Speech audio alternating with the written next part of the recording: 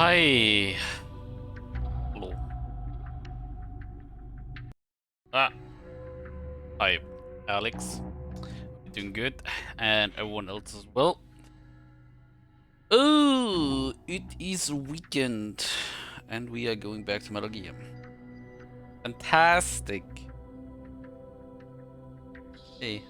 Oh yeah. Wait. No. No. We're no longer in the Metal Gear territory. We are in the Tape Gear territory because everything is now tapes. Okay. Everything is tapes. Wait, isn't it? Tapes.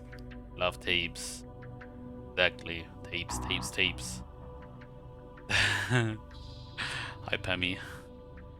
Yeah. Tape gear.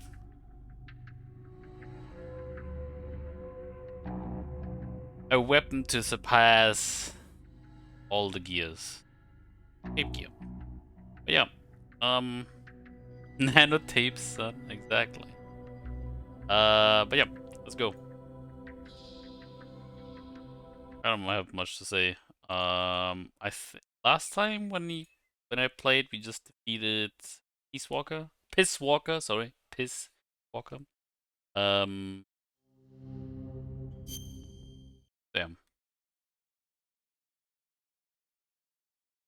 That's about it, right? I think, maybe? I don't know. And yeah, then I stopped. And let's see what happens next.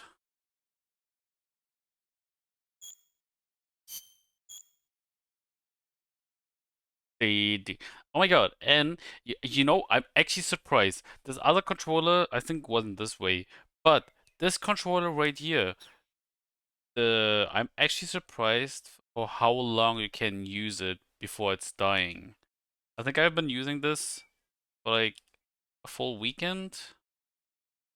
Maybe 2 full weekends, and I only needed to charge it once.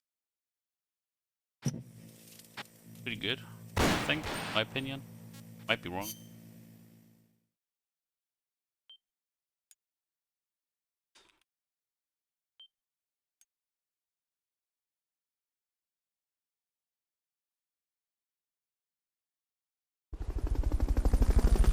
Oh, what happened?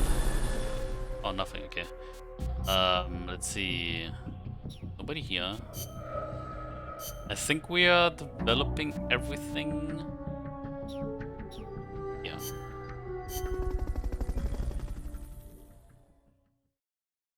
Fucking go. What do we have next? Oh, nothing. Yeah. They just play.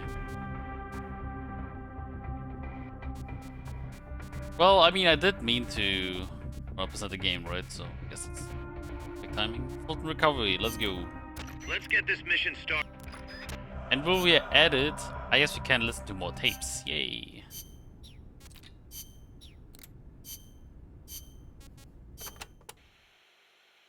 By the way, Kaz, who do you think's our queen bee? Good question. I was thinking maybe Paz. I was thinking Strangelove. Well, I can see that. Or maybe Cecile. On second thought, I might go with Amanda. How about this, Snake? We'll have an army of queen bees. Sure. Why not? That's weird.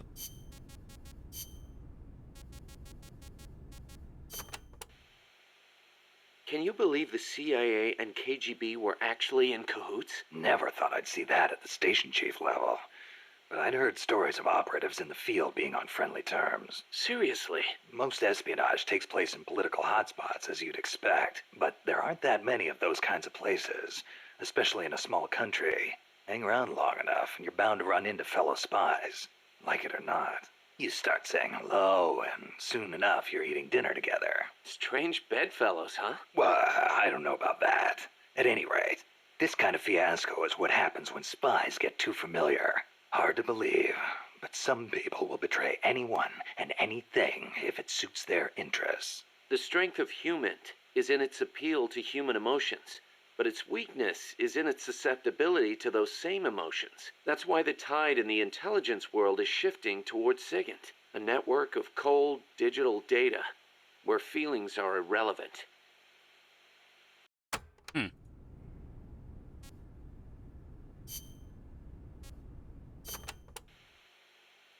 Hey Snake, I've been thinking. Maybe Che couldn't find a place for himself outside the battlefield either. How so? He led the Cuban Revolution to victory. That's quite an accomplishment. He could have called it quits there and nobody would have blamed him. But he left behind a loving family and a cabinet post to plunge back into the struggle. First in the Congo, then in Bolivia where he met his end. You're overthinking things. Che went back to the battlefield because he was needed there. Read his farewell letter, then you'll understand. Some say he was too idealistic to fit in with the government. Too many scruples, most likely. Maybe so, but I still can't help thinking the reason you look up to Che is because you see something of yourself in him. You left your country behind and plunged into battle. You wander from one battlefield to another, going wherever you're needed. Che was a revolutionary as well as a warrior. He took up arms to fight for his beliefs. I don't do what I do for any ideology. I'm a warrior. Nothing more. Nothing less. Okay, boss. You're right. Just wanted to see how we stacked up against a real hero. What do you mean, real hero?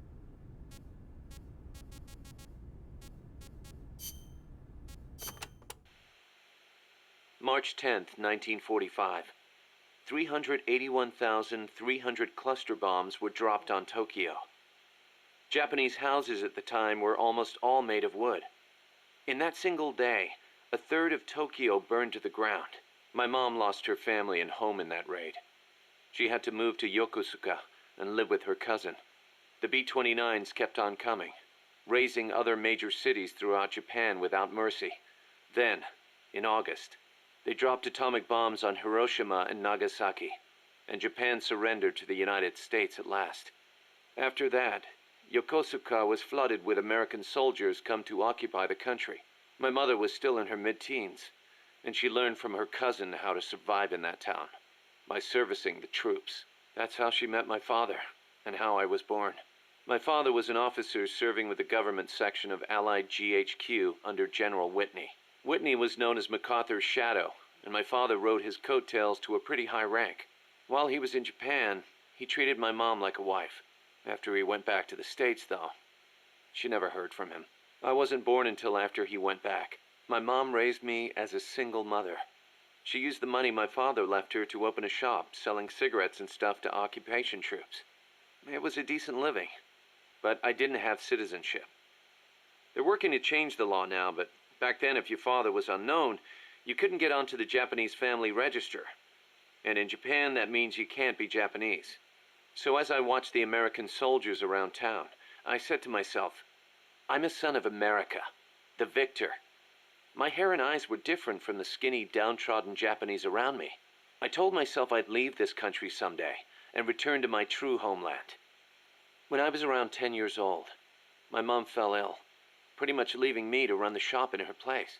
One day I found a single picture of my father in the back of a drawer in the shop. I'd show it to the American soldiers who came into the store. A few years went by before one of them told me who he was. I know him, that's Miller. I started asking other guys, do you know where Miller is now? Can anybody tell me where Colonel Miller is now? Turns out he'd left the service and was making a living as an instructor for soldiers in Virginia. It was one of his students who finally told me that. I wrote him a letter in English. I'm your son. I want to go to the United States. Day after day I waited. Then just when I was about to give up, the post office delivered my future to the door. My father sent me some money. I thought my dream was going to come true. I was only thinking of myself. So I went to my bedridden mother and convinced her to let me go. My father arranged for a car to pick me up. It was jet black. When the neighborhood kids who'd always made fun of my hair saw it, their jaws practically hit the ground. I put my mom in a hospital and went on my own to America. When I met my father for the first time, he was living alone in a big house. He told me he'd lost his son, his American son, in Vietnam. He showed me a picture of my older brother. I guess that and his divorce left my father feeling lonely, which is probably why he finally took an interest in me. He'd retired from teaching. He was stooped over, could hardly walk, but he gave me two things: the name Miller and money for school. I used it to learn English and then go to college. America was exhausted from years of fighting in Vietnam. They were waging war in a foreign land, while at home, people were screaming for peace. Right after I graduated, I went back to Japan, alone. My father refused to see my mom. It was the first time I'd seen her in years, and she wouldn't even look at me. At first, I thought she was mad at me, but that wasn't it. Disease had taken her mind. A disease she got while she was young and desperate. She didn't even know who I was. I said, "Mom, it's me, Kazuhira." As I spoke, the sound of my own voice rang in my ears. Katsuhira, the name my mom gave me. It means peace in Japanese. I was Japanese. At least, I was the son of this tiny Japanese woman. It was then, for the first time, that I understood the reason, the emotion that inspired my mother to give me that name. She'd watched her hometown and family go up in flames. Her body and her mind were ravaged by war. And yet she chose to have a child named Peace, with a man who was once her enemy. Japan lost the war. But what good is war as a measure of a country? Since the war and up until the oil shock last year, Japan's economy has grown every single year. It's on its way to becoming a stronger country than ever. I stayed in Japan and joined the JSDF. I was 22 at the time. I did it to pay our bills. But it wasn't just that. I could have found work anywhere. And I knew it. And still, I couldn't think of anything else to do with myself. 2 years later, I didn't have to worry about Mom's hospital bills anymore. I left the JSDF and went back to the States. My father was already dead and buried. I was told he'd shot himself in the head.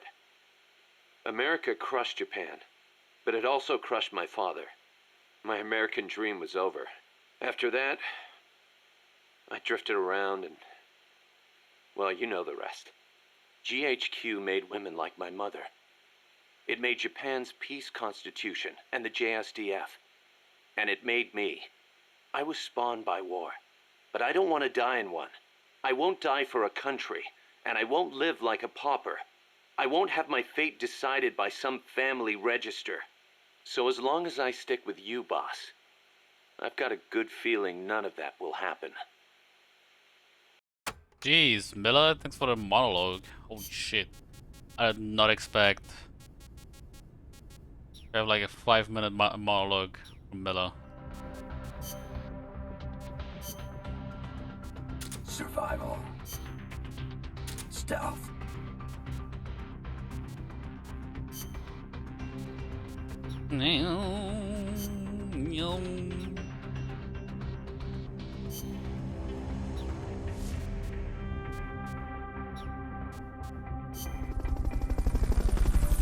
Can I still play the game? I don't know.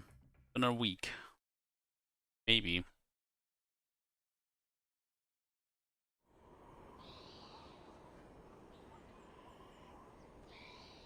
Your current objective is to retrieve the prisoners.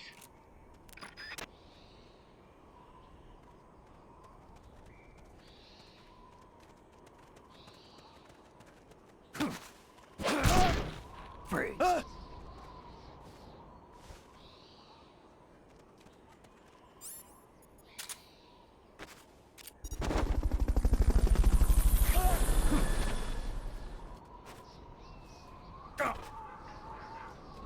Fulton recovery subject confirmed onboard helicopter.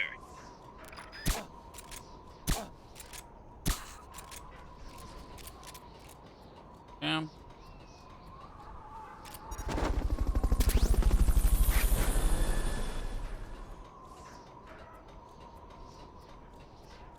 Fulton recovery helicopter is complete.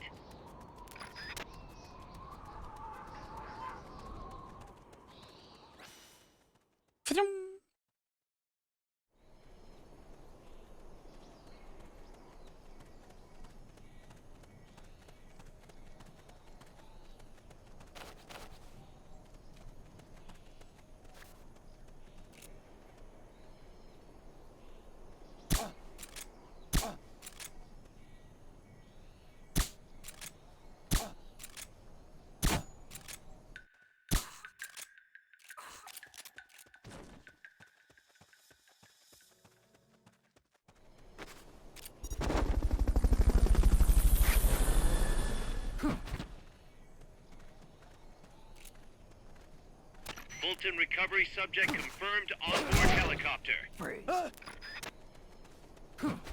Yeah.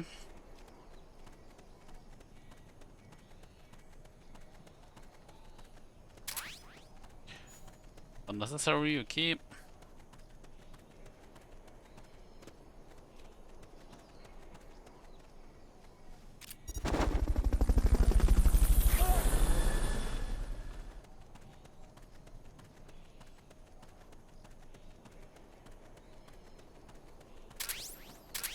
A real mine design, okay.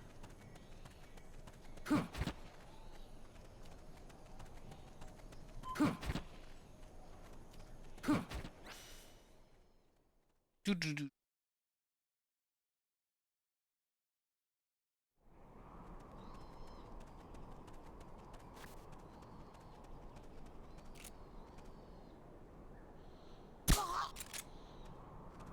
In his ass.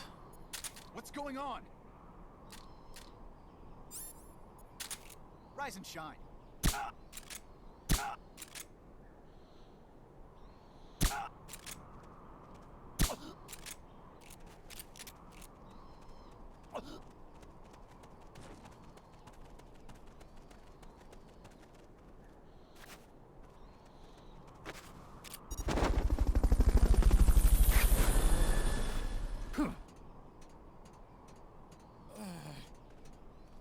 Watch it. There might be bombs planted next to those prisoners.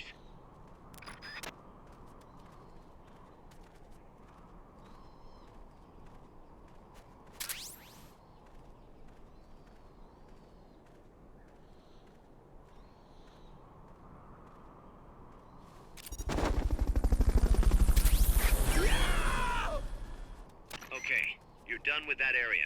Head for the goal.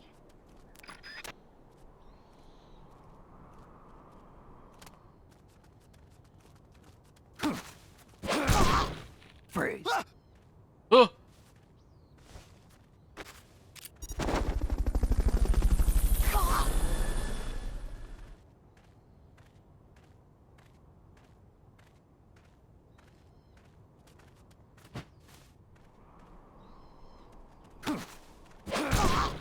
Freeze.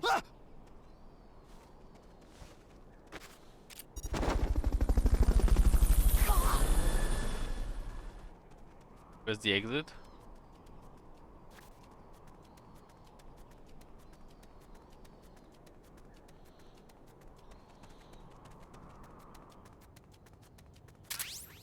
Where's the exit?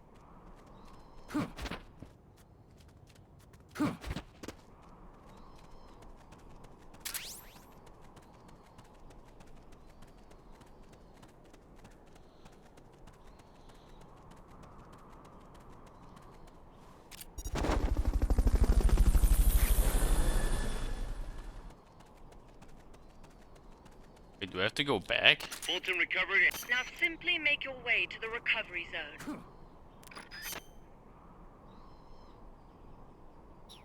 What is this way? Is it? Oh wait, wait, what? I'm confused.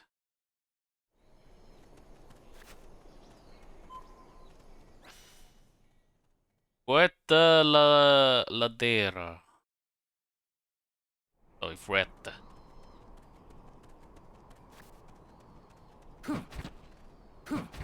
Oh, it is there. Oh my god, I'm blind.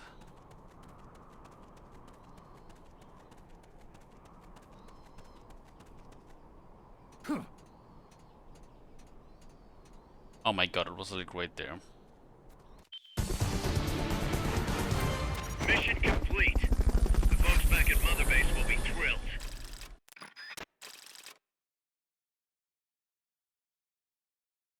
Ba-bum, ba-bum.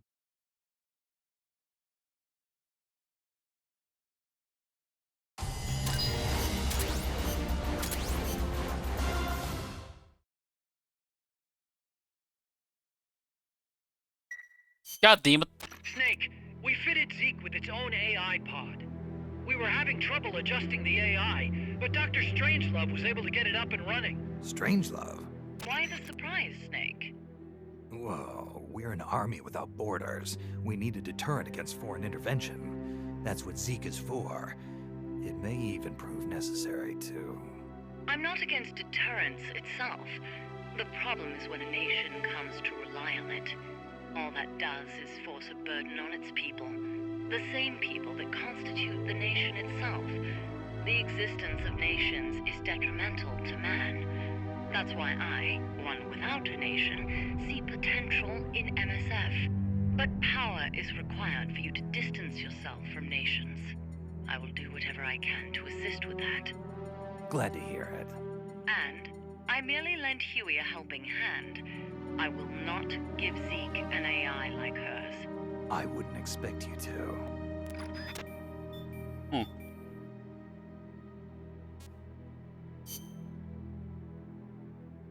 Mm-mm.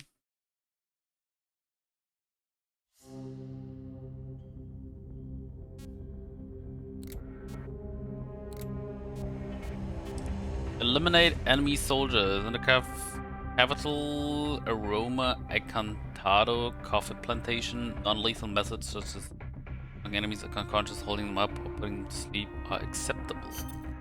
Let's get this mission started.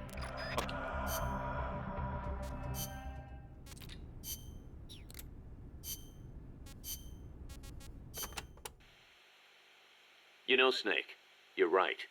As long as we're soldiers without borders, we're going to be a target. We need our own deterrent. Yeah, we're going to be stepping into a lot of different conflicts as we roam the world, each one unique, and with its own set of geography, ideologies, and politics. If we're going to intervene in those kinds of situations, we need the threat of a Metal Gear. Unless we want to end up like Che Guevara did in Bolivia. Well said. Our army without borders doesn't have a land to call home. We're nomads, wanderers. What we need now is a sheepdog to guard our flock. Right. Maybe it's not the way the boss would have gone about it, but there are places in this world that need us, and soldiers that need MSF. And as long as we're needed, we'll keep on moving. Ours is a journey that never ends. We're the real Peace Walkers. Shut up. No, you're not. Oh my god. Oh my god, there's so much shit.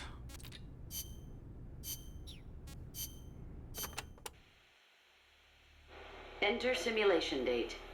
August 24th. Location. Selinoyarsk, USSR. Mission. Support a covert agent whose objective is the rescue of a nuclear weapons scientist. Who is the agent? Your student. Your most beloved. Acknowledged. Define current mission progress. With your help, the agent has successfully made contact with the target. All that's left is to wait for recovery. Now, deduce the best course of action. I take the scientist away from the agent. What for? As a gift when I defect. Why are you defecting? To reform my special forces unit with my former comrades in arms. No, I don't want to know your objective. I'm asking for the reason. Why are you betraying your country? I do not defect in order to betray America. Betrayal is merely the outcome of that defection. Response time is always slower here. Perhaps she lacks confidence in her judgment. You're a hero in the West. Why should the Soviets trust you? In addition to the scientist, I provide them with a portable nuclear warhead in order to win the favor of a Russian GRU officer. And then you launched it. Launched? The nuke? Me? That's right. At a target inside Soviet territory. Nuclear weapons make my blood run cold. They blot out the future. How could I? Karma. Is it my karma? The karma my mistake has brought upon us? My... Attention. Discontinue forward reasoning. Cross-check with knowledge base. Affirmative. Cross-check complete. Revising conclusion as follows. I steal the new weapons developed by the scientist, and then launch the nuke at the Weapons Design Bureau. Forward and backward reasoning are in conflict. Attention. Return to forward reasoning. Affirmative. Your apprentice returns for the scientist. I send him away. He doesn't give up. I send my comrades to defeat him. All of them fail. Even the GRU officer who oversaw your defection is defeated by your apprentice, along with a new weapon. Now, what is your course of action? I fight him. Why? With your GRU patron dead, there's no reason for you to fight. Why not just run away? I must fight him. I do not see the reason. With a soldier of your caliber on his side, how could the GRU officer be defeated to begin with? Did you betray him too? I've been waiting for a long time. You could switch allegiance from GRU to KGB and take the remaining nuke as a gift. There's no chance they wouldn't welcome a hero of your stature. Drift away. My place is with them now. I didn't ask you that. Give me the basis for your reasoning. Tell me the truth. Politics determine who you face on the battlefield. Why won't you answer me? It's like you were just waiting for him to kill you. I was disloyal. Betrayed my country. I deserve to die. How can you say that? You can't be a traitor. You're not that kind of person. Kill me. Kill me now. Stop it! Stop it! Attention! Discontinue reasoning. One must die, and one must live. Stop it, damn you! Discontinue! Life's end. Isn't it beautiful? Shut down! Always in the same place. Her reasoning goes haywire. Someone holds the key. Perhaps it's him. I'll get it out of him. One way or another. I guess we should have listened to this tape after, before I got to the torture scene. Whatever. Maybe not, I don't know. She told me everything. Why did she open her heart to me like that? At the time, I couldn't understand it. But now, I think I do. Snake. She wanted you to know the truth. She chose me to tell you. That's why she saved my life. I've lied to you so many times, but not this time. My orders from the government were to obtain the legacy and to eliminate everyone who knew the truth about what happened. In other words, I'm supposed to kill you. But I can't do it. Not because we loved each other, and not because you saved my life, but because I made a promise to the boss. And I intend to keep it.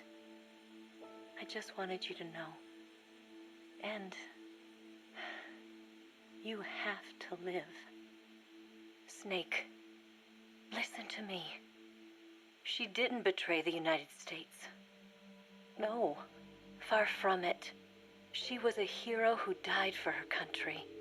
She carried out her mission knowing full well what was going to happen. Self-sacrifice, because that was her duty. The boss's defection was a ruse set up by the U.S. government. It was all a big drama staged by Washington so they could get their hands on the philosopher's legacy. And the boss was the star of the show. They planned it so that they could get the legacy that Colonel Volgan inherited and destroy the Shagohod at the same time. Only a legendary hero like the boss could have earned Volgan's trust. Finding out where the philosopher's legacy was hidden was to be her greatest mission. Everything was going according to plan. But then something happened that no one could have predicted. Colonel Volgan fired an American-made nuclear warhead at Sokolov's research facility. Khrushchev demanded that the U.S. government provide proof that it wasn't involved. They couldn't just abort the operation to steal the legacy. So the operation itself was greatly expanded and revised. The authorities in Washington knew that in order to prove its innocence, they'd have to get rid of the boss. And that one of their own would have to do the job. The public couldn't be allowed to find out about it. Not ever. This, they concluded, would be the best way to keep the whole thing under wraps. The boss wouldn't be allowed to come back home alive, and she wouldn't be allowed to kill herself. Her life would be ended by her most beloved disciple. That was the way the government wanted it. That was the mission she was given, and she had no choice but to carry it out. Her death, at your hands, was a duty she had to fulfill. Out of duty, she turned her back on her own comrades. A lesser woman would have been crushed by such a burden. The taint of disgrace will follow her to her grave. Future generations will revile her. In America, as a despicable traitor with no sense of honor. And in Russia, as a monster who unleashed a nuclear catastrophe. She will go down in official history as a war criminal. And no one will ever understand her. That was her final mission. And like a true soldier, she saw it through to the end. But I think she wanted you, of all people, to know the truth. She wanted to live on in your memory, not as a soldier, but as a woman. But she was forbidden to tell you herself. And that's why she told me. Snake, history will never know what she did. No one will ever learn the truth. Her story, her debriefing, will endure only in your heart. Everything she did for her country. She sacrificed her life and her honor for her native land. She was a real hero. She was a true patriot.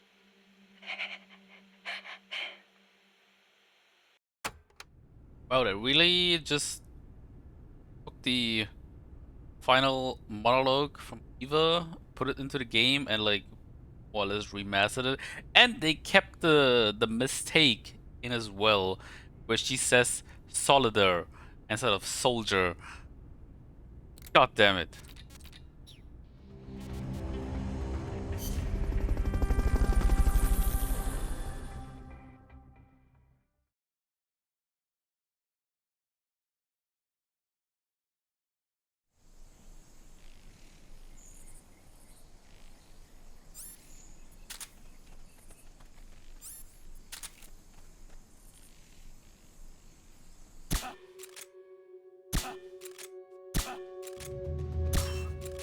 I was about to say, why is he not?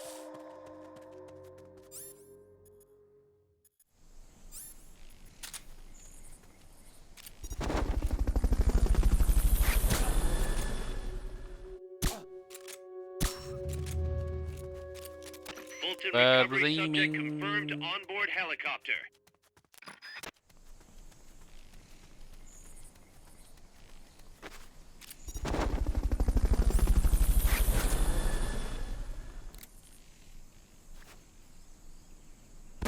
Fulton recovery helicopter is complete.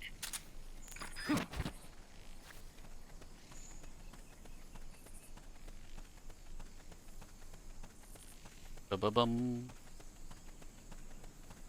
Ba-ba-bum.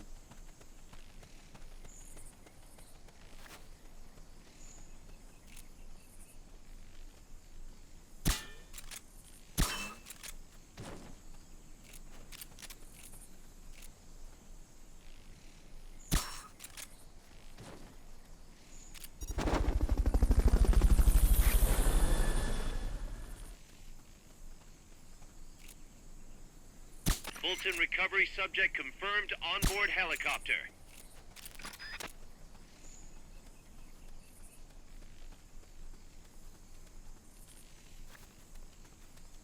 Ba-ba-boom. Ba-boom.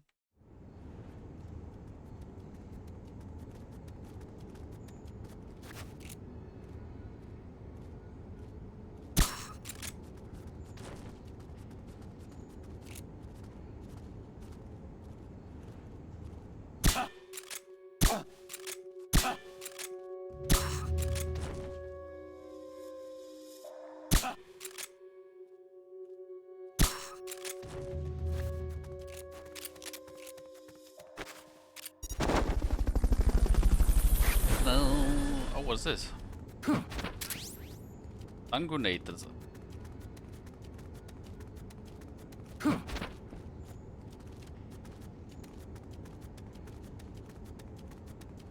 Granada.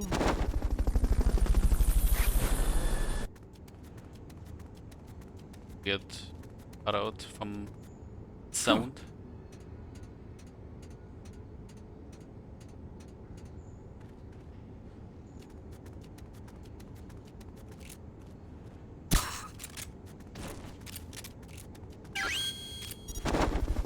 Head for the recovery zone. We'll pick you up there. Moment.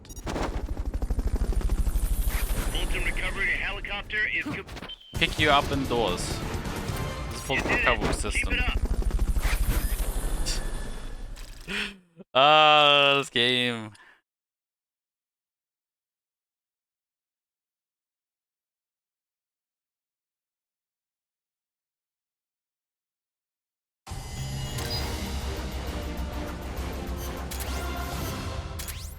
I guess at least in Phantom Pain it's more realistic because you can't Nick, do we've that. got a problem. Zadornov's not in his cell. What? He must have used his prosthetic as a blowtorch to cut through the bars, but we've managed to narrow down his location using a transmitter we planted on him. I'm adding a new mission. Find the KGB agent Zadornov. Easy. First we go back to other base because we got some people. Regia is now available for reference. Yeah. Okay. Okay, nice.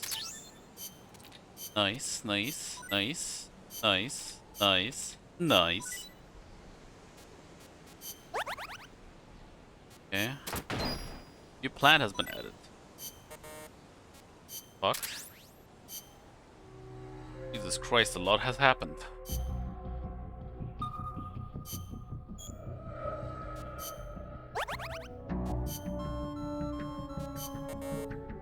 No! Rip the tank. Oh no!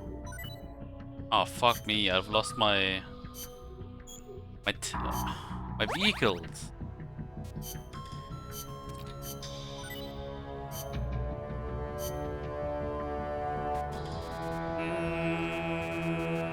Doo-doo.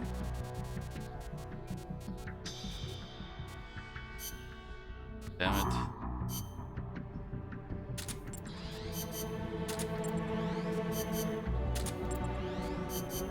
I kind of wish they could get That's right. Whatever. I kind of wish they could get vehicles themselves.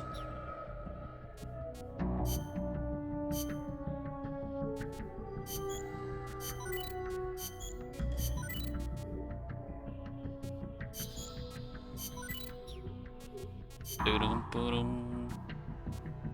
Sonic Eye.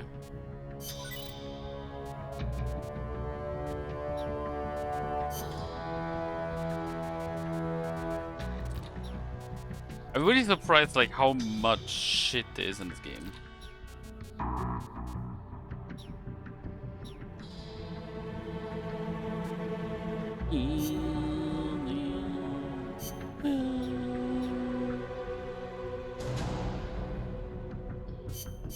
Ah, fuck! Didn't need to do that.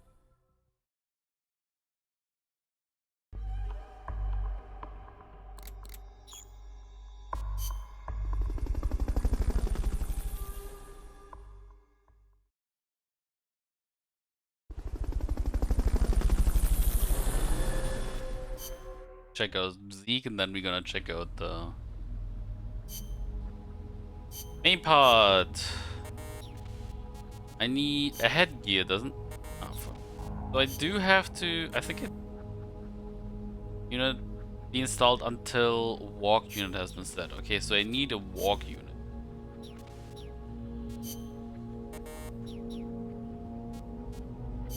AI storage.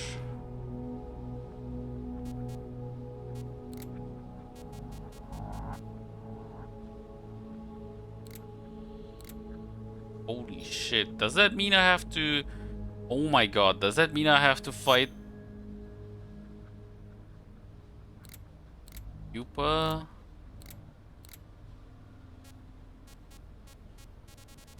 Oh no! Oh my god, I just realized. So, oh my god. So, I have to fight Pupa multiple times. And then Chrysalis. And then Cocoon. And also Aurelial.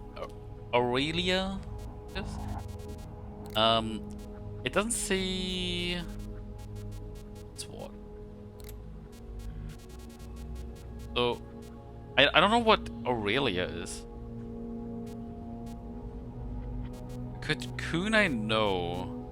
Chrysalis? Chrysalis was the flying one, if I remember correctly.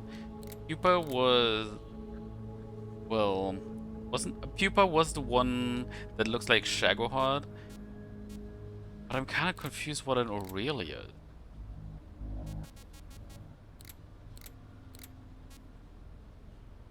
Is that Peace Walker? Might be Peace Walker. Huh.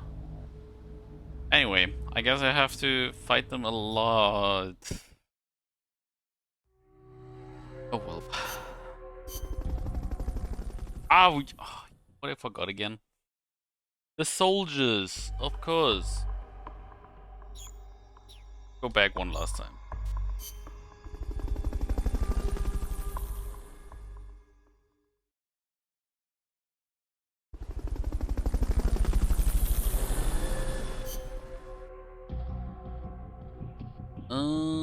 It's...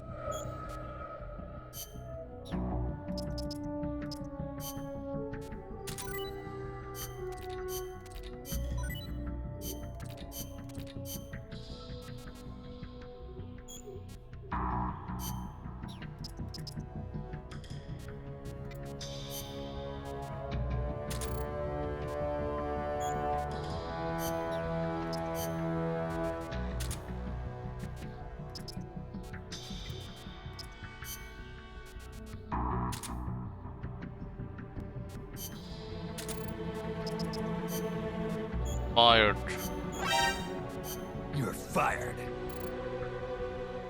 Let's get those tapes. You missed a couple actually. There's some... Oh wait, actually missed a couple. But hi, how you doing? The onion.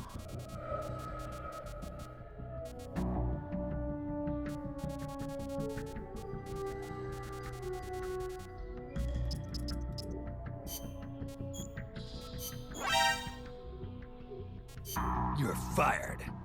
I just played... Actually, I mean... Yeah, well... Yeah, just a couple.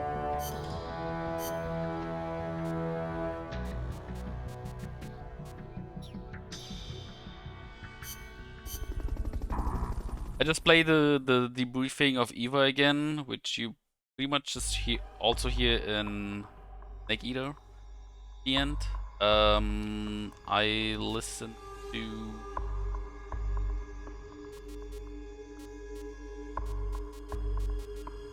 Daedalus Pass? The fuck?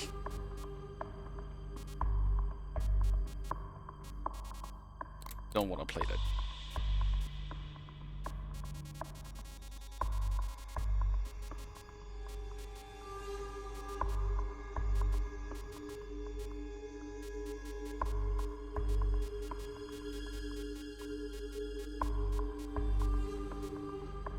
Let's try this one.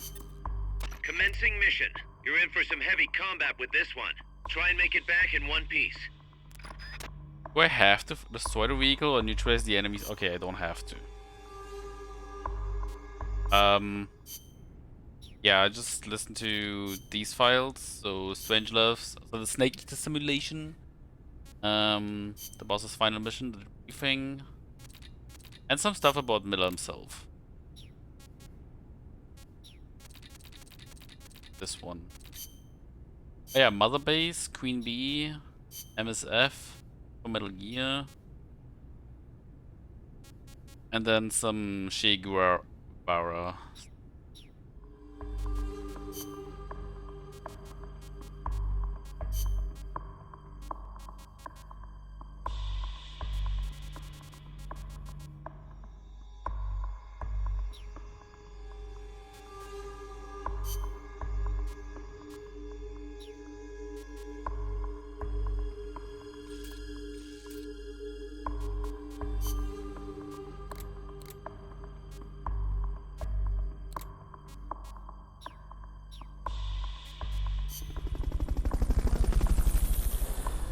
the others goes.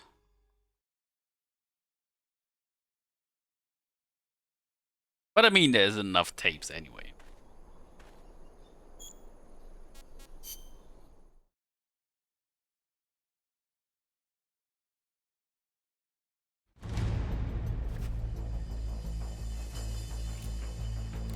It's gonna be tough to take out an armored vehicle with the weapons you've got. You'll want to think about taking out the guys in the unit first. Strike before they spot you. The enemy's attacking! Going to alert status! You don't.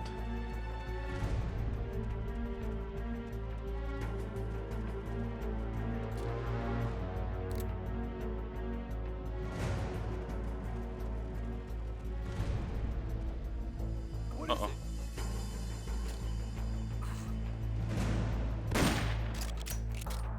Somebody spotted you. You won't be able to stay out of sight and neutralize the enemy now.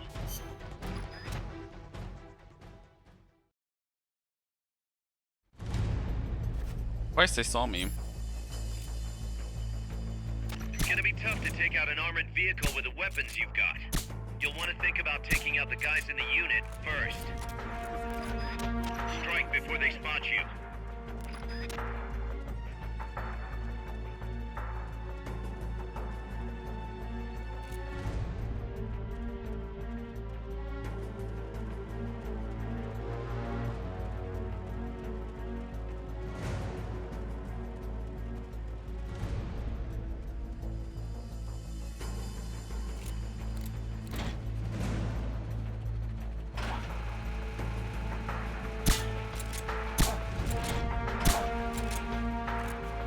What is it?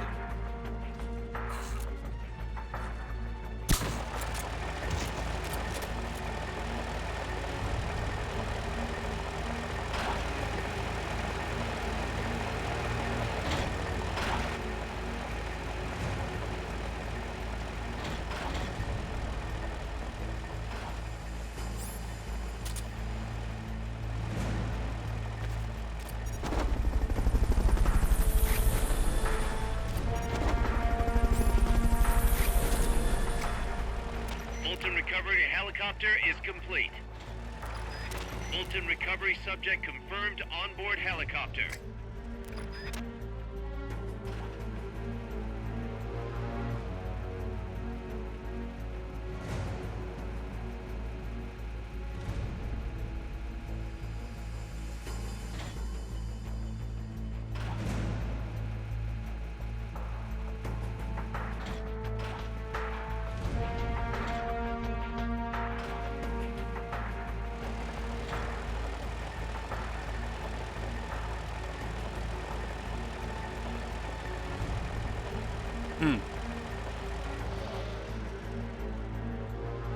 Backup! Prepare for immediate deployment!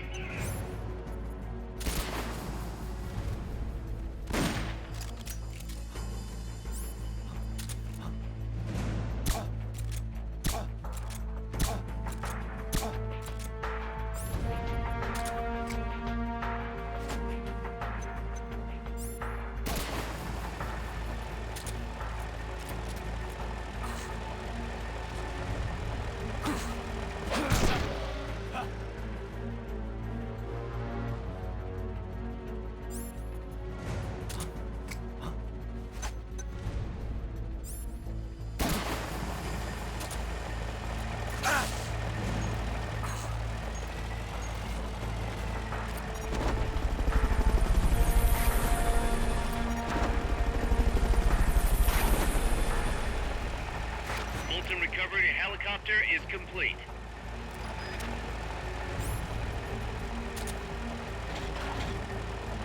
Hey, liar.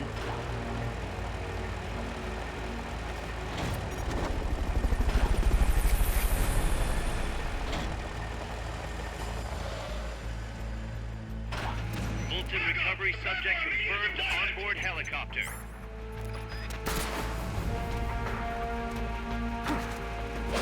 Next!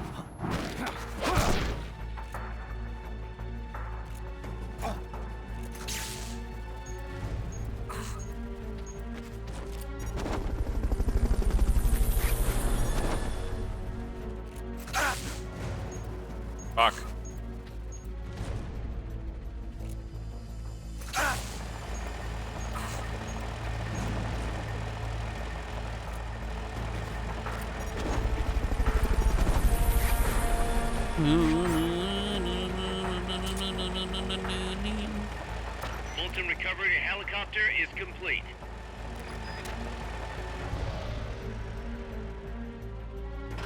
What?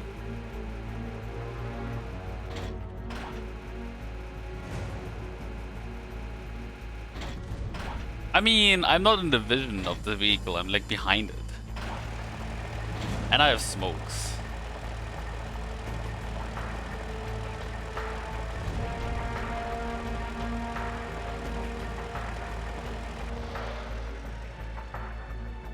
Backup! Prepare for immediate deployment!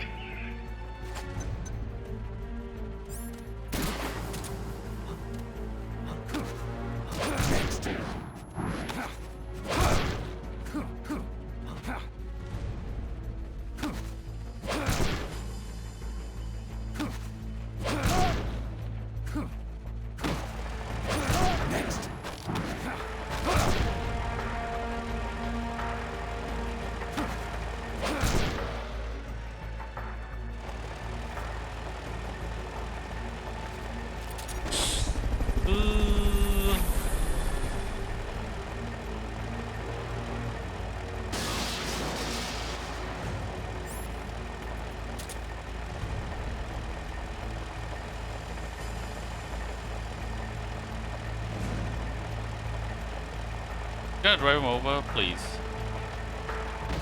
Thank you. No! Oh yeah, okay, I was about to say, why is he still having those fucking stars over his head?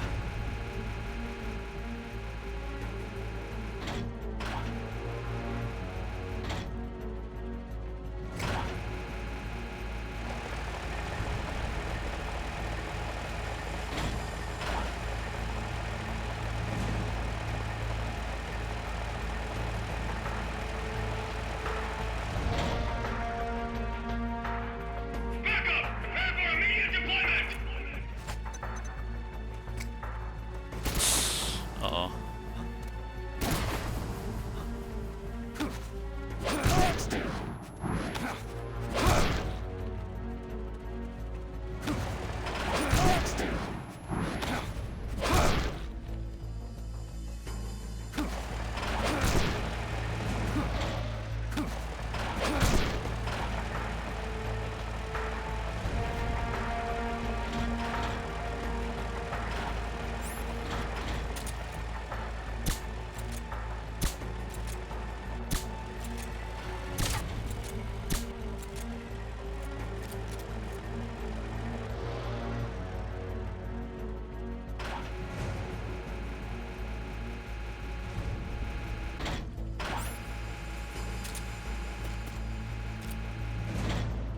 They've okayed your request for a cardboard box. It'll be sent out shortly.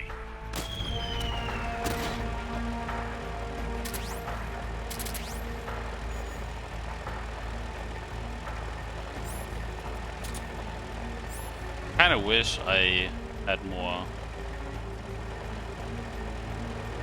shit to Fulton. I basically have to wait until he drives them over.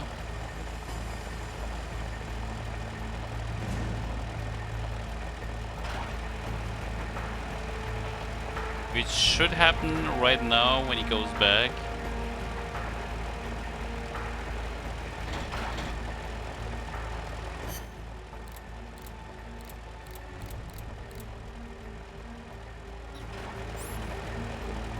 Oh. How do you kill them yourself, or don't you have I mean, no, it's not about having a silencer, I just don't want to kill them.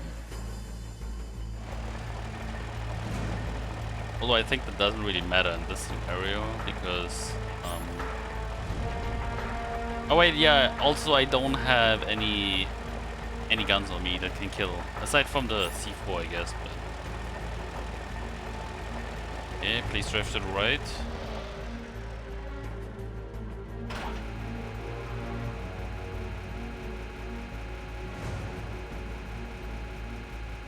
Yeah, they die anyway when the car drives them over, but it doesn't count as my kill.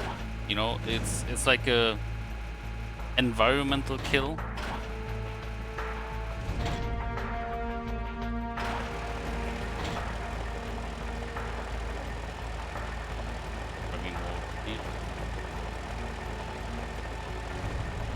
I sure? Yes.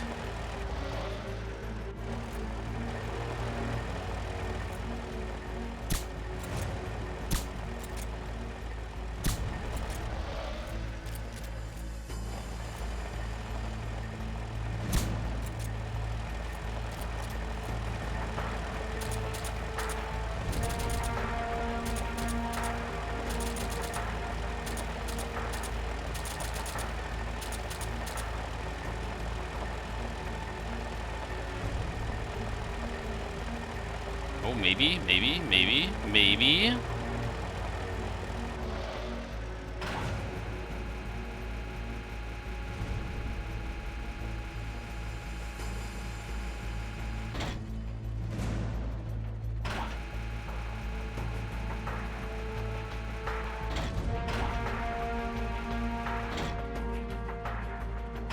I'm not so sure, actually.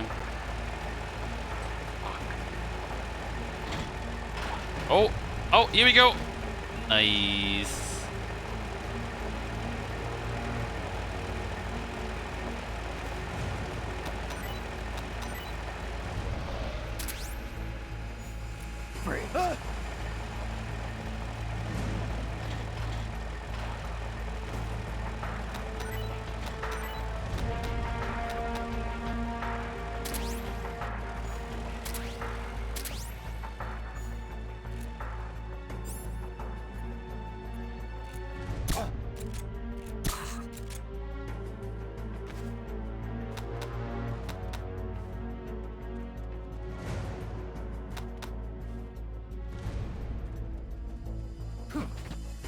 What was that?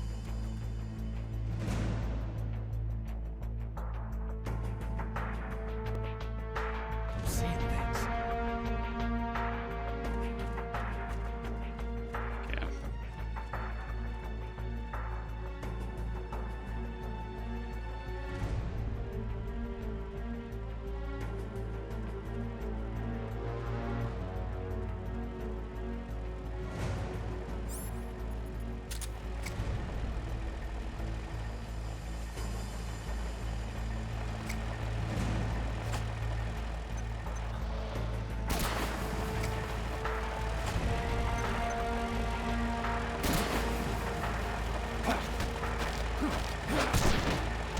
There we go.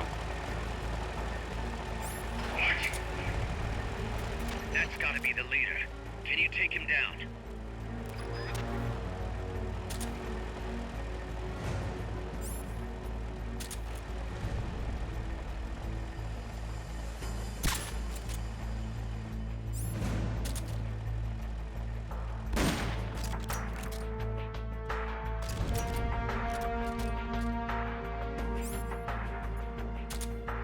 They've okayed the request for support. They're sending out a cardboard box as we speak.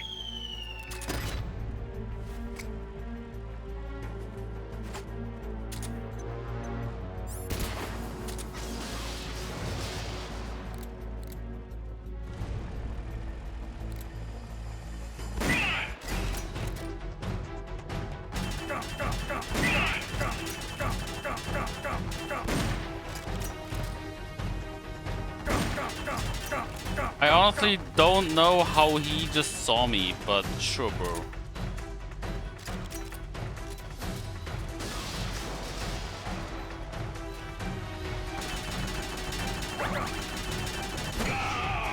The enemy leader's out cold. Bring him in. I actually don't know how he just saw me, but sure. That's how it's be. It'll be. Oh, extra up 69. Hell yeah, bro.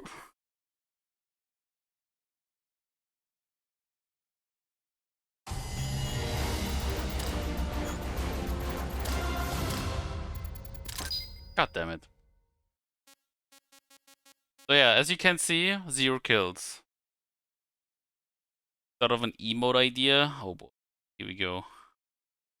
Oh yeah, by the way, Blutze Bob has been renamed to Blutze Bonk. Oh wait, no. Oh, it hasn't. Oh yeah, because I haven't renamed it on FFZ yet. Anyway. but it is officially. I'm gonna do that real quick. FFZ.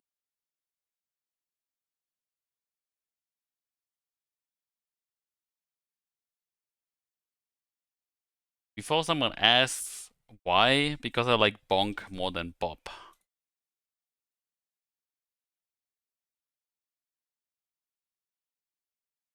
have to connect myself. Okay. Bob. Rename. You should rename. The new name will be submitted for approval. Okay. Bonk.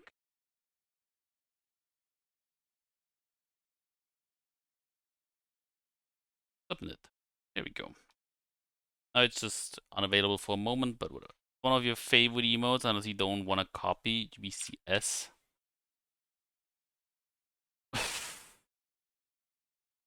I don't know. I feel like there's too many sweaty emotes.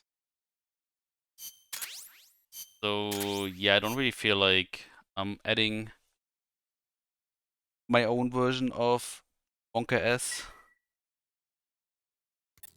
Package for you, boss. What? Yeah, looks like a cassette tape. What? Don't worry, it's clean. No trace of explosives or anything. Return address just says Eva. Eva? Someone you know? An old acquaintance. Oh, the plot thickens. Tidings from an old flame? Don't start, Kaz. Anyway, I'll check it out later. Okay, just Oh, don't pout. be running off after this chick. We can't afford for you to be distracted right now. I don't know, man. I don't know. When I see pout, when I hear about pout, I think of what I just posted with soda pout, or like what Gimme has, Gimme pout. I don't know. Not the biggest fan of the. But like I don't really feel like I need. I have Grumpy or Grump for that.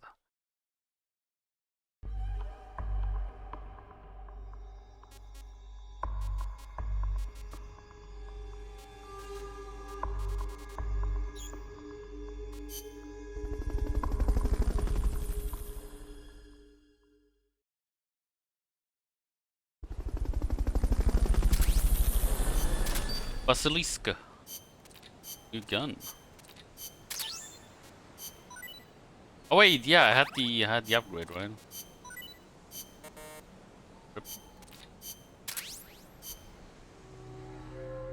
Loots the ass. Nah. I am now you're gonna hate me for it, but I'm actually one of those who would rather have Twitch just ban all the peach ass whatever emotes, because it's kind of, to me honestly, it's kind of hypocritical how they go around with those emotes. Like some get banned, some are fine. Some look more sexual than the others, but they are suddenly fine. Those who actually have pants on are not fine because the pants are not properly done. I don't know.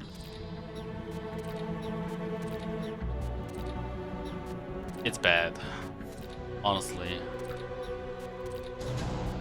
And I think they should just straight up ban all of them. That's my opinion. Love box. Ooh, more night vision goggle. Better one. I mean, which is just always super critical, to be honest. I mean, yeah. I don't know, double standards. One is fine, one is not fine.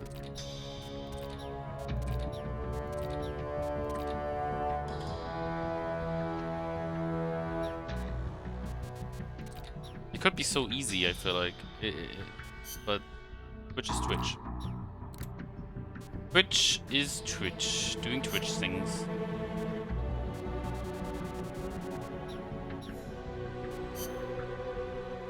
Really a beat guy.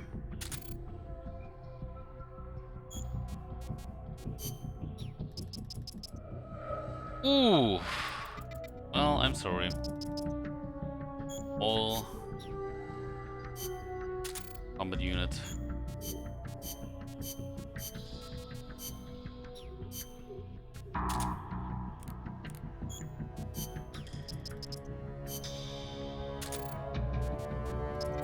And you all are fired.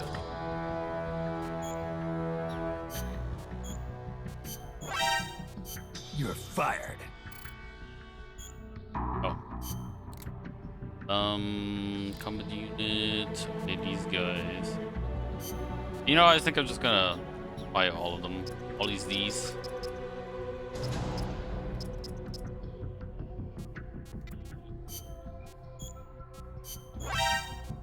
You're fired.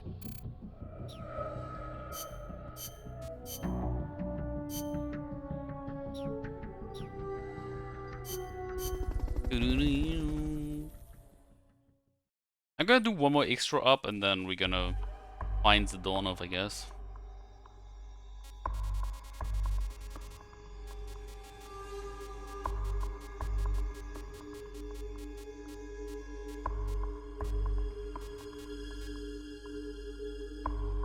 Got a tank. Okay. Commencing mission. You're in for some...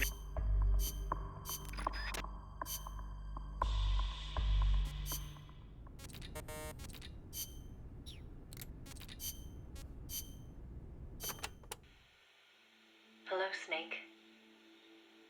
It's been a while, hasn't it? I hear you've been causing quite the ruckus in Nicaragua. Nothing much to report from my end. The legacy's being put to good use. Or so they tell me. But enough with the small talk. There's something I need to tell you. You saw the photo that came with this tape, right? No? The boss gave that to me. 10 years ago. I'm sorry, I should have told you sooner. I probably should have told you right away. But sending it to you hasn't been an easy decision to make. It's taken me 10 years. Once you've heard what I have to say, you'll understand why. That photo belonged to her. I know what you're thinking. What does she have to do with this? You've probably seen it 100 times in the press already. Obviously, it's of the Mercury 7, the first group of American astronauts, the heroes of Project Mercury. But there were actually 8 people in that photo. One of them was edited out, erased, without a trace. That 8th astronaut, the one airbrushed out of existence, that was her, Snake. Now, why did they need to keep her existence a secret? What were they trying to hide? The answer goes back even further. 17 years ago. It was the height of the Cold War. The Eastern and Western blocs were racing to develop space technology to match their nuclear arsenals. In 1957, the Soviet Union launched Sputnik 1, the first artificial satellite. The Americans were stunned. They'd been led to believe their country led the world in science and technology. That shock quickly turned into fear. If the Russians had the know-how to launch a satellite into space, they could use it to launch a nuclear missile, too. Frantic, the U.S. threw everything it had into the space race. The following year, the Army succeeded in launching the first American satellite, Explorer 1. The National Aeronautics and Space Administration was established that fall, and Project Mercury with it. The goal was to send a man into space, and 7 men were chosen as pilot candidates. The media dubbed them the Mercury 7. They were immediately hailed as national heroes, icons of Western space exploration. But after Explorer, America suffered a series of failed rocket launches. Desperate, the government made a fateful decision. Unable to wait for its space program to mature, they'd steal the Soviets' technology, at the same time sabotaging their space program. You know better than anyone how hard a mission that was. The Soviet space program was shrouded in secrecy. Recovering that information would be no easy task. Using the help of an insider, they'd insert a sleeper agent into the research institute, or else recruit one of those insiders to do the job for them. And, if necessary, the mission leader would have to go in and sort things out themselves. Someone was needed with experience, knowledge, and superior intuition. And the only one for the job was the boss. The president himself asked for her by name. He needed someone who could be trusted with the fate of a nation. Who else to turn to but the hero of the Second World War? It was June 1959. So you see, Snake, that's why she left. That was the top secret mission that took her from you. But her selection ruffled a few CIA feathers. They didn't appreciate the president going over their head like that. The mission was tough enough already, and now the CIA was dragging its feet. She couldn't get anything out of them. No manpower, no information. Left to her own devices, the boss made a decision she knew would come back to haunt her. She decided to tap into the Philosopher's Network.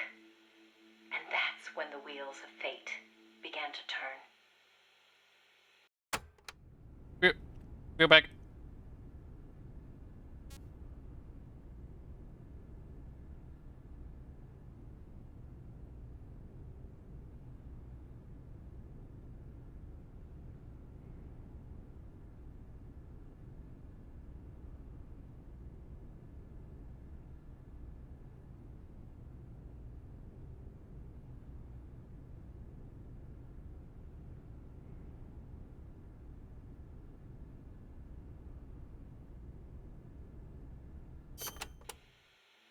The Philosophers were a secret society of power brokers formed in a pact between the US, Russia, and China in the early 20th century. Of course, by that time, the American and Soviet branches had already parted ways. But there were those among the remaining Russian philosophers not entirely happy with the one-party communist state. The boss reached out to them. She arranged clandestine meetings in Berlin, hoping to find a way into OKB-1, the Soviets' premier design bureau. She worked tirelessly to win their sympathy, in some instances using huge sums of cash, in others by helping them over the Berlin Wall. It was a dangerous game to be playing. The Philosophers had everything on her, and not just information either. She'd given birth to a child on the battlefield, only to have them immediately snatch it away. I know she told you that story. If that child was in the hands of the Soviet philosophers, she'd be putting more than just herself in danger. But she did what she had to do. At the time, the Soviet Union was believed to have an arsenal of missiles far greater than that of the United States. If that proved to be the case, Moscow would be free from the yoke of nuclear deterrence, raising the possibility that the Soviets might actually launch nukes if they felt it necessary. As you know, the so-called missile gap turned out to be a Soviet bluff. Moscow had gone to incredible lengths to perpetuate the lie. In fact, the whole space race was really just a part of an elaborate ruse. Only we didn't know that at the time. She used to joke that even she swallowed the whole missile gap story, hook, line, and sinker. She put her life on the line, for the sake of her country, to prevent nuclear war. And it was because of her sacrificial efforts that America succeeded in placing a sleeper agent inside OKB-1. NASA began to receive huge volumes of technical data from the Soviet program. By the end of 1959, they'd succeeded in sending a chimpanzee named Sam on a ballistic rocket flight. The rocket never left the atmosphere. But all the same, it was a huge success for NASA, restoring confidence in its technology. Who's Sam? Then, just when the operation was starting to produce results, the CIA came calling. "You're a war hero," they said. "No need for you to dirty your hands with this sort of black ops. We'll take it from here." In effect, they wanted to reap the rewards for themselves. But the boss didn't object. "My part is over," she said. "I don't care what you do with the data now."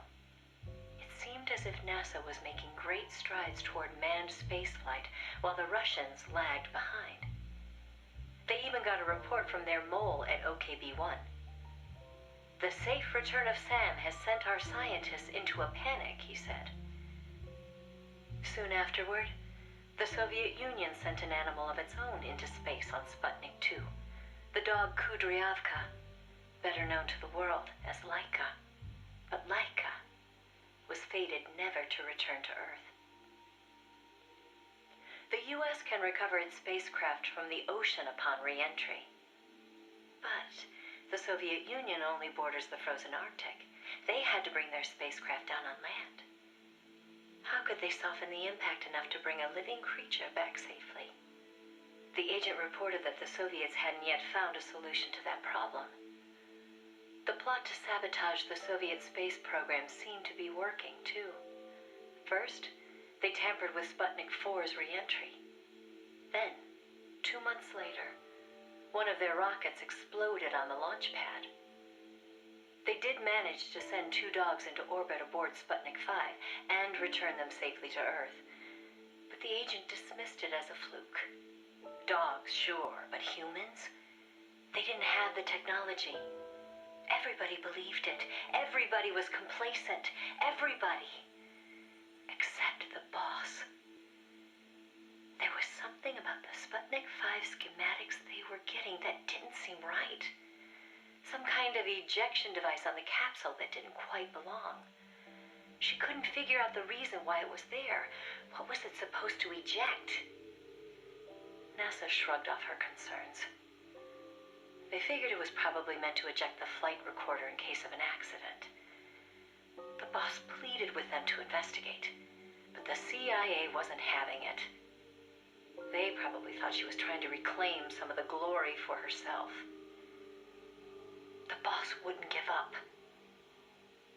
She decided to head to the Soviet Union herself, alone, without any backing from the CIA. By the beginning of the next year, 1961, she'd succeeded in infiltrating OKB-1. That's when she saw the truth, for the first time. What truth? What the fuck? The sleeper that she'd worked so hard to place was a double agent. He'd been turned by the Soviets and was feeding the Americans lies. But what shocked the boss even more was why. The CIA's access agent had been taking a large cut of the sleeper's pay. The sleeper felt what little he was left with wasn't worth the risk. When he got a better offer from Moscow, he took it. At some point, the Americans' intelligence operation had become an open book to the Soviets. And contrary to what the sleeper had been reporting, the Soviets' manned spaceflight technology was quite advanced. It wasn't until she infiltrated OKB-1 herself that the boss learned the truth about Sputnik 5. After the spacecraft re-entered the atmosphere, it ejected the pilot, seat and all, at an altitude of 7,000 meters. It was the Soviet solution to the problem of land recovery. The mystery device attached to Sputnik 5 was for that purpose. The pilot would parachute down from that high altitude wearing a bulky spacesuit. Crazy, I know. The Soviets knew exactly how dangerous it was, of course. So much so that they gave Yuri Gagarin, the first man in space, a special 2-rank promotion before re-entry. Only Moscow could come up with this kind of plan. With total state control over information, they could easily pretend it never happened in the event of a failure. The boss passed the info on to NASA. It was their worst nightmare. The glory of mankind's first spaceflight was about to be stolen from them by the Soviet Union. It was Sputnik all over again. And the CIA was caught no less off guard. Their ineptitude had caused the fiasco in the first place. The Soviets' deception was brilliant.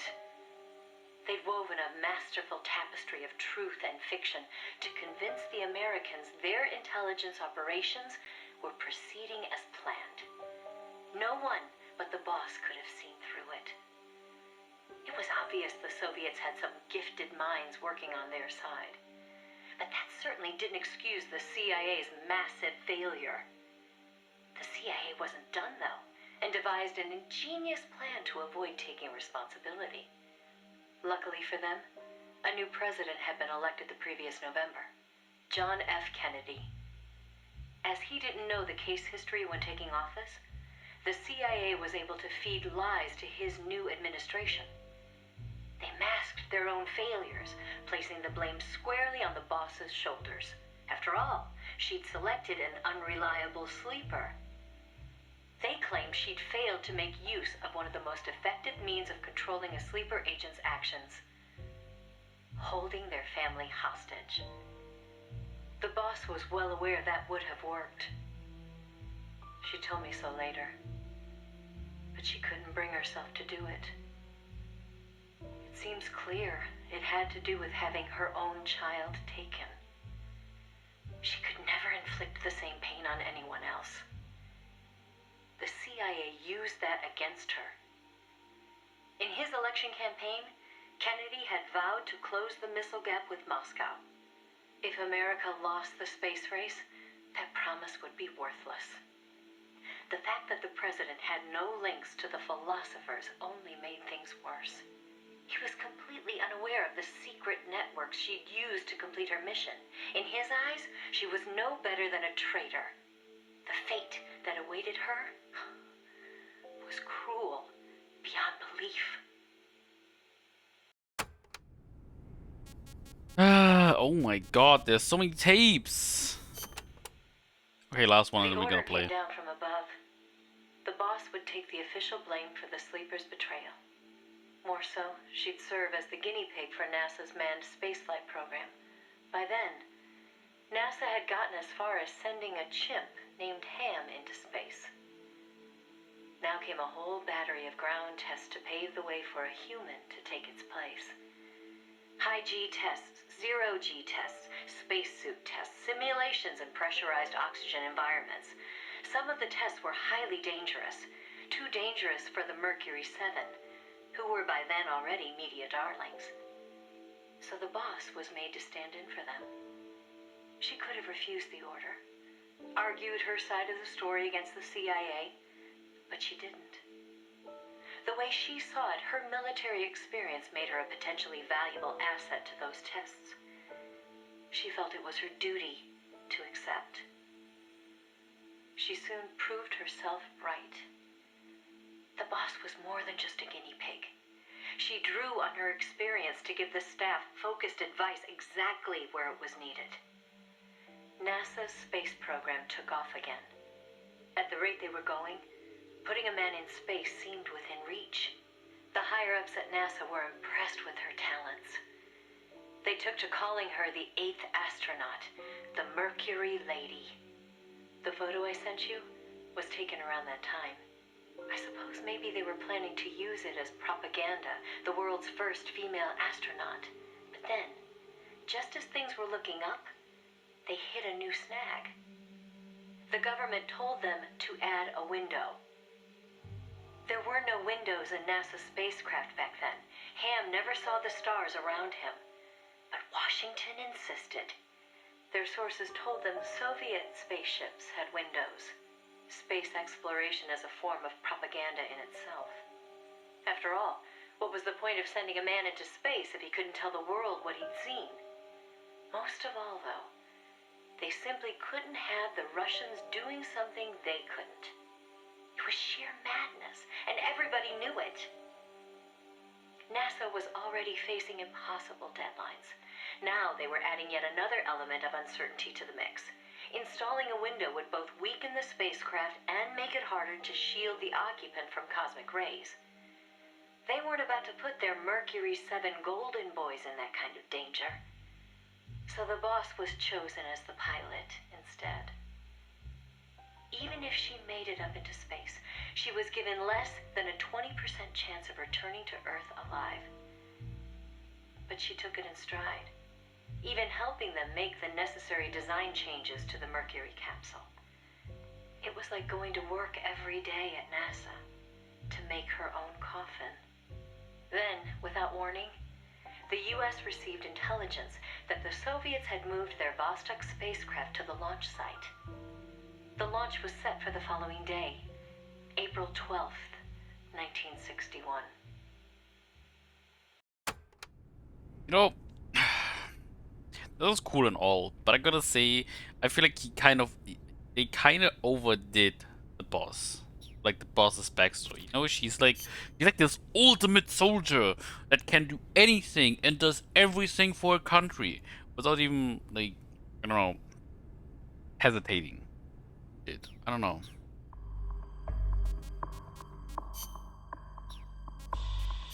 It's a bit too much.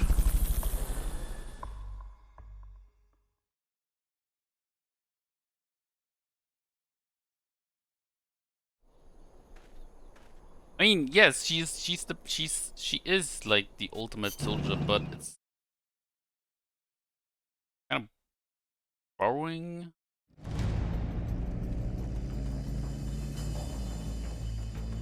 It's gonna be tough to take out a tank with the weapons you've got. You'll want to think about taking out the guys in the unit first.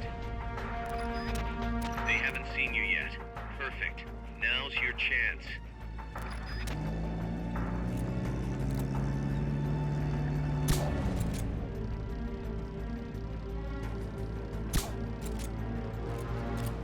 The enemy's attacking! Going to alert status!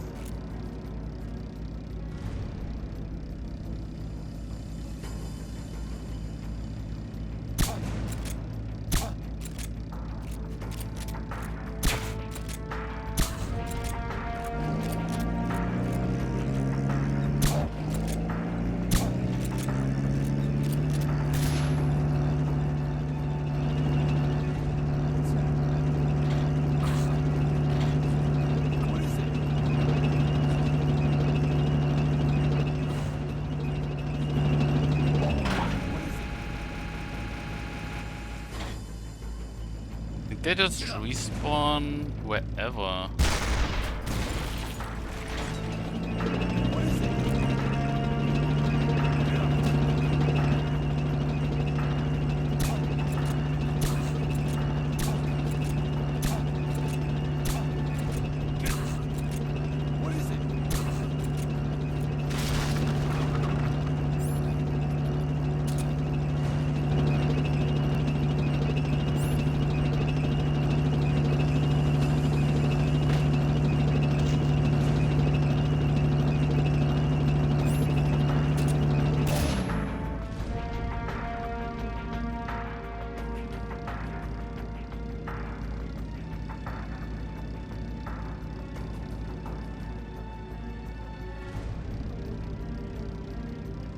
Default for these guys, that seems like it so far.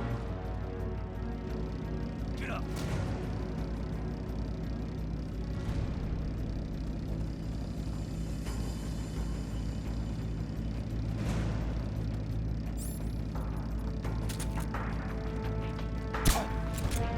What is it? The enemy's attacking! Going to alert status! What is it? Get up!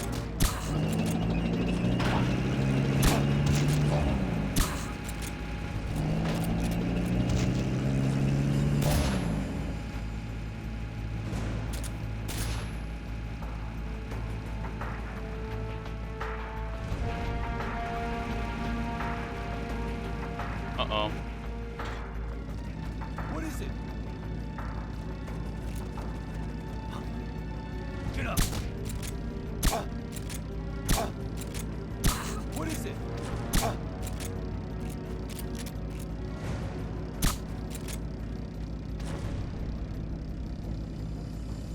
We've spotted you. You won't be able to stay out of sight to neutralize the enemy now.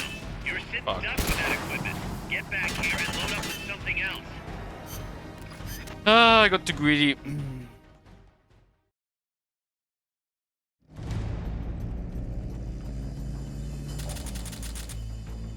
It's gonna be tough to take out a tank with the weapons you've got.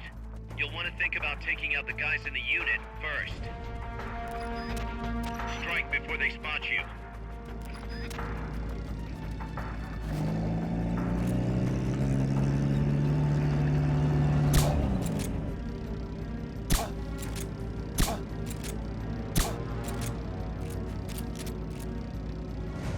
The enemy's attacking! Going to alert! What is it?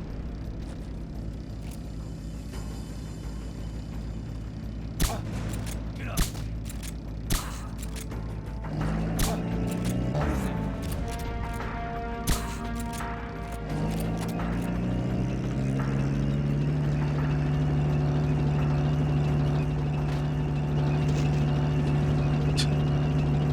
Like when they just get kicked away like that.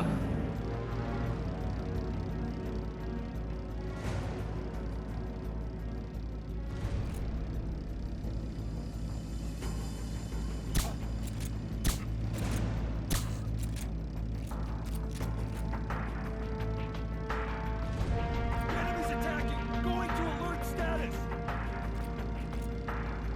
What is it? Get up!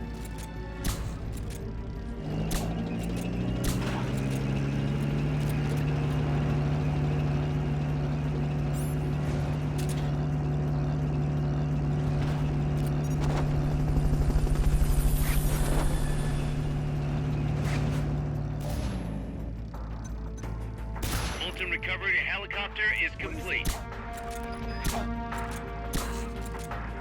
Was very close. What is it? Get up!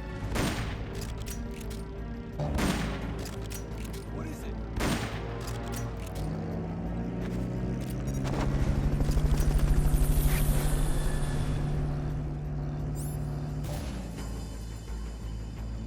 Fulton recovery subject confirmed onboard helicopter.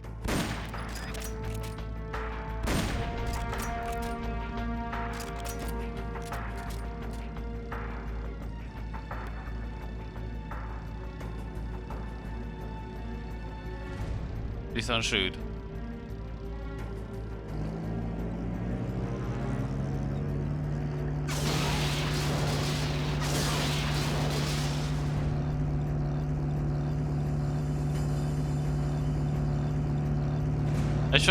I think I have to redo this. Uh-oh. Because I need a box. I don't have a box. God.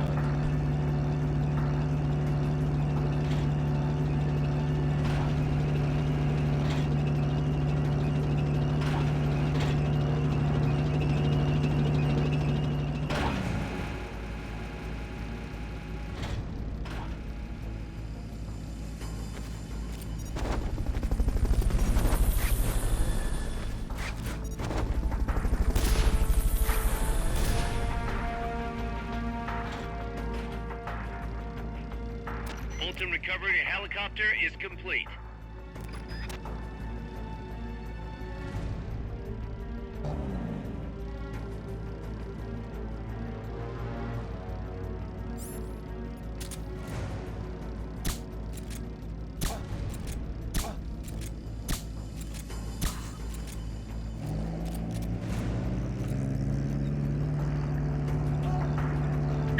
He got killed! Get fucked.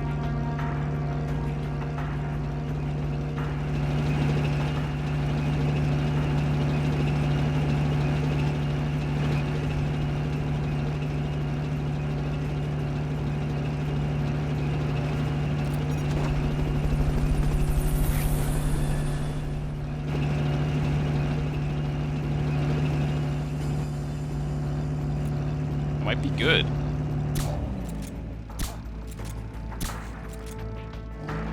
How many people are in the tank? Unit 12? I have actually no idea. The last one had, I think, like 15. This one seems nicer.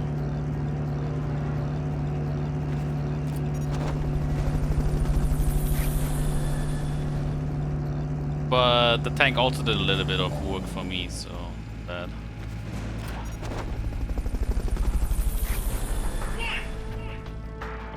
That's gotta be the First one was the transporter. You think that tanks have less since they are more deadly? That could be it as well, yeah.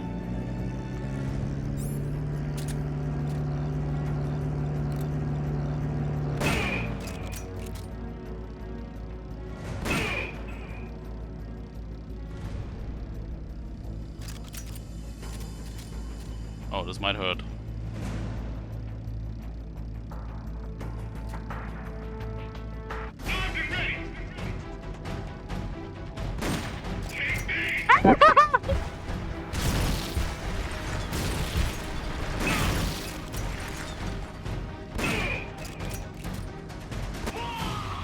That takes care of their leader. Recover him and it's mission complete. Okay, the tank was less deadly than I thought it would be, but he made it. And it was a bit impatient again, because I'm pretty sure I could have just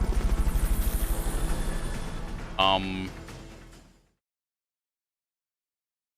could have probably just waited until he turns again and then shoot him twice. Oh, nice, we got the S rank anyway. Then it doesn't matter. I got the S.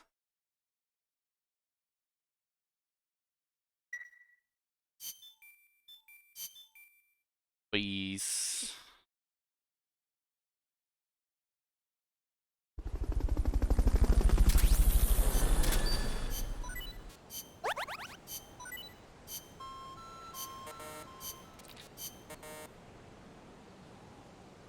Well, stalled because one or more requirements have not met. Oh fuck. Oh no! Because I because I removed them all from the R&D team, huh? Damn it.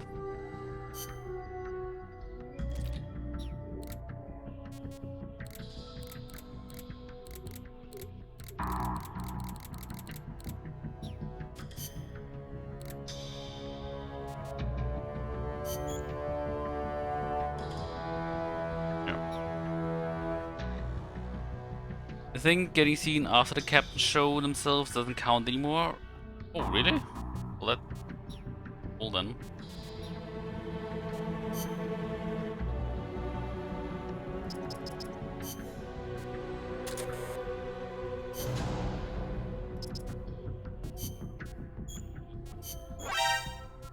You're fired.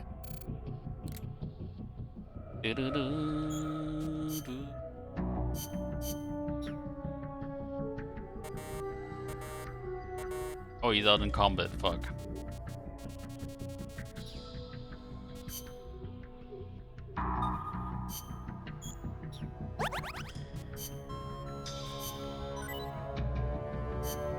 I'm surprised they made it back. Cool. Okay, let's see. Can we do this now that I have some mechs?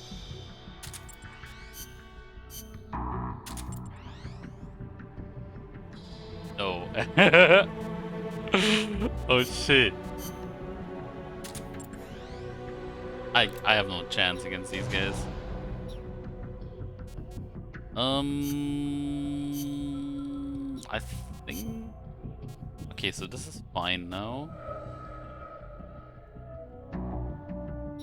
It's almost done being developed.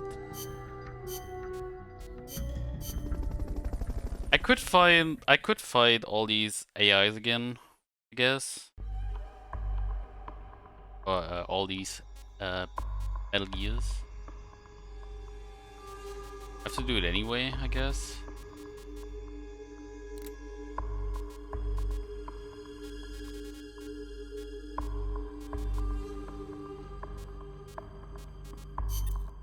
Careful, Snake.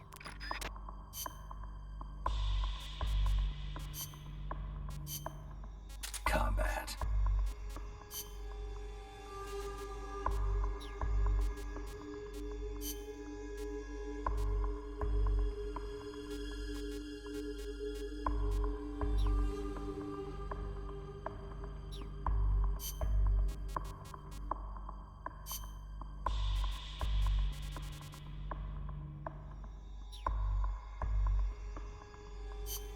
I mean, why not? Just briefly, let's fucking go. Or Eva.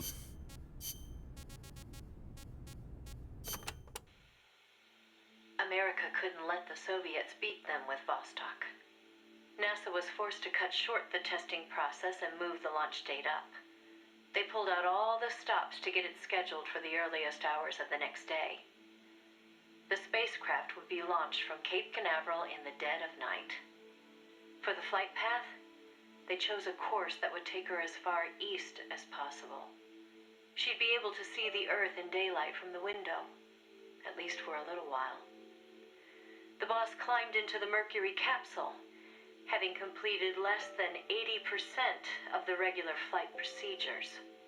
Both the timing and the flight path were risky, and testing was far from complete. But NASA had no other choice. The boss, for her part, never expected to come home alive. She was going on a one-way trip, the American version of Laika the dog. And yet she went all the same. Someone has to be first, she said. If fate has chosen me, then I accept, for my country, for the balance of the world. That's how she saw things. My chances may be slim, but I'll take them. I've accepted my fate. If anyone can get through this, I can. Then, on April 12th at 1:30 in the morning, the boss entered space. It was nothing short of a miracle. First, that she'd made it in an incomplete spacecraft. And second, that her flight coincided almost exactly with Gagarin's.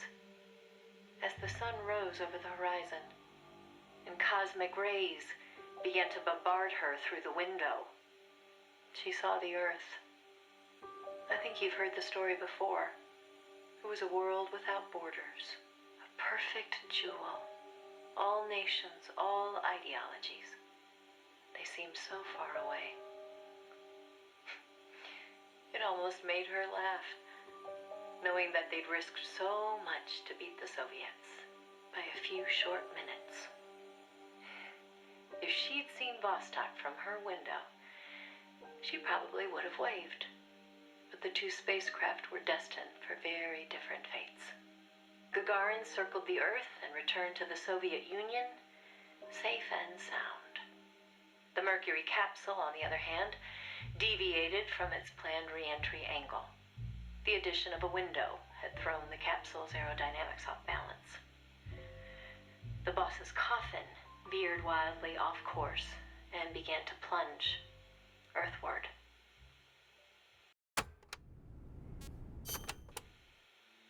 The course deviation caused the capsule to miss its splashdown point by a wide margin.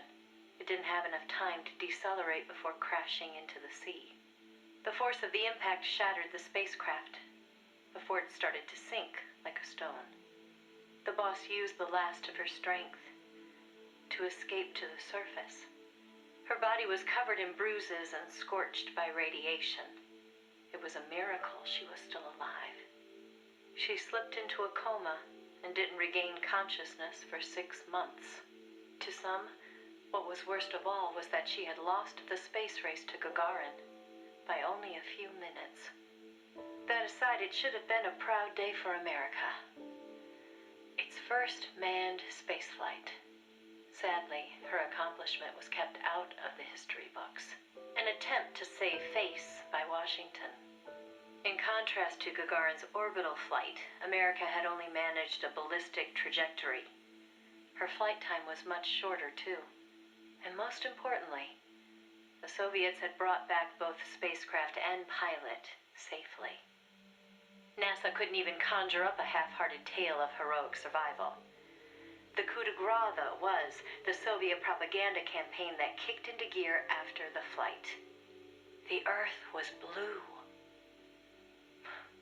Those were the words of Gagarin on his return, and the whole world was listening. In the blink of an eye, Gagarin was an international celebrity, earning accolades from every corner. It was a PR coup for the Soviet Union. Meanwhile, Washington could only grit its teeth in silence. They decided there was no value in making the boss's flight public, that it would only make matters worse. So they buried it instead, labeling it a dark mission. NASA and the CIA did everything in their power to erase all traces of the boss from Project Mercury. The result was the photo you see before you. Not a bad job, huh? Not only did they expunge her flight from the records, they denied that she ever existed. And that wasn't the end of it. As an alibi, the military claimed she'd taken part in the CIA's botched Bay of Pigs plot to take back Cuba. And when the boss was finally well enough to return to service, they wouldn't take her back. She was forced to go underground. In the public eye, the boss was still a hero of World War II. In reality, though, she was anything but that. She was a non-person, fit only for the blackest of black ops. In effect, she may as well have been dead. Gagarin went on a worldwide tour in front of millions of adoring fans. The boss, meanwhile, was a walking secret, unable to breathe a word about her experience. The authorities in Washington had this to say: "Why are you still here? If only you'd had the decency to give us a nice quote like Gagarin and then die an honorable death, you'd have gone down as a hero." 3 weeks later, on May 5th, Alan Shepard, one of the Mercury 7, made his own ballistic flight. They sure didn't try to cover up his achievement. Of course, he owed his success to the lessons learned from the boss's tragedy.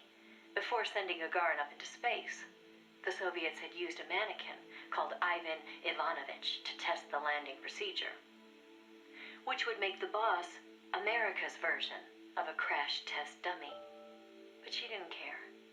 "I'm happy to be the dummy," she said, "if it'll help the project succeed.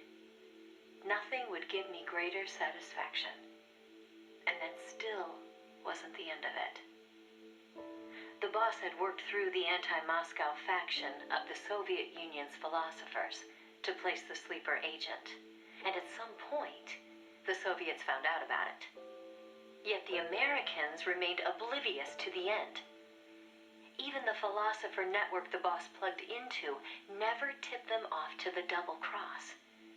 That could only mean one of two things.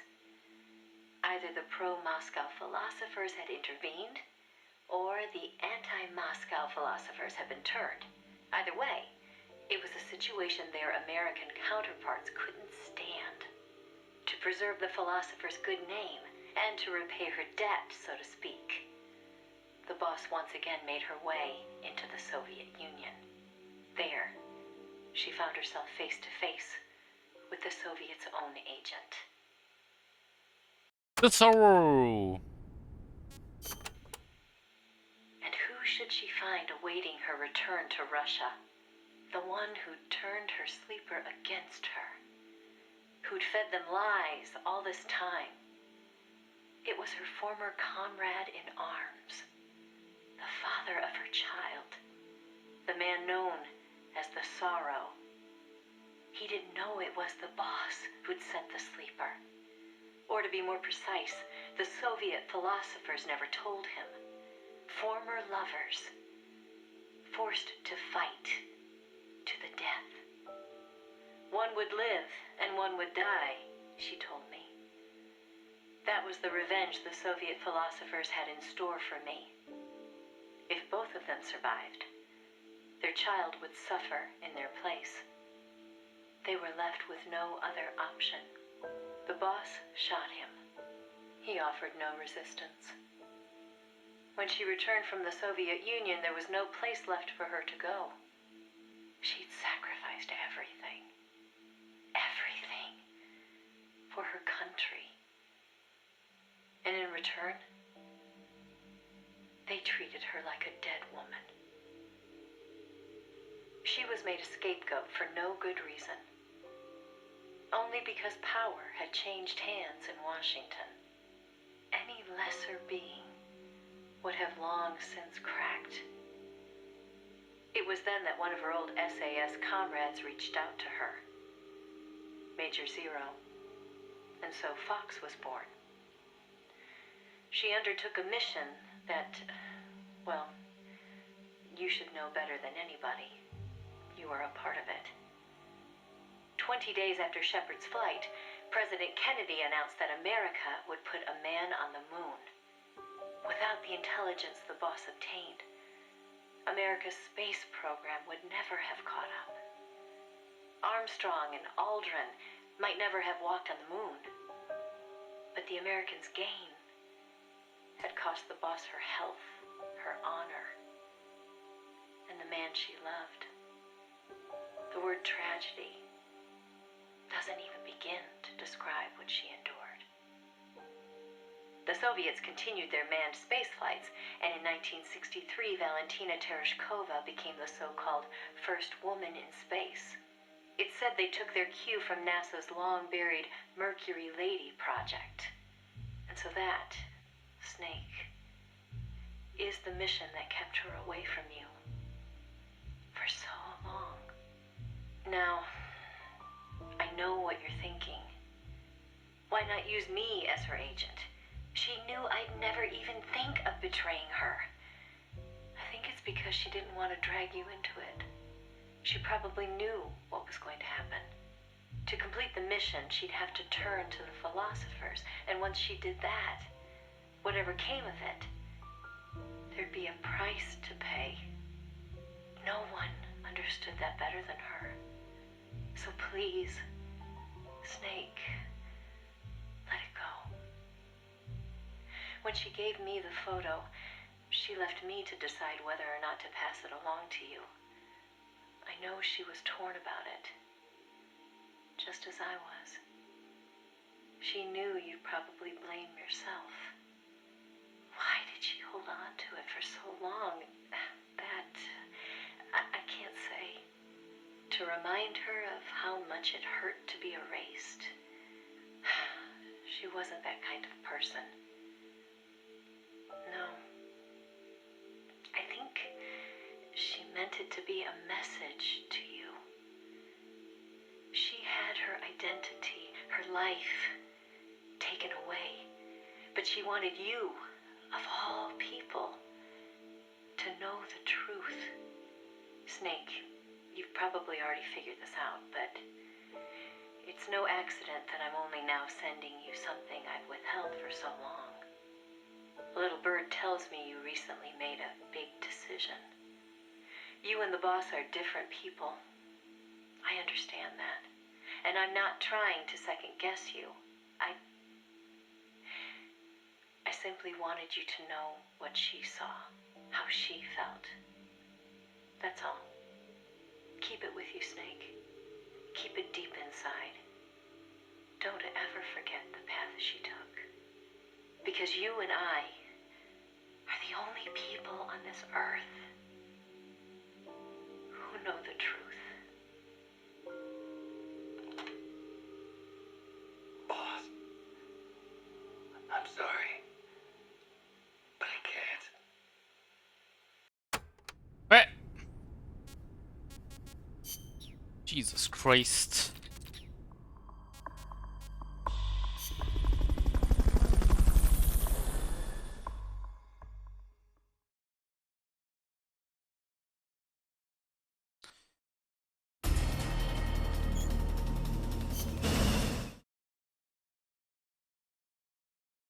Let's fucking go. If you destroy the boosters on the left and right, you can stop it from charging at you. That's an AI weapon, the Pupa. It's fast, so be careful.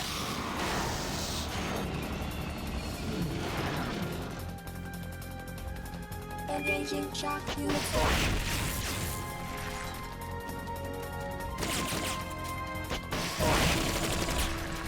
Aim for the cylindrical AI pod.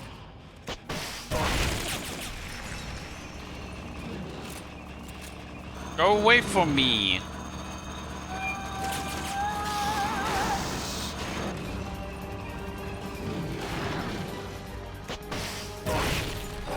shock unit.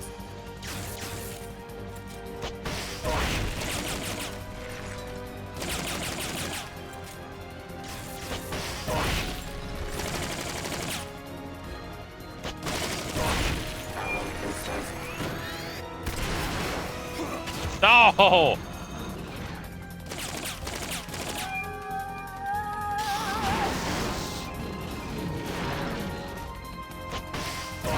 Engaging shock unit.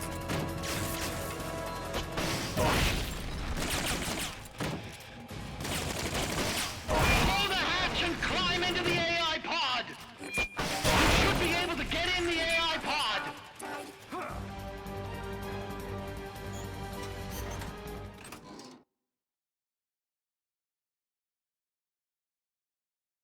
La la la la la la la la. Pull out all the AI's memory boards before the pod's ejected. The black memory boards are locked. Go after the boards with icons over them.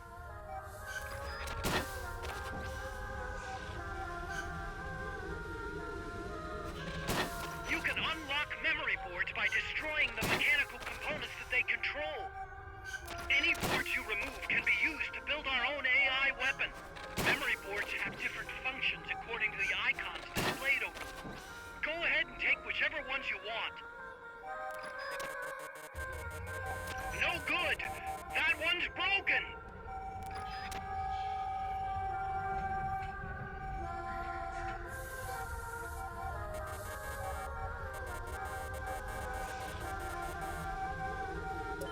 Da, da, da, da, da.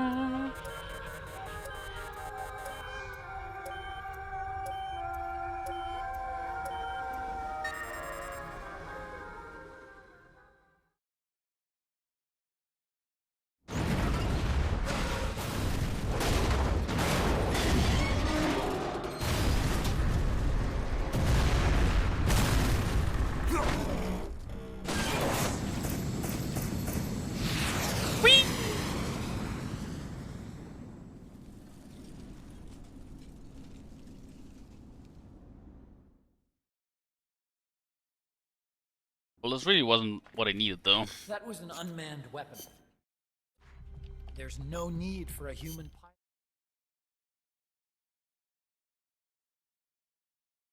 Do do do do do do do do do. Snake. Snake. Hey, let's go.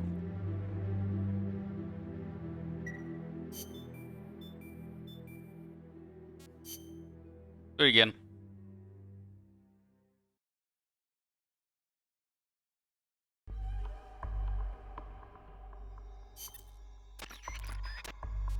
Oh. Oh. Careful, Snake.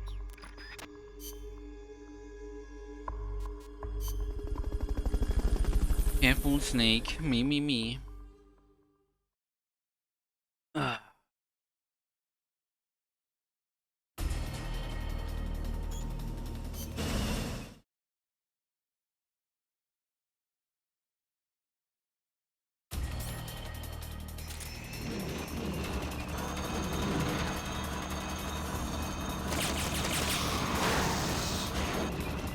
That's an AI weapon. The pupa. It's fast, so be careful.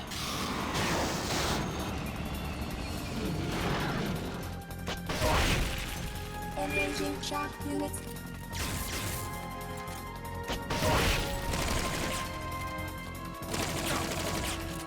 Aim for the cylindrical AI pod.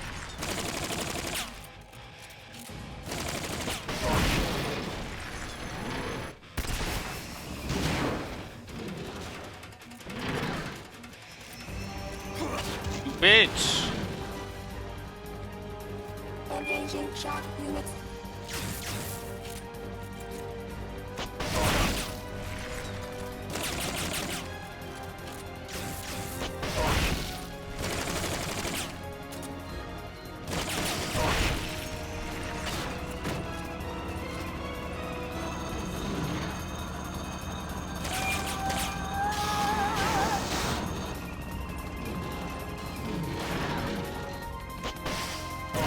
Engaging shock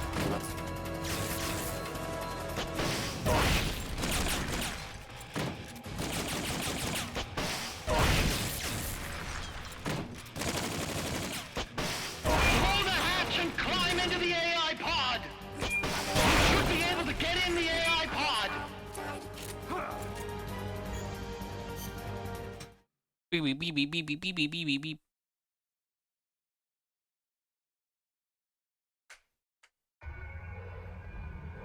Pull out all the AI's memory boards before the pod's ejected. The black memory boards are locked.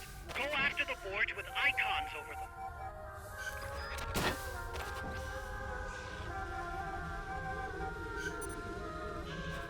You can unlock memory boards by destroying the mechanical components that they control. Any boards you remove can be used to build our own AI weapon. Wait, does that Memory mean the boards more are I destroying the icons displayed over them. Go ahead and take when I whichever if I ones you don't want. immediately go for the AI pod, I get more stuff unlocked?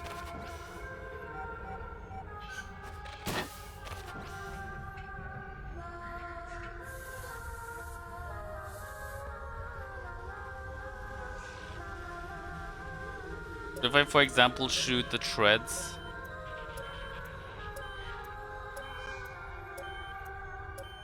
I get more, like, unlocks.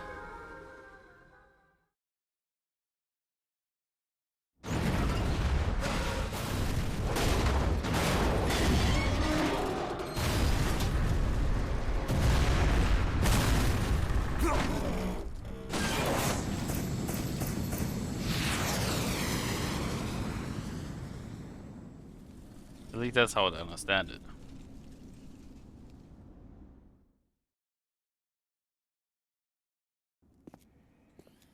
That was an unmanned weapon. That was an unmanned weapon. There's no need.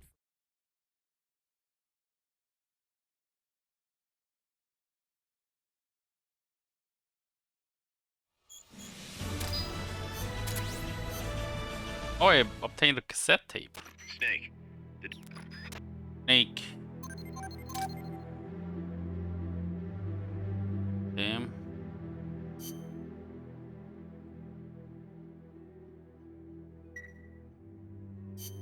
Snake, I'm proud to announce that preparations for Metal Gear Zeke are complete. We can activate it any time. Got it. Thanks, Huey. Let's go. No need to thank me. At least now I can finally say I helped you with something. You can use it in outer ops, too. Just select Zeke when you're forming your unit. Be sure to take it out for a field test. What the Okay. fuck? You can change weapons and check memory boards just like before. Use your observations from a field test to make any adjustments. A work in progress, huh? Let's go! Let's get the ultimate weapon on the field.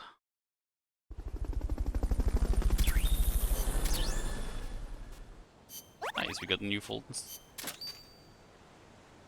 Okay. Let's go. There it is. Damn, you look ugly as fuck.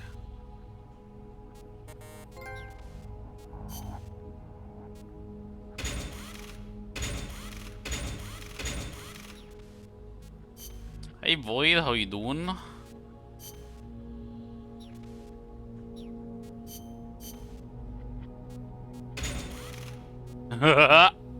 What the fuck?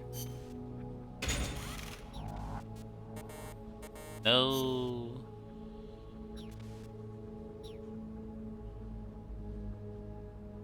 Stop lying, Void. Jeez. In color.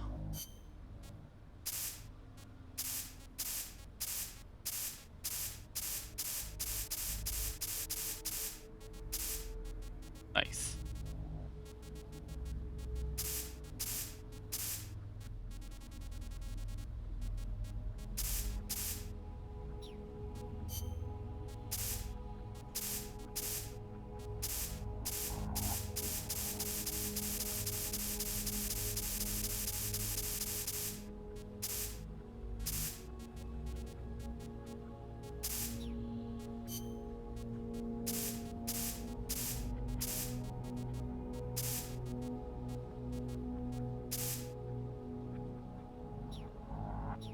They're ugly as fuck. Having heart pains today, so you could be better, but shut his life. Oof. Better soon.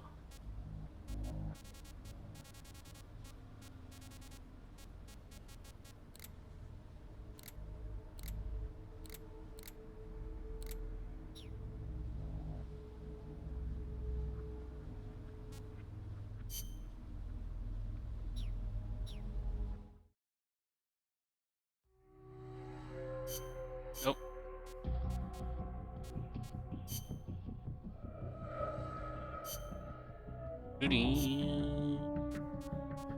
Let's fucking go! Yeah, bitches.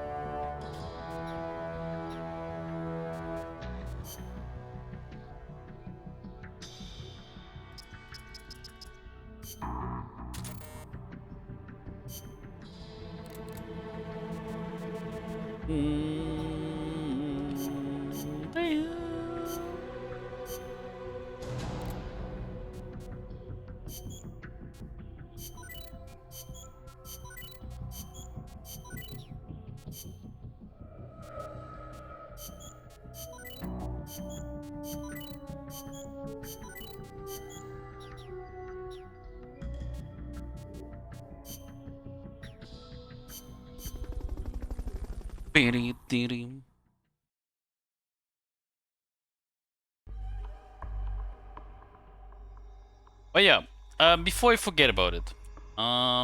So there is actually something else that I haven't, that is actually part of this game. More, well, it's not really part of this game, but there is apparently like it was like a, is it a podcast? Well, okay, there's like a CD, and it was only available in Japan, and there's something between Snake and Cars again. It's obvious. It's quite different to what I did last time when it was about when Big Boss and Cars met. Because that one was actually in Peace Walker and Peace Walker. That one was in Ground Zeroes, but I think only in the Japanese version of Ground Zeroes. So that one we couldn't really see.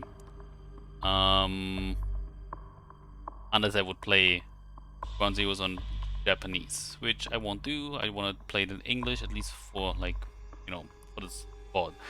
But yeah, there's like an English, like a Japanese CD, that has some, I don't know what kind of tracks it has on, but there's a track on it which has some side stuff with Snake and Cars again.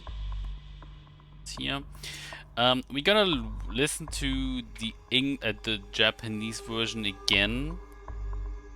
There's apparently a dubbed version, even by the original voice actors, so David Hayter and what was his name? Robert. I forgot his name. Downs.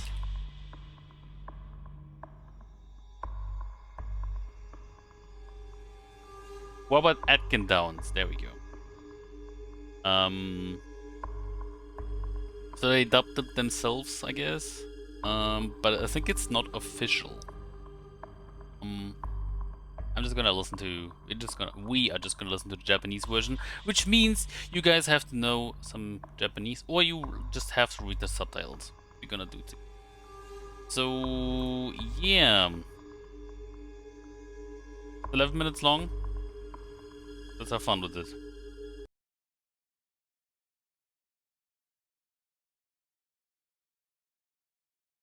Oh, I probably forgot to unmute this. There we go.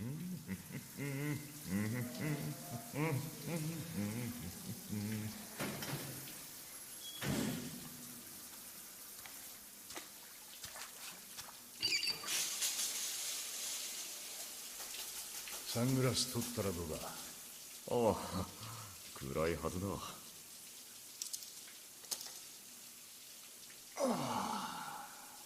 ボス、スネークじゃないか。できたんだってな。ん？例の部屋だ。ああ、サウナか。お前らしくない。ん？贅沢なんじゃないのか。このマザーベースにサウナなんて。ボス、開発を許可したのはあんただ。ミッション中に気が変わった。GMP がかかりすぎるんじゃないかとな。話しただろ。海水を吸い上げてろ過する電気代を考えたら風呂より経済的だ。フィンランド出身の兵士もいるし士気も上がる。石鹸使うか？断る。スタッフの評判もいいぞ。赤くなるまで石を焼くんだ。で水をかけて蒸気を出す。本格的なフィンランドサウナだ。20人は入れる。スネーク。カズ、ここで怪我人が出たって。ほんの内身程度だろ。尾てい骨骨折、診療所に1ヶ月。誰だった？アルマジロ。その時お前もいたんだって。ああ、急に転んだんだ。石鹸かな。転んだ。あのアルマジロが。人一倍身長で戦車より重心の低いあいつが。あまりの振動でマザーベース中の海猫が飛び立ったそうだ。へえ。のぼせたのかな、サウナで。ほう、サウナで。ボス。カズ。ボス？お前何か言いたいことあるか？ああ、そうだな、スネーク。サウナ入る？案内してもらおうか。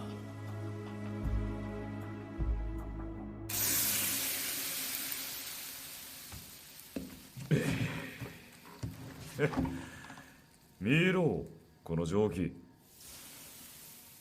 お前、内ももに傷があるな。どこを見てるんだ？お前の全てだ。そう。そのタオルで隠してるところ以外はな。カズ、それで？どうだ、サウナ。なかなかだろ。ああ、日照りの熱帯雲霧林が涼しく思えてくる。で、カズ。これなんだ？なんだ、その葉っぱは。ビヒタだ。白樺の枝を束ねた。ビヒタ？本場はこいつで体を叩くんだ。ビヒタでビンタ。血液循環を促して代謝を。やってみろ。いいけど。貸してくれ。どうぞ。おお、これはいいな。力強いな、スネーク。で、カズ。はい？後ろを見せてみろ。え？後ろ？立って後ろを向いてみろ。なんだ？なんだ、スネーク。タオルを取れ。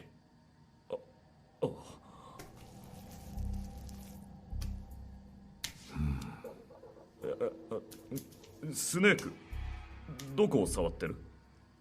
尻にも傷があるな。爪で引っかかれたような。もういいか？いや、もう少し見せろ。前向け。前を向け。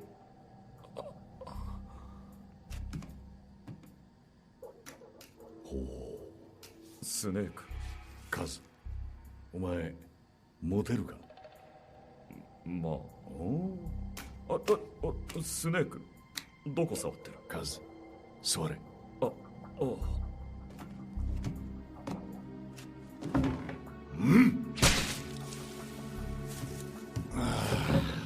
お前覚えてるか？会って間もない頃だ。お前、俺に女の数を聞いたな。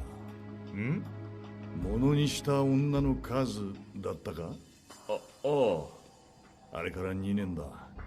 お前何人になった？これくらいかな。そんなにか？いや、どうやったら2年でそんなに増えるんだ、この生活で。カズ、俺はここの連中の惚れた腫れたに首を突っ込む気はない。個人の自由、自己責任だ。さすがボス。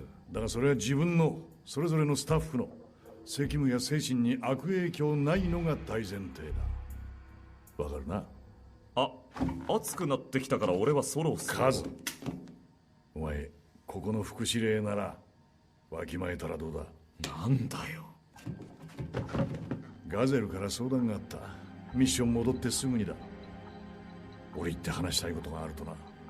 あいつはここで働くのは惜しいほど美人だよな。そうだな。お前らできてるんだって。そう言ってたか。ところがガゼルはお前がスワンといるのを見ちまったそうだ。スワンもここにいるのはもったいないような子だなあ。まあ二人でいることくらい。入ったのか。え？スワンとここのシャワー室に二人きりで入ったのか。いったどうなんだ。そう聞いたぞ。石鹸プレイをしてたとな。石鹸だった。いえ、悪かった。ついそれをアルマジロが見た。スワンはアルマジロのガールフレンドなんだって。そりゃあ驚くよな。重戦車並みの安定感を誇るアルマジロがひっくり返るくらいな。マザーベース中の海猫が飛び立つわ。ビスタ二股共有施設の乱用、挙句スタッフの負傷。お前何やってる。スネーク。俺にこんな説教をさせるな。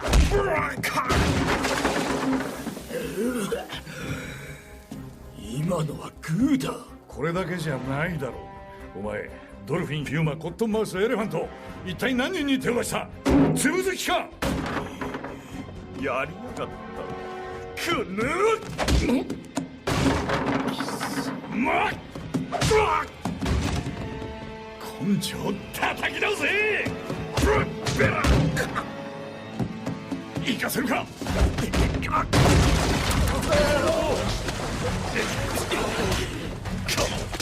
スケベグラサン野郎、握りつぶすぞ。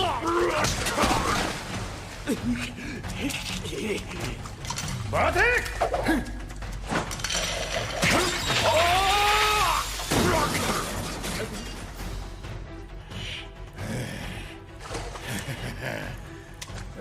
そこを動くな。ボス、落ち着け。動物には本能ってもんが。ここは秩序ある人間社会だ。カバー。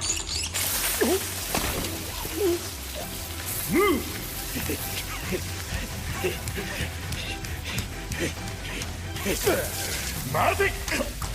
スネークキッ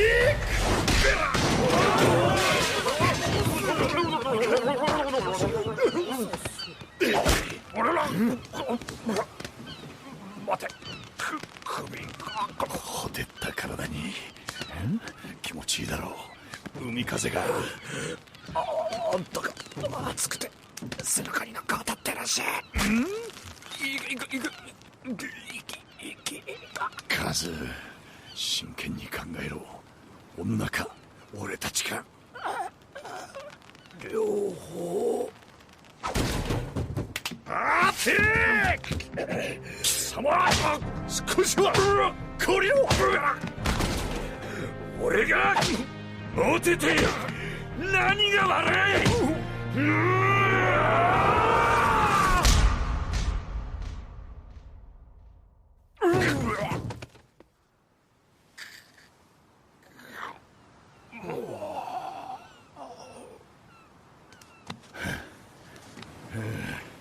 いいパンチだ。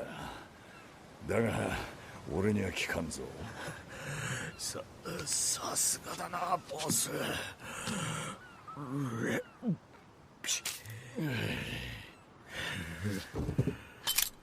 お前何を思った。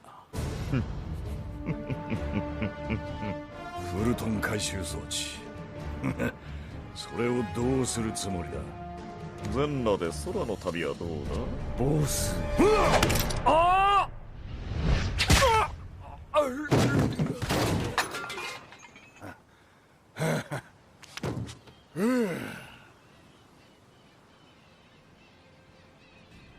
全員に謝れ。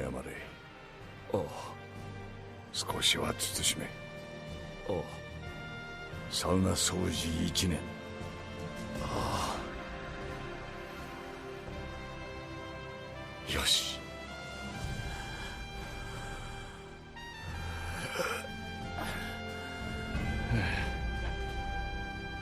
お前ら何見てる？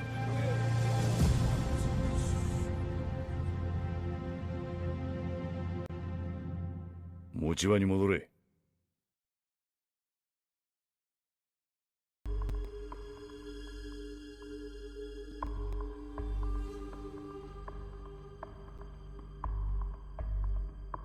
Well, I was muted. Great. Amazing. Anyway, there you have it. A sauna fight between Kaz and Snake, because Kaz was fucking his way around Mother Base. Amazing, right?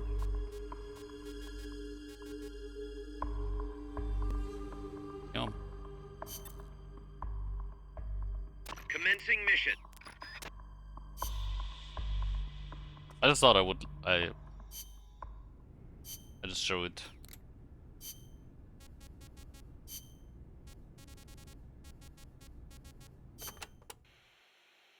The battle dress uniform is the opposite of the sneaking suit, in that it's specialized for combat. It lets you carry plenty of weapons and ammo, and provides excellent protection. Not the best choice for sneaking, but if you feel like playing one-man army, this is the uniform of choice. Looks pretty damn heavy. It is. You won't be able to move as fast with it on, meaning it's not good for running away either. Keep that in mind. Hey, what to do, fucko?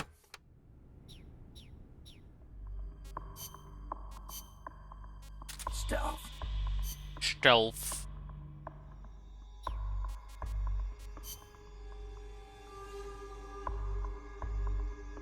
I wonder if I take this one. Wait, it's not a gun? Wait, it's a gun, isn't it? Oh, that sucks. Huh. Okay, so I can't take it.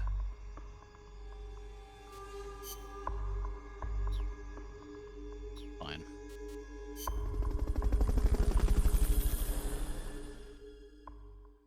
Bum, bum, bum, bum, bum, bum, bum.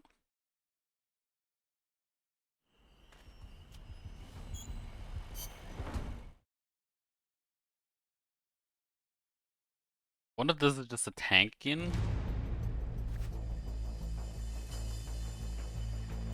It's gonna be tough to take out an armored vehicle with the weapons you've got. You'll want to think about taking out the guys in the unit first. Strike before they spot you.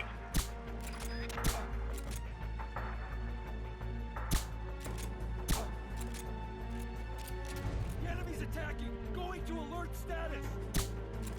What is it? Get up! What is it? Get up!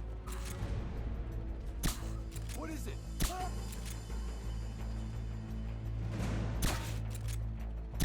Get up! What is it?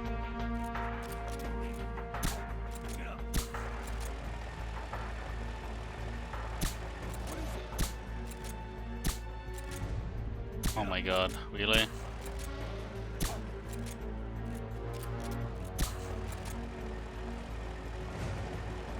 This is really bad.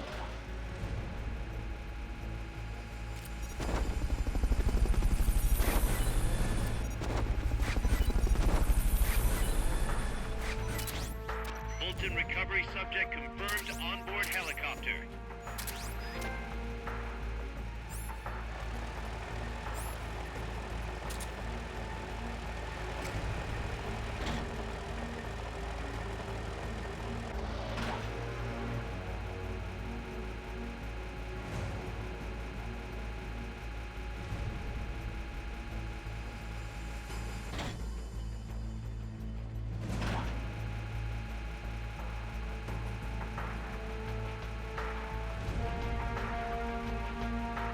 Bum, bum, bum, bum, bam, bum, bum, bam.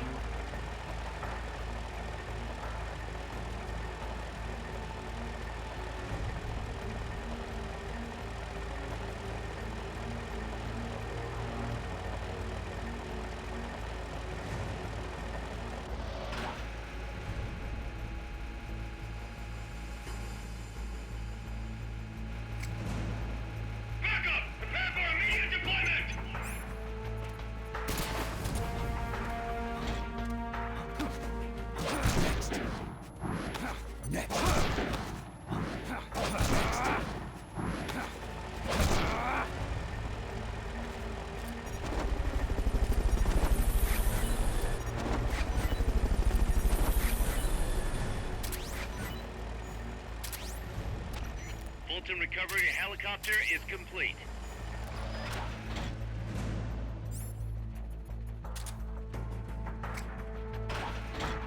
Beep, beep, beep, beep, bam, bum, bum, bam, beep, beep, beep, bam, bam.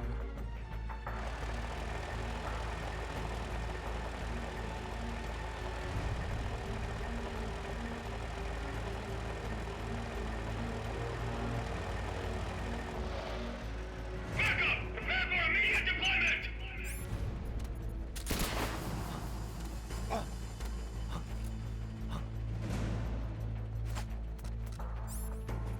The enemy? He must still be close by. The enemy's attacking! Going to a... Was bad.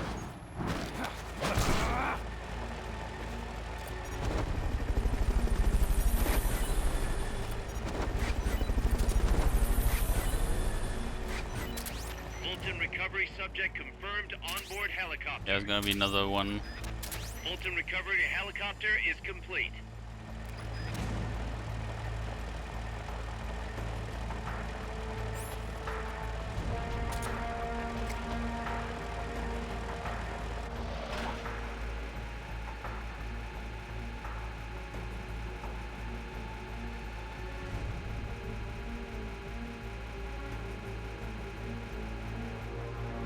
Backup! Prepare for immediate deployment!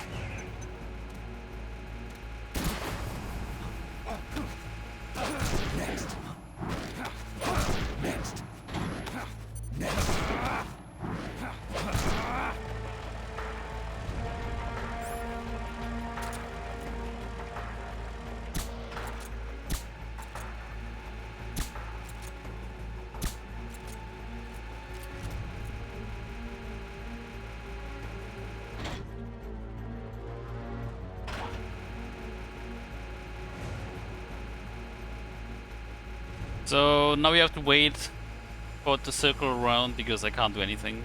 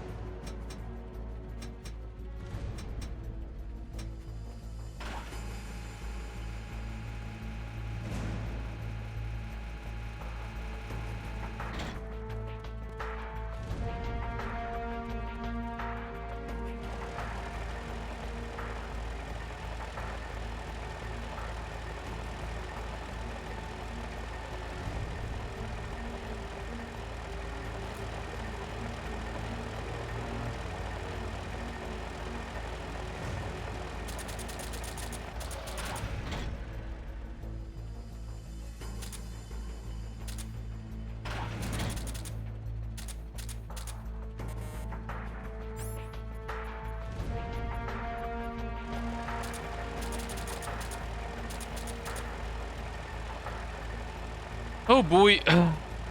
Take a bit. Probably hits them all. It's my biggest concern that they might not all get hit.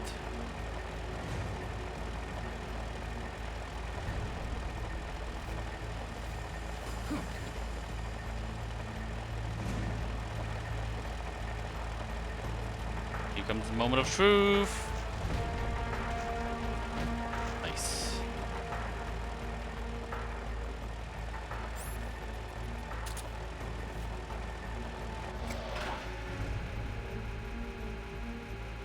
Fuck, I might have to do it again.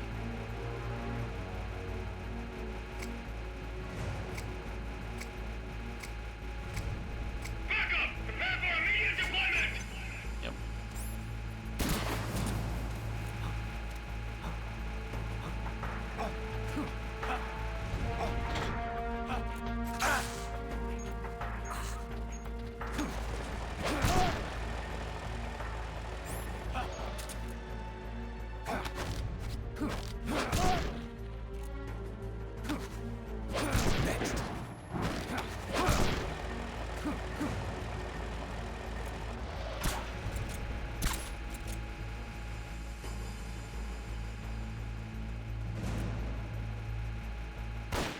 did you?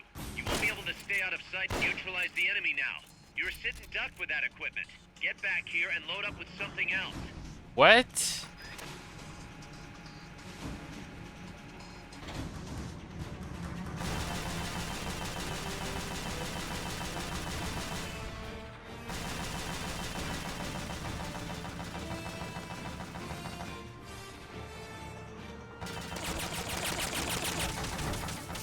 Oh my god, are you fucking kidding me? Ugh, because I messed up the first time. Do it again. It's gonna be tough to take out an armored vehicle with the weapons you've got. You'll want to think about taking out the guys in the unit first. Strike before they spot you.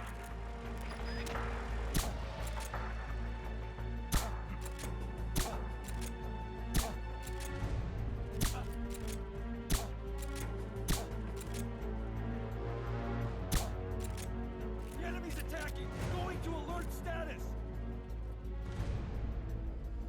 What's that? What?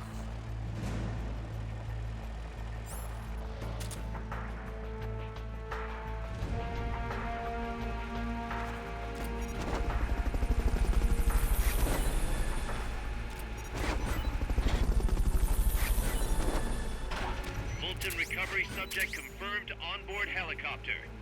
Fulton recovery helicopter is complete.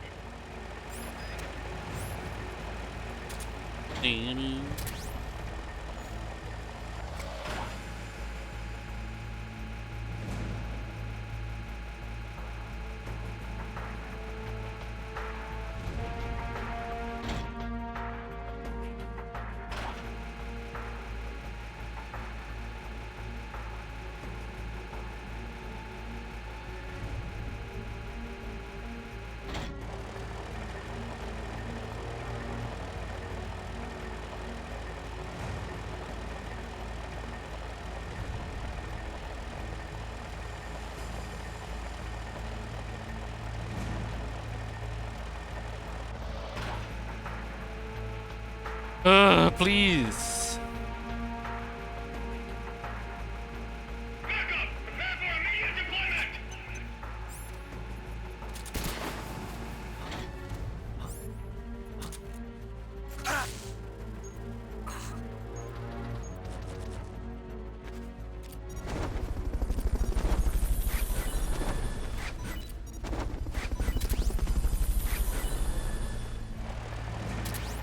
Fulton recovery subject confirmed onboard helicopter.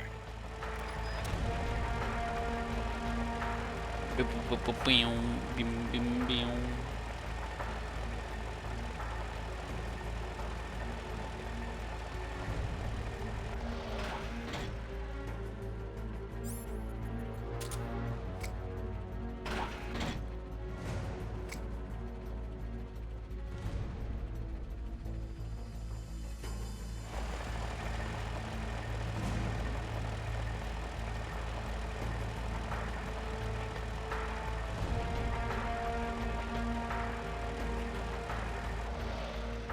Backup! Prepare for immediate deployment!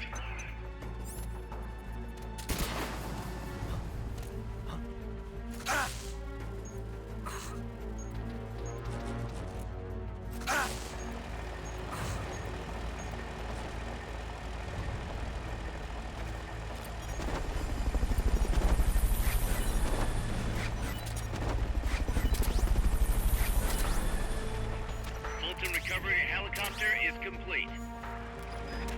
Fulton recovery subject confirmed onboard helicopter.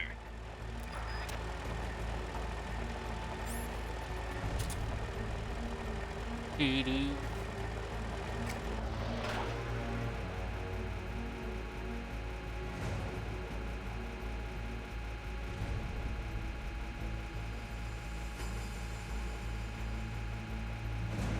Backup! Prepare for immediate deployment!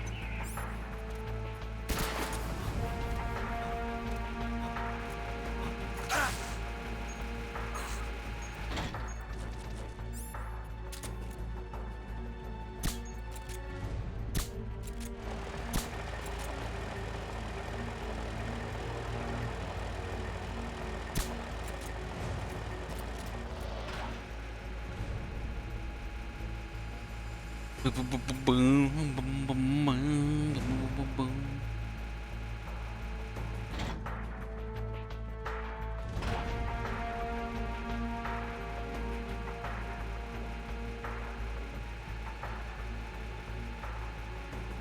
Mr. Gunny, how you doing today?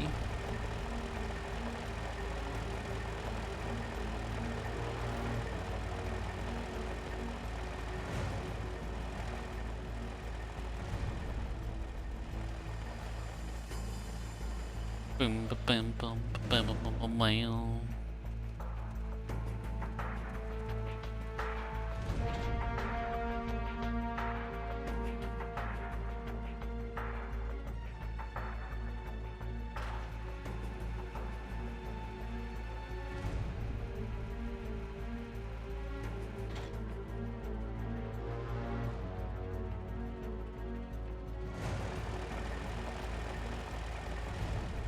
We just roam the map a bit while we wait to get them driven over.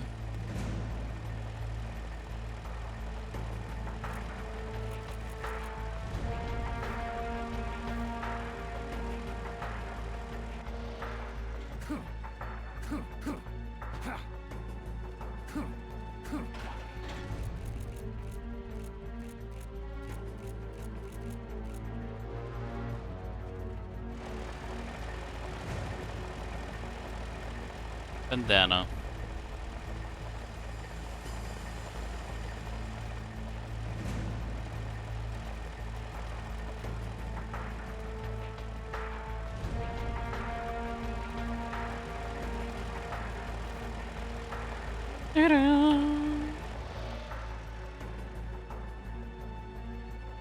Oh shit.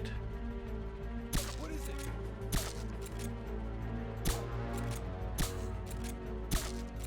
What is it? Get up.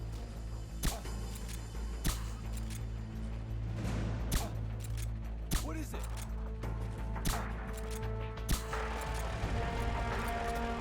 Very close.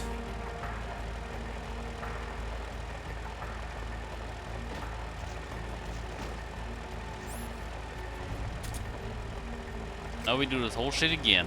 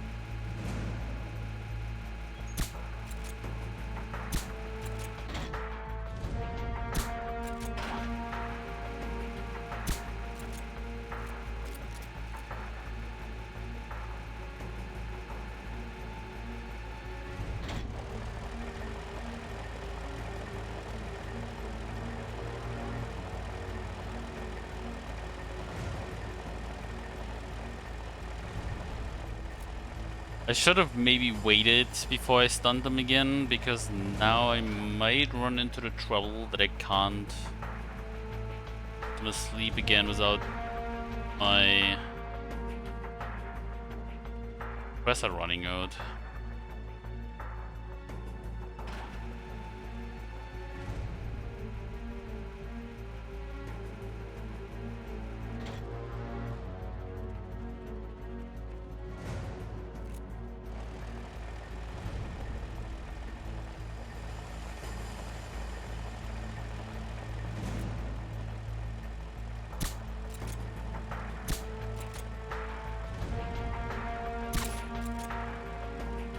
I feared.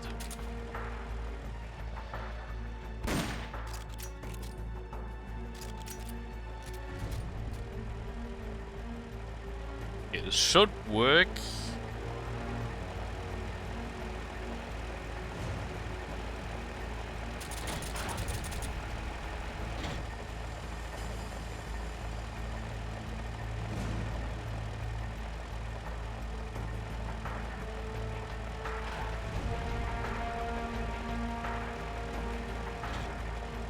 What are you doing?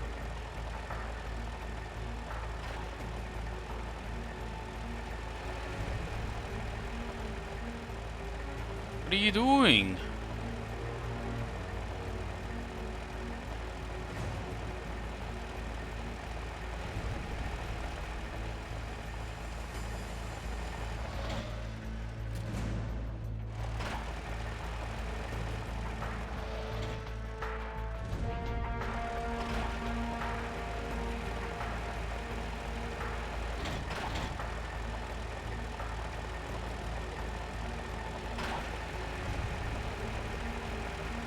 Are you kidding me right now?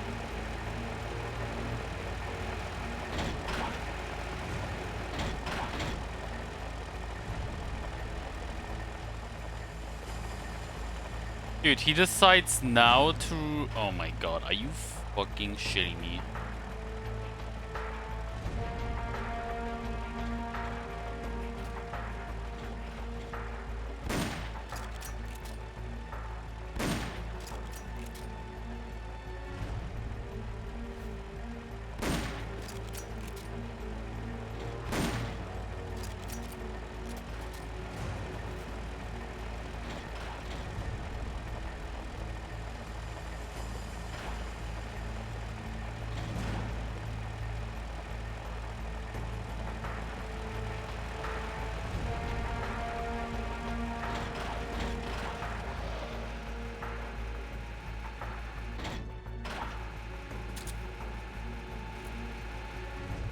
Is it because of the gun?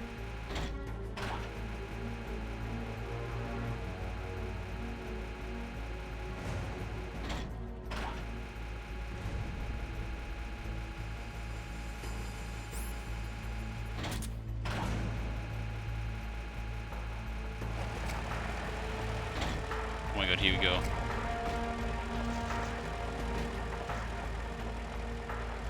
Please tell me that was it. Okay. That's gotta be the leader. Can you take him down?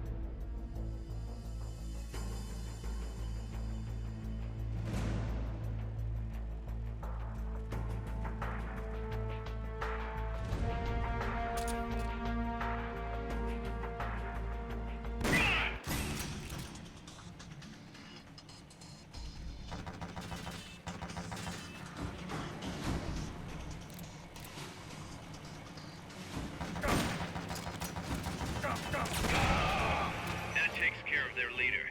Recover him, Okay. and it's mission complete.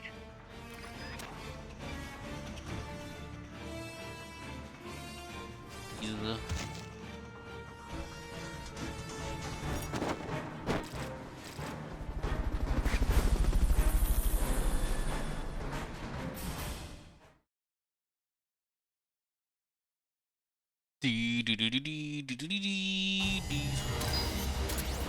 Fuck you.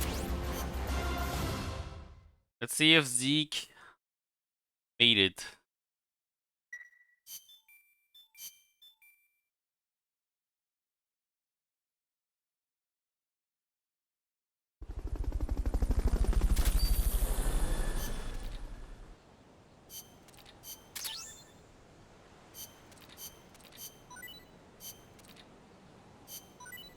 Yeah.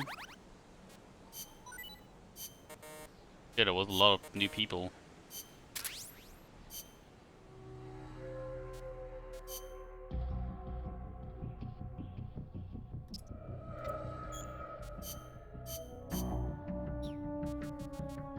Fuck.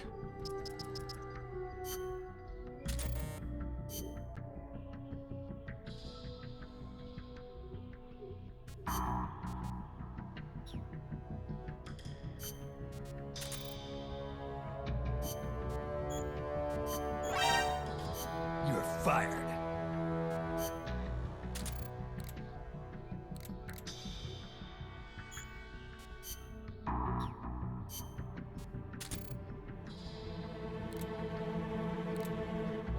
I don't get it. Why is it constantly showing me that love box can't be done? One okay. I guess because I constantly like go off level 51 and then can't continue developing it. Well, I need to go to the toilet. Be right back.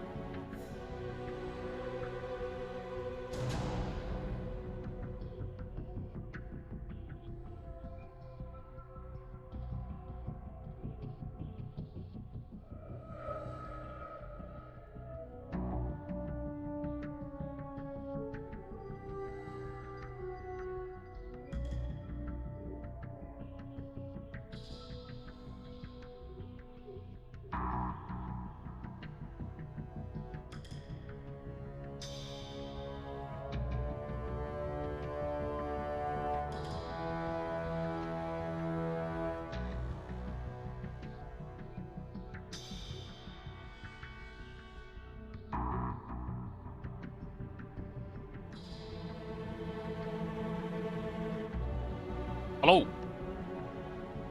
I'm back.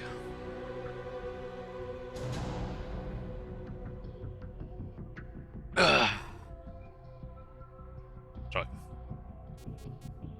No, no, no, no.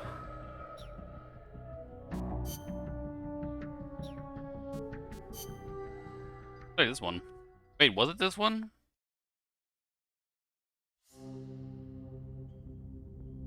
The search. Let's go.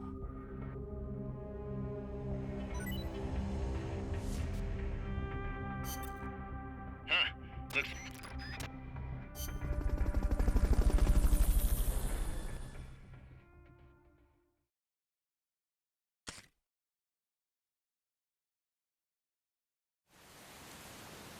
Reporting for duty.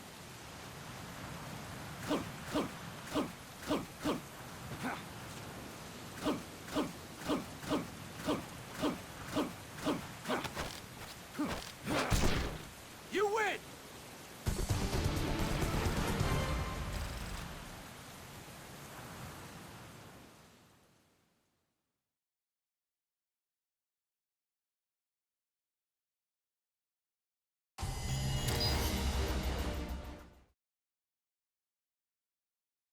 Dull.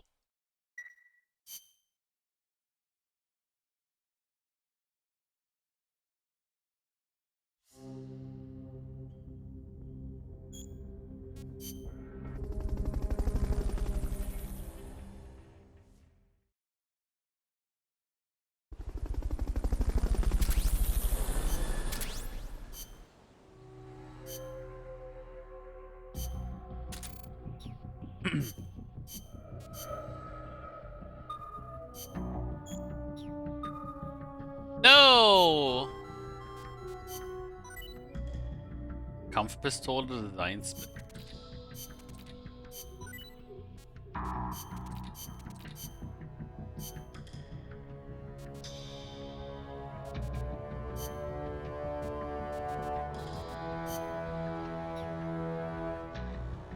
Oh boy.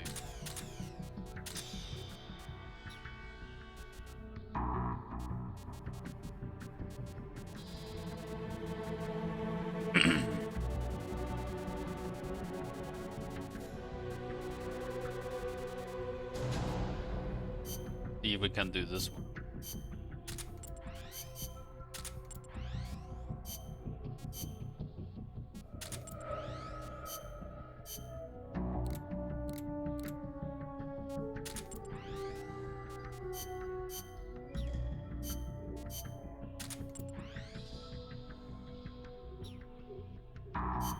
Could be doable.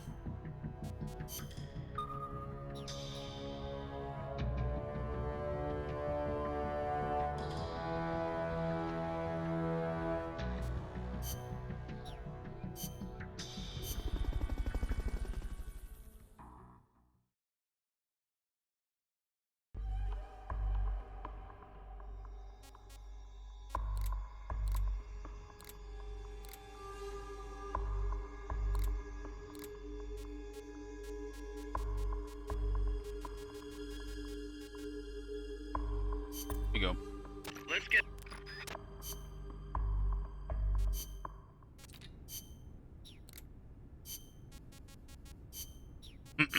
More tapes! Let's go! In co-ops, you can trade weapons and equipment with your teammates.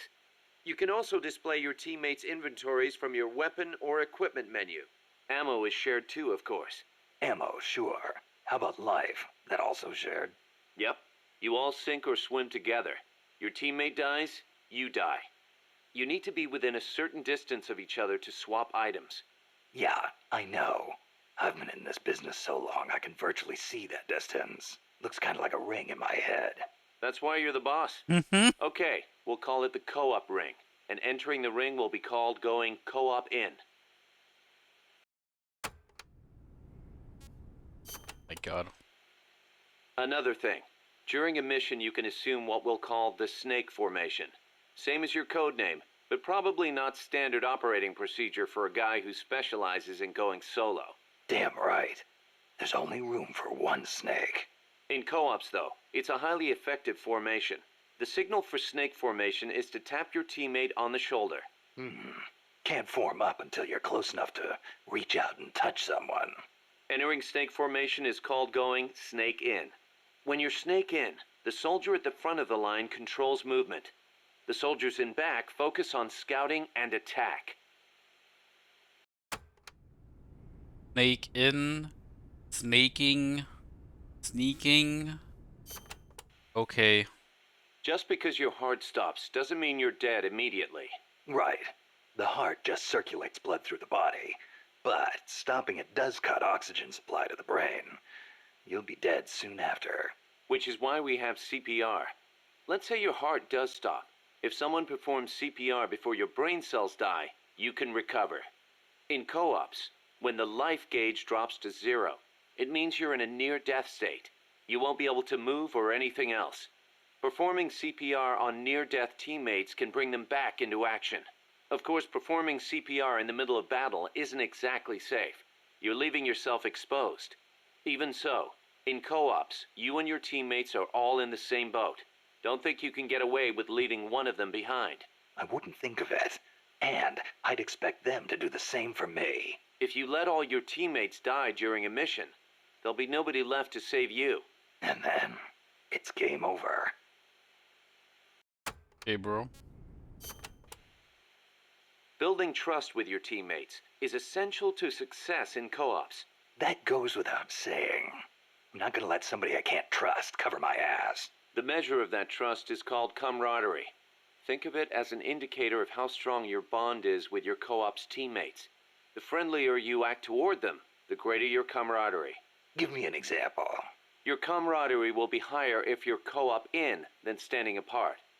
Saving a teammate's life with CPR also strengthens your bonds with them. Things like hitting a teammate with friendly fire will cause your camaraderie to go down. Makes sense. Camaraderie carries over from mission to mission. The next time you go co-ops in with the same guy, you'll start off strong. But be careful. If you keep taking new people with you on missions, your camaraderie with past teammates eventually reverts back to its original level. Got it. I'll have to make sure to renew old friendships once in a while. The performance benefits gained from snake sync in co-ops depend on your camaraderie. It's always best to keep things cool with your teammates. I hope you don't have to do co-op in order to get 100% in this game. Stand still when you're snake in, and you and your teammates will start to get in sync. In sync? That's right. Stay still together and you'll enter snake sync mode. The synergy will give you a boost in performance. You'll move faster, recover faster, and have better camouflage. In other words, we're at our best when we're in the same groove. You got it. If you've got a big task ahead, can't hurt to take some time to get in sync. Like I said before, the benefits you get from snake sync depend on your camaraderie. I hear ya. It's a lot easier knowing you've got someone you know and trust covering your back. Lets you focus that much more on what you have to do. There's more? Oh my god! If camaraderie represents how much your teammates trust you, then heroism shows how high your reputation is. Heroism? That's right, heroism. Your reputation affects your ability to recruit new members to MSF. With higher heroism, it won't take as long to convince guys to join our cause and send them back by Fulton recovery. So, how do I get this heroism thing to go up? Lots of ways. Complete tough missions, avoid unnecessary bloodshed, and don't get caught by the enemy like a deer in headlights, or you'll never be heroic. Also, getting out there and attacking the enemy in co-ops will boost your reputation among your teammates. Of course, it'll get the enemy gunning right for you, too. But don't sweat it. Be yourself. Be the boss. From where I'm standing, you're plenty heroic already. Knock it off. Seems the R&D team's been busy working on co-ops only weapons. Co-ops only? Like a gun with extreme firepower, but only when 2 people fire it at once. I hear it's still in the concept stage. I know some rocket launchers need 2 people to operate, but a co-ops only weapon. Hey, if they come up with something good, you'll have that much more reason to go co-ops. Why don't you check in and see how they're doing every once in a while? Oh boy. In co-ops, maintaining close communications with your teammates is crucial. Absolutely. Losing track of each other on the battlefield is a good way for a unit to get itself wiped out. Enemy positions, orders, distress calls. When communications break down, you get picked off one by one. Now about co-ops comms. Co-ops comms? It's a radio system for communicating with co-ops teammates. First, press the Start button to open the menu. Then select Co-ops Comms. After that, press one button to choose a category, then another button to select the actual message. So basically, you use different combinations of two buttons to send different messages. Easy enough.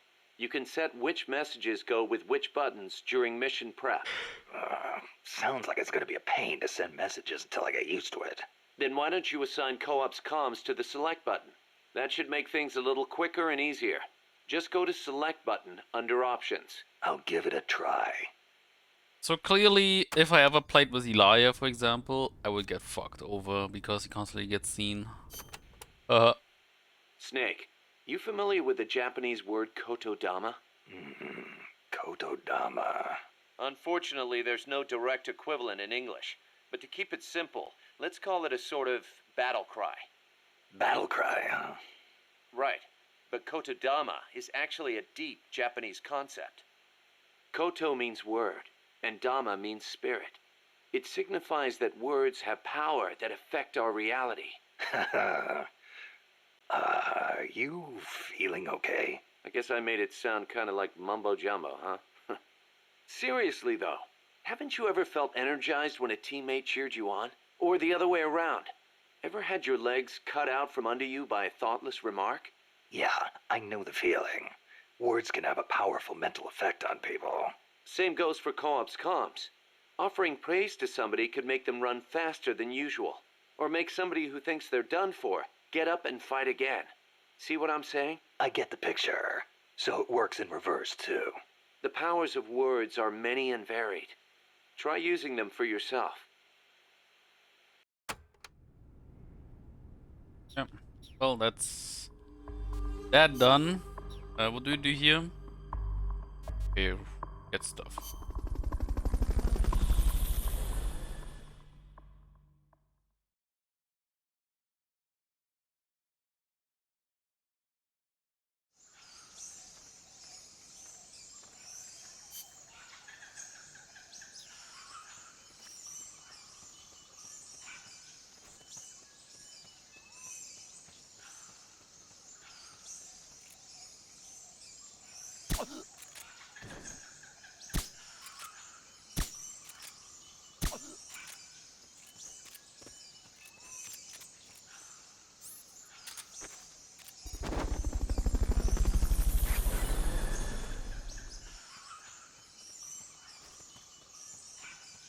Fulton recovery helicopter is complete.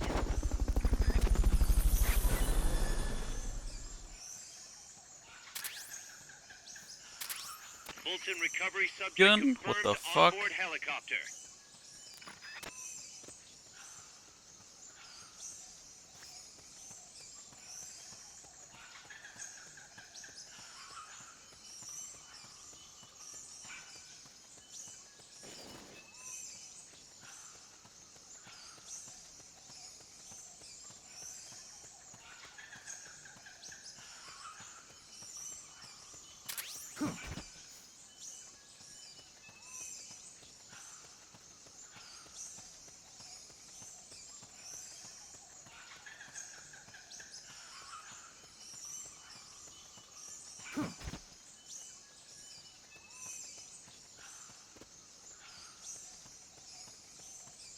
Well then, let's just hope that everything is in the next area.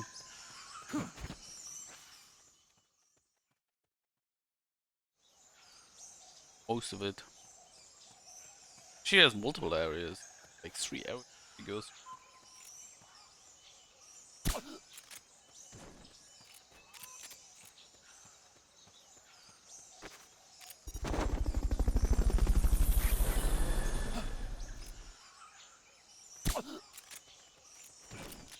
Fulton recovery helicopter is complete.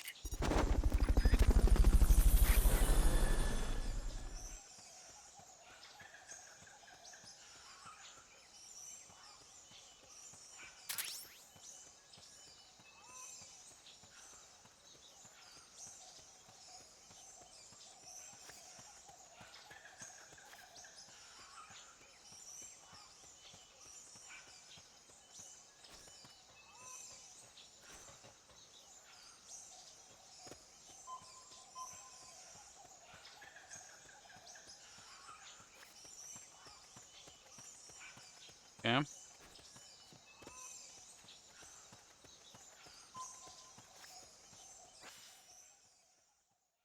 Well, then the last have to be in these two areas. Let's hope I get them all.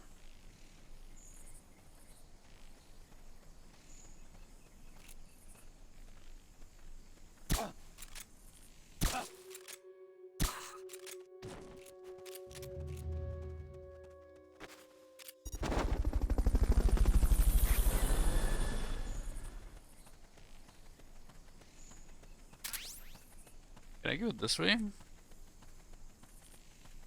Oh.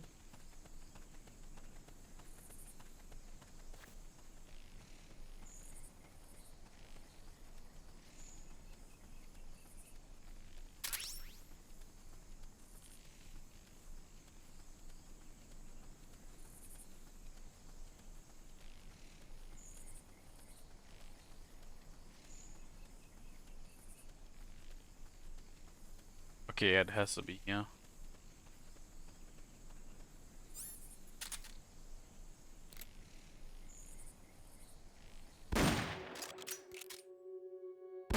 Someone attacking?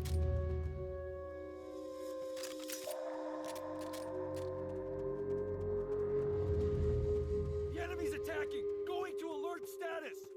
Understood. Dispatching reinforcements. Proceed with extra caution.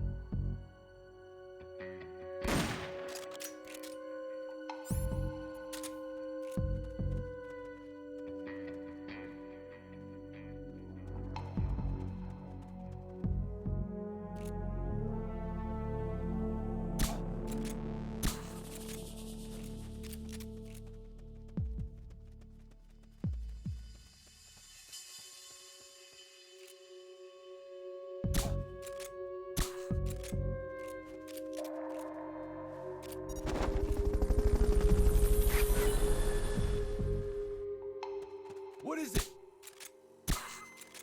Fulton recovery subject confirmed on Yeah. board helicopter.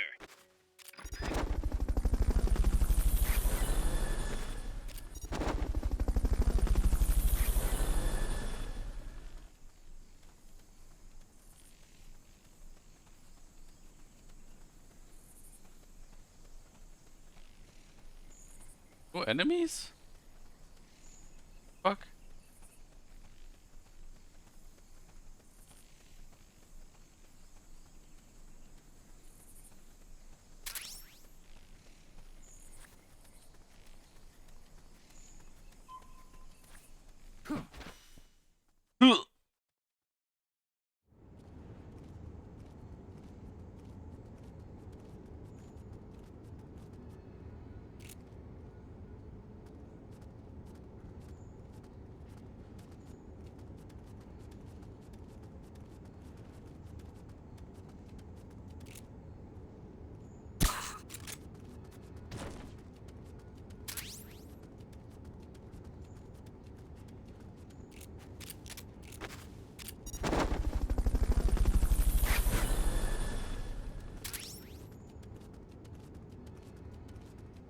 Fulton recovery helicopter is complete.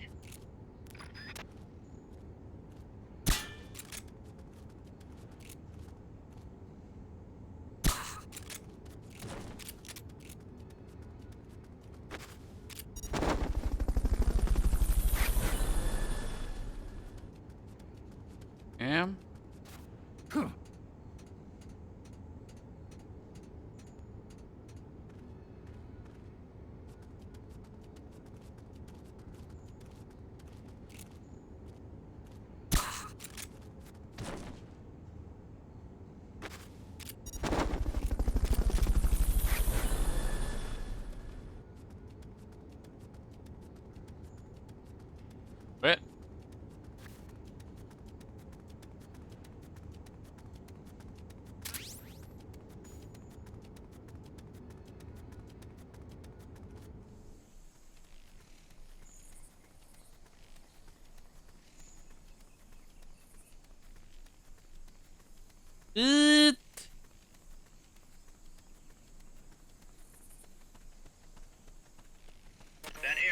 not part of the mission.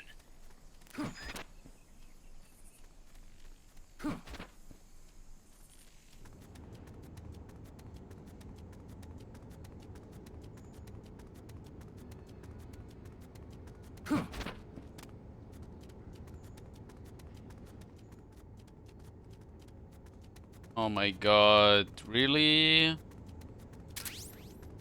Ugh. I missed it somewhere.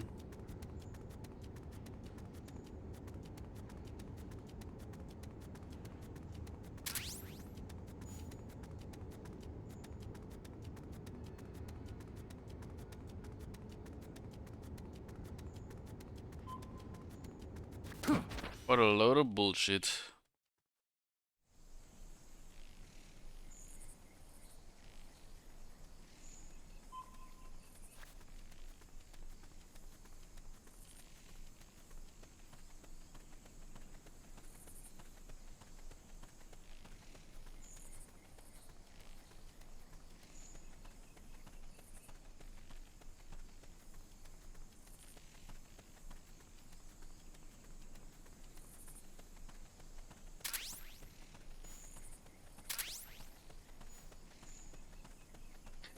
What a load of bullshit. Just because there's 4 areas you have to search. And I don't know where it could be.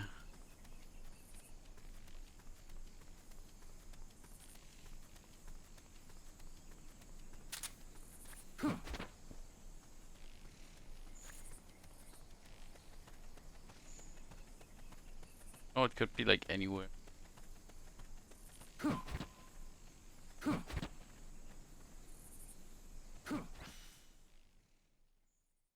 Could be anywhere.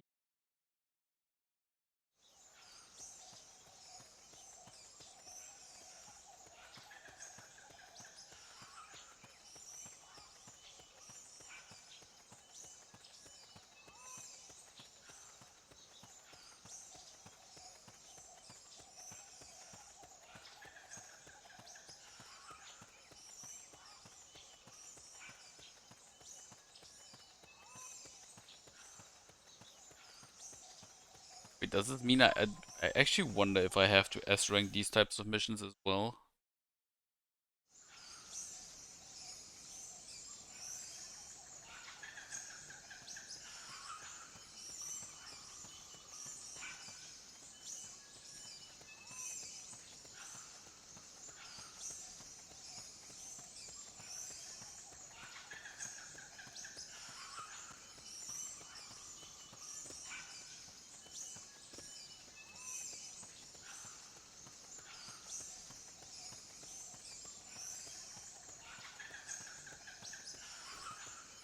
I don't get it.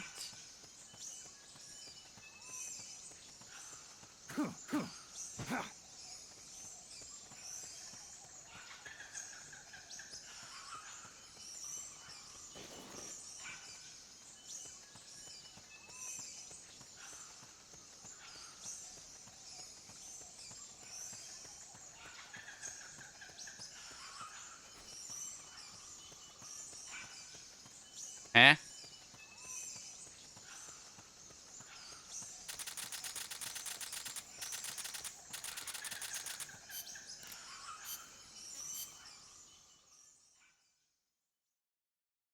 Do this again, I guess.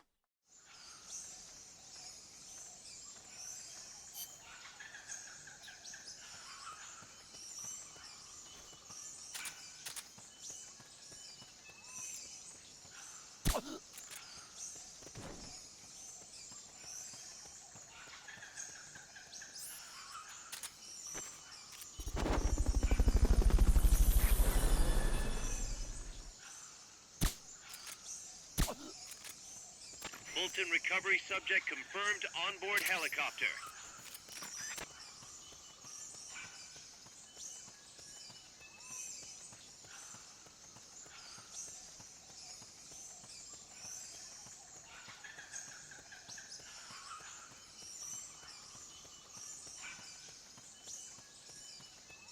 Okay, what happened?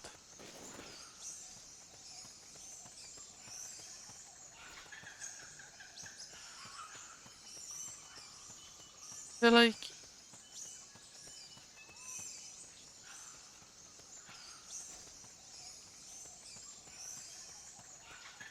Okay, so here's one.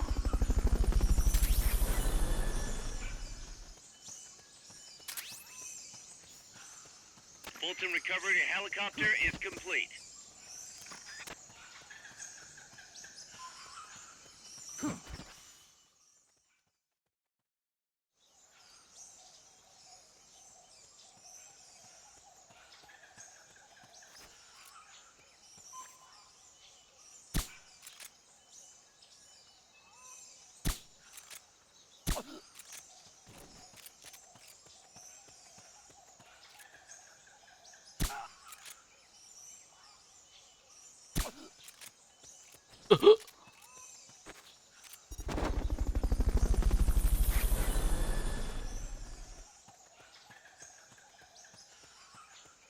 Fulton recovery subject confirmed onboard helicopter.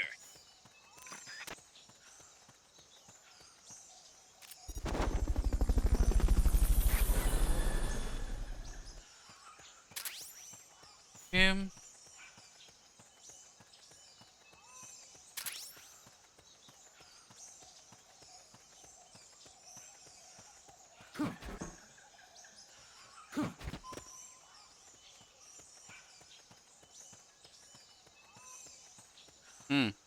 Okay, so there's...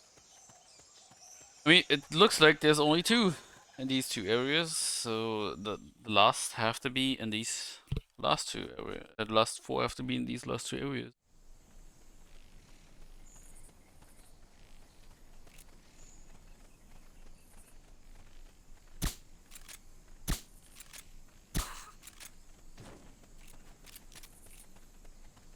Yet.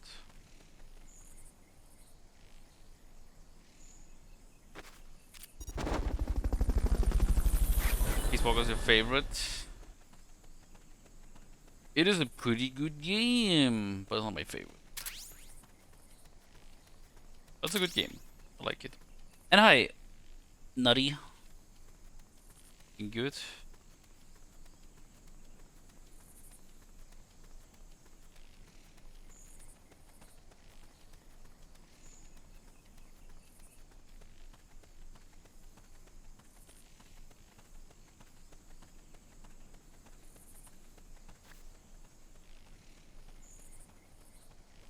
Yeah, they get it this time.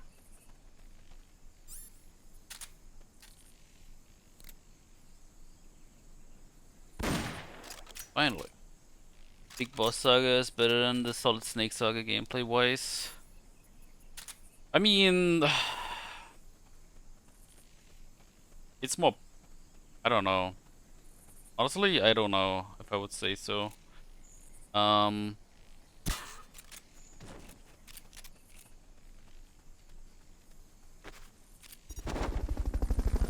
I think the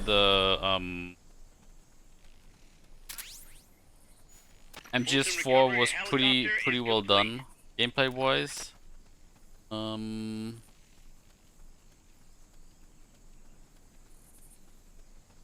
And like MGS3, the whole aspect about survival, I feel like was badly executed. Like it was more of a nuisance than it was like an actual addition to the game. And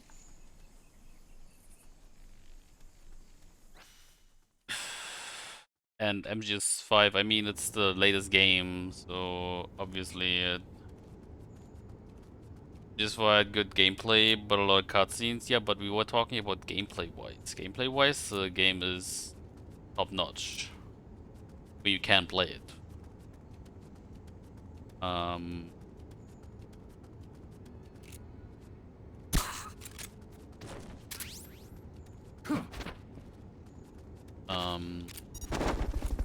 What else?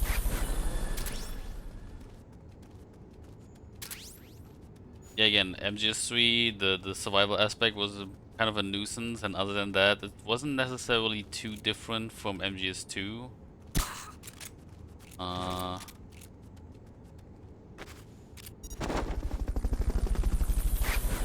The originals, I mean, they were okay, but I feel like they aged pretty badly.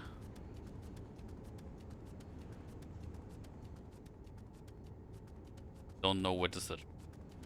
What else? I mean, MGS2 to me is my favorite. Gameplay wise, story wise, whatever, like everything about it, I feel like is perfect. My opinion, but again, that's my opinion. MGS5, again, it's I don't know. It's actually I mean it's good gameplay wise, but at the same time kind of the same.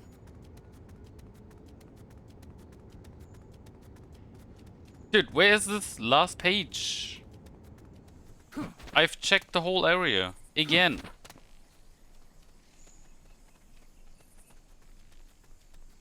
I don't get it. What am I doing wrong?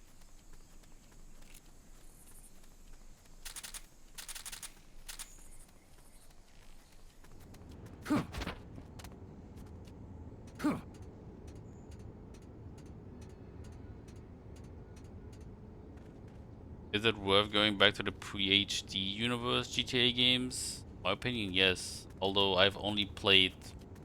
I mean, I've played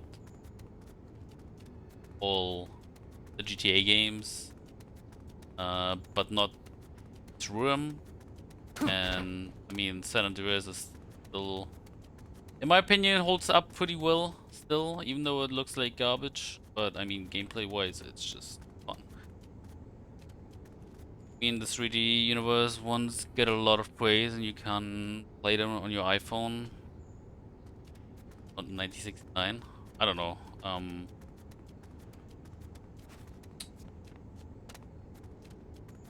All the best when it comes to recommending GTA games. I mean, I've played them, a couple of them. Well, like the actually, if I think about it, the only ones that I've actually played, like properly played, were San Andreas 4 and 5. 1 and 2, I've played at a friend a little bit. Vice City, I've played at a friend a little bit, and the other ones I kind of like. I don't know where these pages are.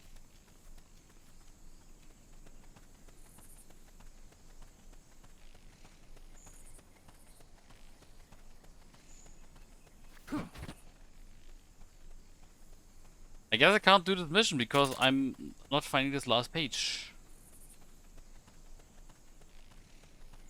Oh my god, are you fucking kidding me? Done with that area. Head for the goal. I cannot believe this. I cannot believe it! On 1999 was the DLC for the first game on the DOS. Wait, the first game had a deal.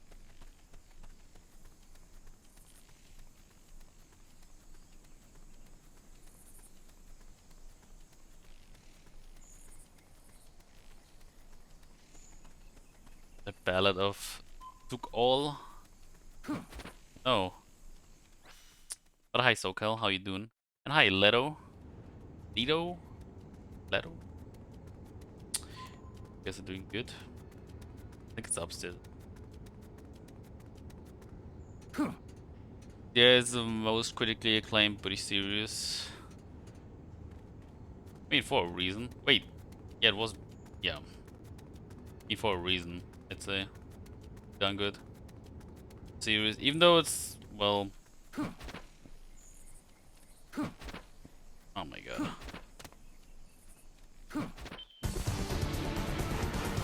Even though it's just driving people over, killing random citizens that had nothing to do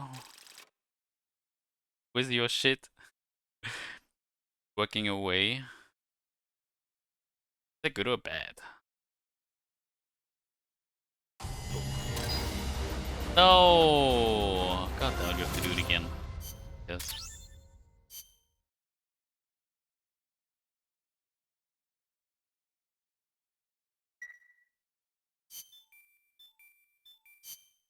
All the bees.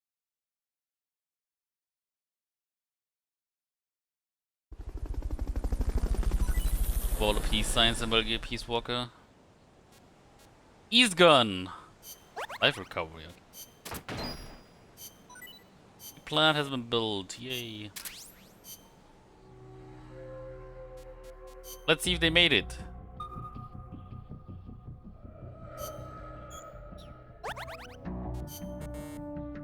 Oh, I lost my tank.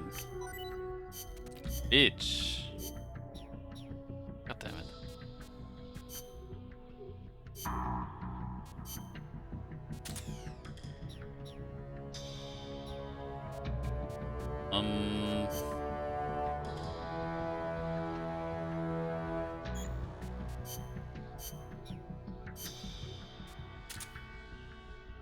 Dun-dun-dun-dun.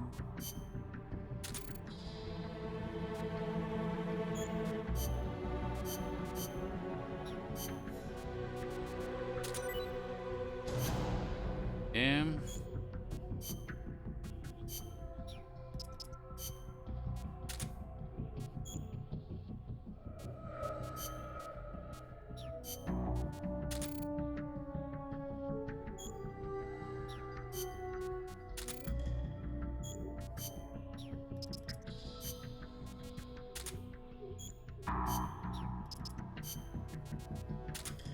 Yeah.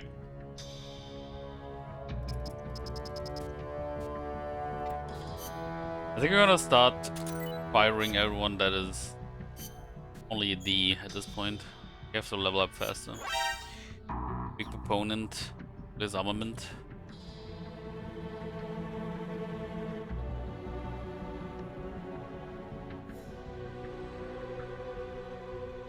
Well, easier than it is.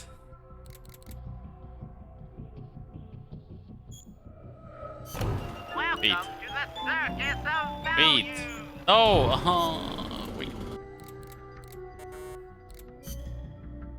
Need to get rid of 3 guys. Mess hall.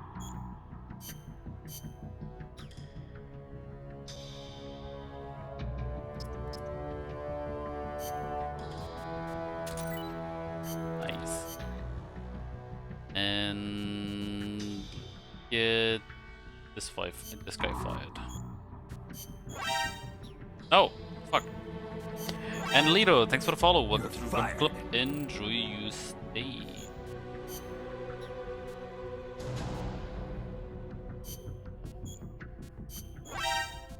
You're fired. Actually, just fire all of them. You're fired. Let's start doing it, honestly. Let's fire every garbage guy.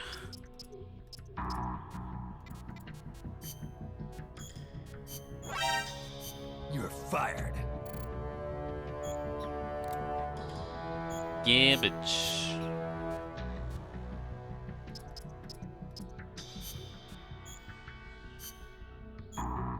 Your selected character cannot be discharged. Wait, what? Oh. Wait, Amanda is garbage as fuck? You're fired. Okay. Well, Amanda, you're going here. Are you serious? Amanda's actually bullshit? How did she become the Commandante if she's actually shit here? Doesn't make sense.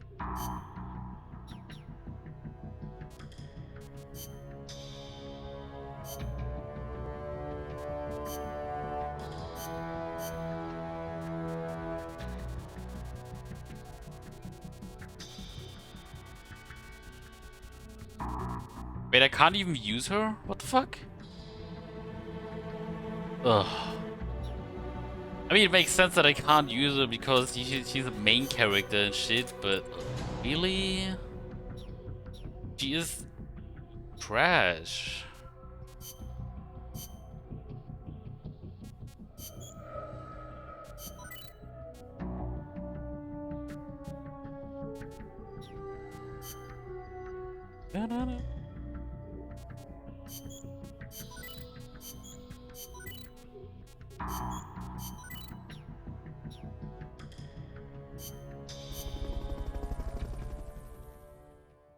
Well, let's do some more side ops. I could do them. I could go back to the main missions, but I kind of want to just continue this for now.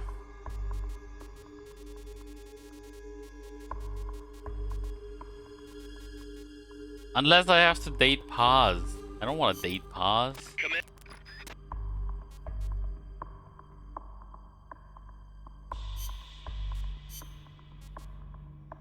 Survival.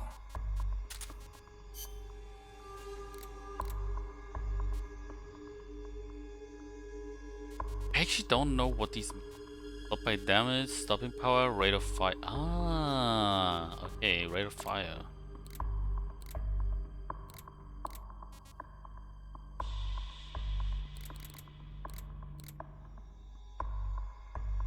What's accuracy? Firing spread, magazine. I mean, this seems like the best weapon one.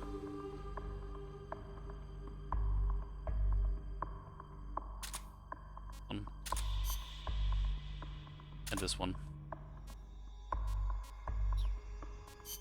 And more tapes! Snake, about that cassette player Galvez was carrying. What about it? That was no Russian imitation. It was the real deal. A prototype developed by a Japanese company. Get out of here. It's true. It had the Sony logo on it. The product name is Walkman. Walkman. It's a revolutionary new concept. Music you can listen to on the go. You can take it with you when you leave the house.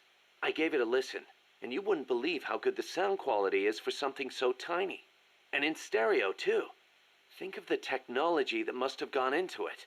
And that tape is equally amazing. The treble range is clearly superior to any other cassette ever made. Stylish, too. How'd Galvez get his hands on a model that's not even out yet? Beats me. It's not the kind of thing I'd expect some stodgy Soviet to be into. Me neither. Tell you what, though, it's a fine piece of work.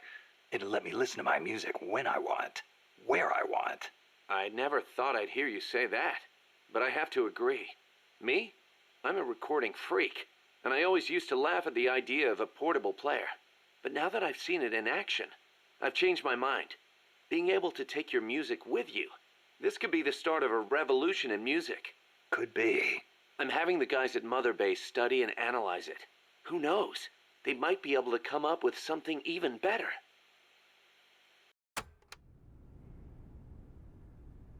Fucking Kojima and his advertisements. Snake, about cardboard boxes. It feels kind of weird me explaining this stuff to you, but there have been a few recent developments in cardboard box technology. So just to be safe, here goes. Go on. You can do much more with the box than just hide under it. You can put it someplace and leave it there. Huh? You can get on top of it and use it to reach high places, or hide from the enemy in What? its shadow. I like what I'm hearing so far. And that's not all. You can even put items in it and send them to co-op's teammates. Really? I never thought of any of that. Damn. Is there anything a cardboard box can't do? Every soldier should have one. Yeah, well, don't get too excited. This isn't exactly what they were made for. Which reminds me, don't you think the boxes around here are a little on the big side? You're right. I bet 2 people could fit under one box, if they packed in tight enough. They call them love boxes. Love boxes? Of course, you don't need a love box to fit 2 people inside. Any box of similar size will do.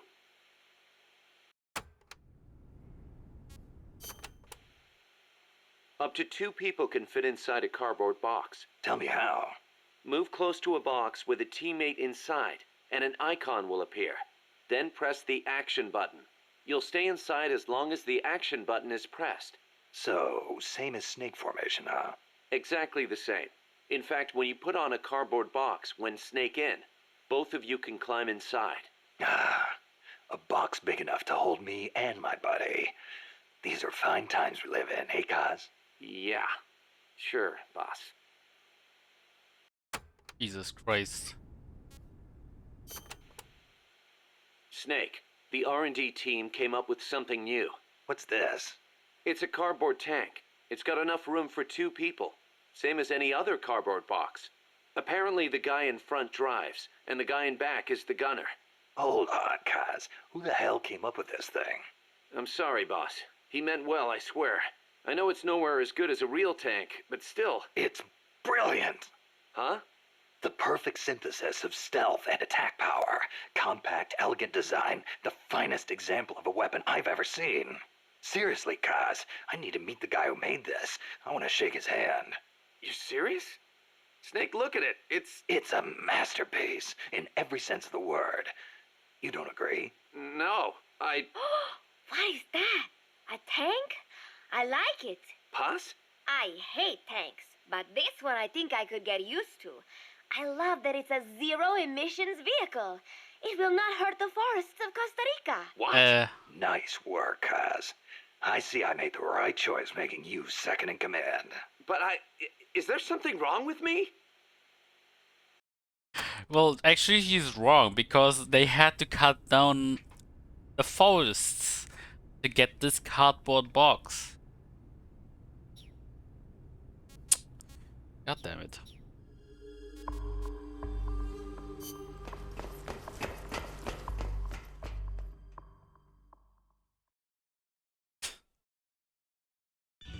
But I love it. This is a kill house. It's a good place to test fire new weapons. You can also try your hand at time attack. How about it?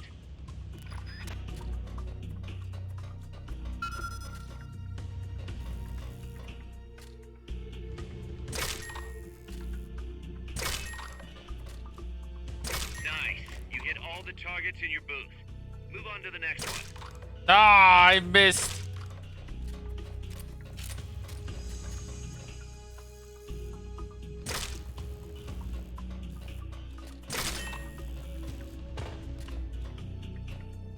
Nice. You hit all the targets in your booth. Move on to the next one.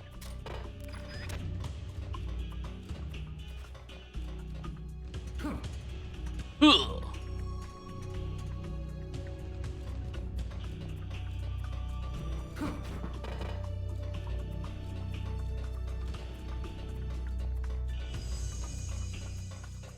Wait, what?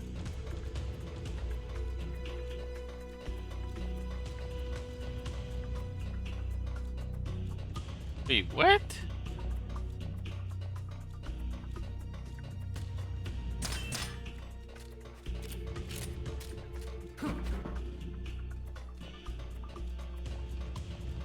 Oh, don't tell me I actually have to. Ugh.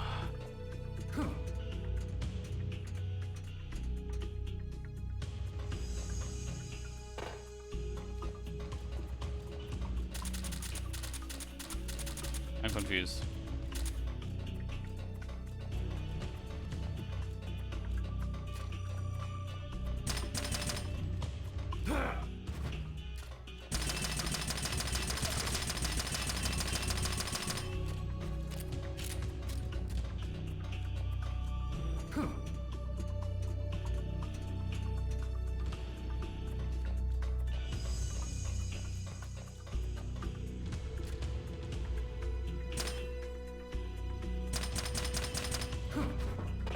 Can't leave. This thing is broken. Training exercise complete.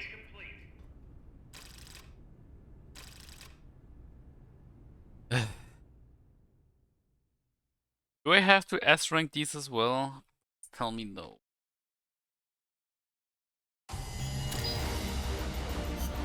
The well, not these ones, like not the training, but the actual time attacks. Kinda hope not.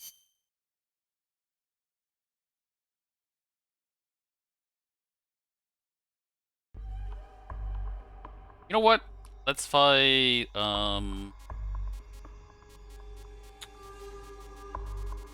let's fight Cocoon. Actually, let's fight Cocoon.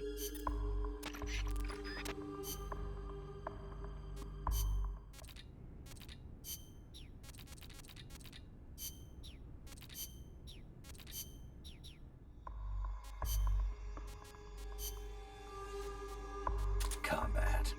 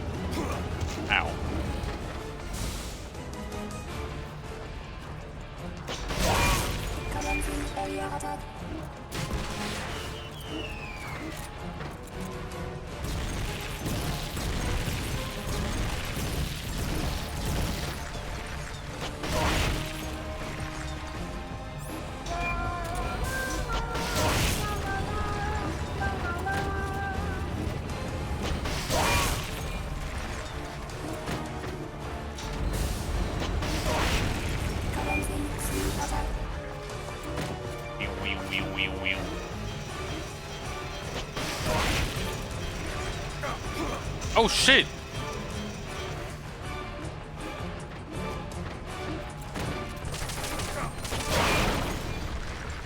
Main target loaded.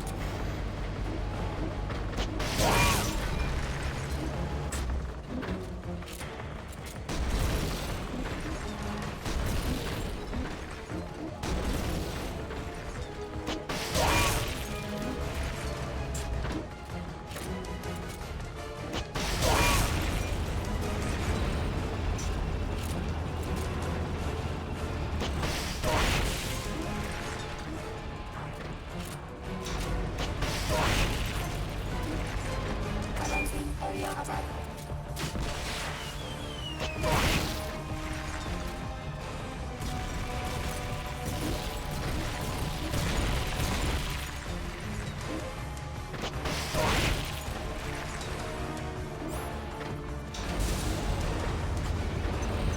They've okayed the request for support. They're sending out a cardboard box as we speak. The arm, it's reactivated. Try and finish it off for good.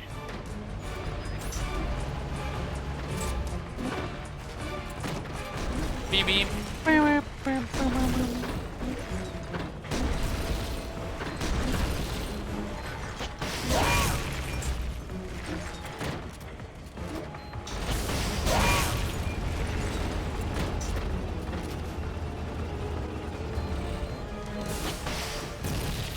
What? Commencing area attack.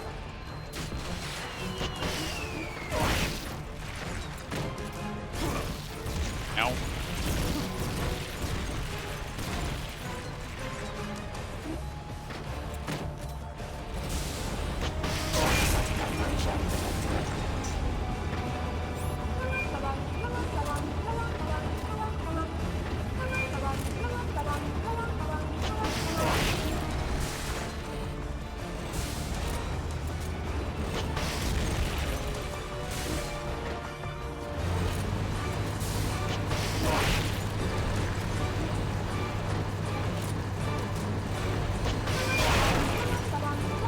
Oh shit!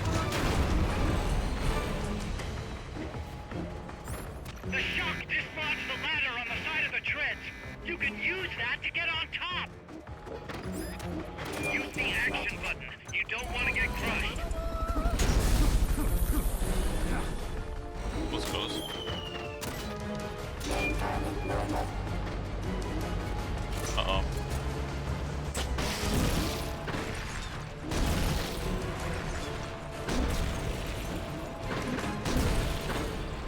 That shit just ate my ammo.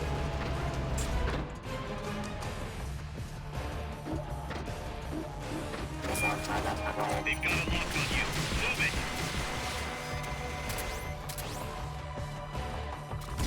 See the ladder on the turret?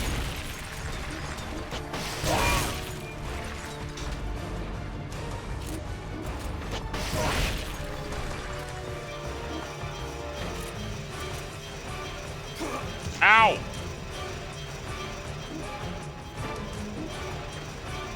Use the ladder.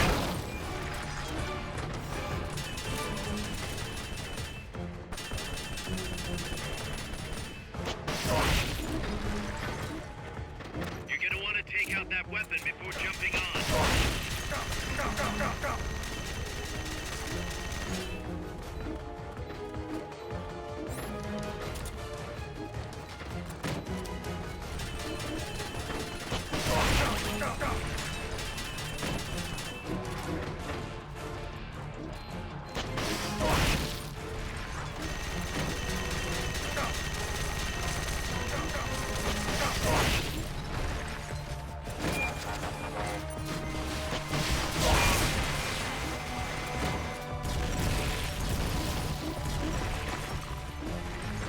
Don't shoot me!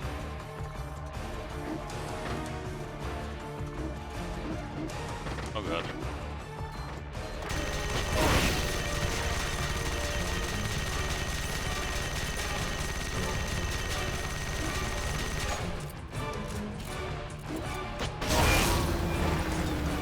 Attack the AI pod to destroy its hatch.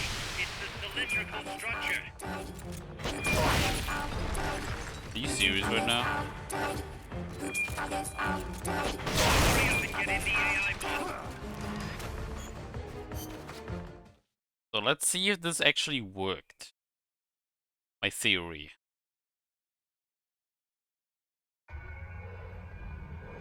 Pull out all the unlocked memory boards. Pull out the memory boards.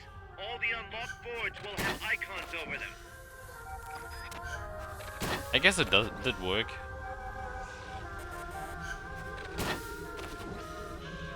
Any boards you remove can be used to build our own AI weapon.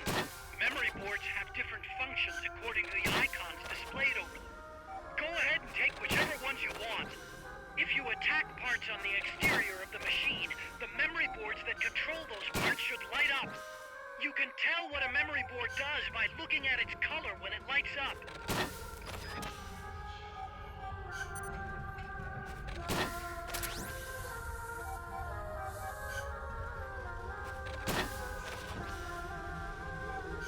Okay, so I get it.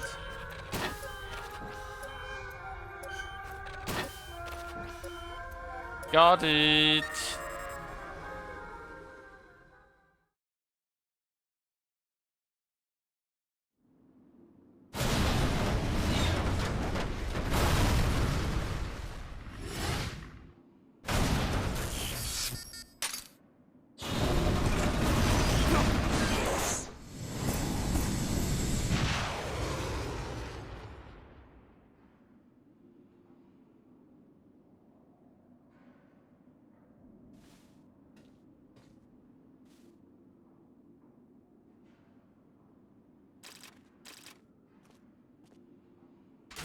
It looks so weird, man. Looking at his face and it looks so stale.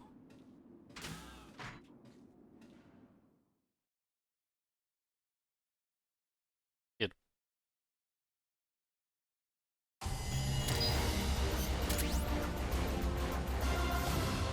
use new cassette tape. You know what I mean? Even though you don't accept it, but you have to go, but you wish upon me luck if needed. Thanks. Being here. Void. Enjoy the rest of your day and weekend.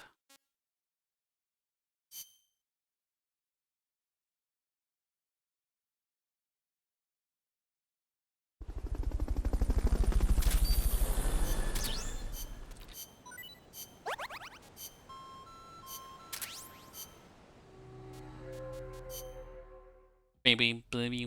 So can I get that other part now? Oh. Not what I meant. I wanted to go parts, right? Yeah, custom parts, optional. Please? No.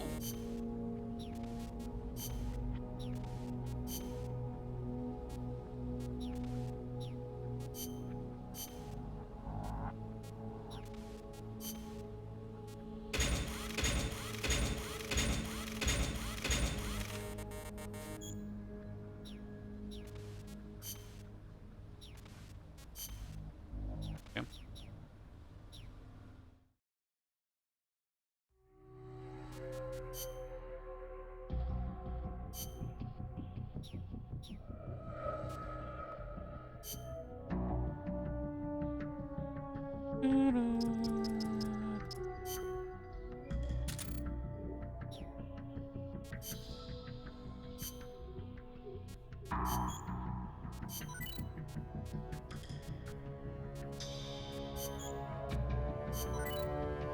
That one is good.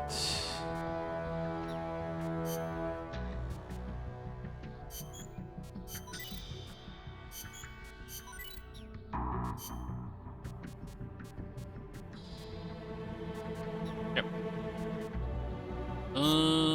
Max, I have 2 left.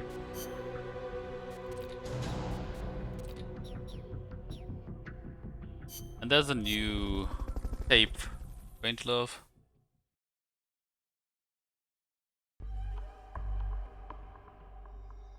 You know what? Let's fight again. Or it, sorry.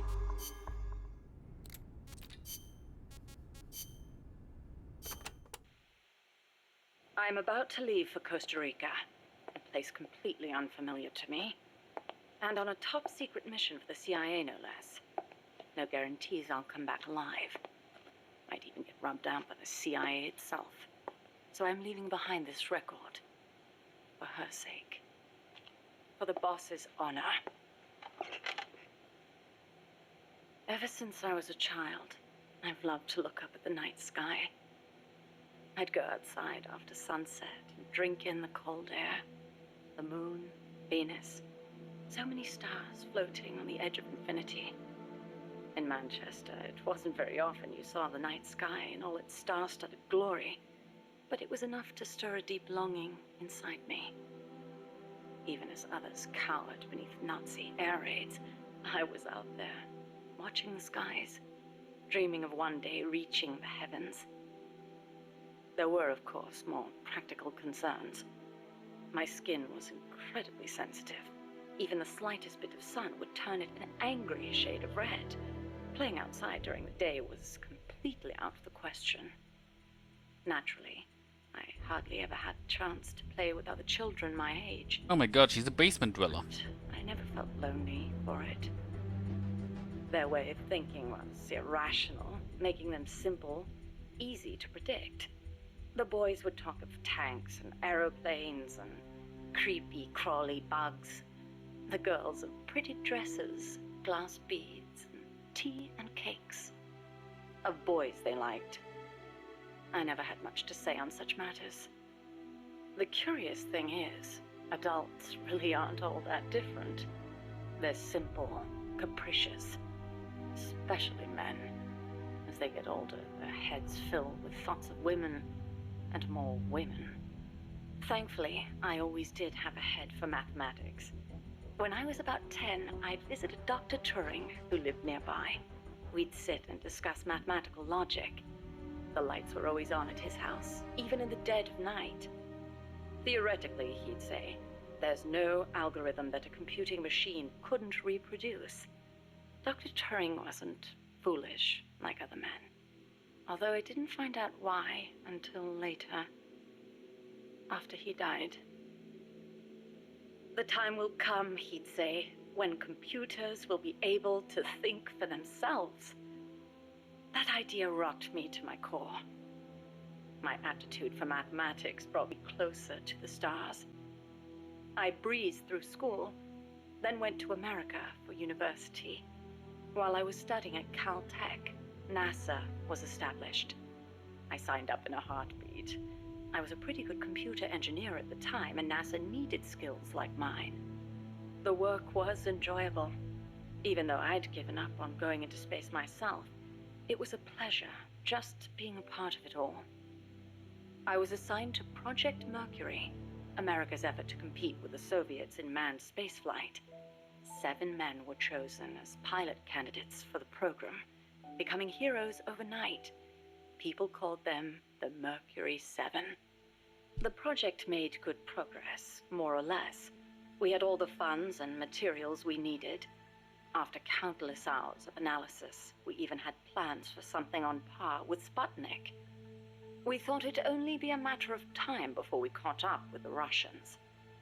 They'd sent a dog into orbit and brought it back safely to Earth. But NASA top brass dismissed that success as a fluke. The Americans recovered their re-entry capsules at sea, but the only ocean bordering the Soviet Union is the Arctic, so their re-entry capsules had to make impact on land. A dog was one thing, but human spaceflight would still take some time, or so we thought. At the end of January 1961, we successfully put a chimpanzee named Ham into orbit. He returned to Earth as healthy as ever. NASA was giddy with success. It was then that a new woman showed up for duty. She was a backup pilot and advisor. She was beautiful, with blonde hair, strong mouth, and a steely gaze. But there was something else in those eyes, a twinkle of something warmer, of affection. It was the boss.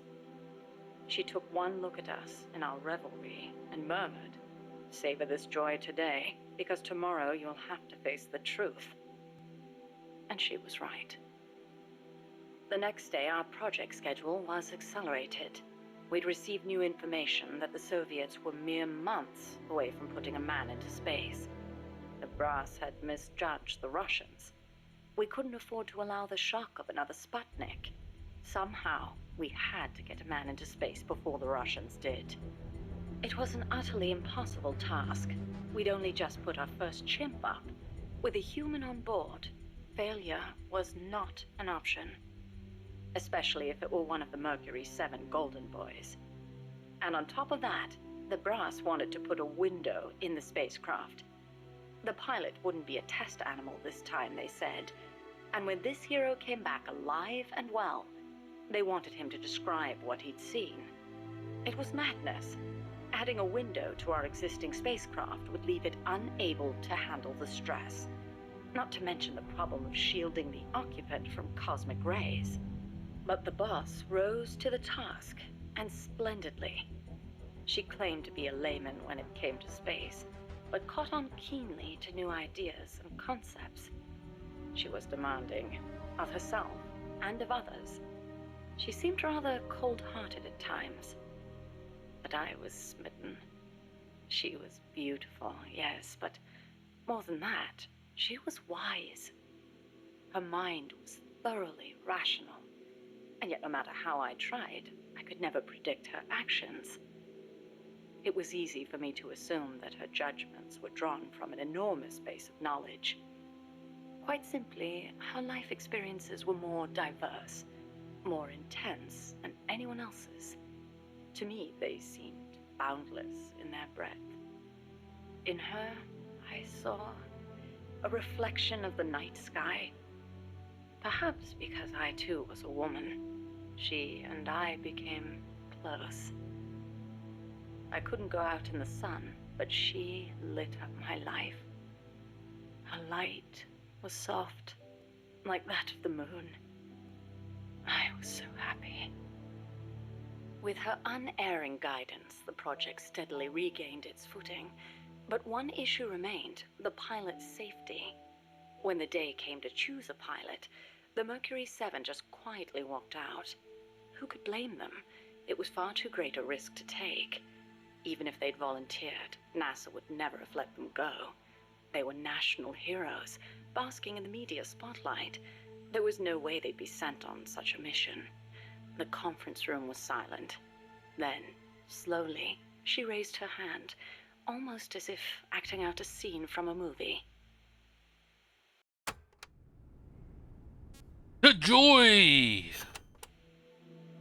I spoke out against her going, submitting a report stating the ray shielding was inadequate. But the brass's response was brusque. She's already been exposed to a nuclear test in Nevada. She's the perfect candidate. It was completely irrational. Repeated exposure to radiation would only increase the danger. But the government was still reeling from the Soviet success with Sputnik. There was no hope of getting a rational response. They were simply too panicked. People can be so obtuse when it comes to things they can't see. I, however, understood all too well. Just as invisible ultraviolet radiation scorched my skin, heavy particle radiation from space would cause irreparable harm to human tissue. In a word, she was expendable. It was during the boss's pre-flight checkup that I noticed something strange on the X-ray of her skull. Part of the right hemisphere of her brain was damaged. It seemed inexplicable, given her keen intelligence and amazing physical prowess, but there it was, and I decided to report it. I hoped that perhaps my discovery of a physical defect would result in the flight being cancelled. But as I went to make my report, she stopped me. Why? I demanded. How can you let yourself be their guinea pig? Ignoring my protests, she took me up to the roof of the lab. The night sky was ablaze with stars. It was there that I learned how she had wounded her head. 1943, Los Alamos. She was serving with the Special Forces when she received new orders. A German spy had infiltrated the Manhattan Project, which aimed to build the world's first atomic bomb. She was to eliminate him. His name was John von Neumann, a mathematician with superhuman computational abilities and the designer of the explosive lens. The Manhattan Project was a top national priority, security accordingly tight. The guards couldn't be allowed to know what was going on. She'd have to slip past them and make the death look like an accident. It should have been an easy enough mission. But just before the operation, she received unexpected news. A new life was growing inside her. She was overcome with joy, and for one brief moment, it clouded her judgment. She accidentally got into a shootout with the guards, and without thinking, protected her belly. She was shot in the head. The bullet only grazed the surface of her brain, but the tissue around the wound was destroyed, leaving her in a coma. She wasn't given much chance of recovery, but 3 months later, she woke up. Within 6, she was able to move around as if nothing had happened. It was functional compensation. The other parts of her brain took over for the part that was lost. It made logical sense, but such a full recovery was nothing short of a miracle. Perhaps her superhuman willpower made it possible. Or perhaps my body knew it had to survive for the sake of my unborn child. She smiled as she said that. I understand how she must have felt. Some have taken to calling me Ms. Left Lobe, she said, because I'll do anything for the mission. She was tough, yes, but she had feelings too. I knew that better than anyone else. As it turned out, von Neumann wasn't the spy. The assassination order was a deliberate bit of misinformation planted by the Russians. She had been deceived. The Eastern and Western camps were united on one point: opposition to the Nazis. The Allies needed to develop that bomb before Hitler did.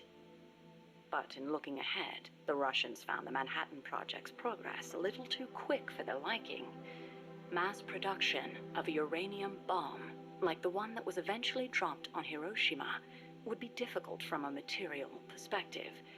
But a plutonium bomb, once perfected, could be mass-produced and eventually even miniaturized. And Moscow did not like the idea of America having that kind of head start.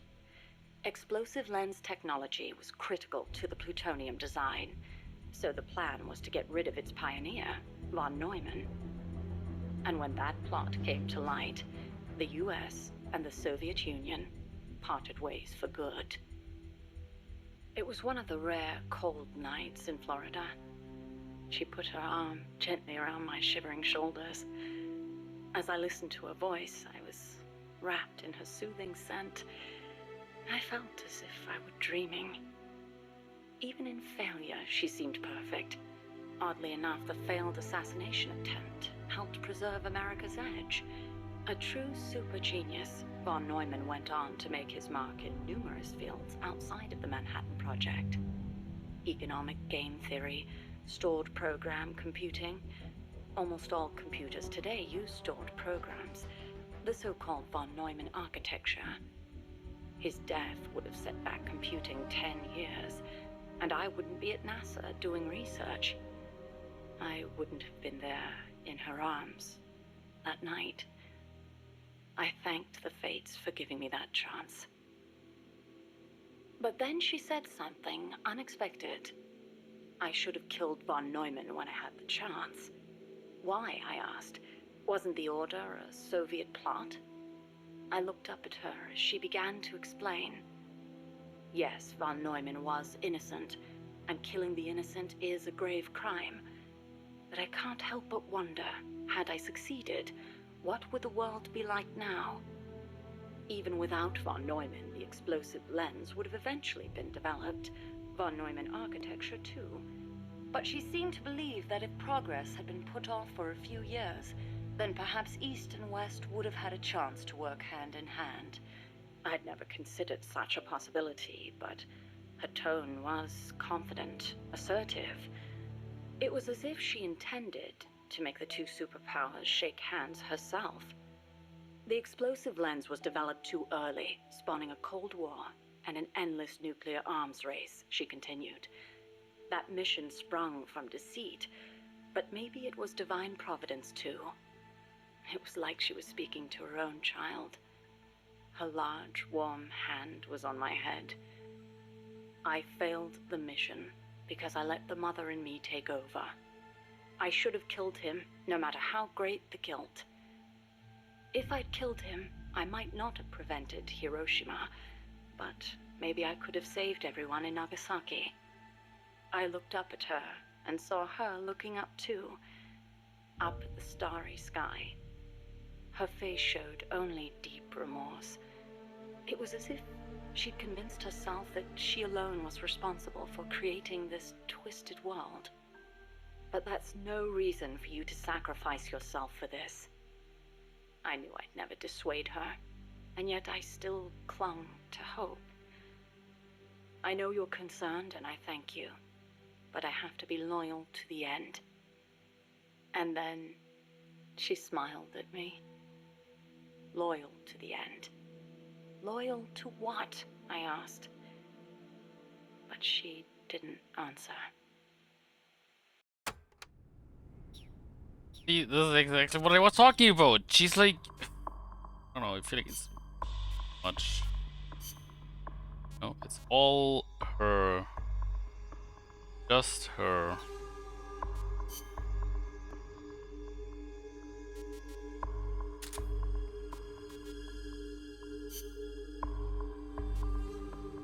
I actually don't know which gun is best.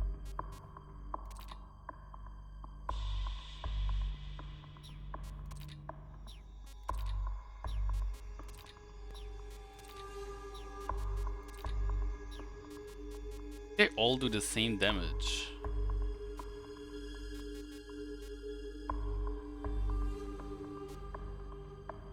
Yeah, whatever. Let's do it again!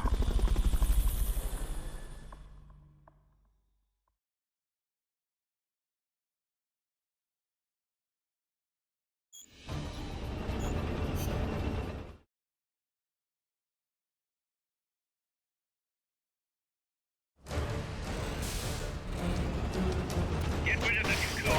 If anybody can handle something this big, it's you, boss.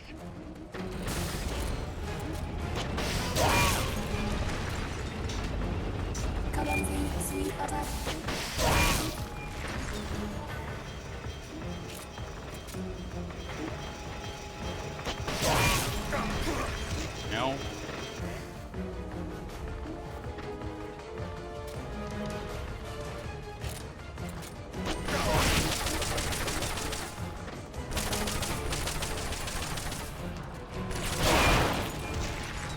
Get out of there. Run.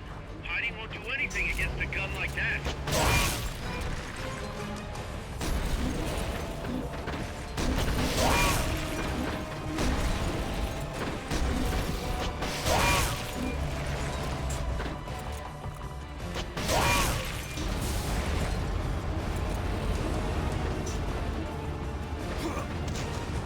Garbage!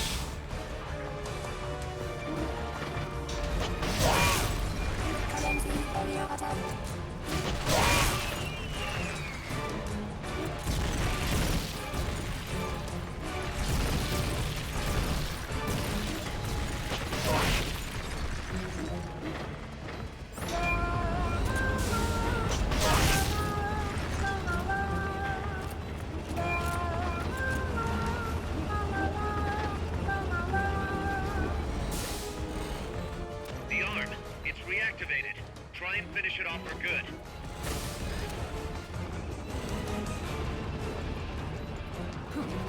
Woo! Close.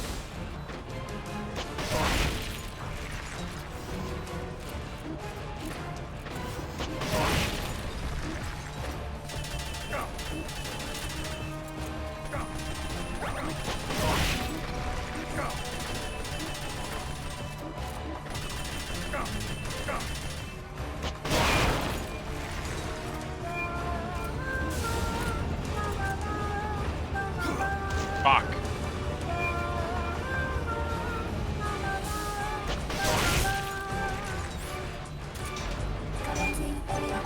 They've okayed the request for support. They're sending out a cardboard box as we speak.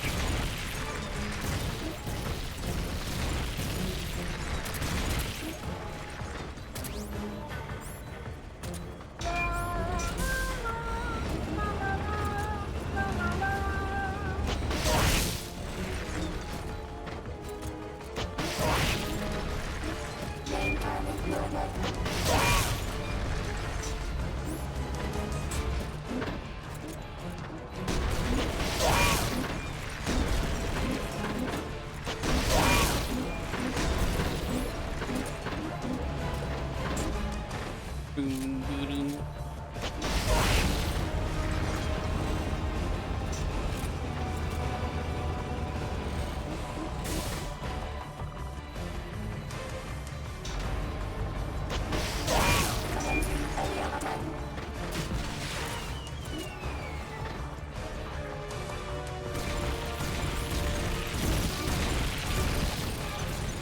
They've okayed your request for a cardboard box. It'll be sent out shortly.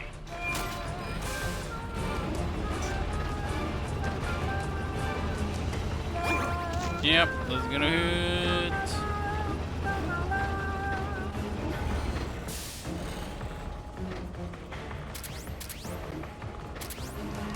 Use the action button. You don't want to get crushed.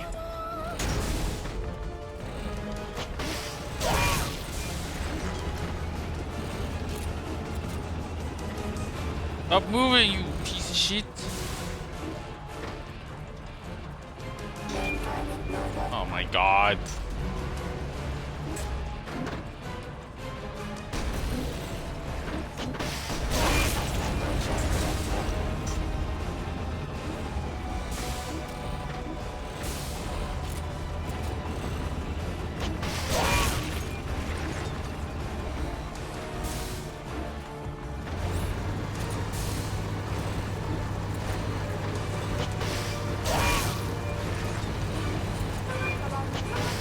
Ah! What the fuck was that? The shock dislodged the ladder on the side of the treads. You can use that to get on top.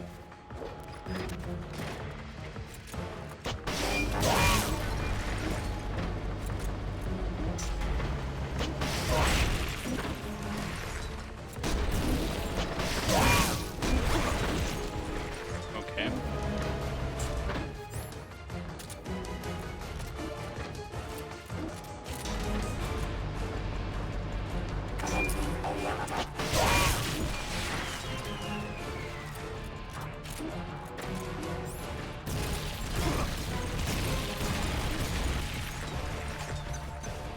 They've okayed the request for support. They're sending out a cardboard box as we speak.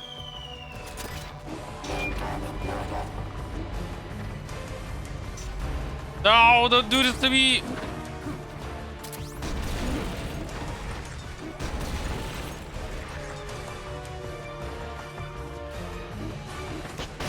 Use the ladder.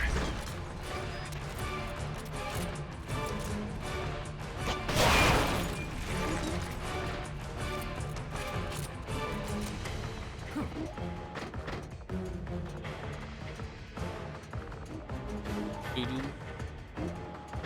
You're gonna want to take out that weapon before jumping on. See the ladder on the turret? They've got a lock on you. Move it.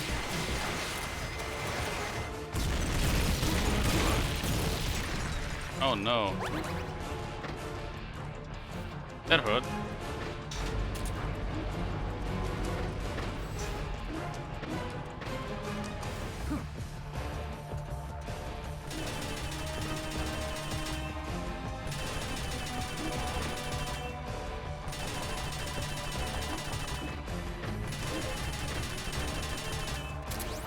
Ah, what the fuck?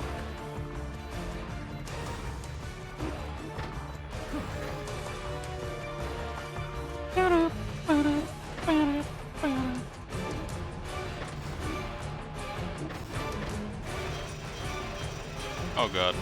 No! You fuck.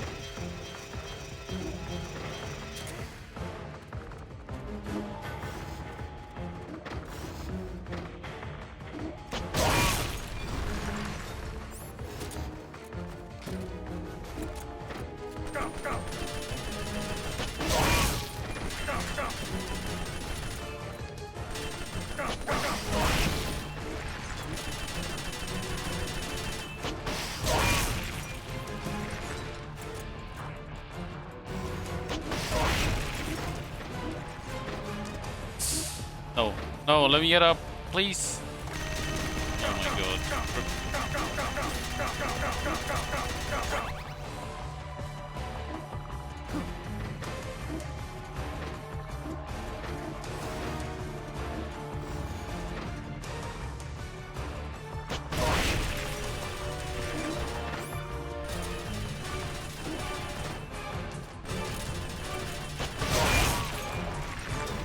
Attack the AI pod to destroy its hatch. It's a cylindrical structure. Others are died. Others are died. Others are died. Hurry up and get in the AI pod. Let's go.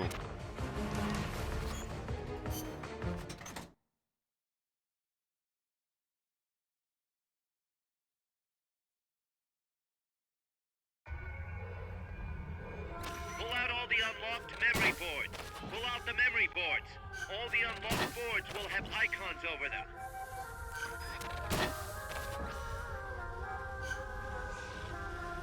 La la la. Any boards you remove can be used to build our own AI weapon. Memory boards have different functions according to the icons displayed over them. Go ahead and take whichever ones you want. If you attack parts on the exterior of the machine, the memory boards that control those parts should light up. You can tell what a memory board does by looking at its color when it lights up.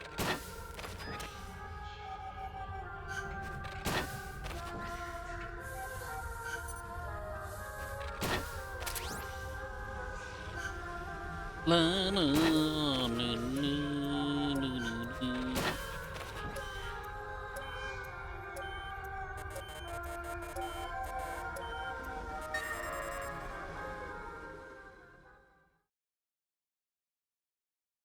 La la.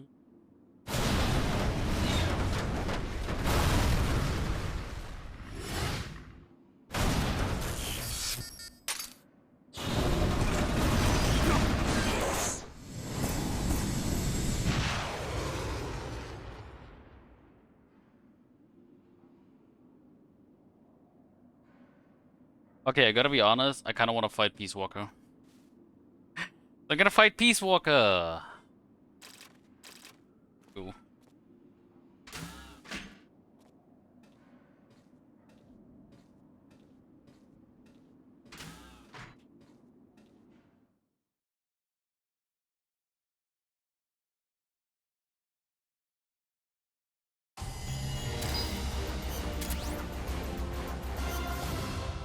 Another strange love.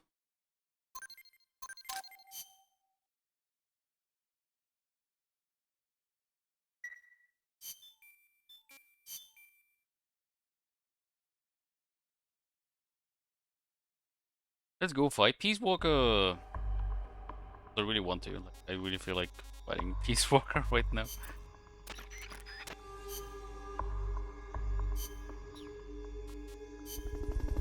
I think it doesn't give me anything when I fight Peace Walker, but you know, I just fight it.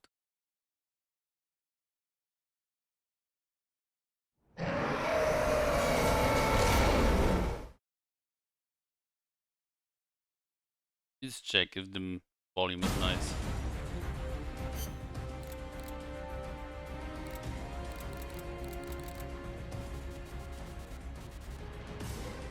You've got to stop Peace Walker before she can launch her nuke.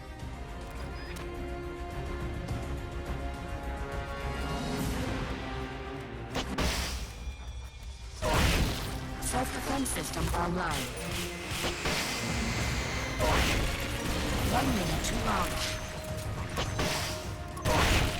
Firing rocket launcher.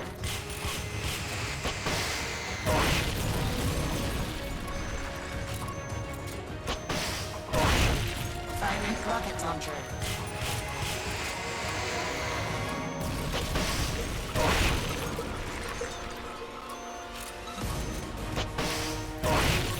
Firing rocket launcher. Commencing ignition. 30 seconds to launch. We're running out of time. It's about to launch. Hurry! Firing rocket launcher. It's gonna launch. Do something! Switching to self-defense mode.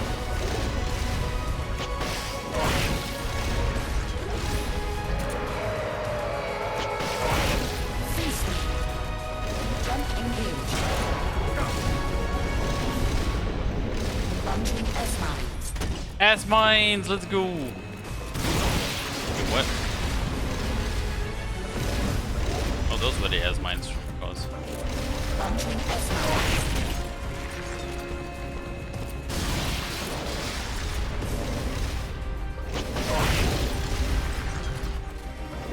Flamethrower engaged.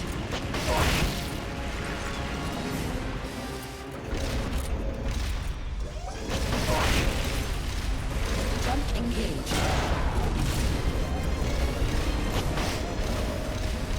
Oh, the buoy!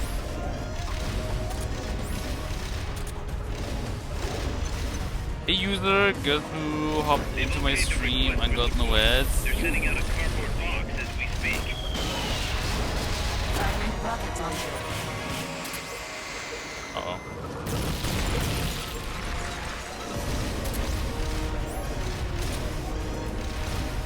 Firing rocket launcher.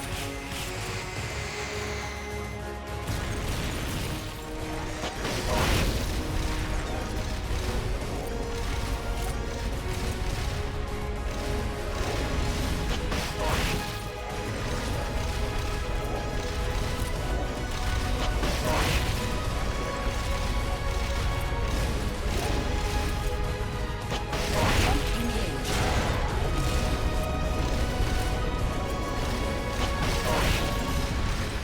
I kind of wonder, am I supposed to fight the fucking AI pod? Because I feel like I do. What? Okay, I was about to say, what the fuck? Oh. Jump engaged. Dude! What? Initializing nuclear launch sequence. Launch envelope. Switching to self-defense mode. Firing geo missiles.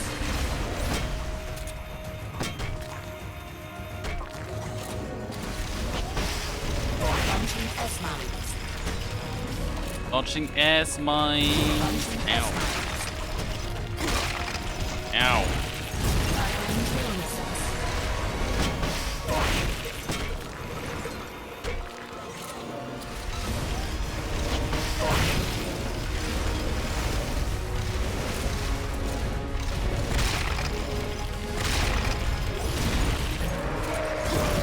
Fuck!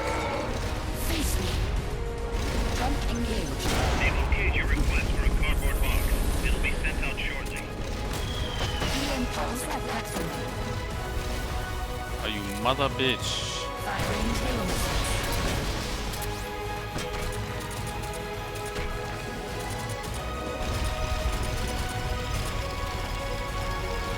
Jump engaged.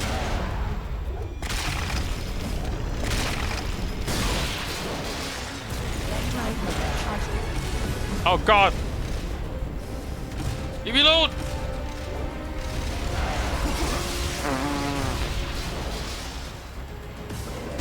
Launching S-mines. Oh my god, really? Freeze. Oh.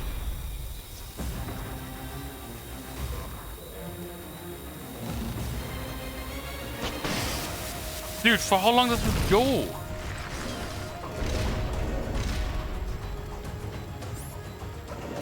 Launching S-mines.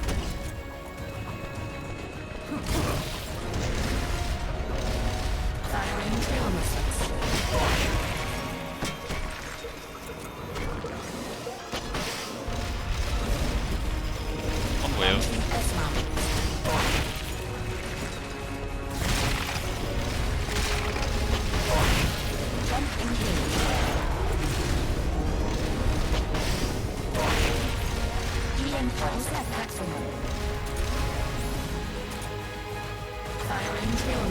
They've okayed the request for support. They're sending out a cardboard box as we speak. Oh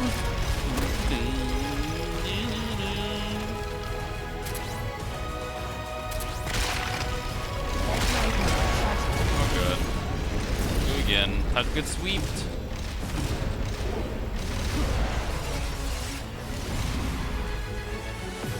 Firing drill missiles.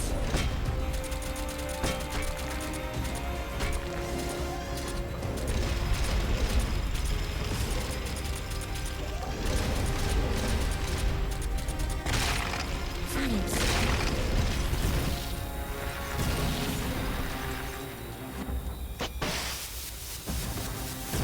Are you shitting me? Oh fuck!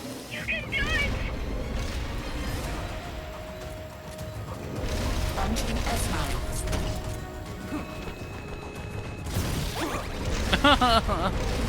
Freeze. No!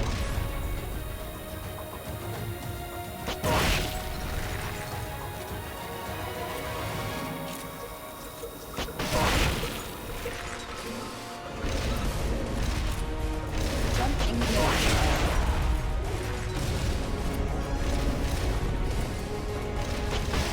EM pulse at maximum. Are you bitch?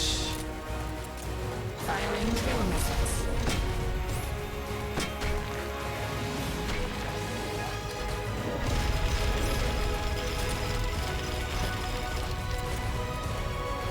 Red drive missile.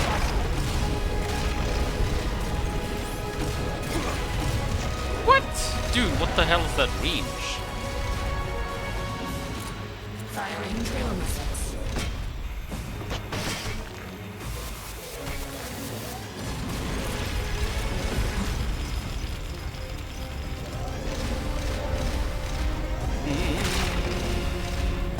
Please.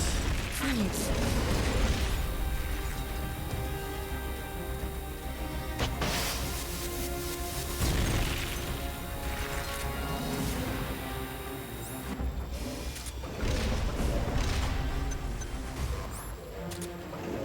Launching S-mines. They've okayed your request for a cardboard box. It'll be sent out Ow. Freeze.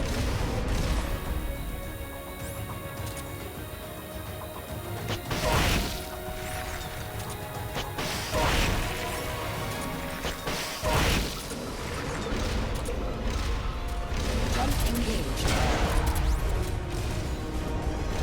Initializing nuclear launch sequence. Launch angle set. Opening missile hatch. Going back into nuclear launch mode. Stop her sake. Switching to self-defense mode. Jump engage. What is it a hit?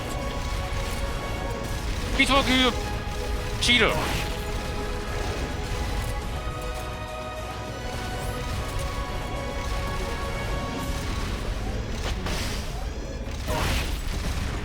Jump engage. Ah, Jump engage. stop jumping.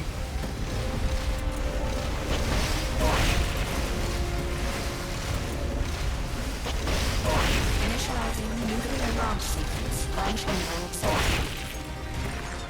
1 minute to launch. You've got to stop Peace Walker before she can launch her nuke. Self-defense mode. Firing drill missiles.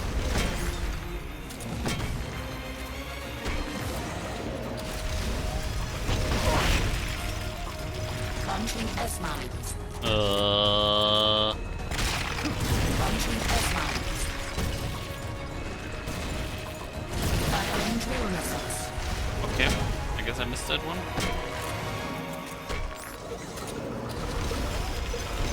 They've Launching okayed the request S-mines. for support. Oh, They're sending out a cardboard box as we speak. Launching S-mines.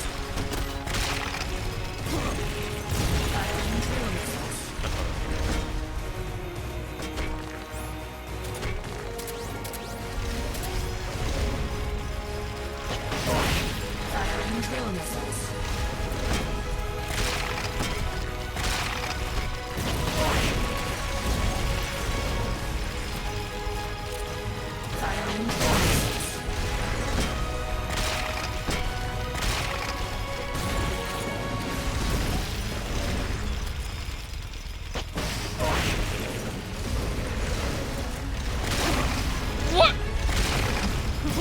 No! Oh god, time to get leg sweep, huh? EM pulse at maximum. Ah. Firing drill missiles. They've okayed your request for a cardboard box. It'll be sent out shortly. Jump engaged.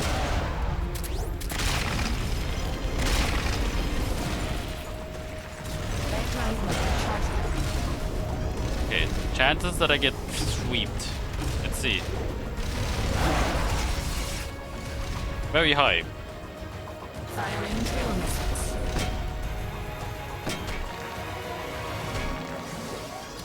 I'm actually, honestly, I'm actually surprised how, Launching S-mines.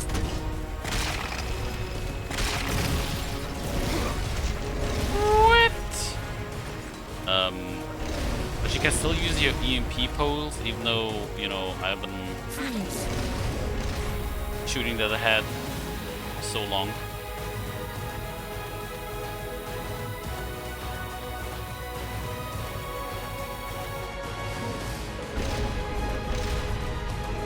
Flamethrower engaged.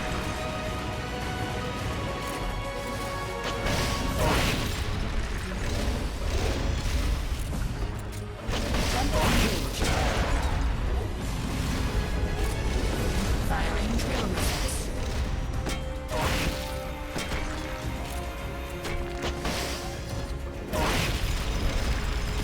Jump engaged.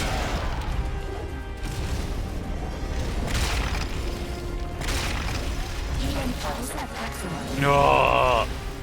Come on! Backlight mode charging. Uh-oh.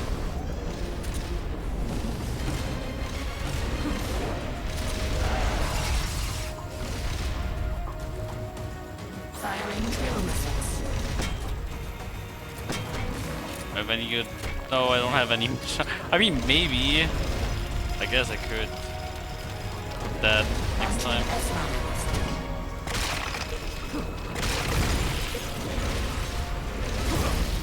Yeah, we'll back into that. Freeze! Freeze.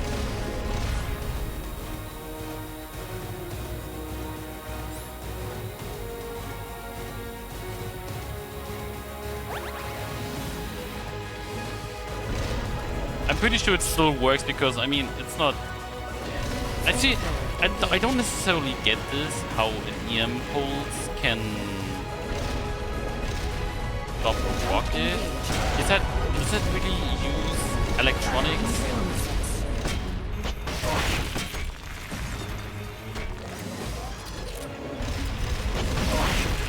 Jump engaged.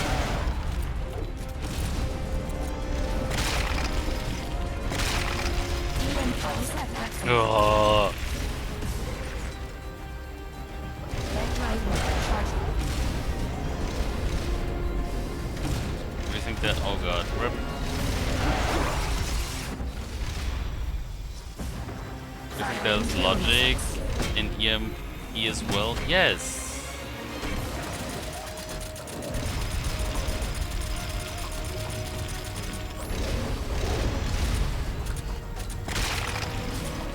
Freeze!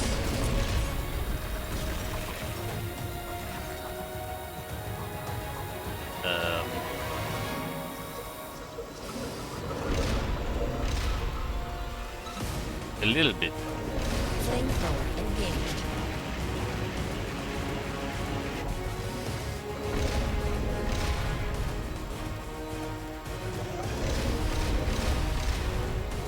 Freeze! Freeze.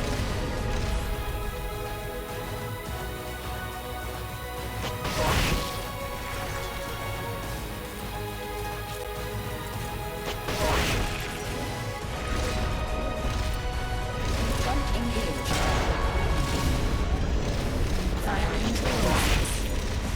Okay, I'm honest. I don't think I will be able to do this when I go at it like this. Jump engaged.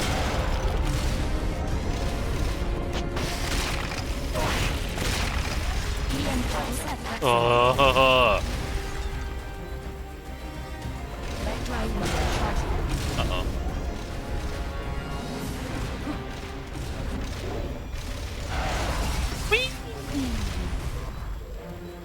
Firing rocket launcher.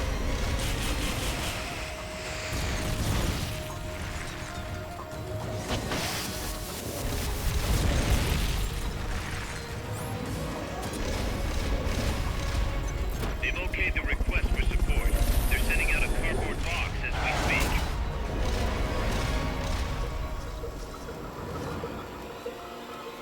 Did that shit just eat half of my fucking... Okay, no.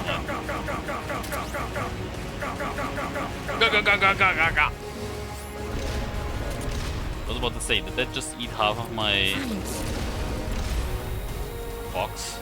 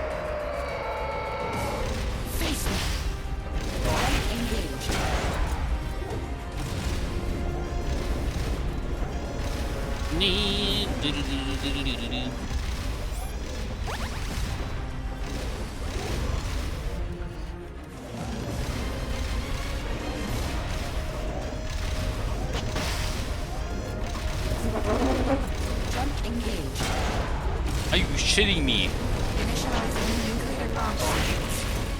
Launch angle set. 1 minute to launch. She's going back into nuclear launch mode. Stop her sake. Switching to self-defense mode. Jump engaged.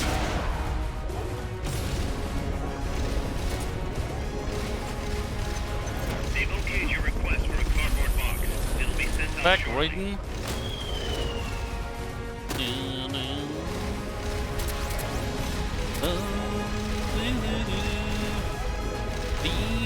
Firing rocket launcher.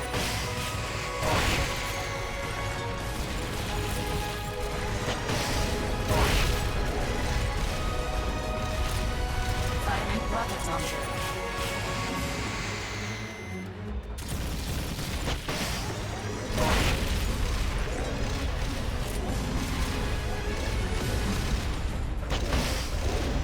Oh my god, really?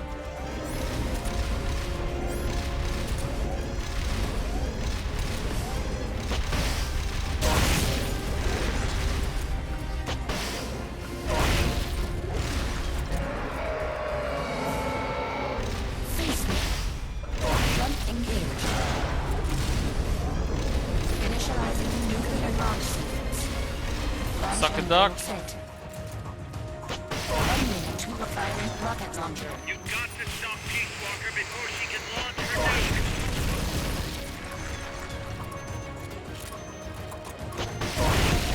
Switching to self-defense mode. Jump engaged. Ah! What was that? Launching S-mines.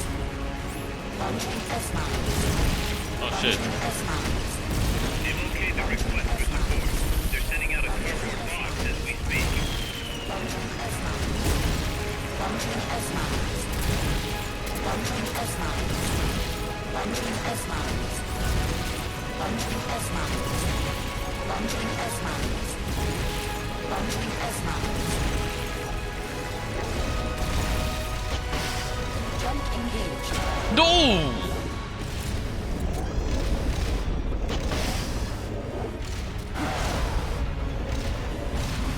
Freeze.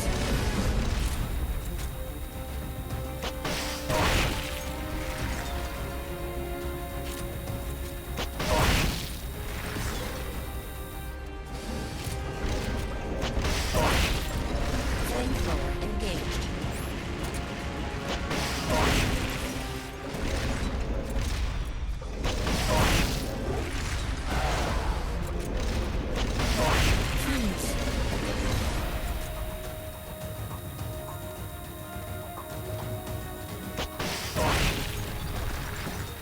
suck.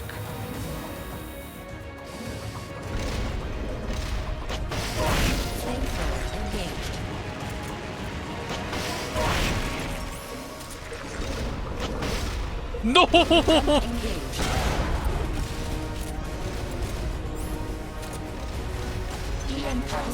Negotiate your request for a cardboard box.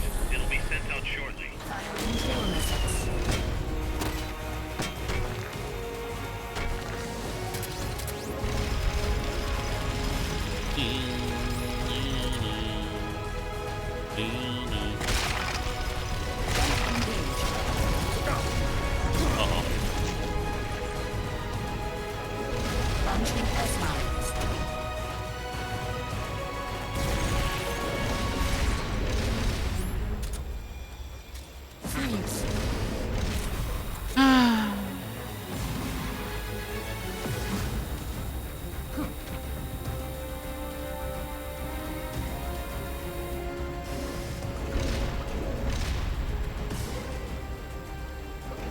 Flamethrower engaged.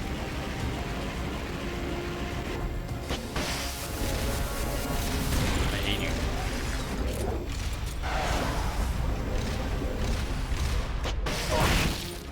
Freeze. Fuck my duck.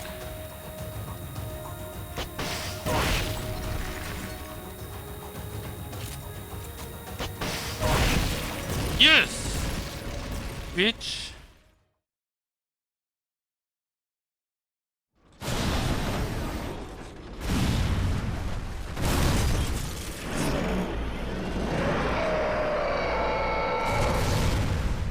Well, I'm not sure if this was... if I had to do this one. Maybe. I think not. It stopped moving.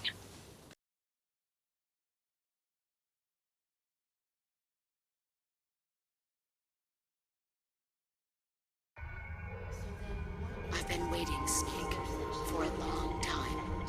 Waiting for your birth, your growth, and the finality of today. Boss. Like us. I didn't raise you and shape you into the man you are today, just so we could face each other in battle. A soldier's skills are meant to be used to hurt friends. So then, what is an enemy? Is there such thing as an absolute timeless enemy? There is no such thing, and never has been. And the reason is that our enemies are human beings like us. They can only be our enemies in relative terms. The world must be made whole again. The philosophers must be reunited. I will devote my skills to that purpose. And with the Colonel's money, I will achieve that end. Just as I once created the Covenants. They are my family. I may no longer be able to bear children, but I still have a family. Big brown fox jumps over the laser. Your hands are sore, went indoor rock climbing. Nice. Was it fun? Kill me now. Do it. Was it worth it? Shall we walk through the rainy plain of Spain? I may no longer be able to bear children. Height is equal to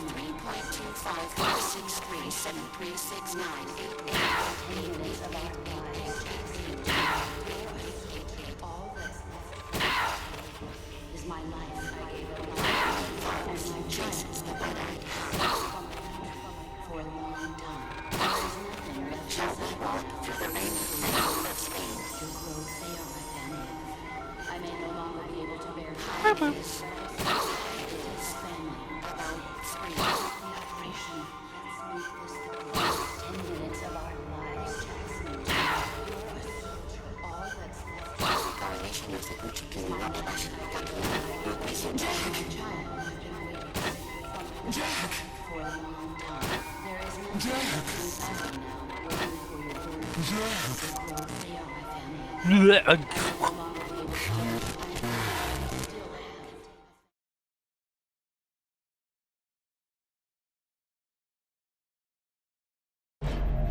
Valid data regions.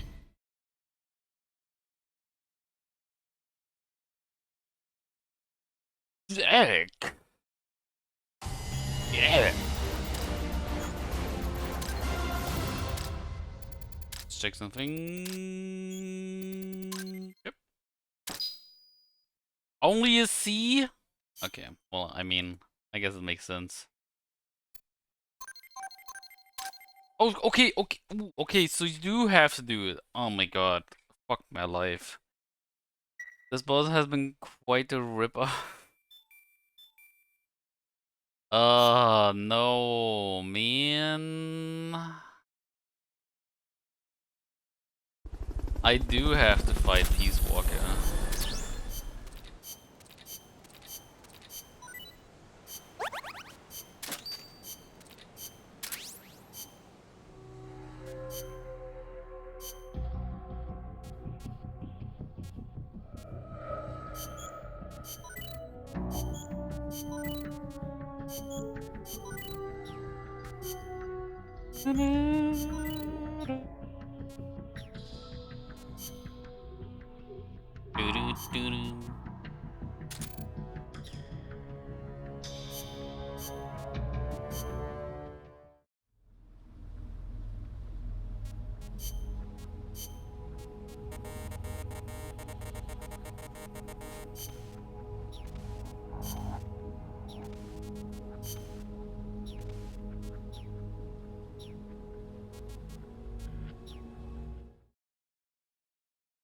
So weird that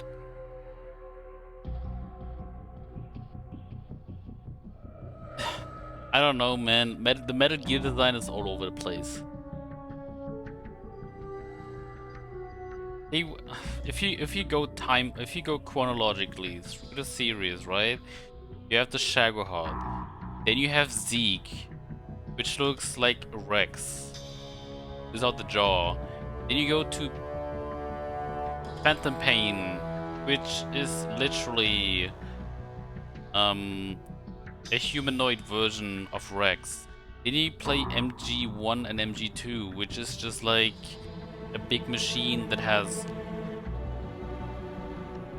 a rocket launcher on his shoulder. Then you have MGS1, which is Rex. Then you have MGS2, which has Ray. And then you have MGS4, which is basically MGS2 again with Outer Haven. Technically Arsenal gear. And I'm like, dude, what?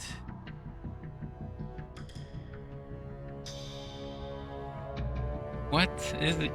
How?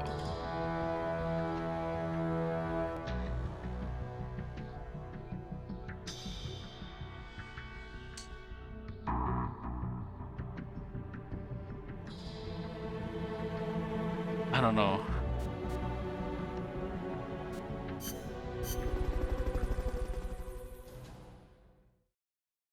How do you have the Rex design 3 times and it gets defeated like okay, so if you want to go at it chronologically, right?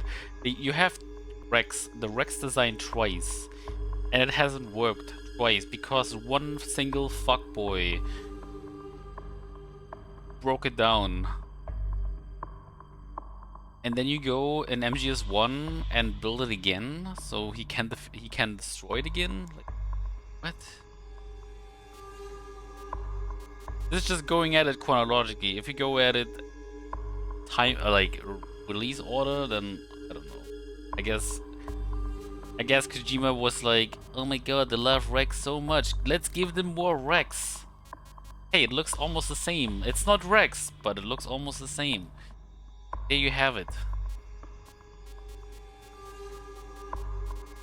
I don't know. Do we go with date pass now? Nah,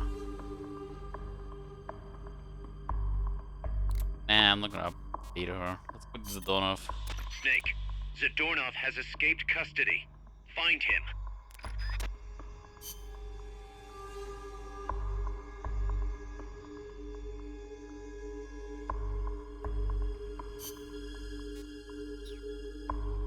You can't defeat Rex unless you're a snake. What do you mean, unless you're a Snake? Even Snake didn't defeat it because for some weird reason, Rex is back in MGS4 to defeat a Metal Gear that was specifically designed to defeat Metal Gears like Rex.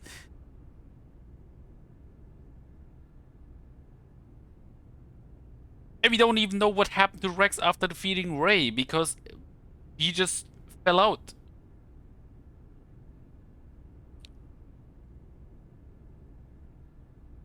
Rex is back to living its lifeless life on Shadow Moses. Whose bright idea was this?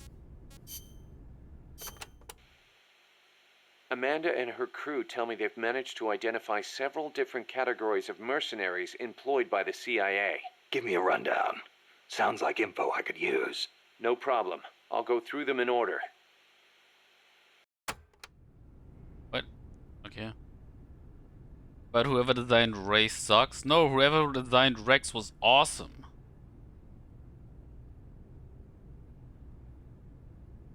And if we go by story, Rex has no fucking...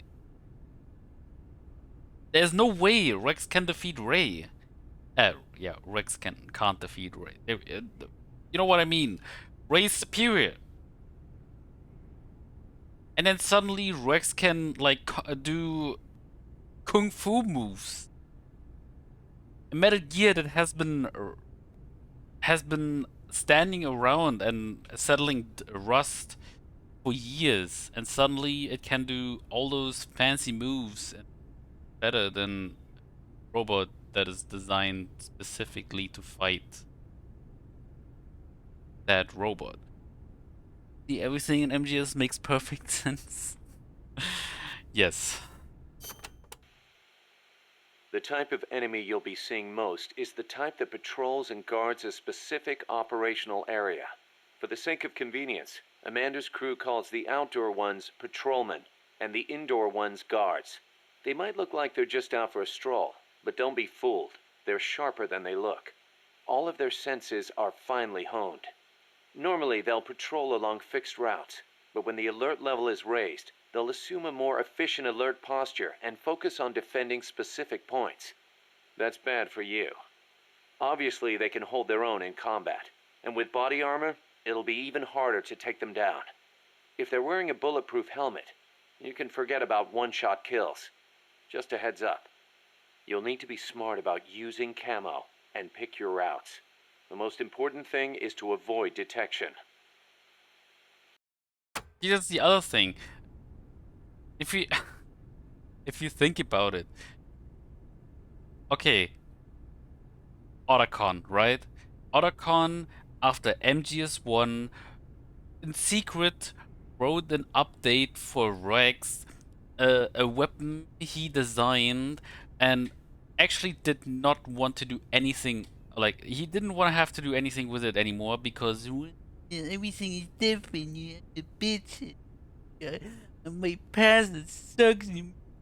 Everyone does the same mistake, and he goes on with Snake defeating all the Metal Gears that are around the world with philanthropy, and yeah, in secret with Snake when he fell asleep and stuff.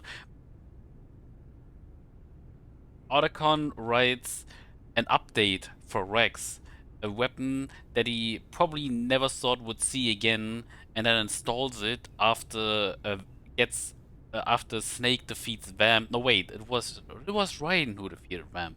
So after Vamp gets killed, Otacon, with a speedrun technique, installs this new update to Rex, so that Rex is all of a sudden superior to Ray, which at the time we don't even know that we're gonna fight.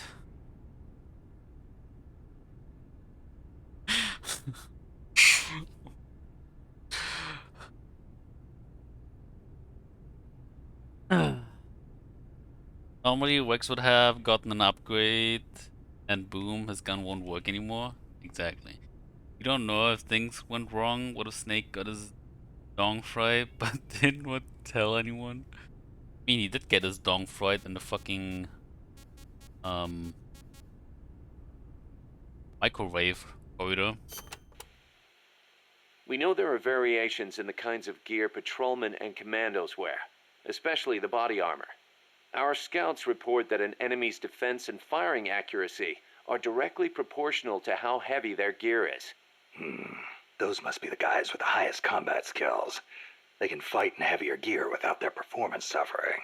Supposedly, it's pretty easy to tell the difference in gear just by looking. So remember, use extra caution when dealing with enemies wearing heavy gear.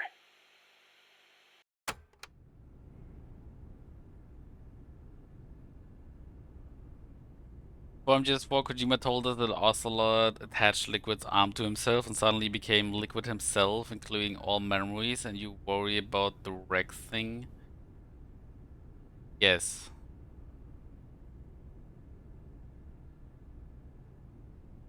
Yes. Yes.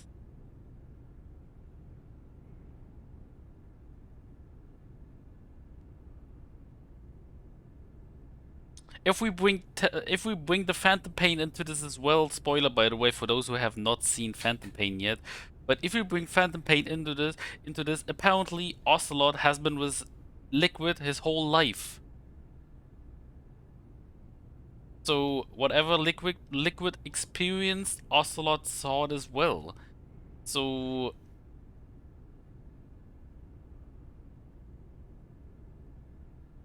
I mean, if we don't take MGS4 into account, Ocelot is actually getting mind controlled by Liquid, which yes doesn't make sense, but I mean, the Metal Gear series is about supernatural shit and stuff, unless you have MGS4 that explains everything with nanomachines, or Phantom Pain that explains everything with parasites.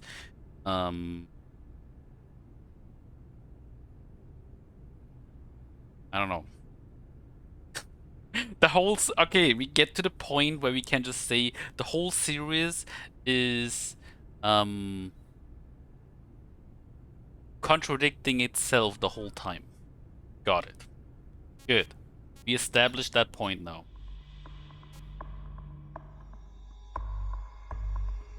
Yeah. Do we have any? God. The days that followed were spent training tirelessly for our first space flight. The boss endured conditioning that tested the limits of human capability, and I supported her. Those were happy days. On April 12th, the spacecraft carrying the boss left the Earth's atmosphere. Although it was only 20 minutes of ballistic flight, it was nothing short of miraculous, considering how little time we'd had. The first human in space. We were ecstatic. Then something went wrong. The re-entry angle was slightly off, warping the outer hull. The cause was clear. It was the hastily constructed window we'd installed. Her capsule missed the projected splashdown point by a long shot. As we raced towards the capsule, a breaking news broadcast came over the radio. It was the news report of the successful launch of the Vostok rocket, piloted by the cosmonaut Yuri Gagarin.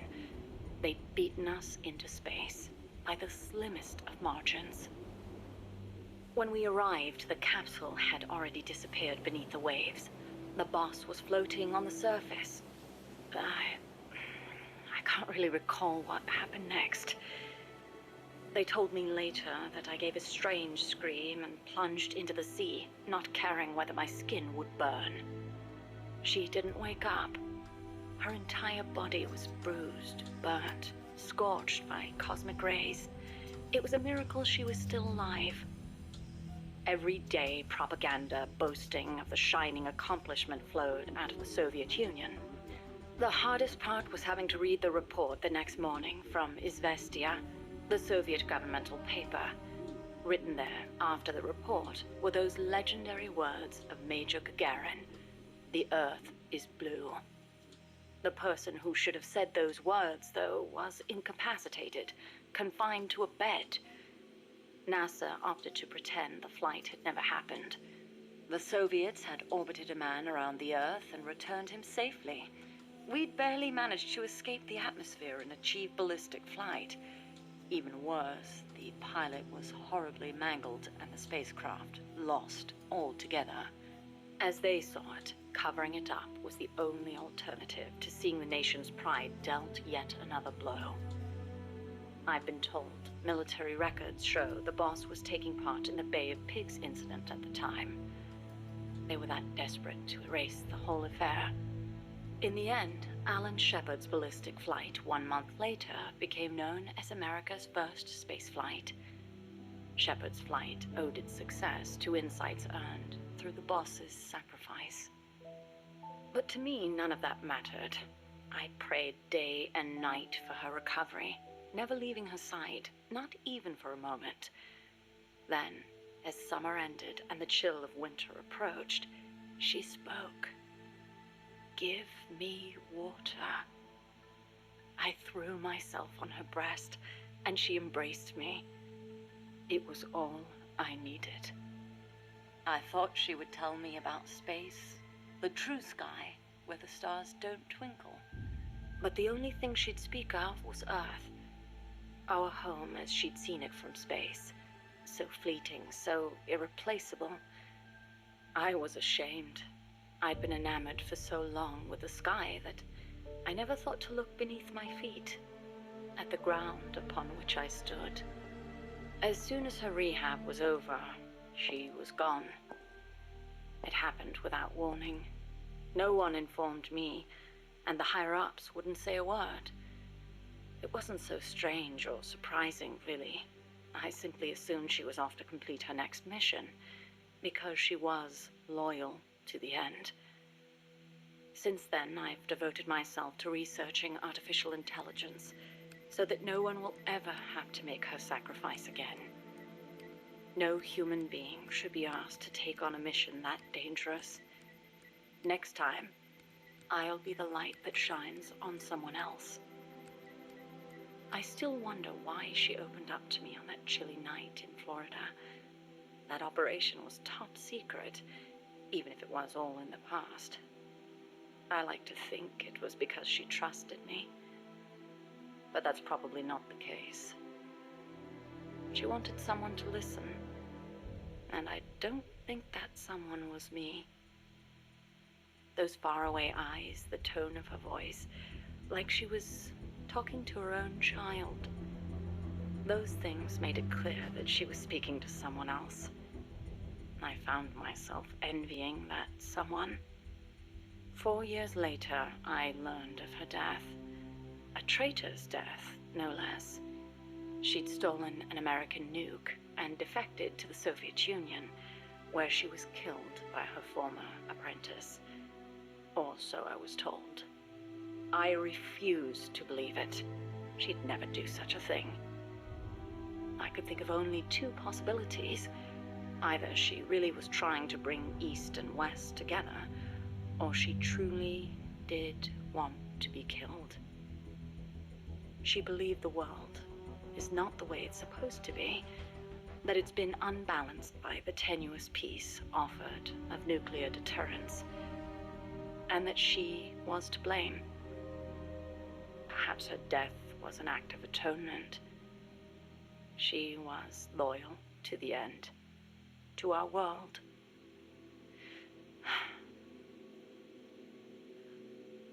And I lost the light of my life. I now find myself victim to an incredibly irrational emotion of my own. That someone, the one she wanted to confess her sin to, could it be the one who took her life? The very thought drives me utterly mad with jealousy. One day, I will discover the truth. No, you won't. Get fucked. Ha! Fuck, bitch. I will never tell you. We're looking forward to the tape pain. Oh yeah, Eli, you have never seen the Phantom Pain, right? I'm only gonna tell you, it's gonna be fun. With the whole, Stealth.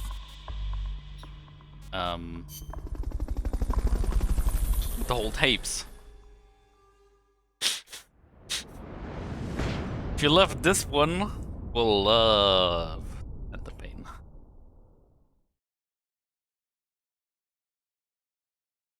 And you have to be careful because of all the DMCA stuff that happens in Phantom Pain.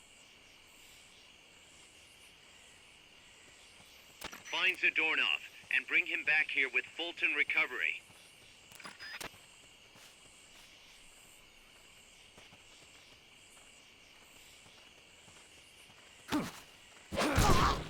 Freeze.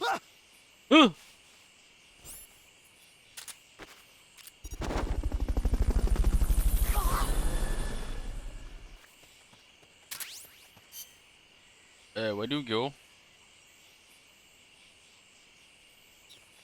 There he goes. Fulton Recovery helicopter is complete. It doesn't even matter, okay.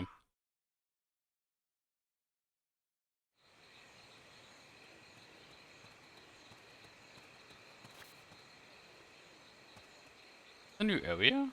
Oh no, never mind.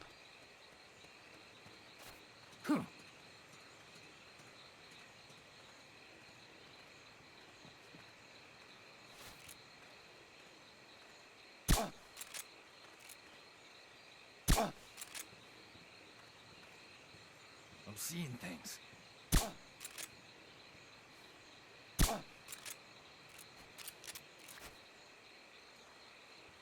I'm seeing things.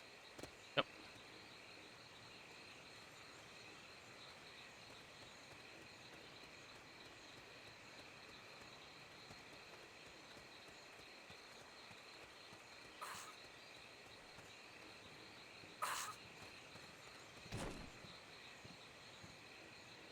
Get caught, shot him first, yeah, no. Go. Hey, where'd he go?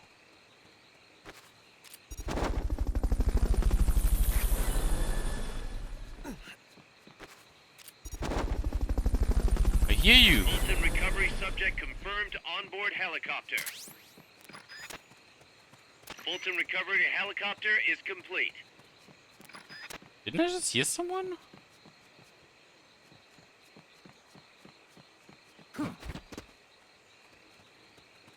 Maybe inside there? What?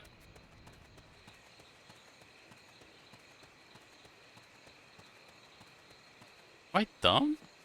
I could have sworn I just heard like a prisoner. Oh. Oh.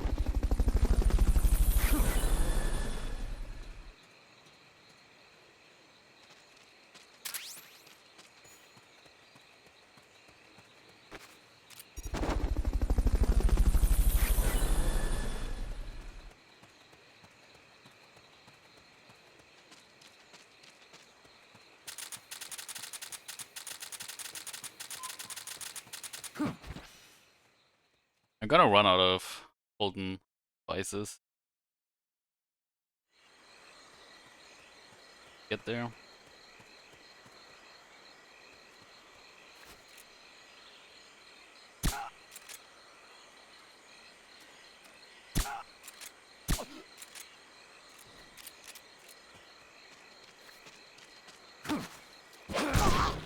Freeze.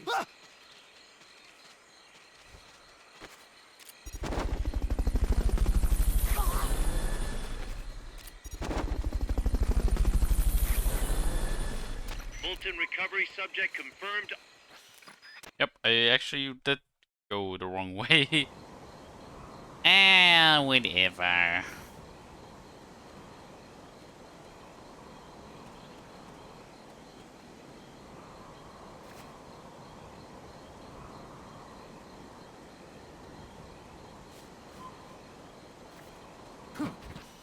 No! Oh. It went back.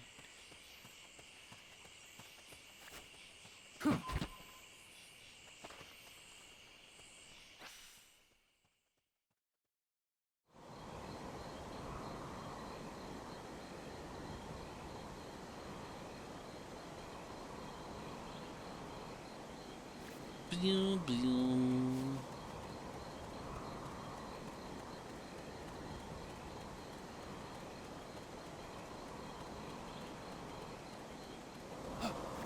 Someone here. Oh.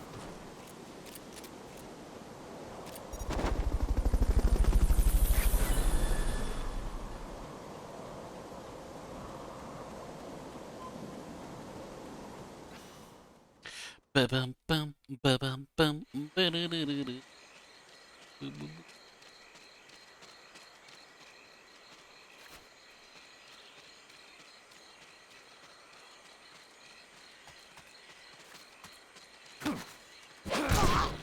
Freeze. Somebody there. Oh!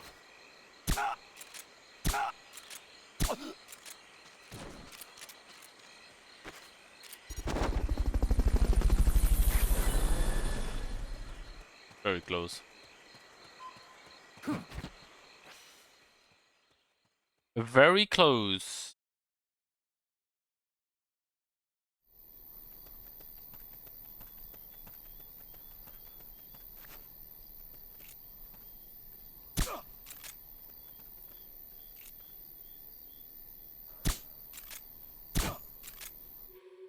Guess not.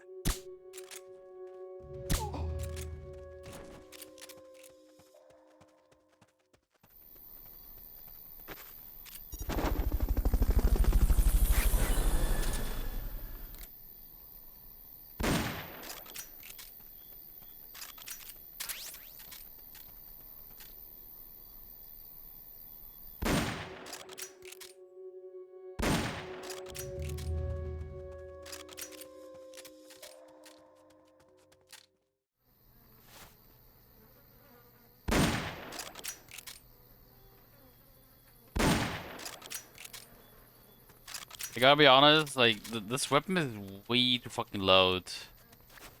But it feels like... Oh, hi.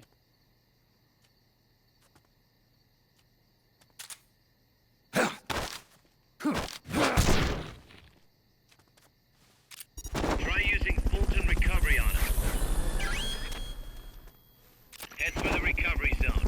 We'll pick you up there.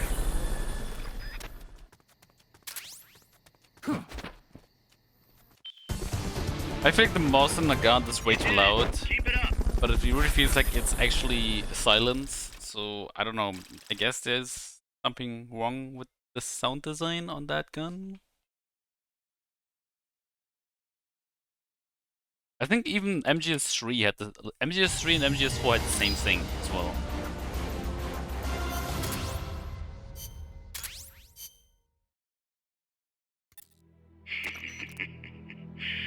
So, you found me. It wasn't hard. What are you up to anyway? Just going for a stroll. Kaz, I've got Zadornov returning home.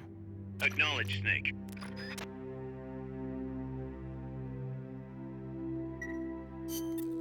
There's something I need to discuss with you, boss. Get to the point, Kaz. We recovered the nuclear warhead that was loaded onto Peace Walker from the bottom of Lago Kosibolka. What? Warheads are radioactive, even if they're relatively stable. If we just left it there, it would contaminate the lake, or fall into the hands of terrorists. Creating another crisis. Right. So while the White House is figuring out how to cover its ass, I thought we'd take some precautions. What did you have in mind? Load it onto Zeke. What? What else would we do with it? Zeke is our deterrent. To protect ourselves from nuclear attack, we need a nuclear weapon ourselves. Of course, if you're not on board, we could always dispose of it. But it won't be easy getting another nuke. This is a golden opportunity.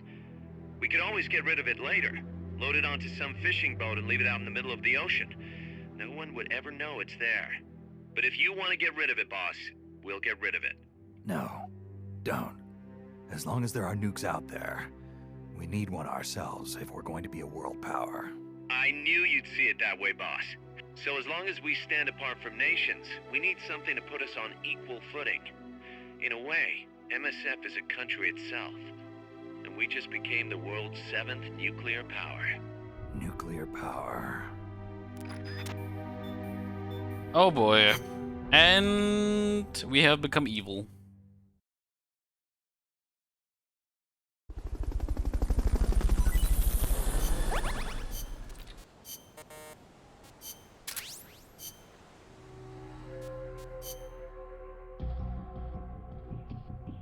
Damn, these guys suck.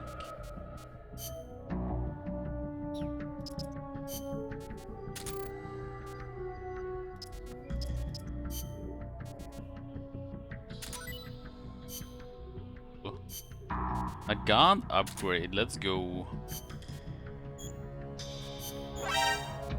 You're fired.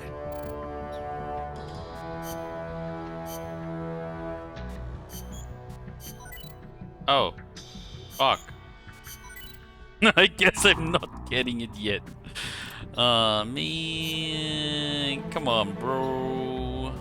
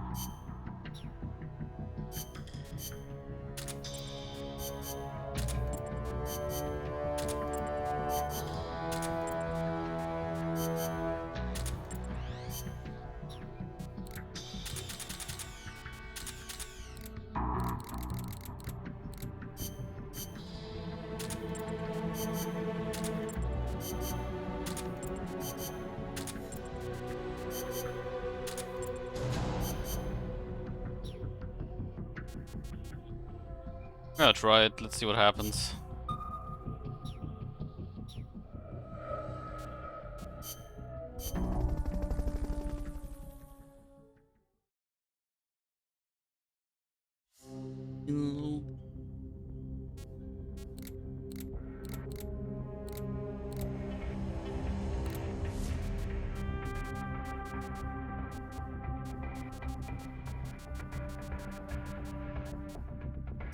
Recovery.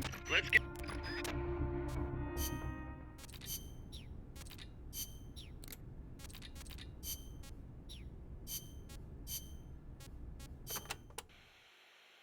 Enemies will try to fight you from different distances, based on the weapon they've got equipped. When you meet an enemy, get a good look at what they're carrying. It can make or break your chances in battle.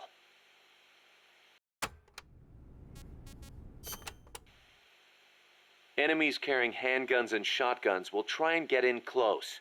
That makes them dangerous, but at the same time, easier to hit. Keep your wits about you, and you can turn a threat into an opportunity. Don't tell me.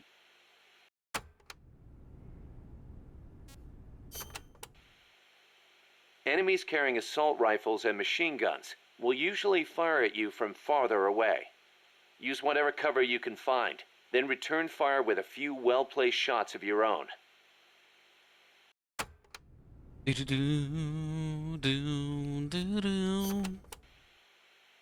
Don't expect enemies carrying sniper rifles or rocket launchers to get up close and personal. Why They'll not? be constantly moving from place to place looking for an opening to snipe at you. Tricky bastards. Eye for an eye, tooth for a tooth. Go with the sniper rifle. Make sure you stay out of their line of sight, and when they expose themselves, take them down. Oh my god, we finished Miller! Now on to Paz, and Amanda, and Chico, and Huey Tapes, and Cecile, oh my god. And Strangelove, and maybe, eventually, some more data files. What was it?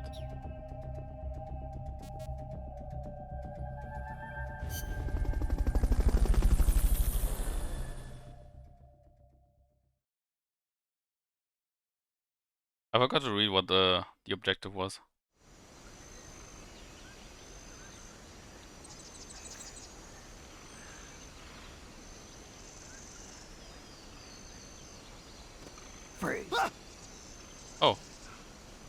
Oh my god, there was someone here.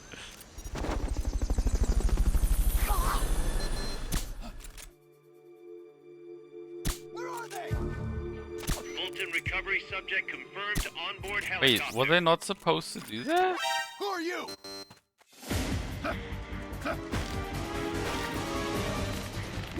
What? Okay. I need to, like... Being held in Cloud Forest, researcher has to disguise himself as an enemy.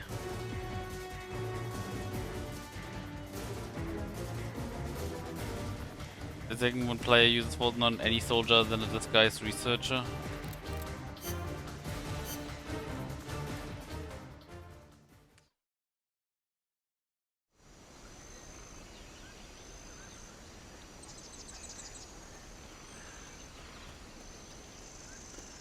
Freeze.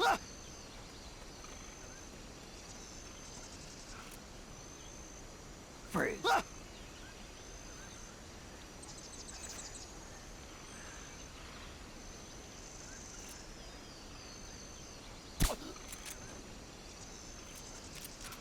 Wait.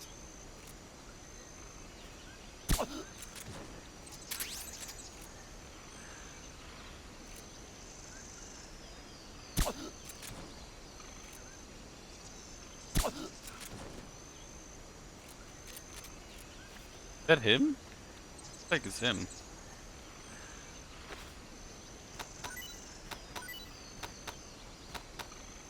Freeze.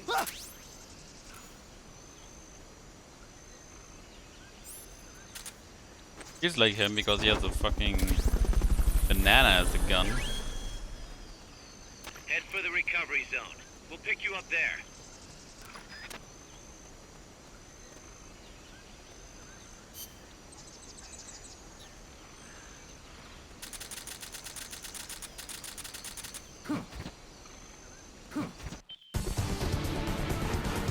I knew you could do it. Piece of cake, right? Kind of, I guess. But kinda goes against the principle of Fultoning everyone so you can get them on your...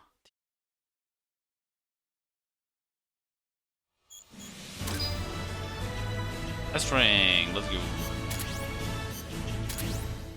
Following words, I knew you had it in you. Following stage cannot be selected in versus. Ruinas de Cookie Quetzal.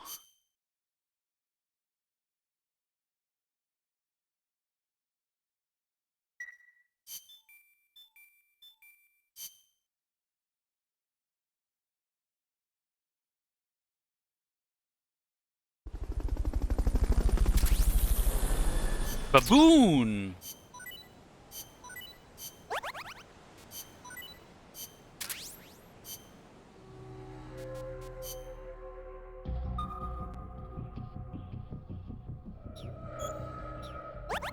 See who died. Nobody. I think? Yeah, nobody died. What the fuck?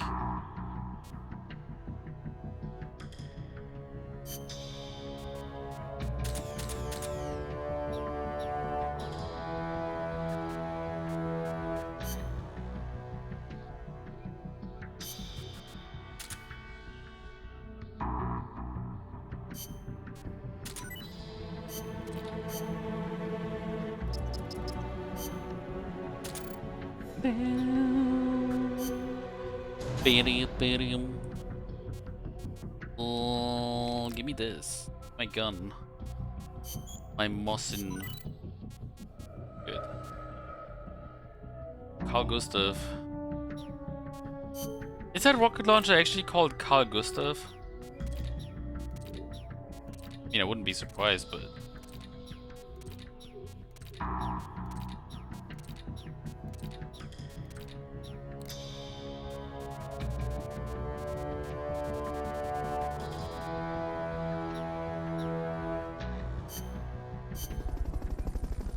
Baby, baby.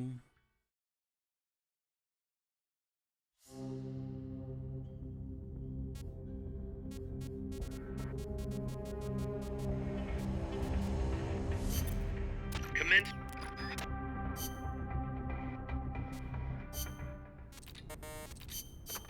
Oh, An enemy tank. fuck off.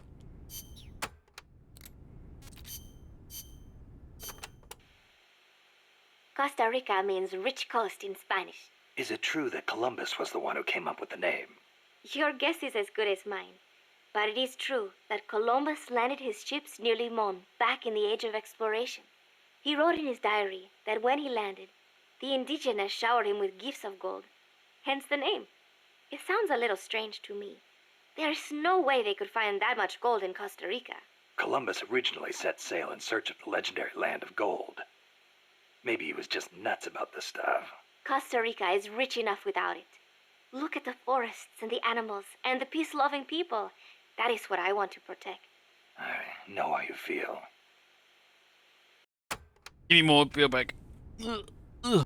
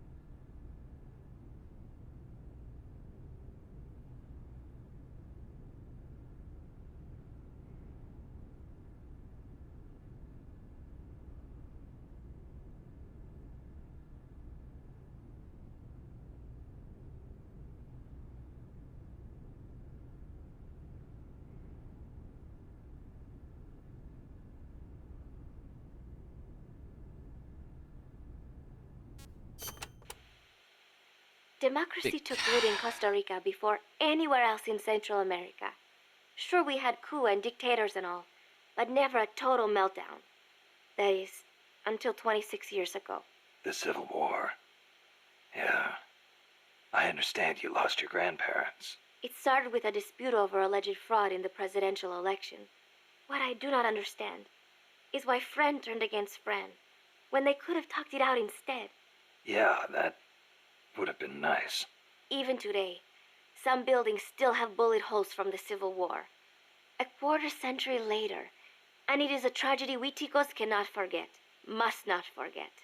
It was the year after the Civil War that the army was constitutionally abolished.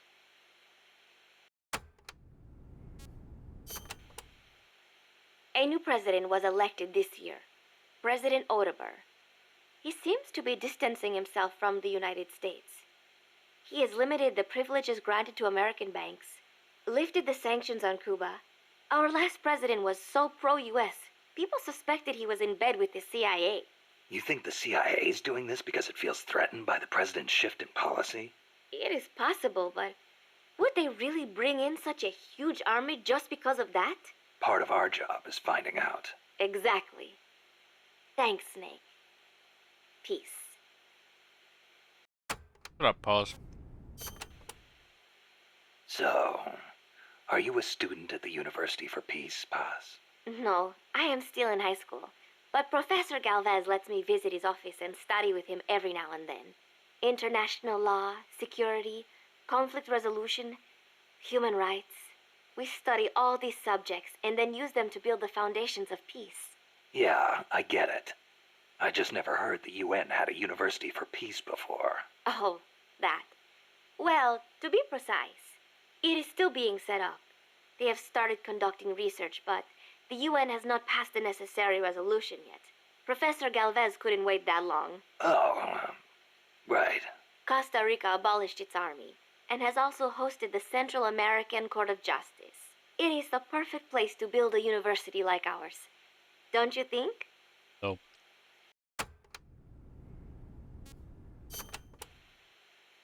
Professor Galvez was a KGB spy?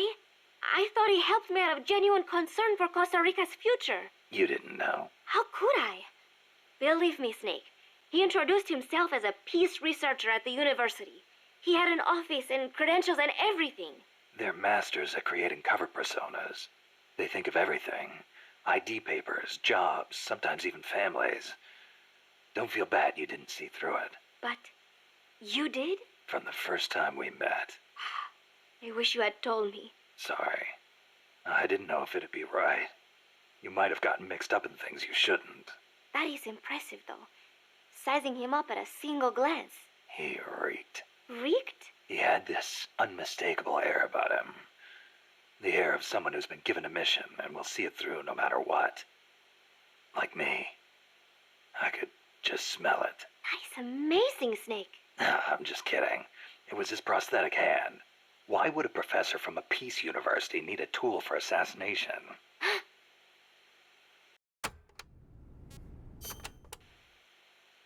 That coffee you guys brought us is pretty damn good.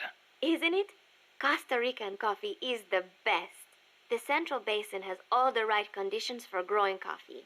It is high in elevation, with steady temperatures and well-drained volcanic soils. The professor certainly seems attached to it. The coffee we drank on the boat coming over was awful. It put him in such a terrible mood. Well, how come I never hear about Costa Rican coffee then? Because it gets bought up by wholesalers and mixed with beans from other countries. It is really a shame. Such wonderful beans, and nobody knows they are from Costa Rica. Huh. They should launch an ad campaign or something. Right. I hope one day people will recognize Costa Rican coffee for what it is. I'm with you there.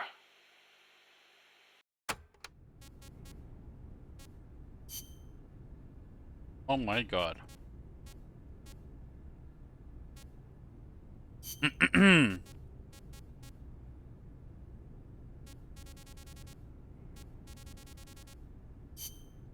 Okay.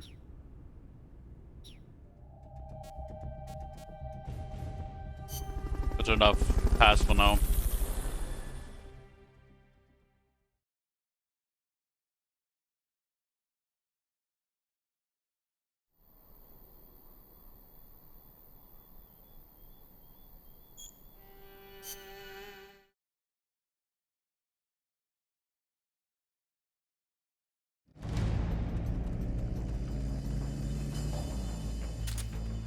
It's gonna be tough to take out a tank with the weapons you've got. You'll want to think about taking out the guys in the unit first. They're trying to find you. Make sure they don't.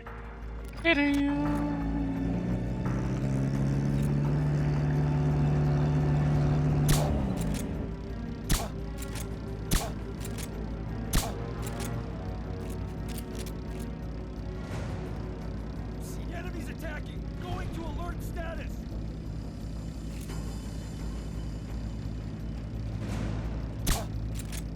What is it?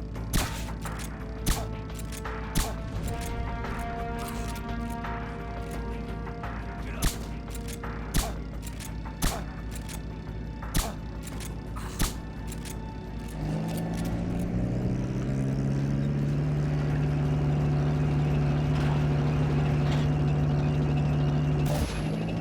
Yeah, that's doing the same thing again.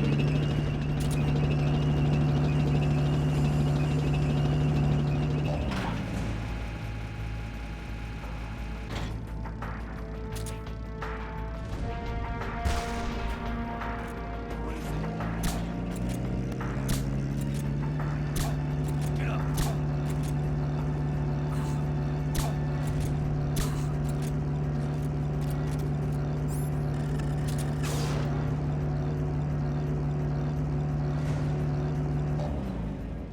What the fuck is this tank doing?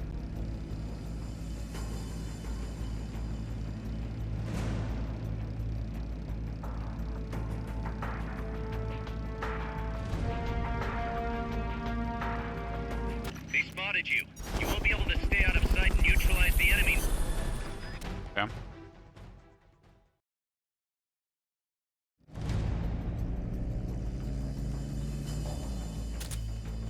It's gonna be tough to take out a tank with the weapons you've got. You'll want to think about taking out the guys in the unit first. That makes total sense, by the way.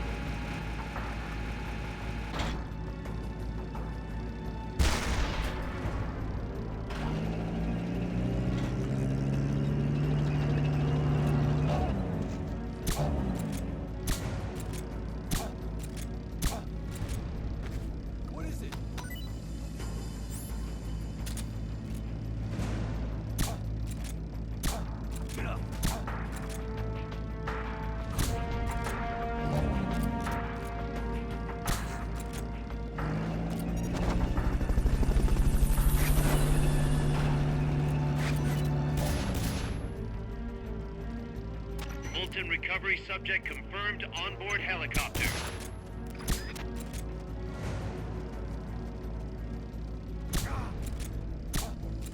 What is it?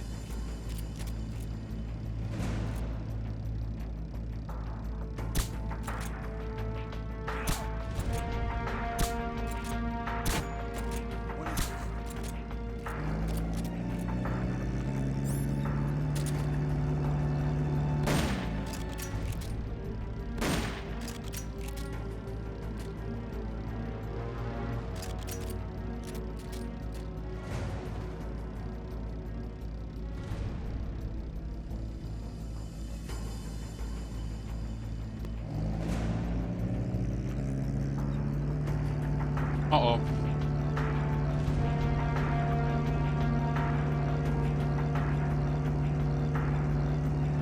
What is it? Get up. Wait. What is it? Get up.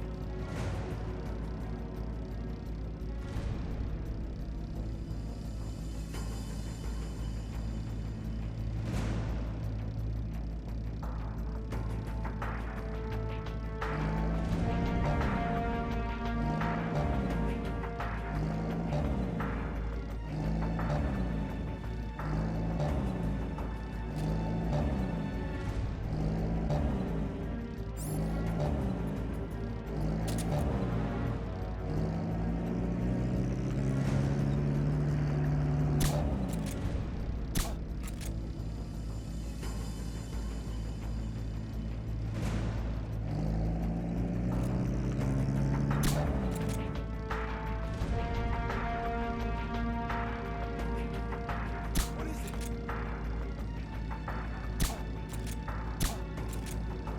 up. What is it?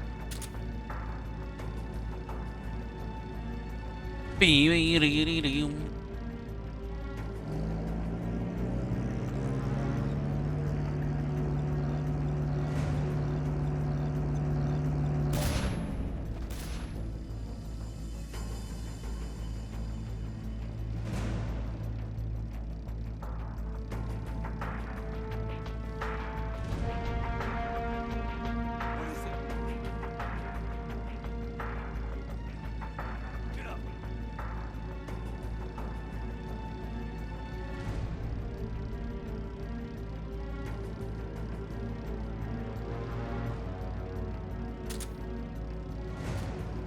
They spotted you.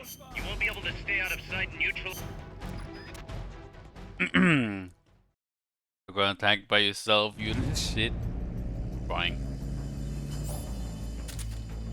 It's gonna be tough to take out a tank with the weapons you've got. You'll want to think about taking out the guys in the unit first. They haven't seen you yet. Perfect. Now's your chance.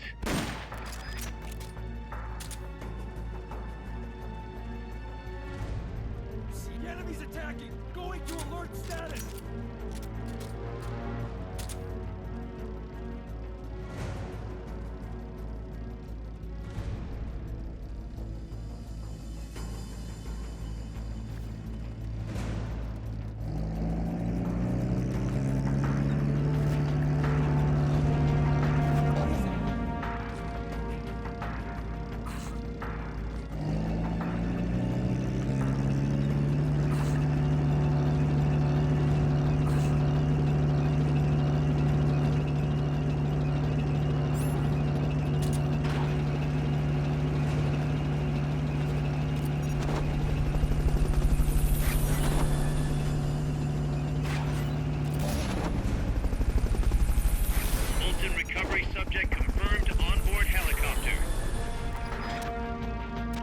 Recovery helicopter is complete.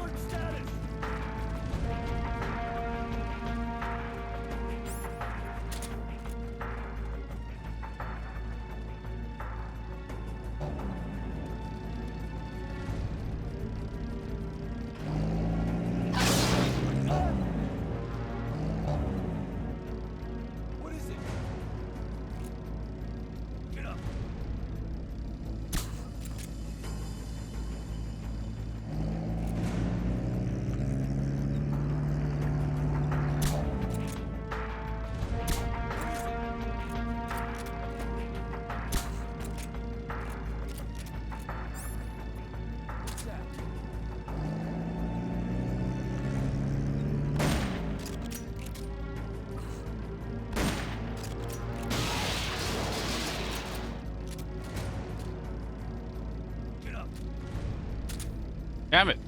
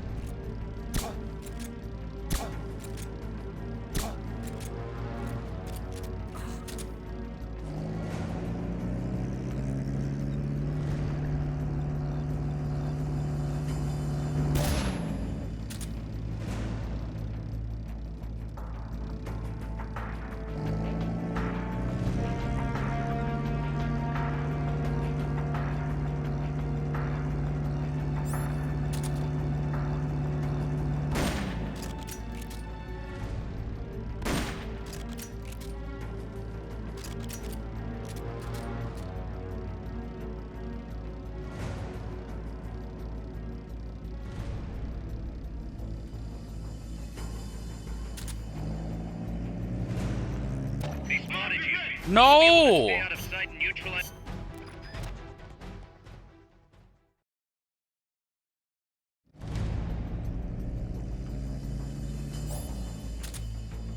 It's gonna be tough to take out a tank with the weapons you've got. You'll want to think about taking out the guys in the unit first. They're trying to find you. Make sure they don't. The enemy's attack! Going to alert status!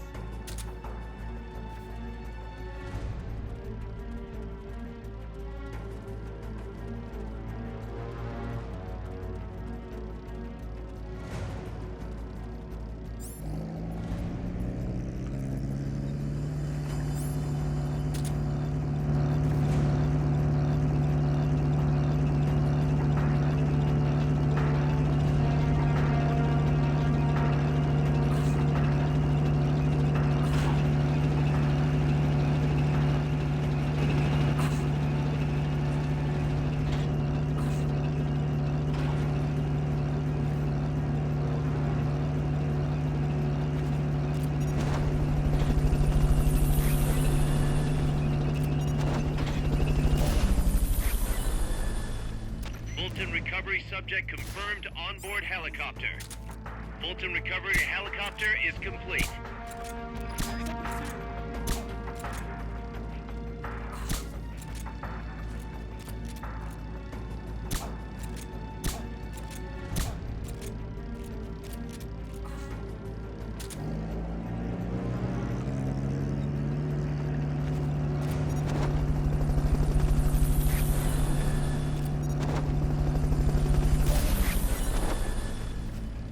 Fulton recovery subject confirmed onboard helicopter.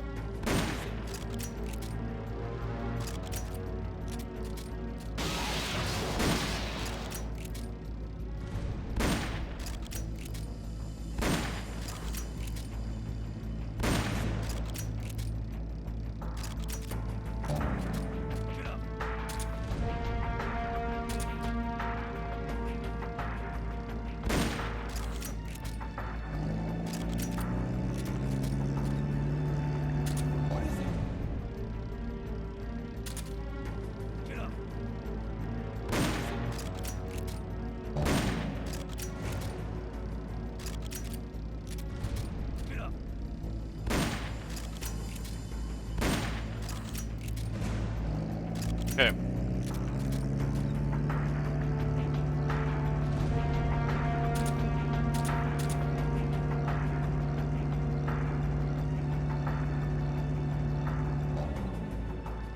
What the fucks, man?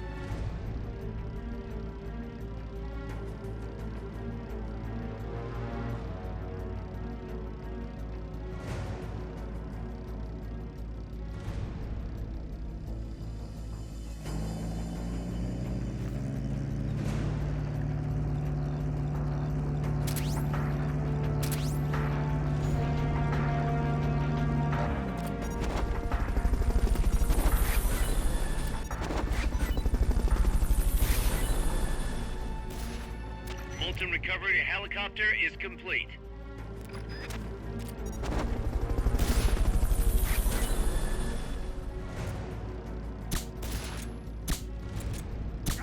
Molten recovery subject confirmed onboard helicopter. What is it? Enemies close by! Enemy sighted!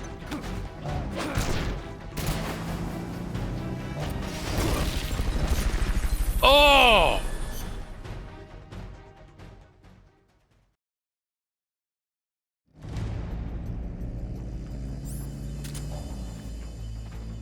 It's gonna be tough to take out a tank with the weapons you've got. You'll want to think about taking out the guys in the unit first. Strike before they spot you.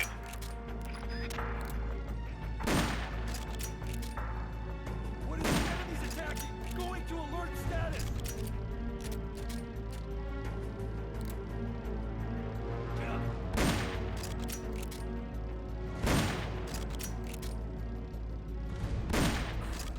What is it?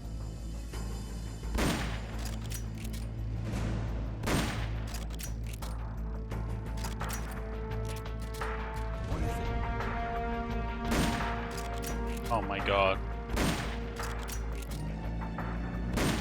What is it?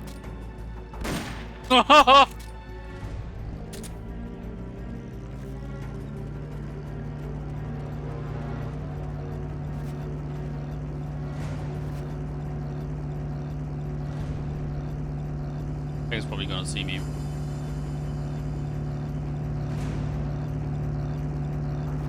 Or not. Fuck you.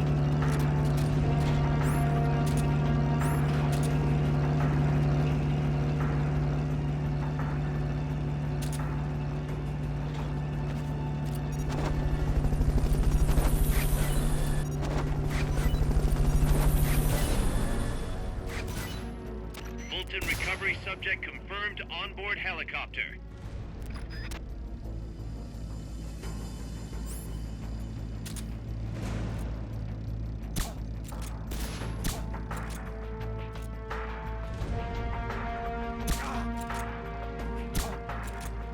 Somebody's here! The enemy's attacking! Going to alert status! What is it?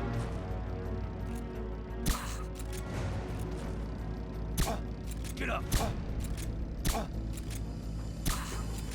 What is it?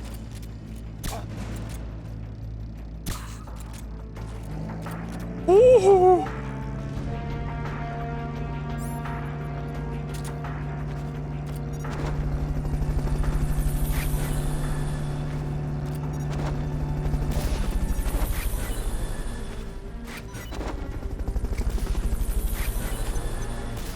Molten recovery helicopter is complete.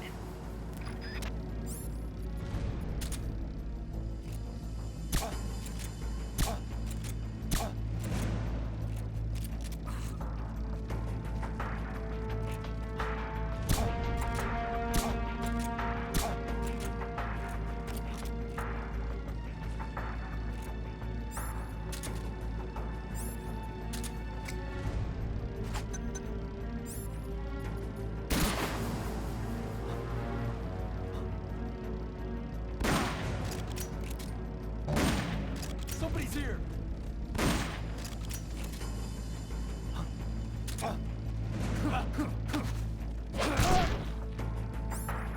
Freeze.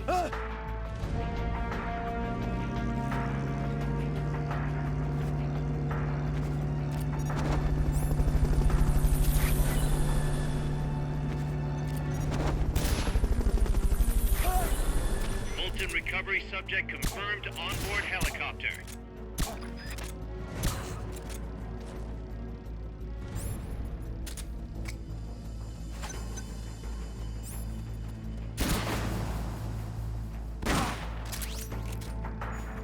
Somebody's here!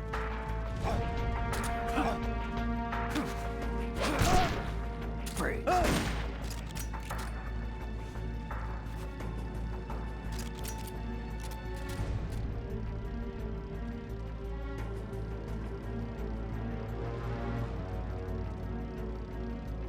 Spotted you. You won't be able to stay out of sight and neutralize the enemy now. You're shitting sitting me. duck with that equipment. Get back here and load up with something else.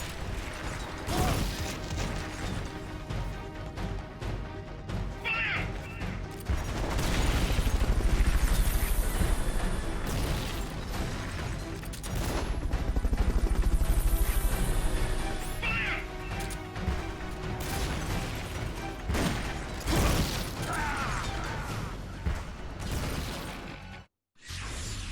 What happened, Snake? Snake!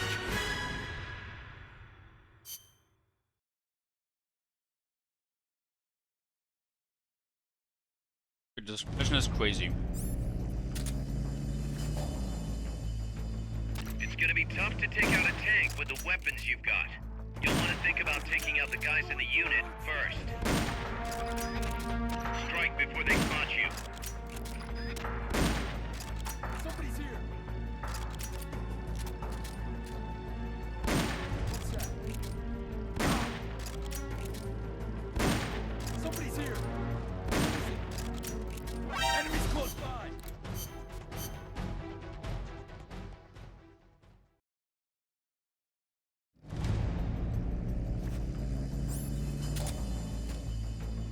It's gonna be tough to take out a tank with the weapons you've got. You'll want to think about taking out the guys in the unit first. They're trying to find you. Make sure they don't. He's attacking! Going to alert status!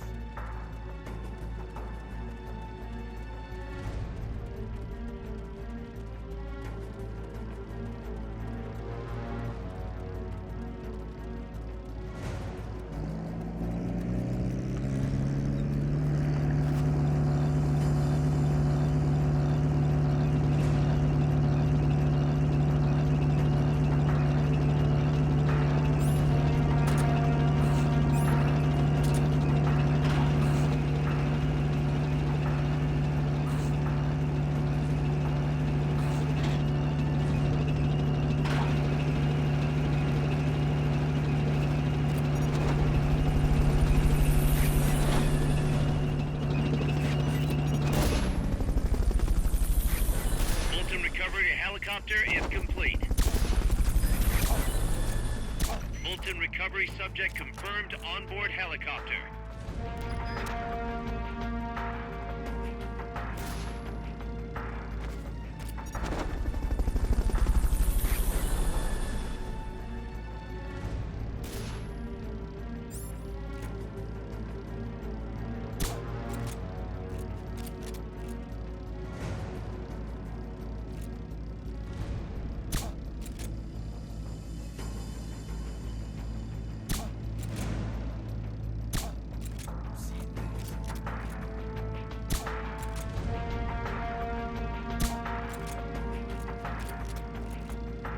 Nee. What is it?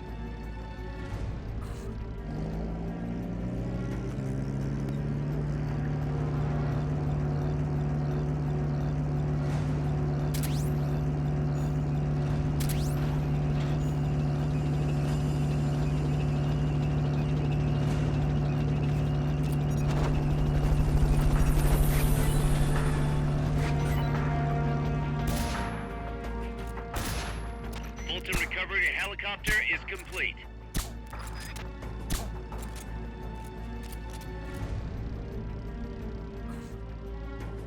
I'm seeing things.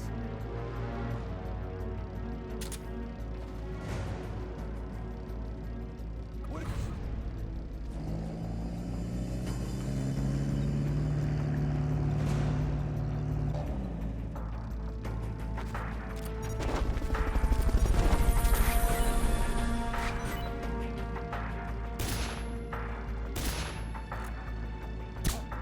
Fulton recovery subject confirmed onboard helicopter.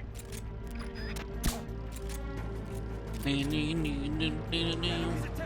Going to alert Not me.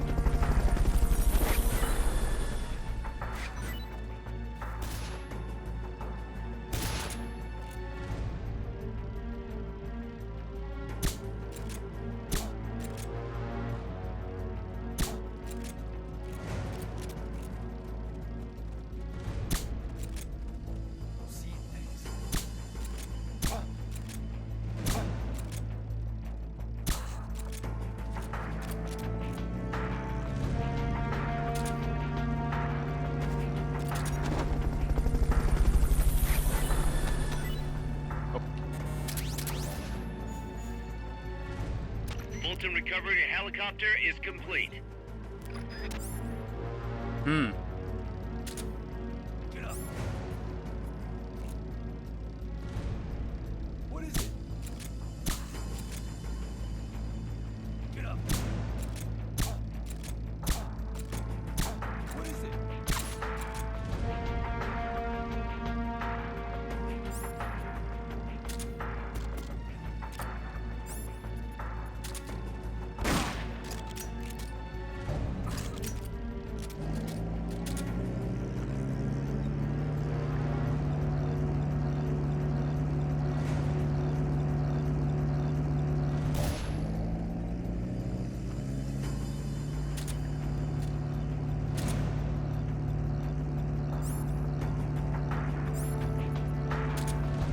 They've okayed your request for a cardboard box. It'll be sent out shortly.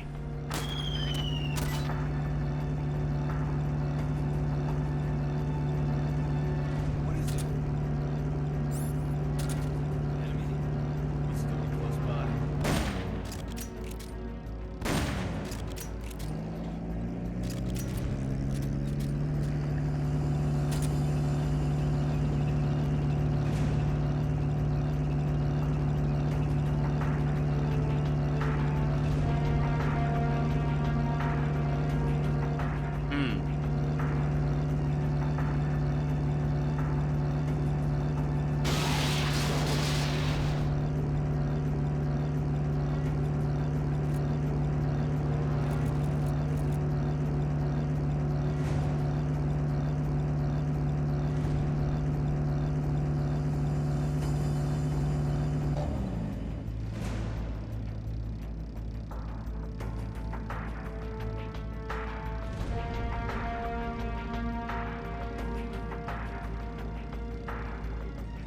Well.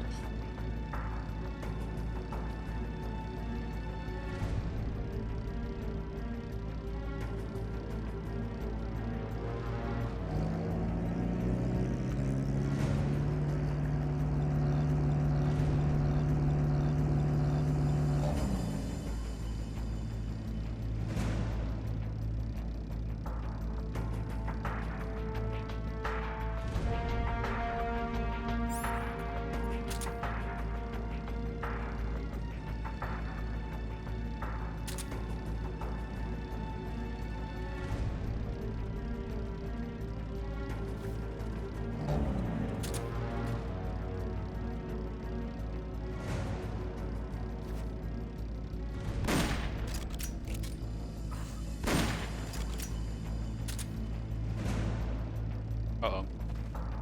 Someone attacking? The enemy's attacking! Going to alert status!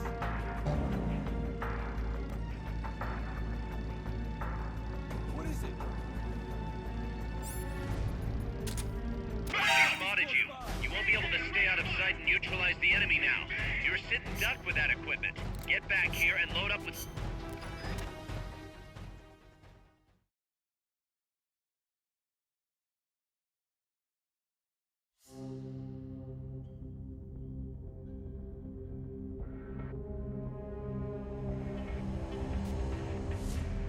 Fuck does one.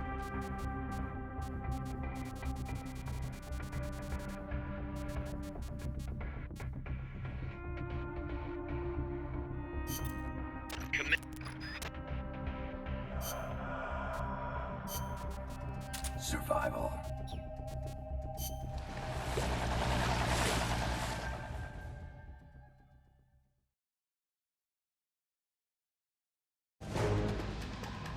Bum bum. Hit the targets as fast and as accurately as you can.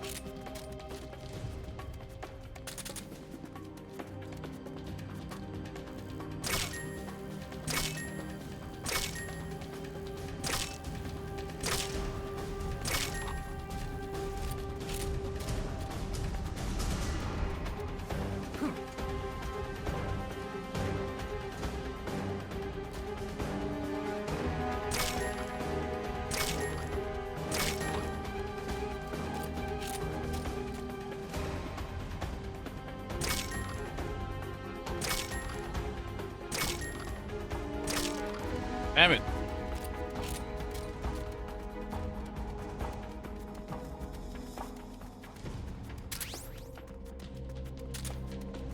What? Oh, wait.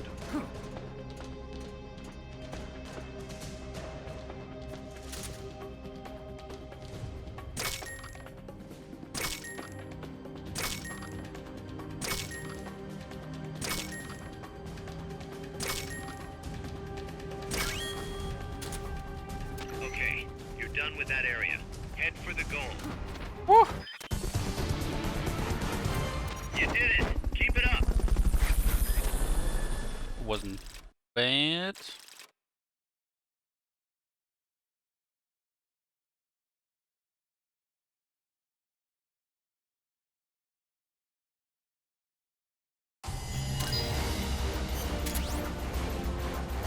God damn it.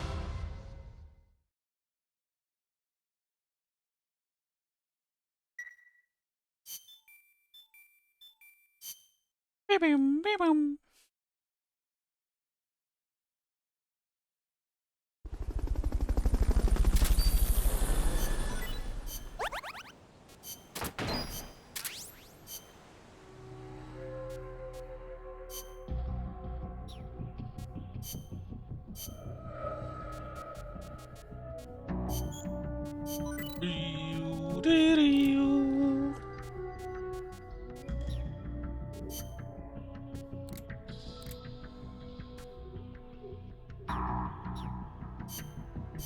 Damn, they actually brought the Sultan Raider into this game. Holy shit.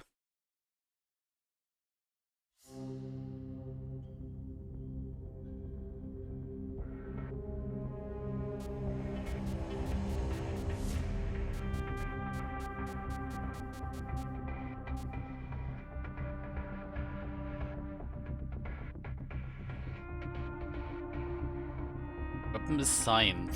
Okay. Let's get this mission started. Complete the mission and proceed.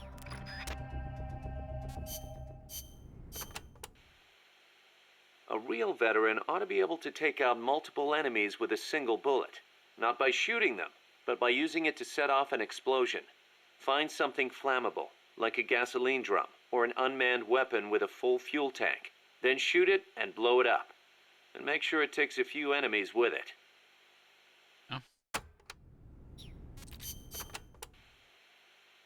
Snake. Check something.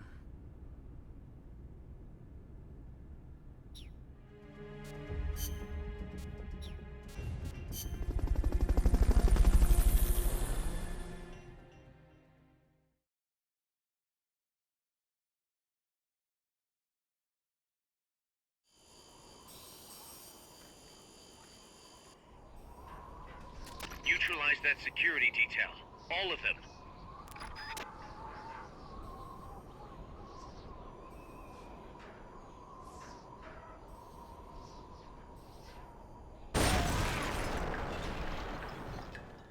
explosion? Yep. Kinda what I expected would happen.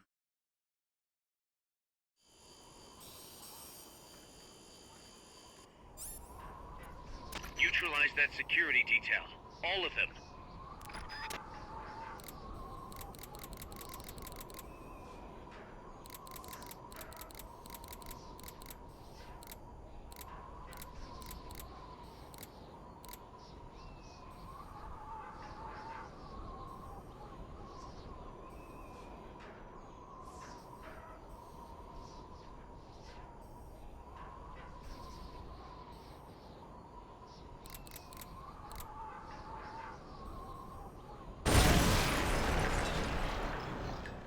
An explosion? Aha! Okay, I got it.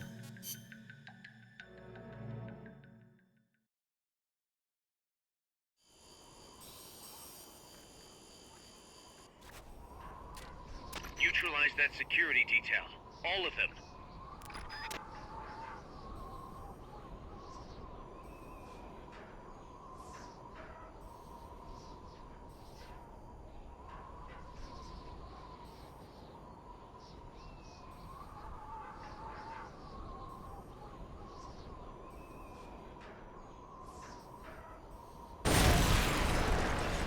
Fuck.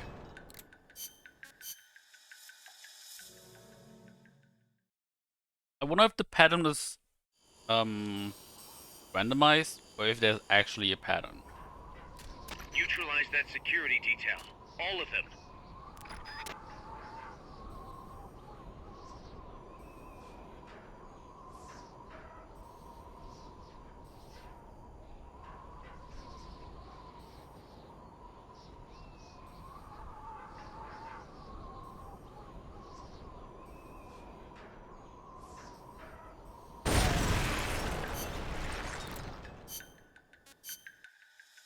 I think it's actually randomized, which kinda sucks.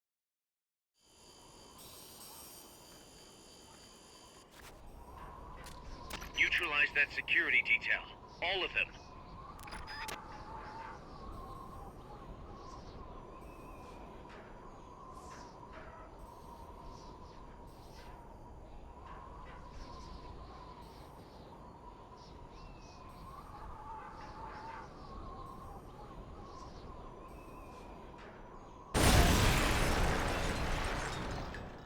An explosion? Out of ammo, huh? Abort mission. Come on back. God damn it.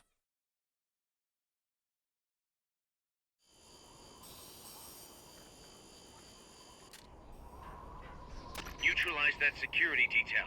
All of them.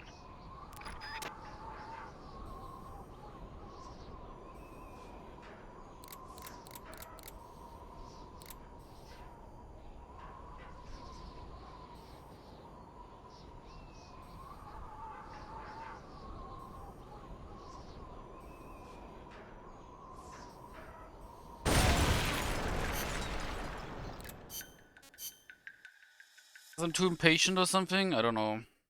But man. Neutralize that security detail. All of them.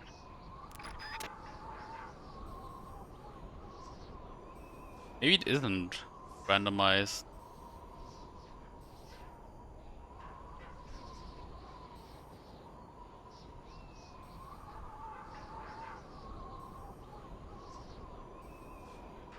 Yeah, I think it's actually not randomized. Still sucks because, well, the game actually makes me have to wait.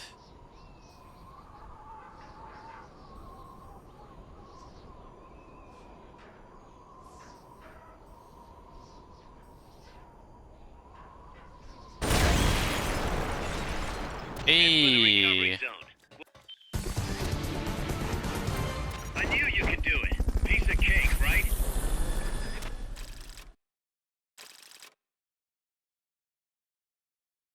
Cheesy.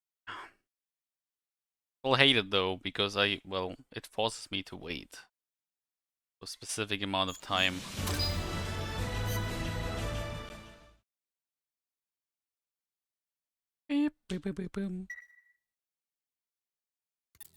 Bad news, Snake. Zadornov's on the loose. What? Again? It's funny. We took away his prosthetic and did a full body check. We even increased the guard. You think he had help? Impossible. Anyway, I'm adding a new mission. Locate and recover Zadornov.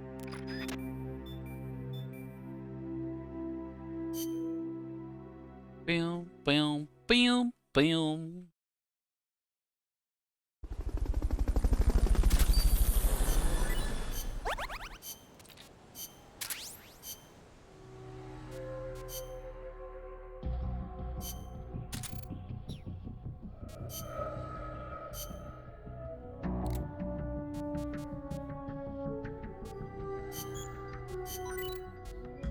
Gustav upgrade.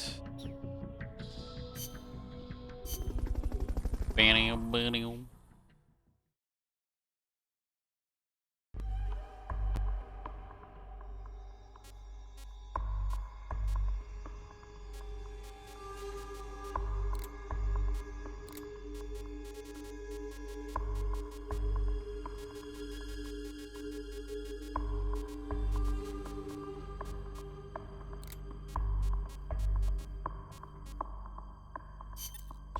Snake, Zadornov's disappeared from his cell again. Find him.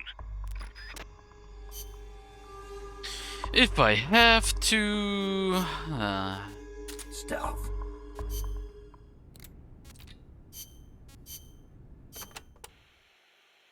Paz, you said Costa Rica has no army, right?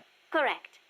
Article 12 of the Constitution declared that the Army as a permanent institution is abolished. It does permit us to organize armed forces for national defense based on inter-American treaties. Only temporarily, then. In effect, yes. But in the years since the Constitution took effect, Costa Rica has not once raised an army.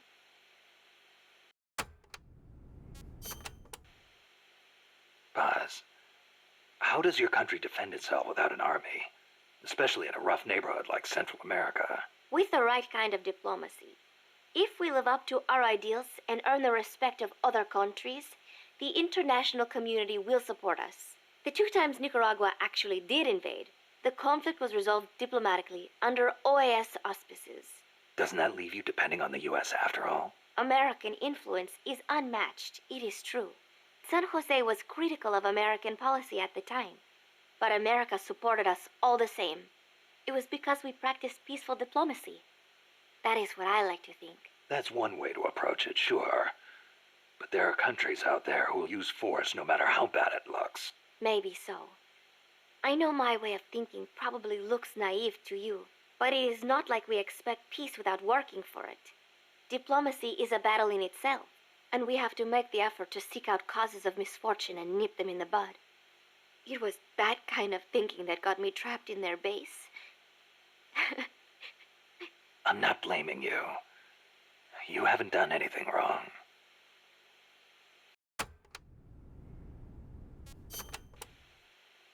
The army was abolished 25 years ago, the year after the Civil War. I learned about the sorrow of civil war from a very young age, the futility of countrymen fighting each other, and the tragedy. Costa Rica learned the hard way. That is why it abolished its army. It decided to pour its efforts into education instead. More teachers than soldiers was the slogan. Education is essential, no question. Even Che used to teach reading and writing in between guerrilla campaigns. Costa Rica was poor at the time. We did not have many resources. I suppose we had to pick one or the other. The military or the schools. Oh, oops.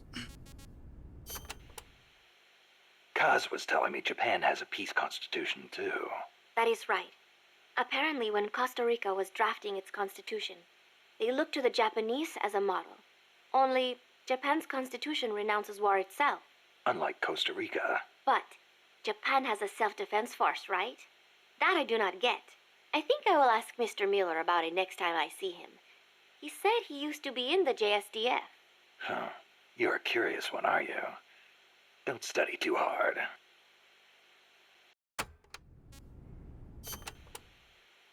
What was that you were saying? Peace is not the natural state of men? You said you learned it in school. That is right.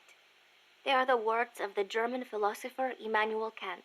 In 1795, What a he cunt. wrote a book titled Perpetual Peace. Kant argued that it is precisely because peace is unnatural that we have to make it ourselves. How? That is what his book is about. Is the concept starting to sound interesting now? Not really. I belong in a more natural world. Is that so? My grandparents died in the Civil War. If only we had been at peace, they would not have lost their lives. You actually wish for war? It's not like I want to hurt innocent civilians, but if someone attacks you, what are you supposed to do? A country needs the strength to defend itself.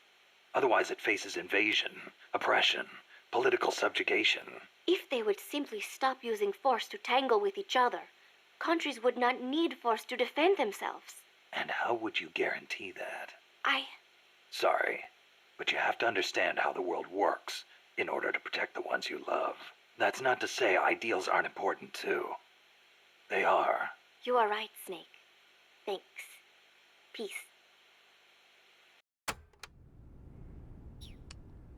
Oh.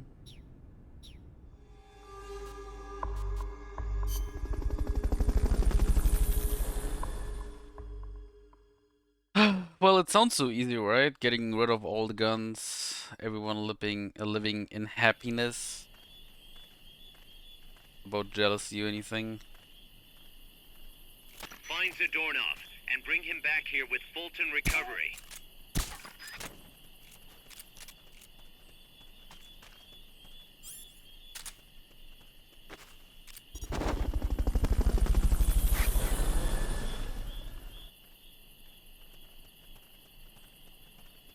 Fulton Recovery subject confirmed onboard helicopter.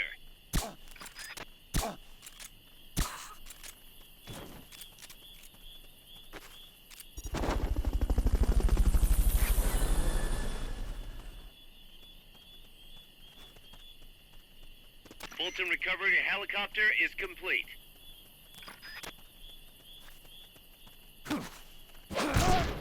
Freeze.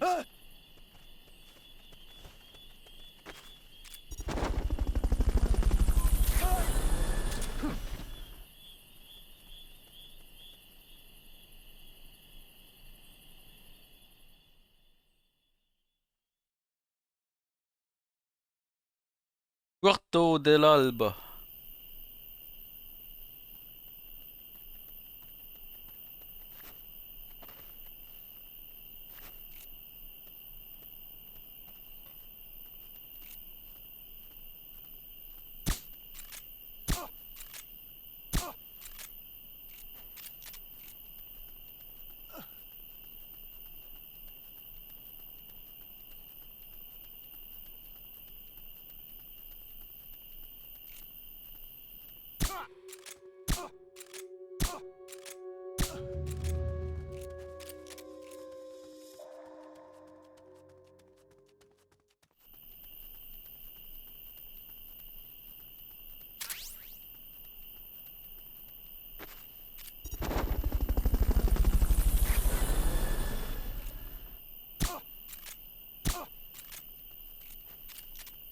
That was the last guy.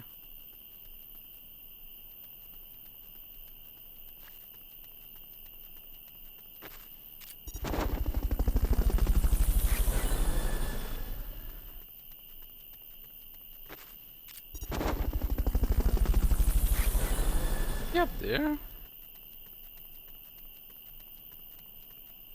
Fulton Recovery helicopter is complete.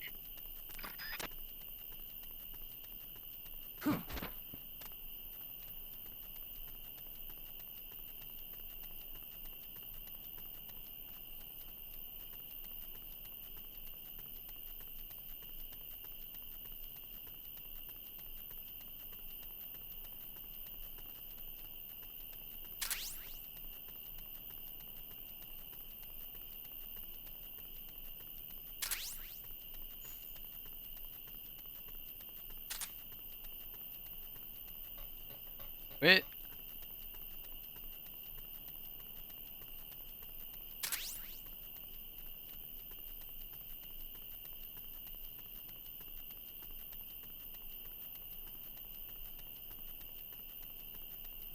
Wait a second. This fucker juke me?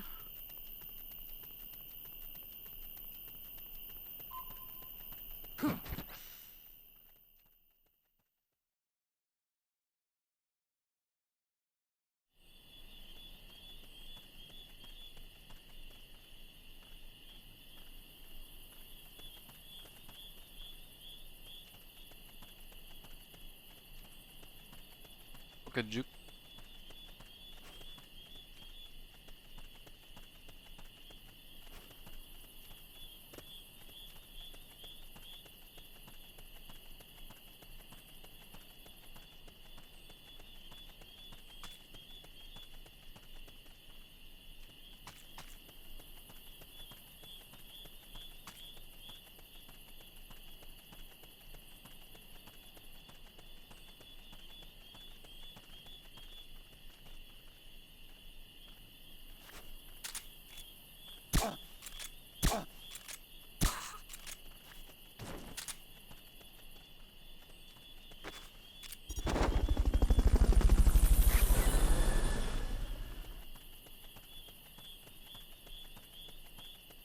The fuck?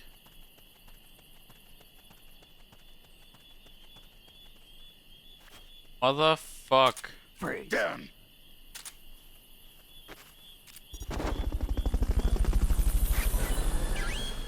You mother heck. For the recovery zone. We'll pick you up there.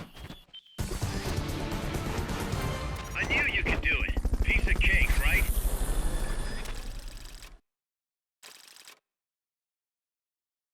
Mother bitch.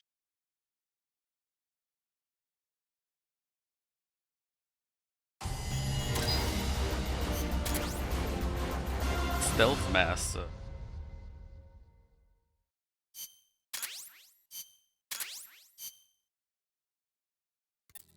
Kaz, I caught Zadornov. Impossible. I thought I'd made it. Acknowledged and appreciated. The bitch. Doo doo doo.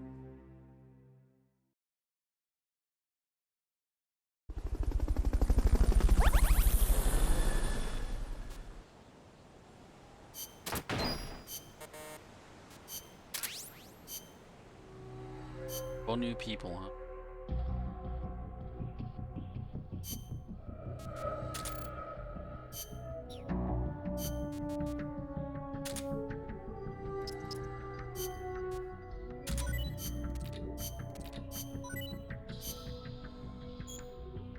Boom, boom.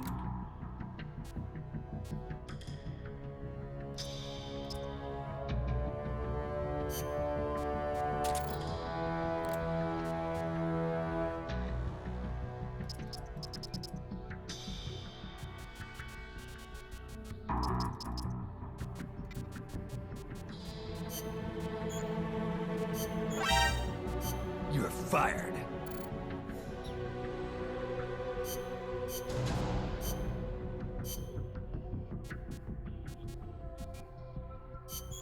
Oh shit. Expensive as fuck. Need money. Please.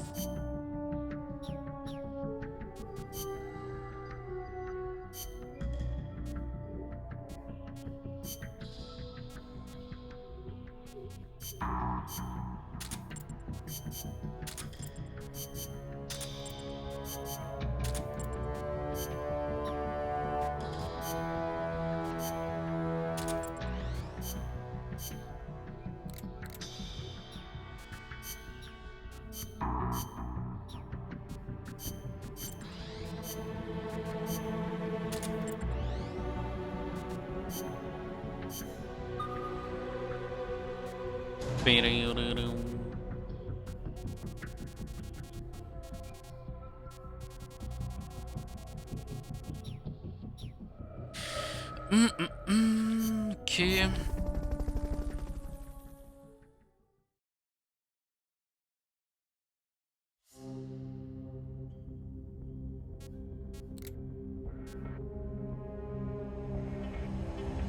Pupa Type 2. So the pupa will shut down the AI to complete the mission.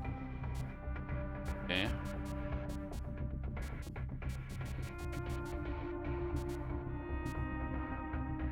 Hold up all enemy mercenaries in a Puerto. Killing, knocking out, or tranquilizing enemies will result in instant mission failure. Let's get this.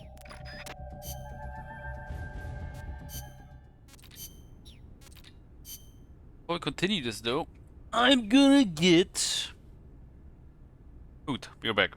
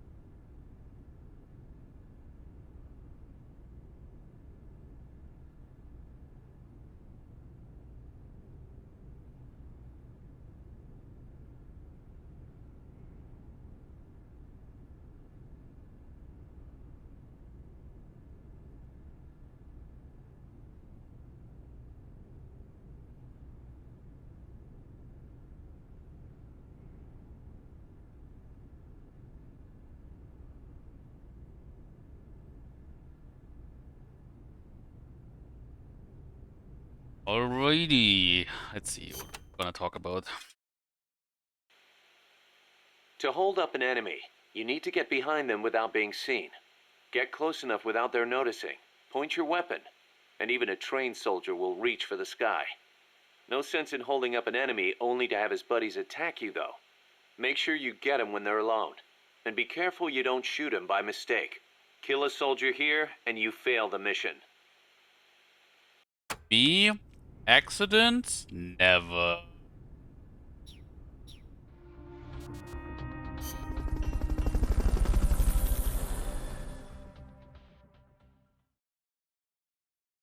I wonder how difficult they made this mission, but with the sneaking suit, it is pretty simple, isn't it?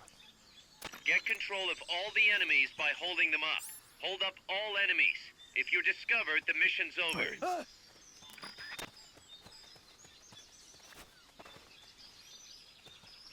They gave me a banana to hold up people.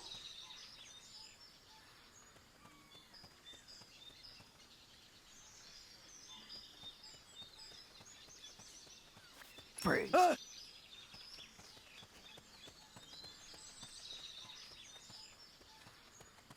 Freeze.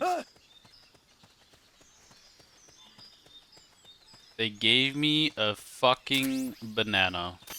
Isn't a banana just a tasty snack? Your objective this time is to hold up all enemies. I know it is not easy, but I have faith in you. I totally forgot about this. No one's stupid enough to tempt fate and step on a banana. I wouldn't bother trying to... Chico, shut up, it worked.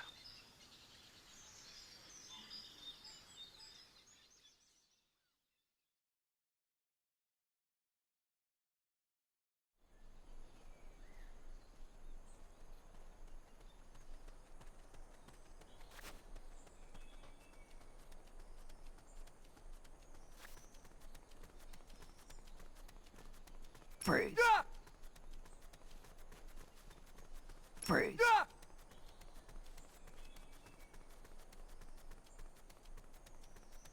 Hey!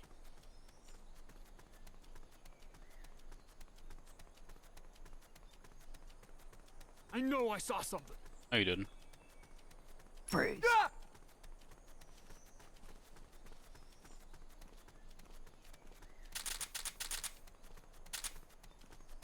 We're counting on you, boss. Freeze. Okay, you're done with that area. Mission complete. Great job. It was actually simple and cool.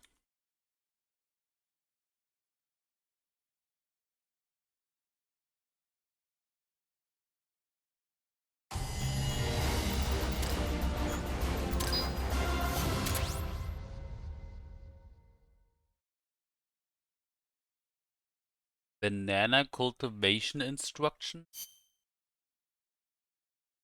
Okay.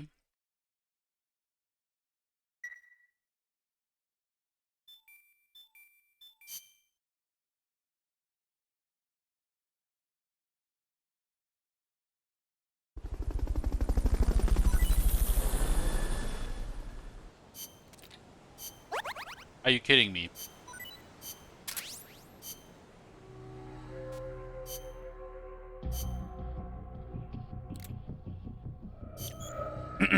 Okay, it's not. They're not kidding.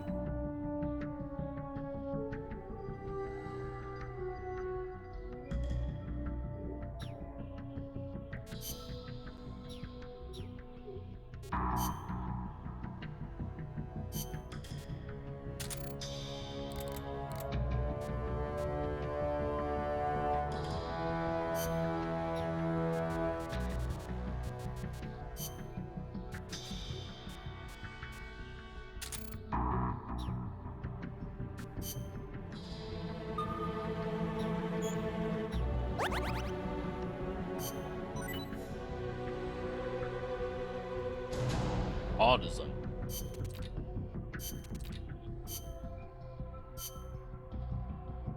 Yeah.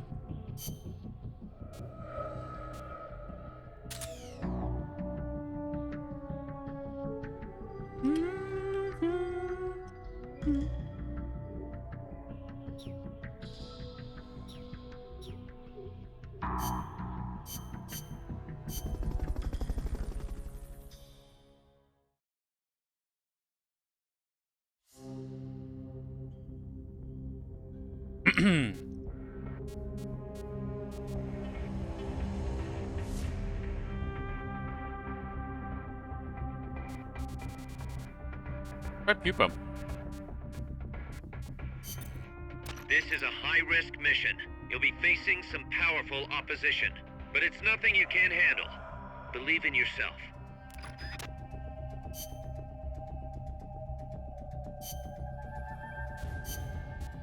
Combat.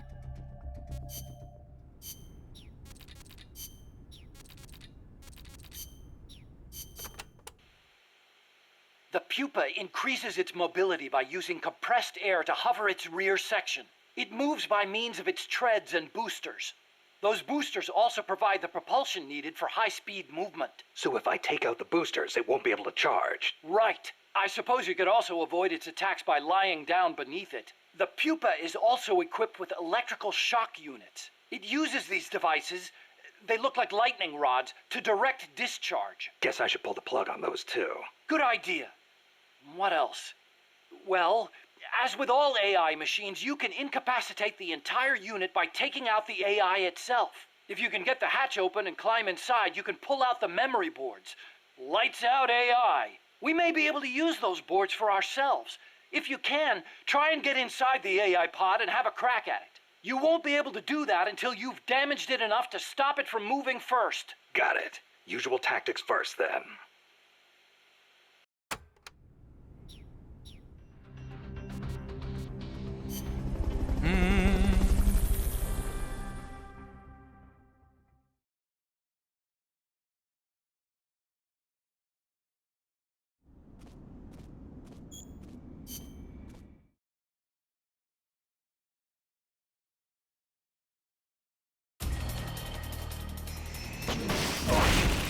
Are you fucking kidding me? You bitch! Neutralize the pupa AI weapon.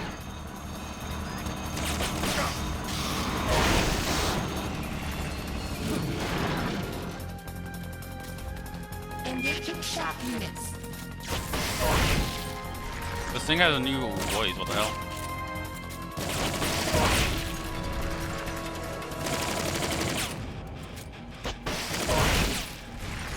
Firing boosters.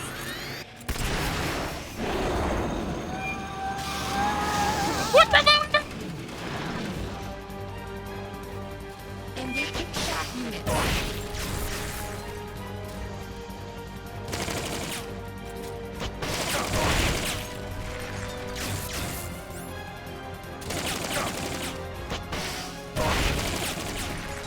Firing boosters.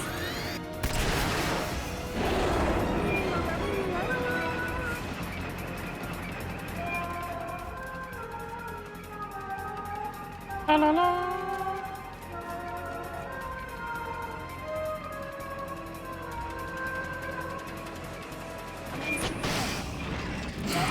Damn it.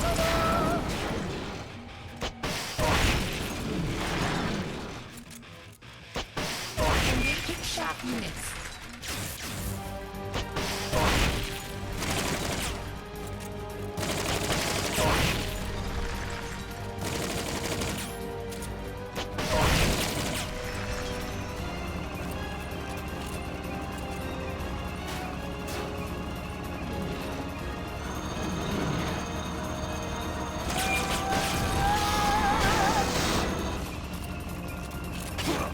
Ow!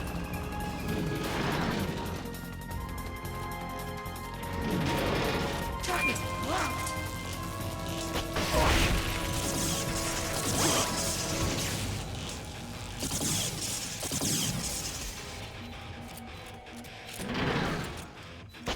Firing boosters.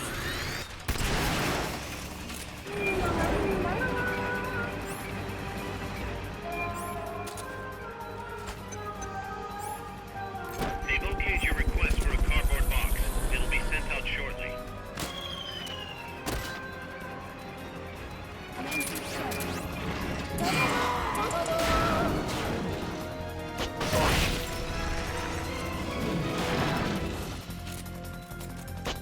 Engaging shock units.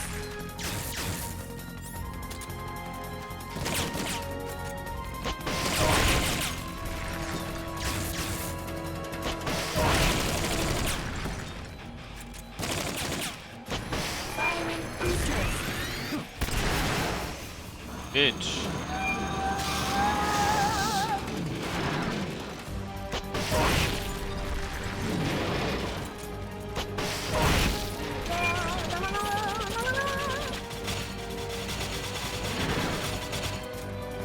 Firing boosters.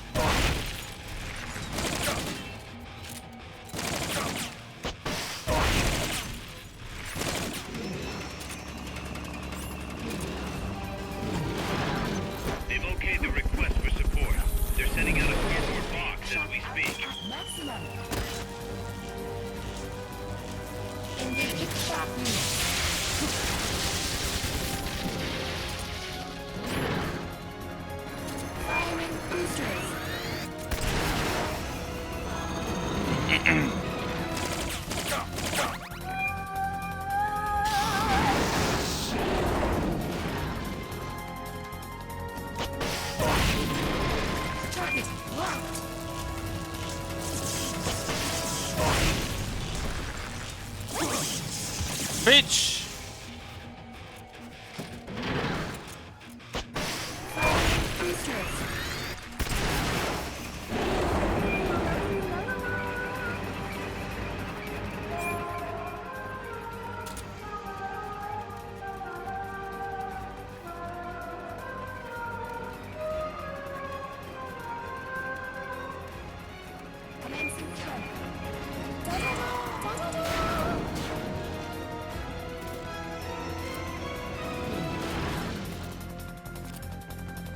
Engaging sharp units.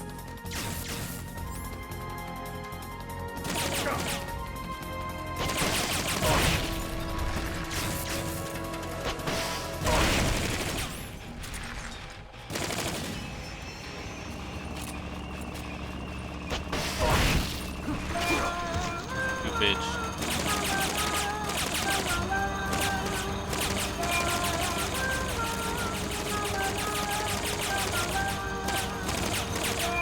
They've okayed your request for a cardboard box. It'll be sent out shortly.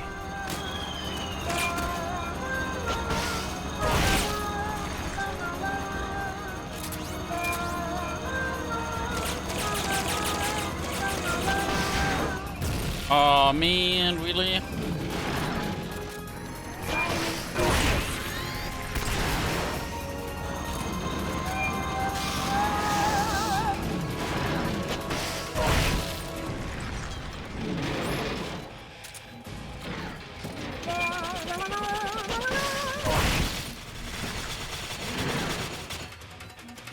Firing boosters.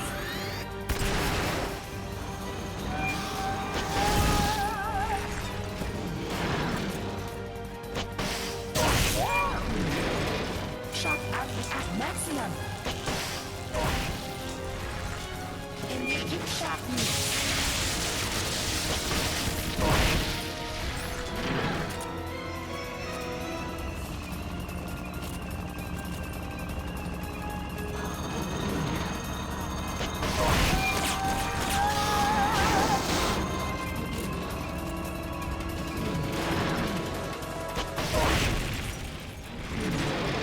Target locked.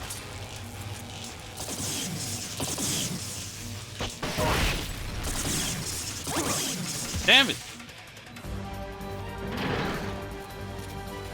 Firing boosters.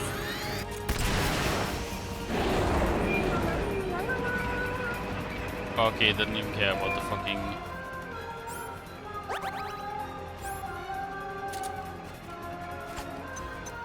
didn't even care about the...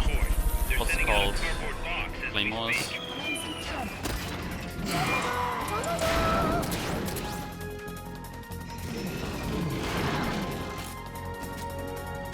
Engaging shock units.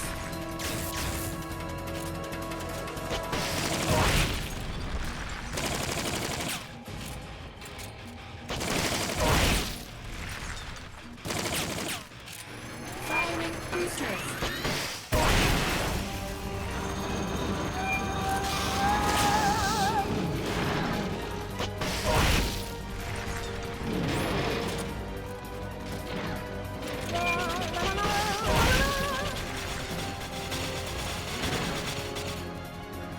Firing boosters.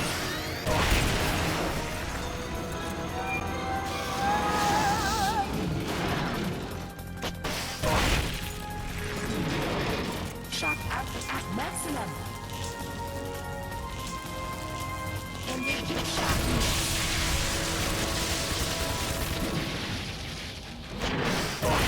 Oh, I didn't mean to... Ah, man.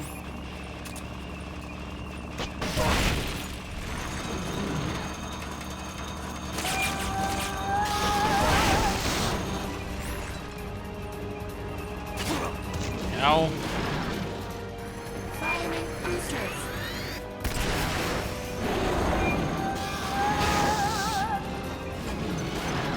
They've okayed your request for a cardboard box. It'll be sent out shortly. Target locked.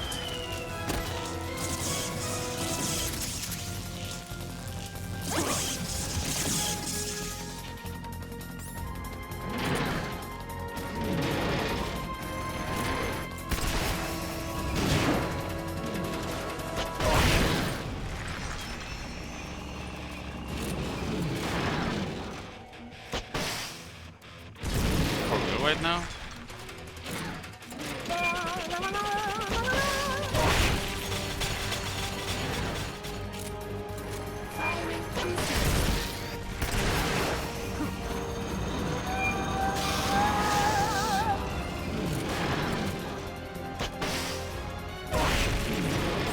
Shock output at maximum.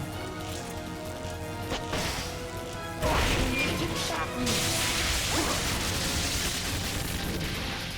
Oh boy. Firing boosters.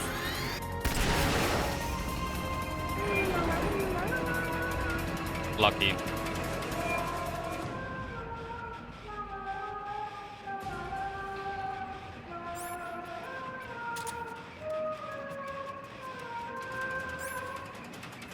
Commencing threat.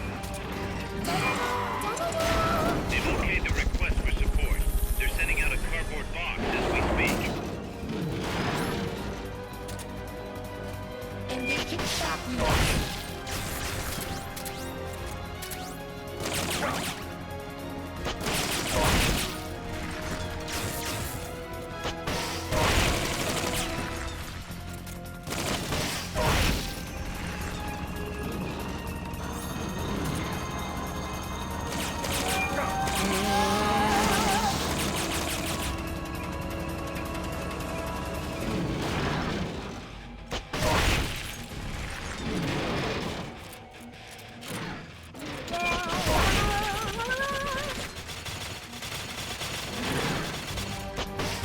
Oh, you bitch. I couldn't duck.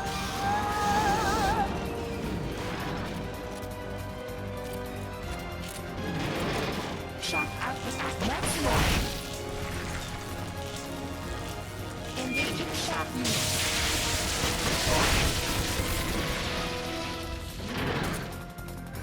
Firing boosters.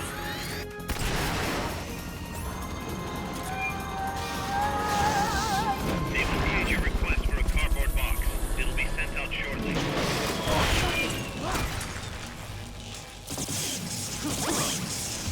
Fuck you!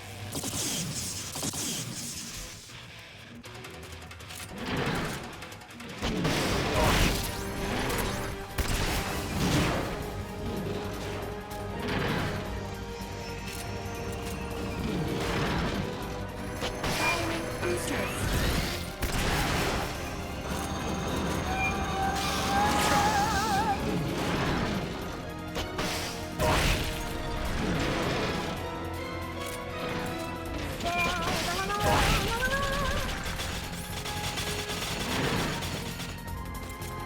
Firing boosters.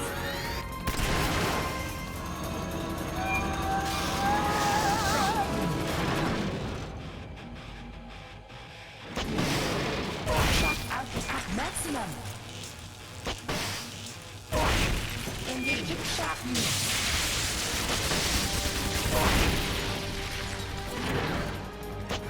Firing boosters.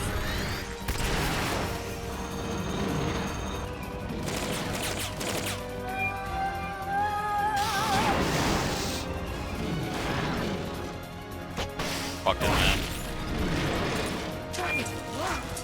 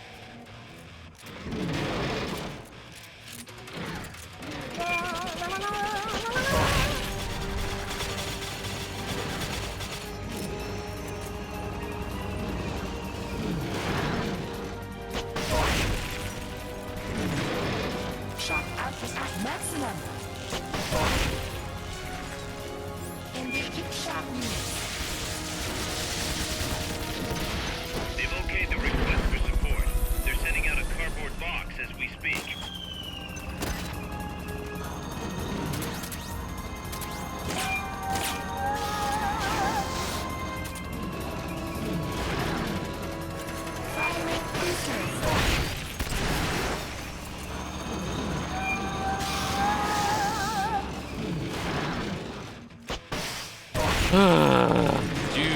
Target locked.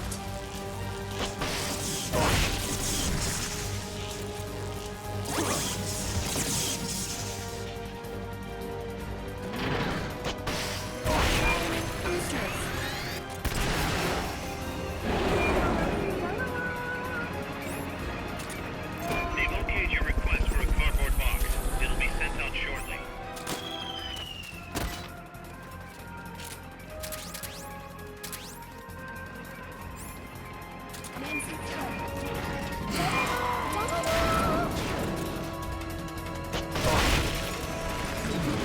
At this point, I just want to defeat it. I think I would. I think I'm not able to defeat it right now, just by hitting its body and not the pod.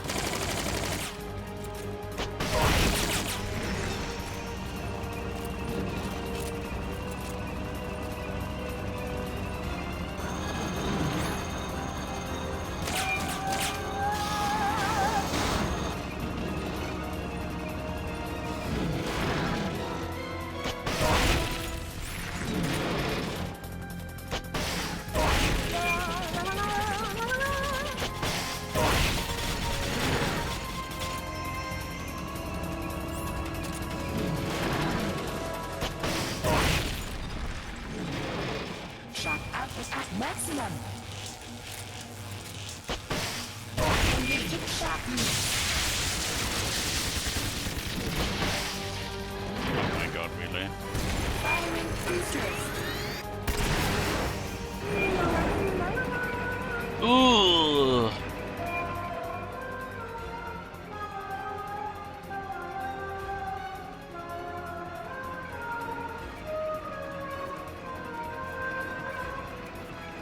Commencing turn.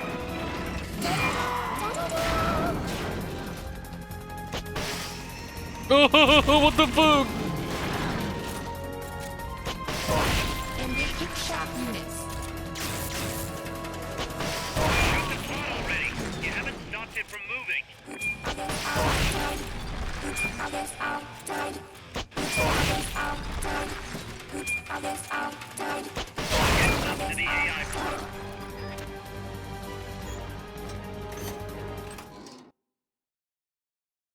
Christ.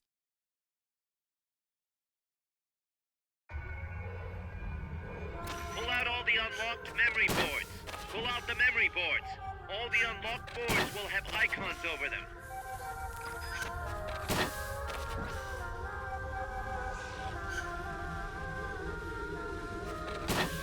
Any boards you remove can be used to build our own AI weapons. Memory boards have different functions according to the icons displayed over them. Go ahead and take whichever ones you want. If you attack parts on the exterior of the machine, the memory boards that control those parts should light up. You can tell what a memory board does by looking at its color when it lights up. Yeah, yeah.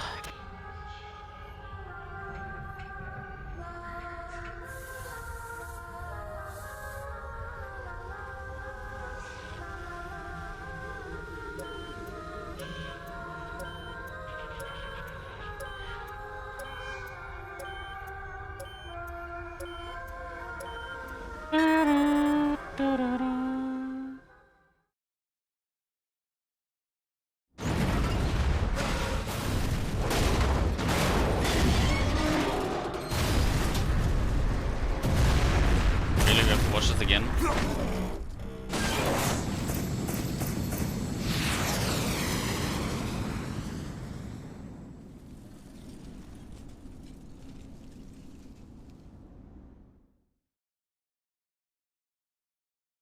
Dun, dun, dun, dun, dun, dun. Dun, dun, dun.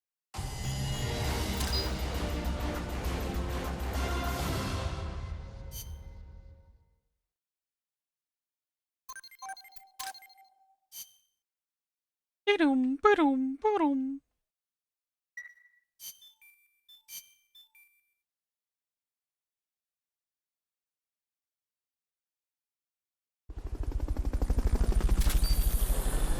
Banana, let's go.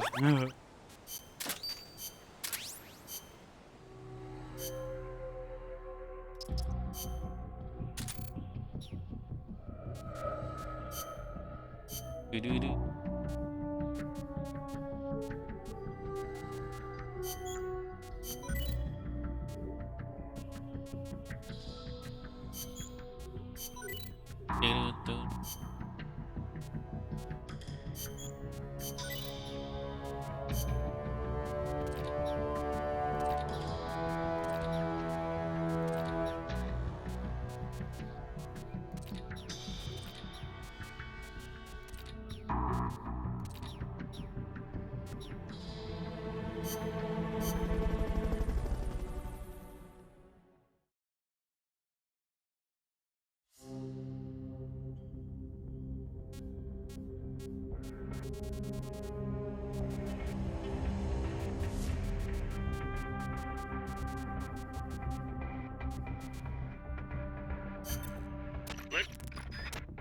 Hey, you know what time it is? Tape time!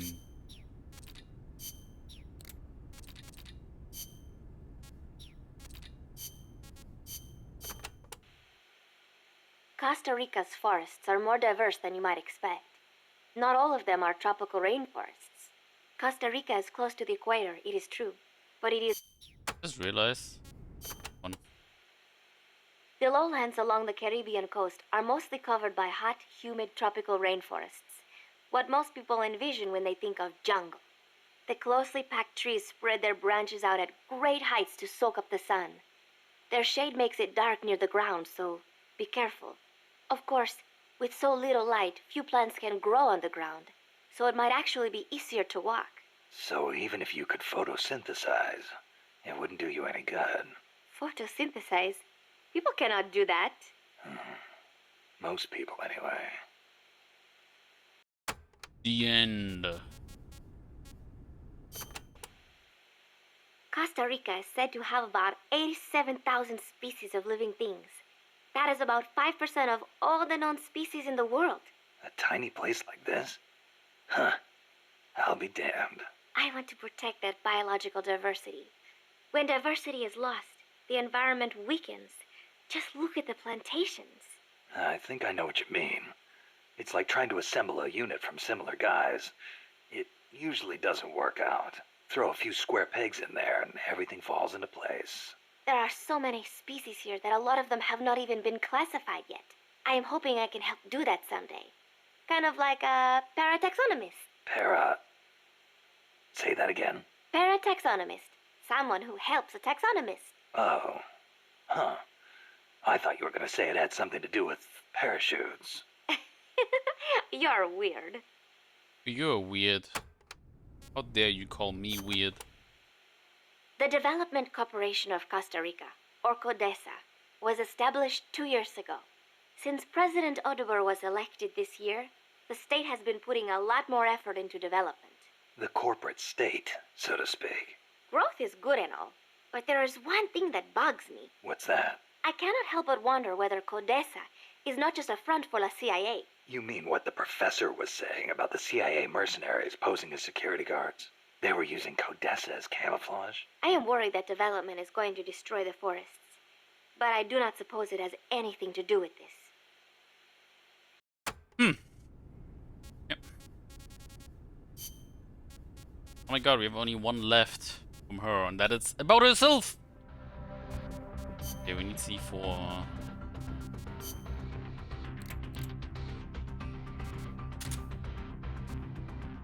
Wait. Stop.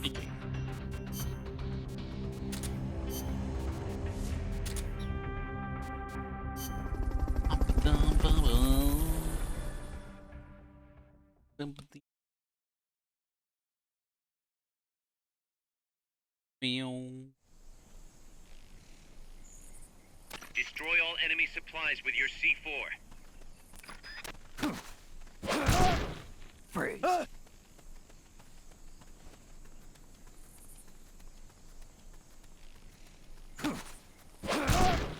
Freeze. Speedrun tactics.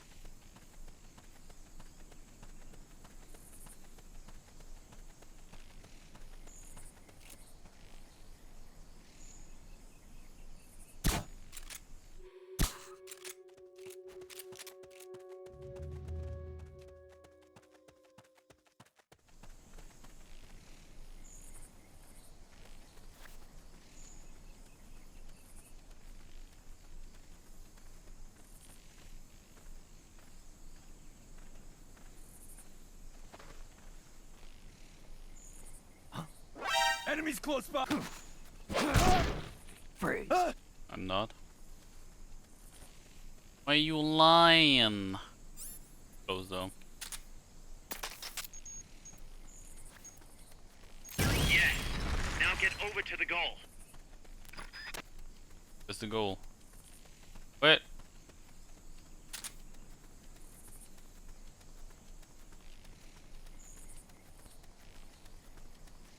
Wait.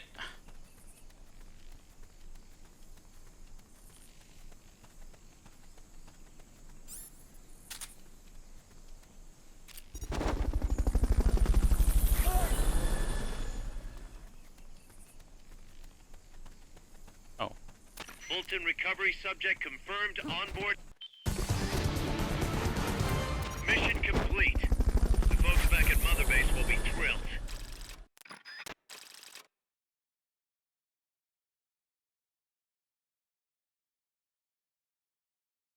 Oh well.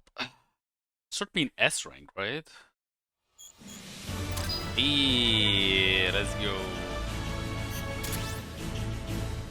Let's fucking go.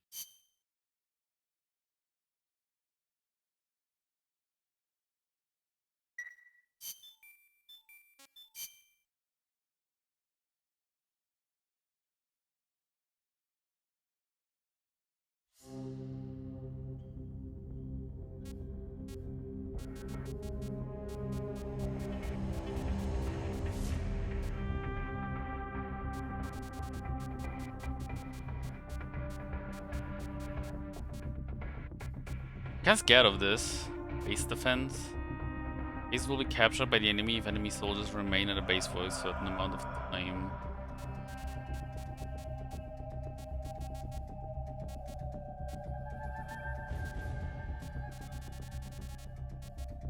Well, let's try it. See how bad this is gonna be. Let's get.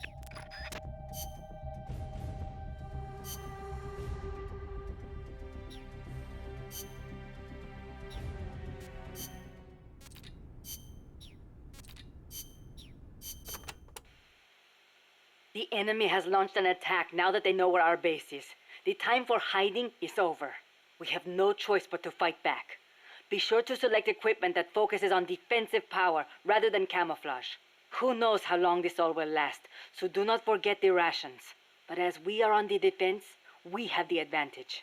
There's no reason to panic. The enemy will be on the move, so they cannot stay hidden forever. A sniper rifle would be a safe means of slowing their advance, depending on the sniping position, that is.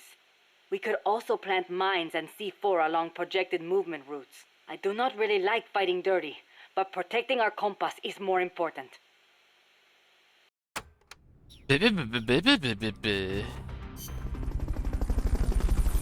I got this. Maybe. It depends.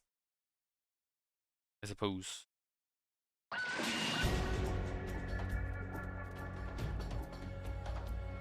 Oh shit, what the hell? Neutralize all enemy attackers.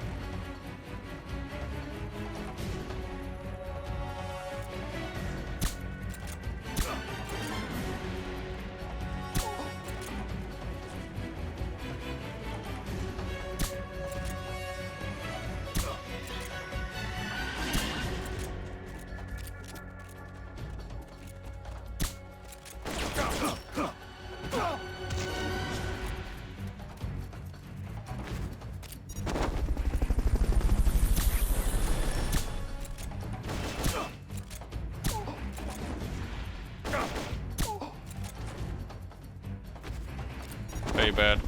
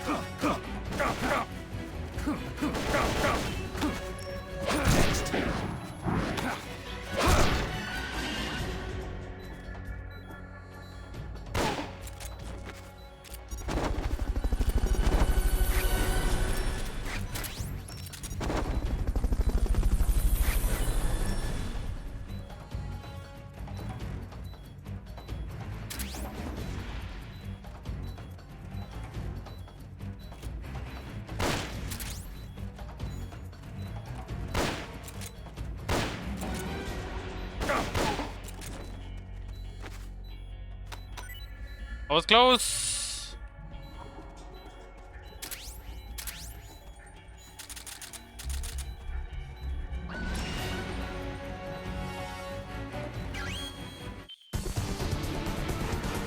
That was horrible and close and horrible and super close.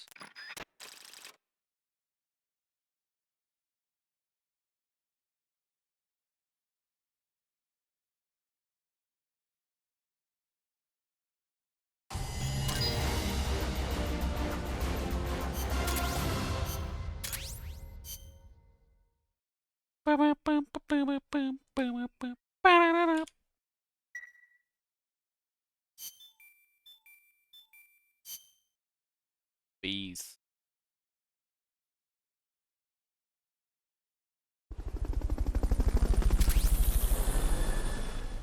A volunteer and a new weapon. Upgrade is done.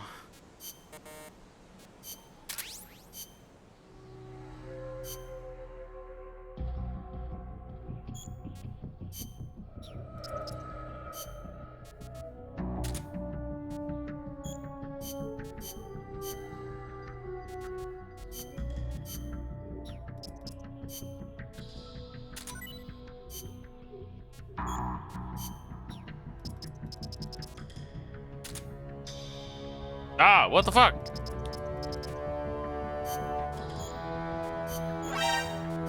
You're fired.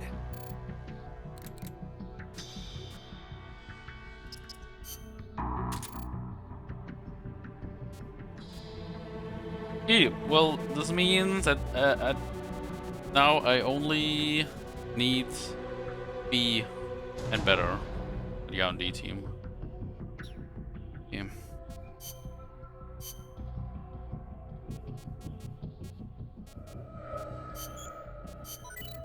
Drift grenades.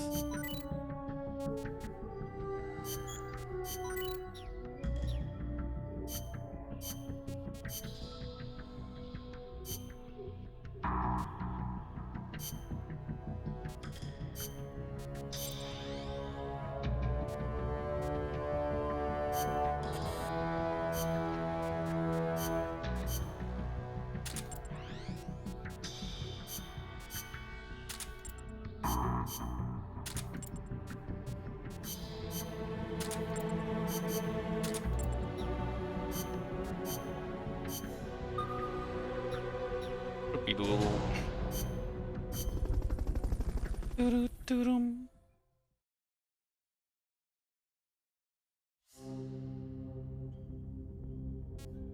So what is next? Want a date pass, man? Go away. She's fucking underage. Target. Well, time to call Paz again, though. My mother was the one who named me Paz. She said it was an expression of her wish that the country stay at peace. It is a pretty common name in Central America. My mother always used to tell me, never make war. Always help keep the peace. I remember. Your grandparents. Yes. They died in the Civil War. I think that is why my mother hated war so much. That's another thing you've got in common with Kaz. His mother named him Peace, too. See, because Japan also suffered through war. I think I know how Mr. Miller's mother felt. Be back.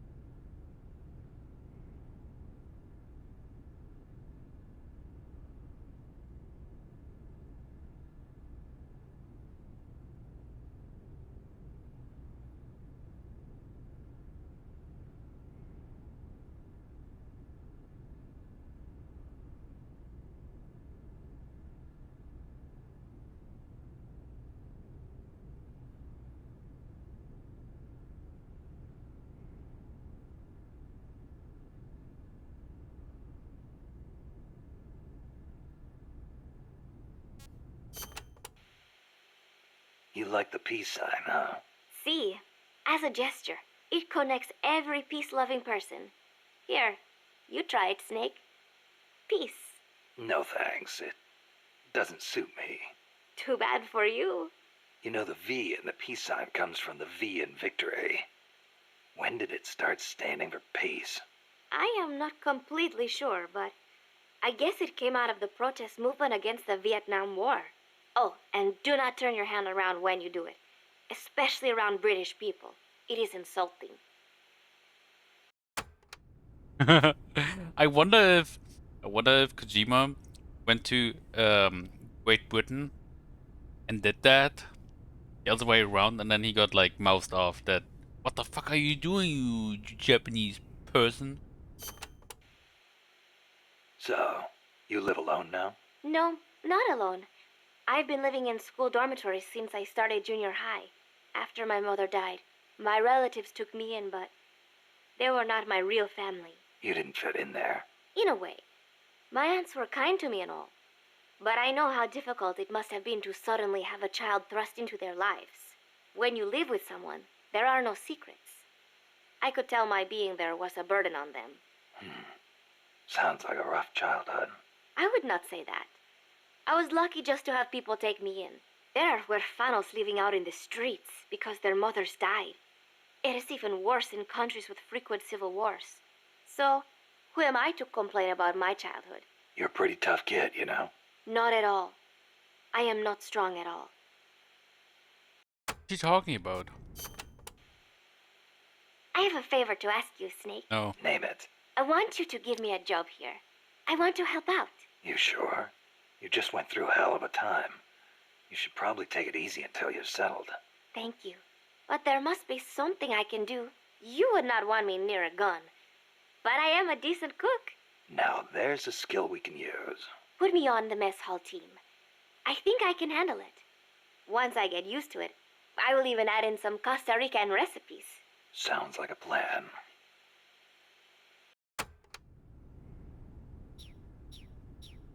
Did I put it there? I don't know.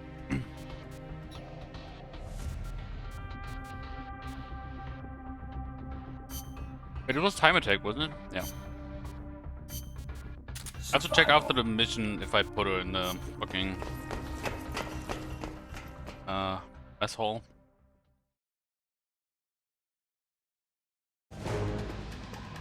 Boom boom. This is a time attack. Hit the targets and keep moving. Hit the last target before time runs out to complete the mission.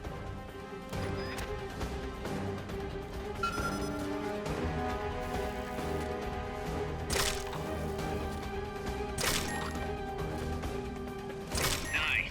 You hit all the targets in your booth. Move on to the next one.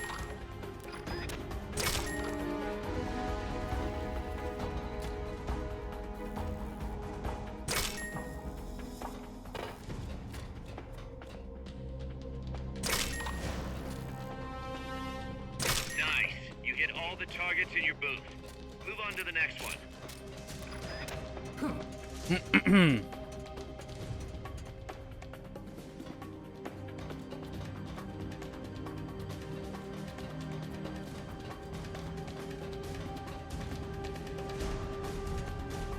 I was gonna try something.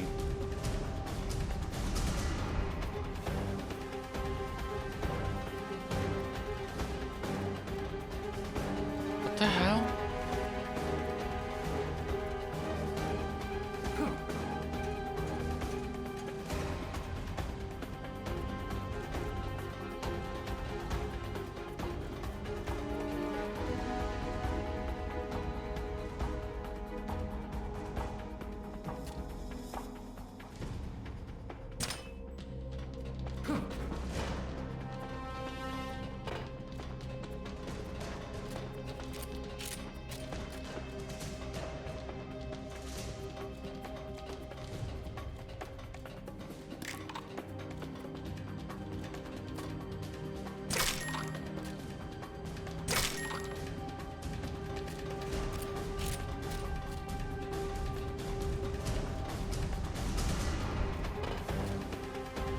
Nice.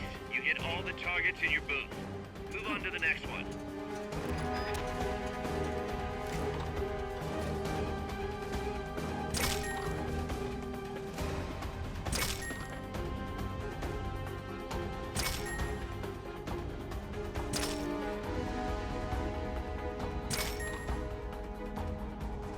Nice. You hit all the targets in your booth. Move on to the next one.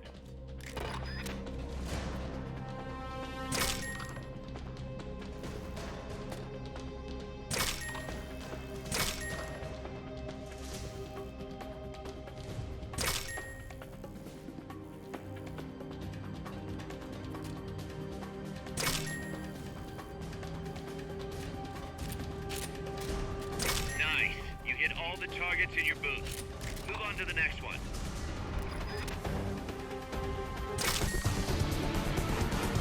Training exercise complete. So how did it go?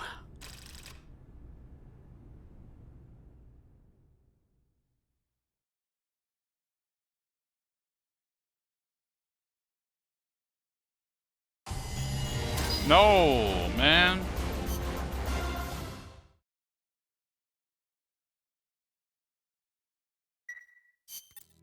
Snake, Zadornov has disappeared from his cell. What? You're kidding, right? Afraid not. You got a new mission. Find Zadornov. Why? You find them. You lose them all the time.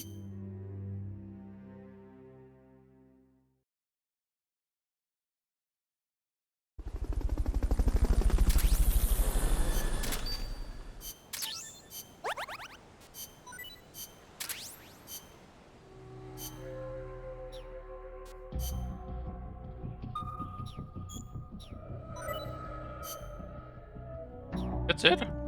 Okay.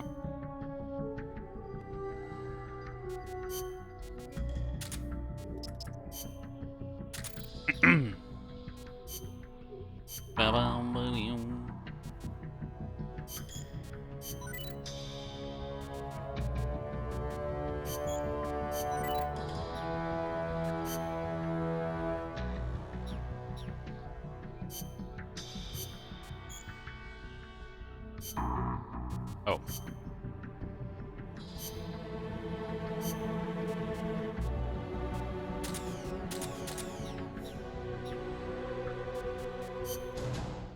Doo-doo-doo-doo.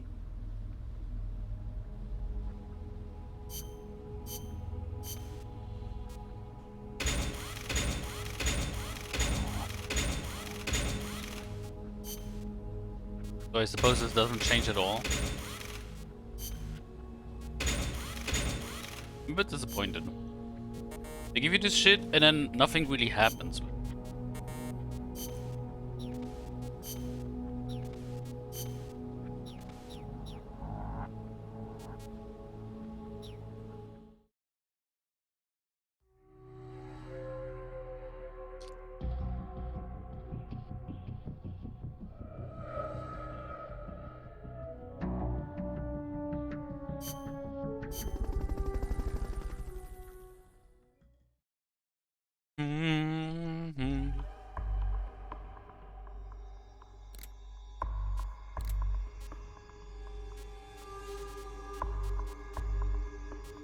One mission missing here. Two are missing here. Here. A lot of here.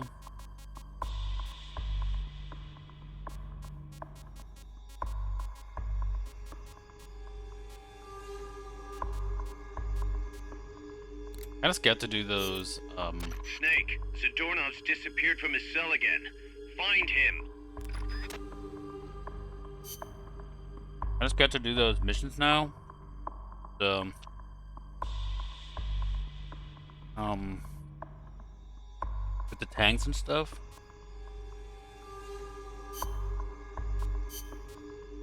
Stealth.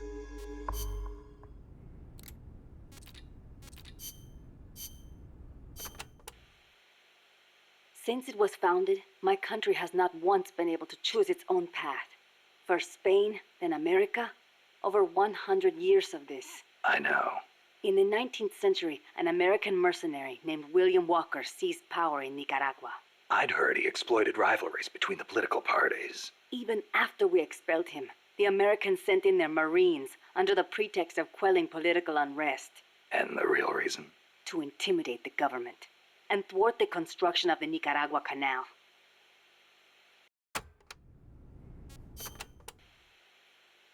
I thought the U.S. already has the rights to build a canal in Nicaragua.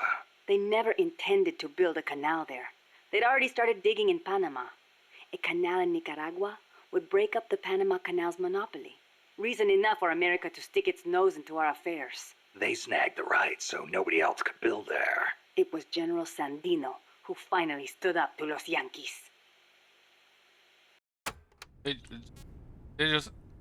you just call Americans Yankees? General Sandino waged a guerrilla war against the Marines, at last driving them out.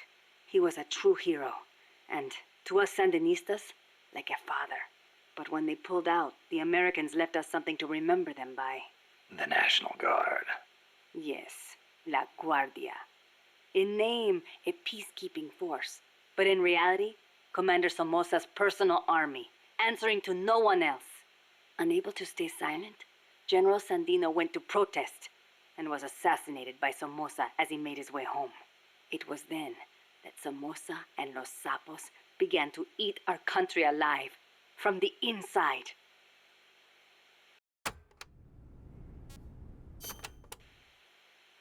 It has been 40 years since the Somoza family became the rulers of Nicaragua. With La Guardia at their command, no one can challenge them. You came here on the run from the National Guard, right? See, they took everything. Our land, our homes, our jobs. Now belong to Somoza. See, the law too. He's even got the judges in his pocket. You defy him, you face death. Everyone bows and scrapes before La Guardia. Even then you might get a beating if they are in a bad mood. And you're trying to change things. That's not all.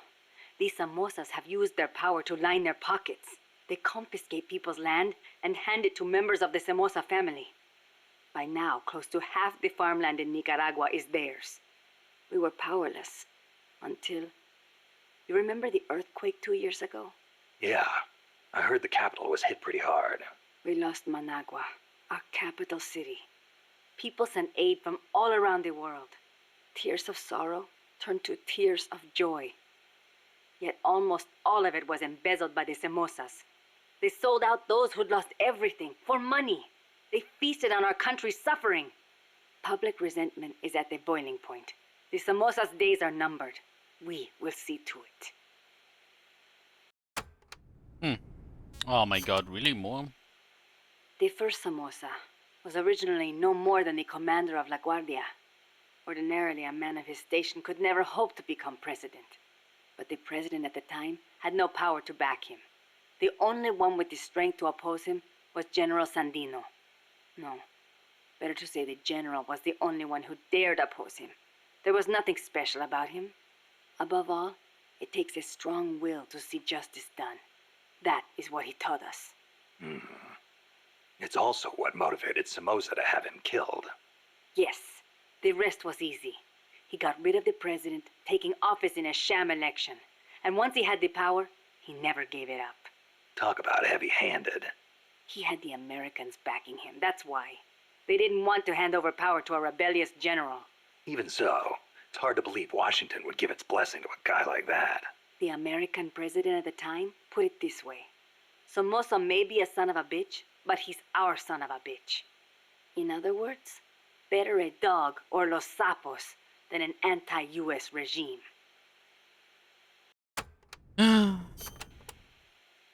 The Managua earthquake struck 2 years ago, the day before Christmas Eve.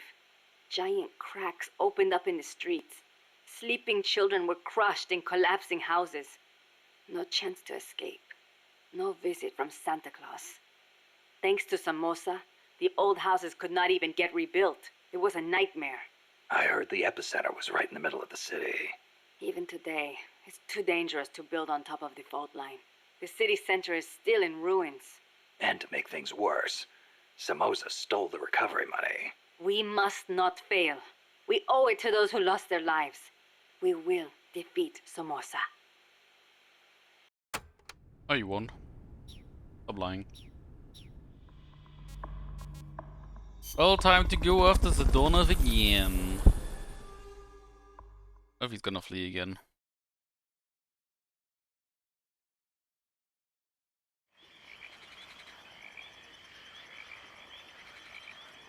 Find Zadornov and bring him back here with Fulton recovery. But pretty foggy in this game. Somebody there?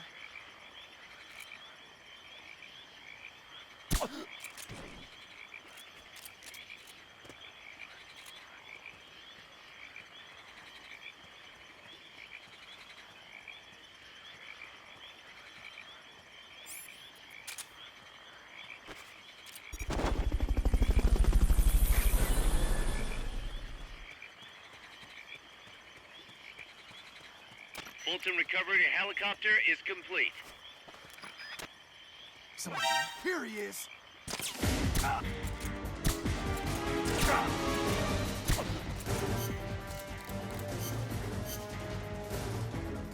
Asshole.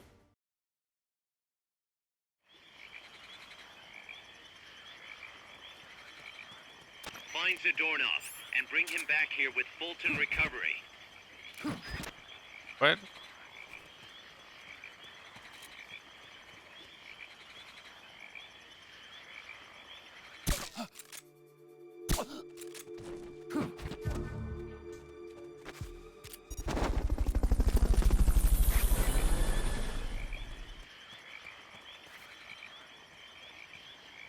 Fulton recovery subject confirmed onboard helicopter.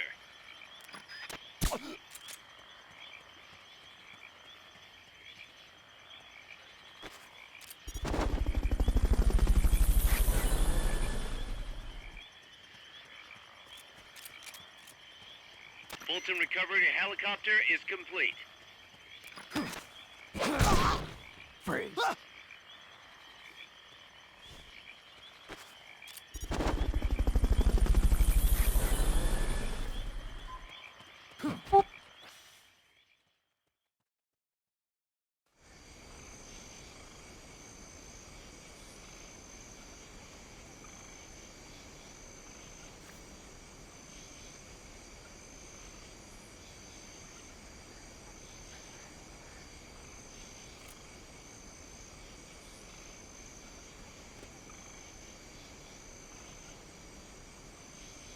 Somebody there.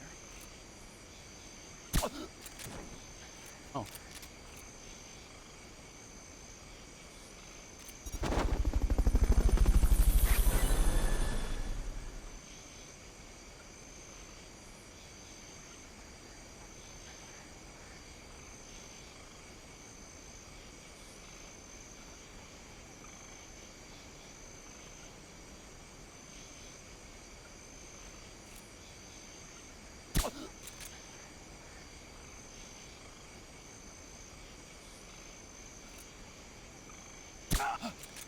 Somebody. Not here, fucker. Go away.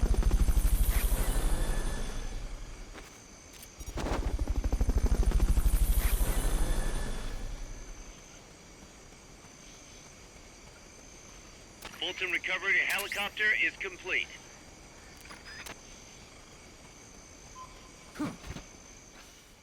Catarata de la Muerte.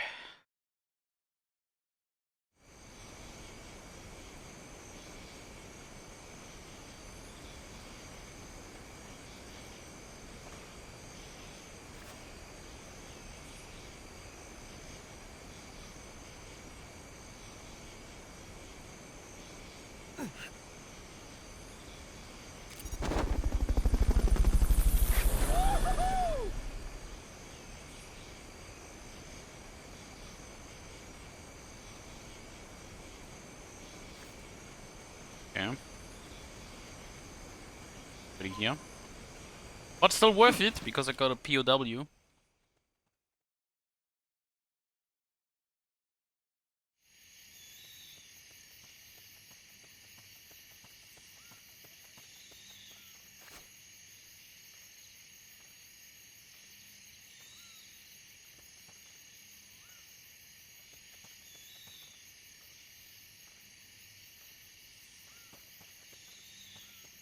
Somebody there. Huh. Nothing.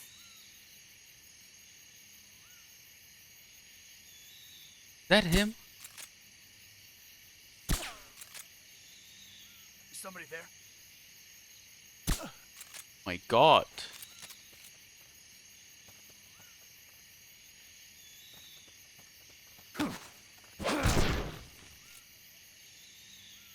Try using Fulton recovery on him.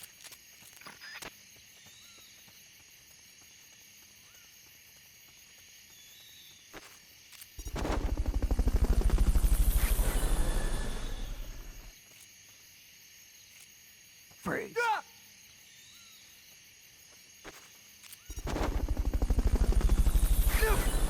It'd be funny if I used all my Fultons and I can't Fulton him anymore. Fulton recovery subject confirmed onboard helicopter. Head for the recovery zone. I knew you could do it. Piece of cake, right? Yes, of course. Am I gonna rescue him again? Or like capture him again? Sorry.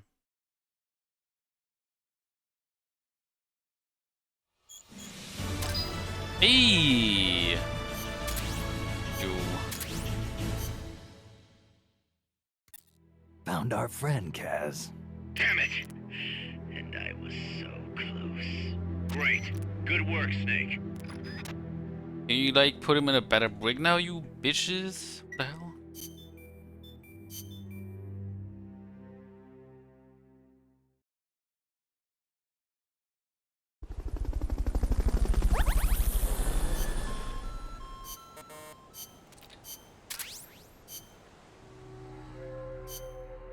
Vladimir.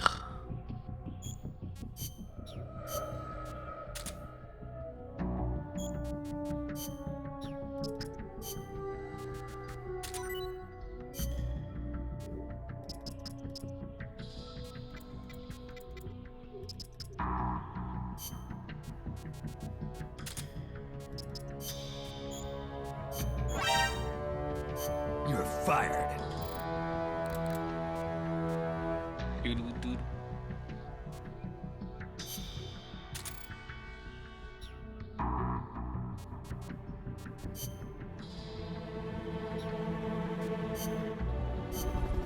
Onion. Back.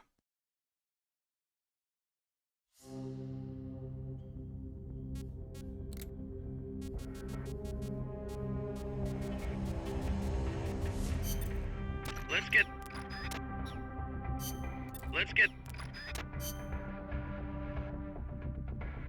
It was not okay. 1 minute for triggering an alert. Okay.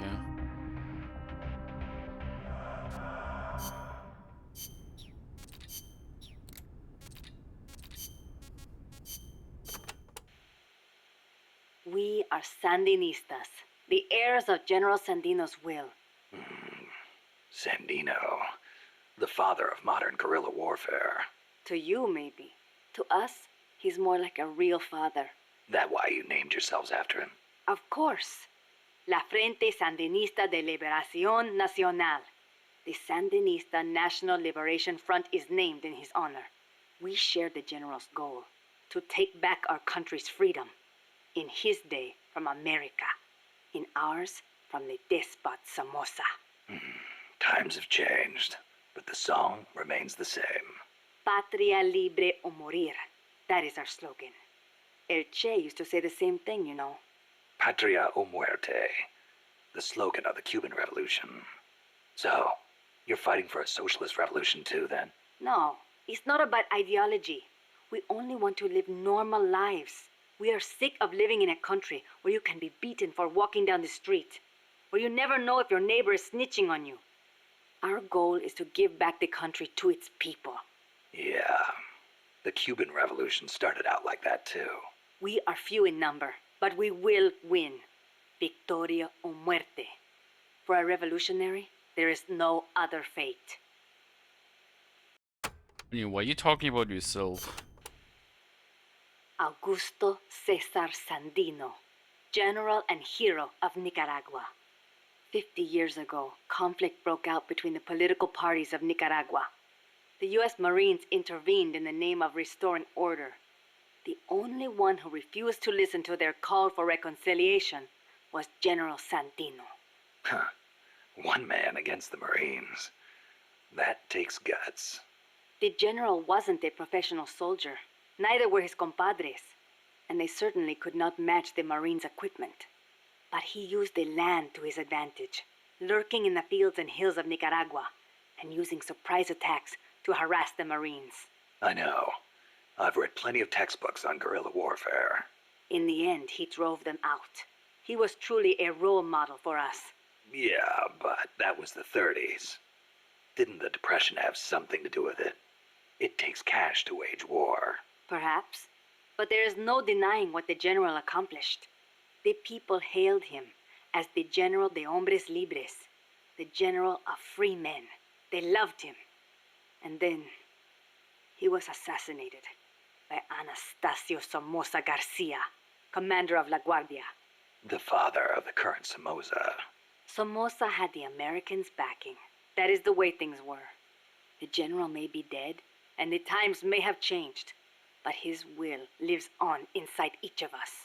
We are the sons and daughters of General Sandino.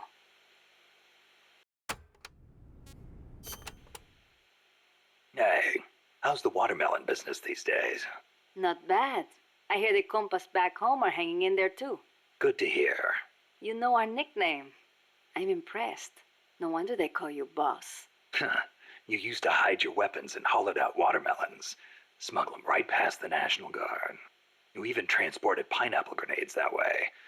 The name caught on among sympathizers in the region and... What are you talking about? Huh? They call us watermelon sellers because the general's name sounds like the word for watermelon. Sandia. Really? Si. Damn it, Kaz. Get fucked. A revolution to bring peace to your country, huh? No matter how much we fight, peace never gets any closer, does it? I do not like it, but it is the only way. If we do not fight back, they'll just keep exploiting us. You want proof? Look at our country's history. Revolution is a means and not an end. I know. When the revolution is victorious, I want my country to be at peace. But to bring peace, we have to first eliminate that traitorous scum. It's an old saying. We make war that we may live in peace. Who said it? Aristotle. You know your history. I had a good teacher. It has always been like this. People making the same mistakes over and over. And still, all we can do is fight. I hear you. If you've got a goal, you've got to keep moving forward. I noticed you called Che Guevara El Che. Not just us. Everyone in these parts does. Che was always his nickname. It does not feel right to call him by his last name. I was shocked the first time I saw you. You look so much like him. I look like El Che, huh? Sort of. Not in the face. It's more the way you carry yourself. I guess Che's a hero to the Sandinistas, too.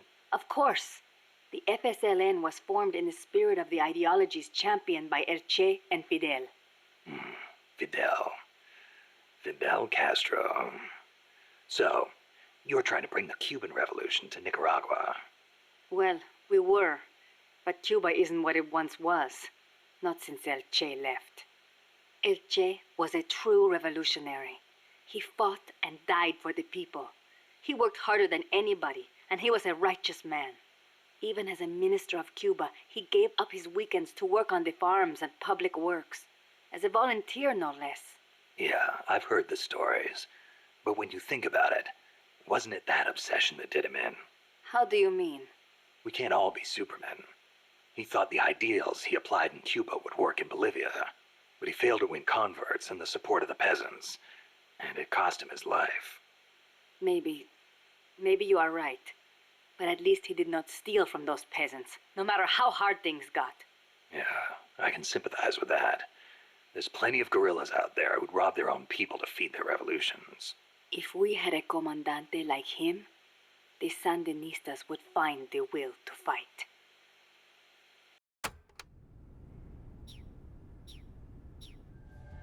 Also, let me just check something. Is there more?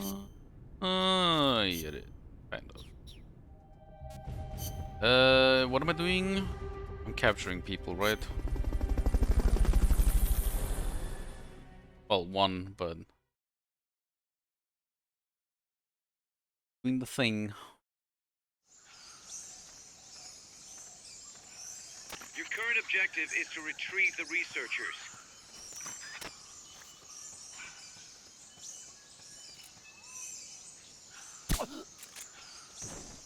Like how I said researchers, but then there's only one.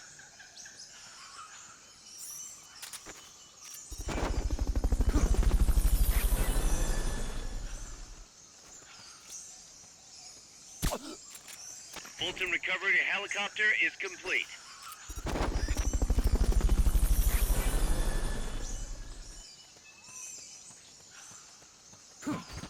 Fulton recovery. Fulton recovery.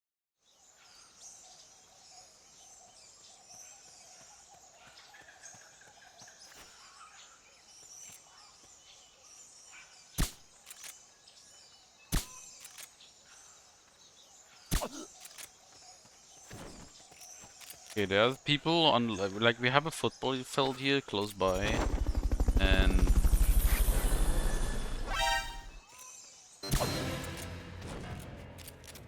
Fulton recovery helicopter is complete. fucking asshole, how dare you.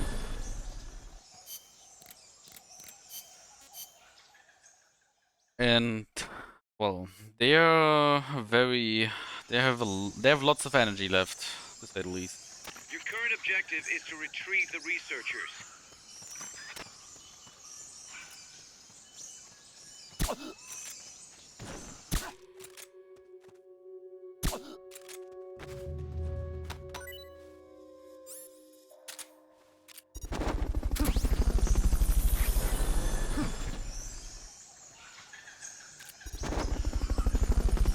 Fulton recovery helicopter is complete.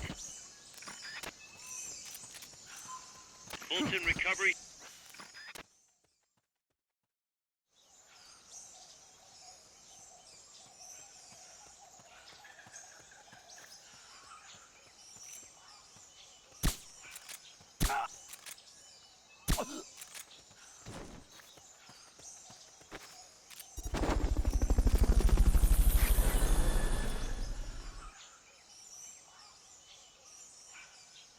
Fulton recovery helicopter is complete. Good.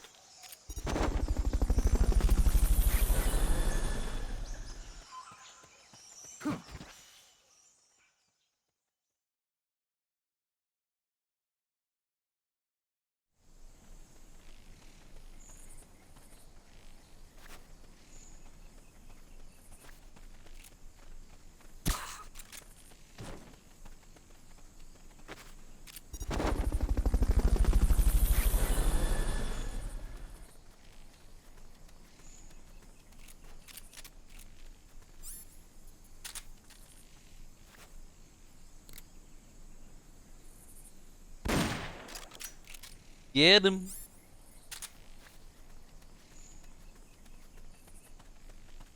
Honestly, the more I play this game, Snake, variation of jungle fatigue. That to raise camo in a certain environment. The more I play this game, the better I feel with the control. It makes sense, right? But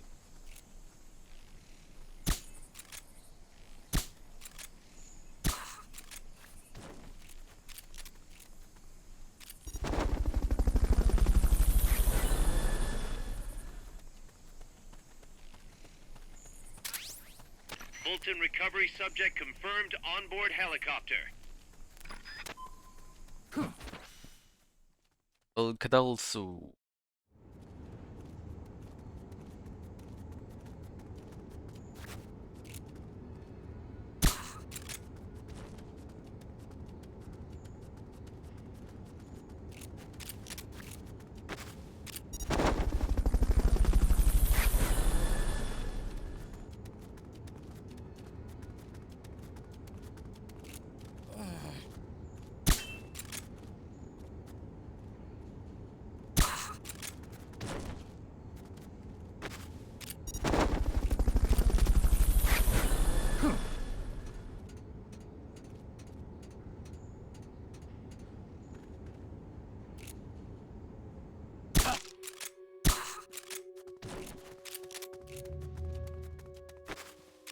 Okay.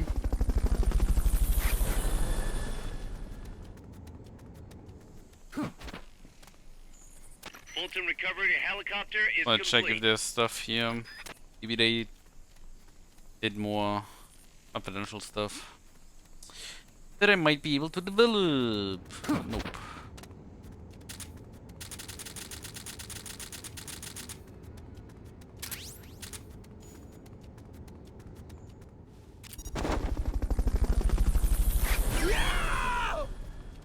Okay, you're done with that area.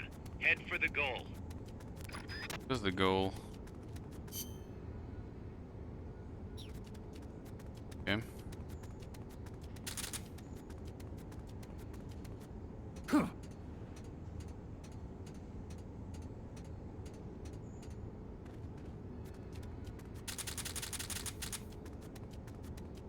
Beam, beam, beam, beam, beam, beam.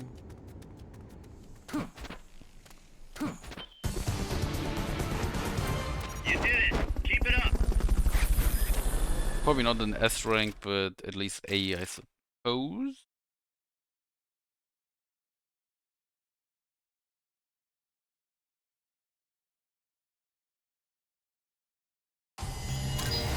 Ah, goddamn. It's probably pretty close. Naked. I don't know what that one is. How that one looks. Boom, boom, boom.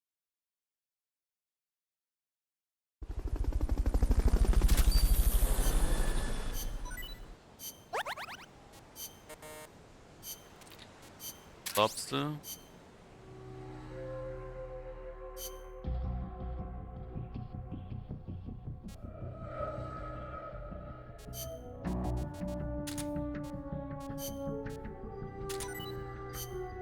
Granuru.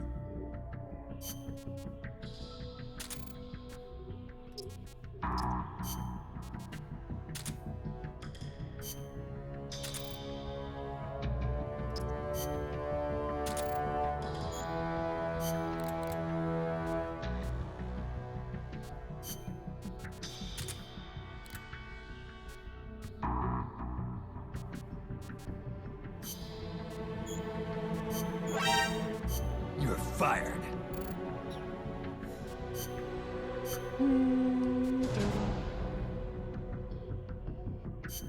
Let's go. One. Boy.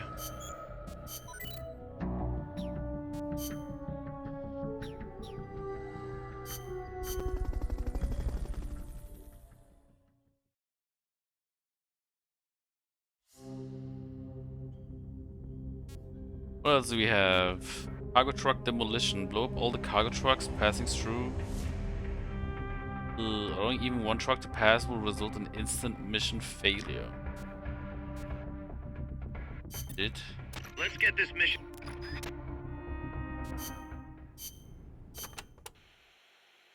It's gonna take more than small arms fire to take down a truck. Some kind of rocket's your best bet. Another tactic to try would be setting off an explosion from afar. You could also call in a support strike if you can manage to tag them with a marker.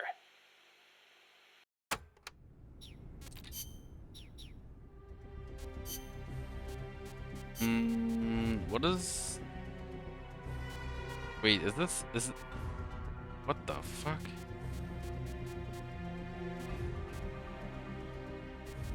Okay.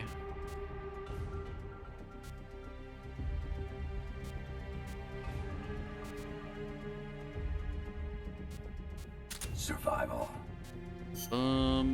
Let's see.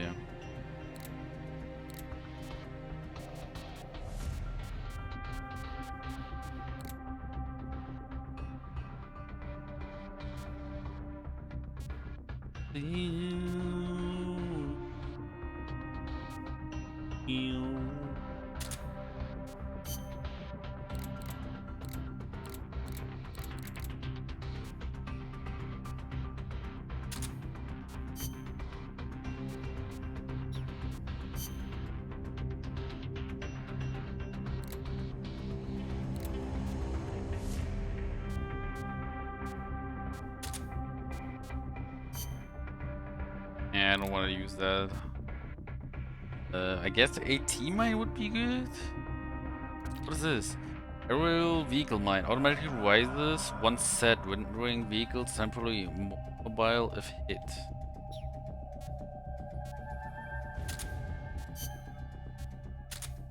Means okay. This magazine loaded with pictures of a beautiful woman.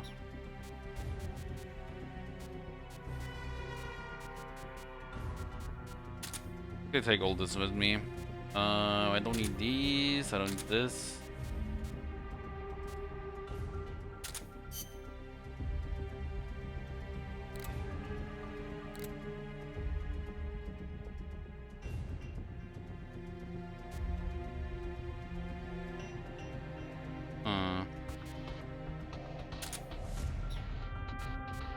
Well, let's try it. See how this works.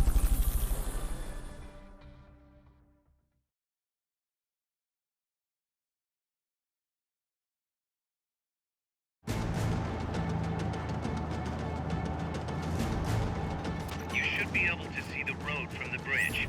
Destroy the truck that's driving up that road.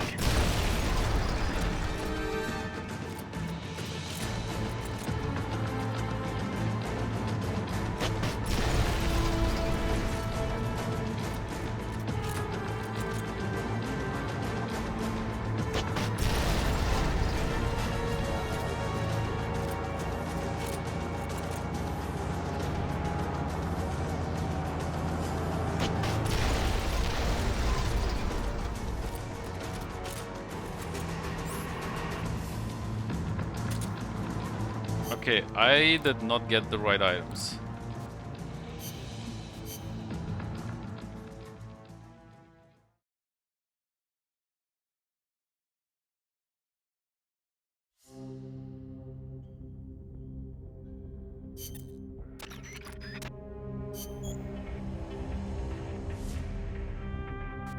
The fuck was that?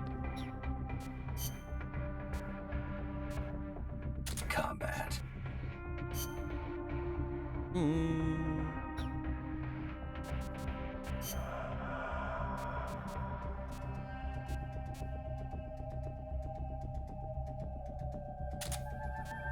Let's go take this with me just so I find out if that works.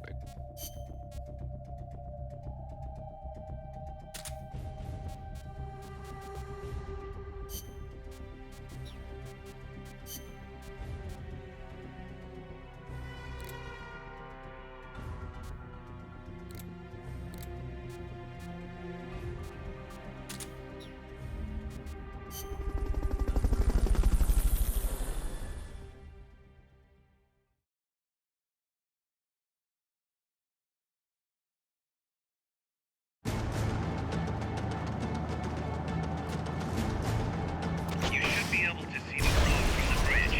Destroy the truck that's driving up that road.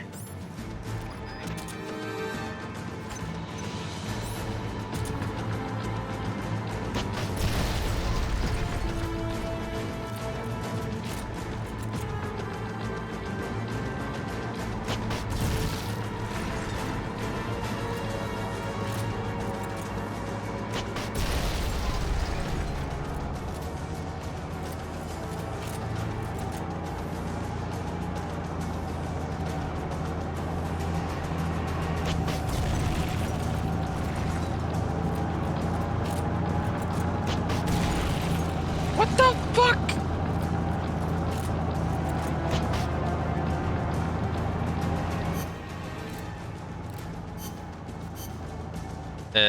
Okay.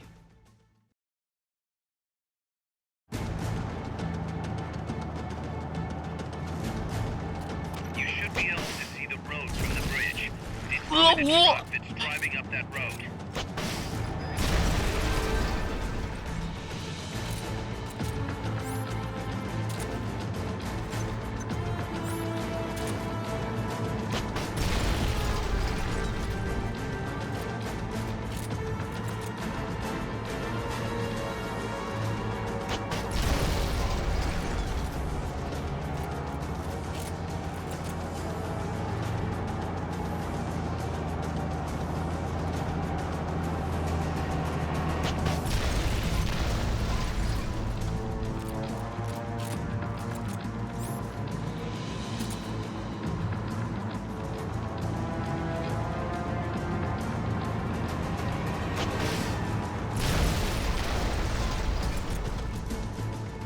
Effects on this.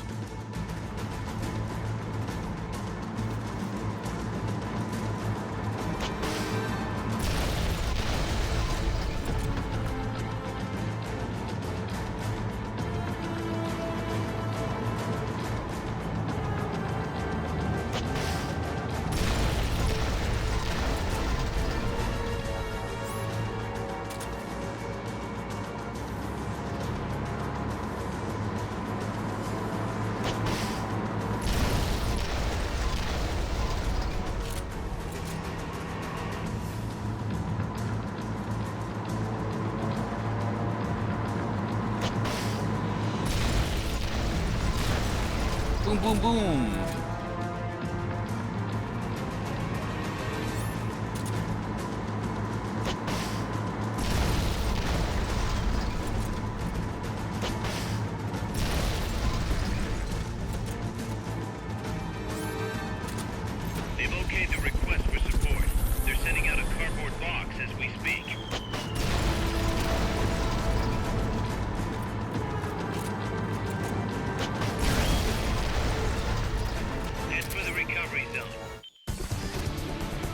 you mean brutal aim, huh? How dare you? Folks back at Mother Base will be thrilled. Game's garbage. Not my aim, it's the game.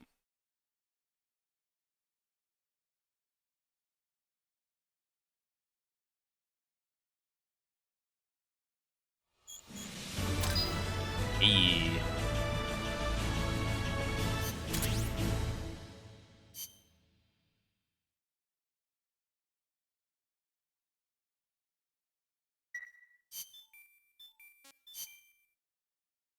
Easy.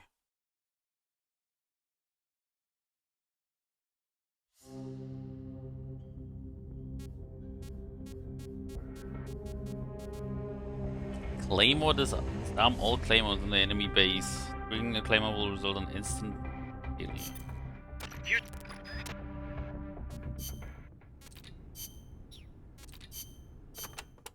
Mine clearing mission 16. Claymores are directional anti-personnel landmines.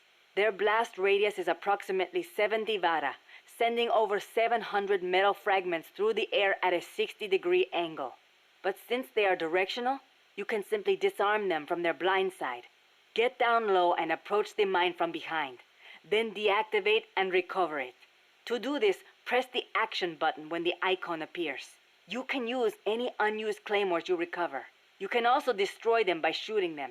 Just keep your distance or you'll get hit by shrapnel. Best to use a sniper rifle. The only downside is you can forget about using them yourself. So basically just shoot him. Go back to lurk, but you've been lurking the whole time. Survival.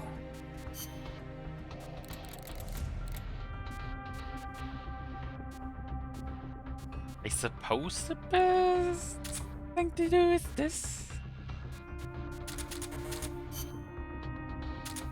This.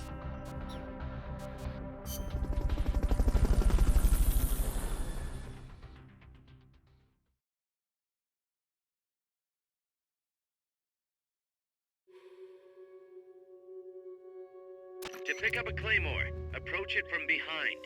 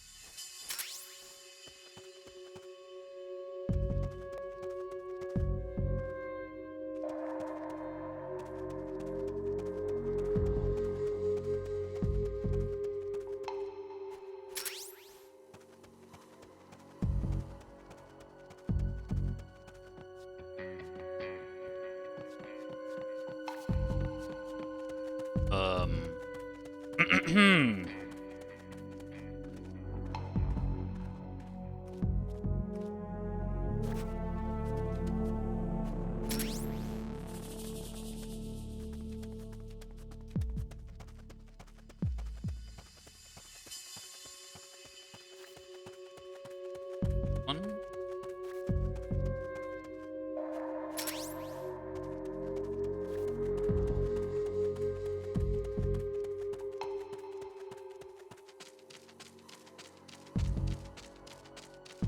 Please don't tell me like one is a tower.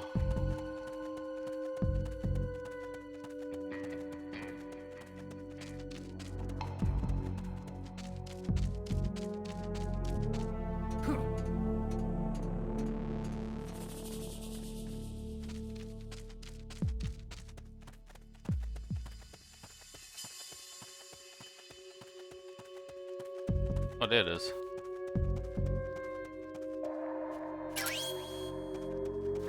Head for the recovery zone. We'll pick you up there. Seeing business. Complete. Great job. You're angry at the moment. You don't want to spread your anger, therefore you lurk. Spread your anger. Do it. You can handle it. Really like this look with the jungle fatigue. Well.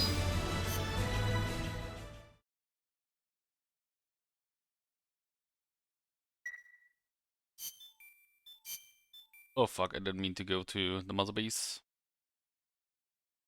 The mother base.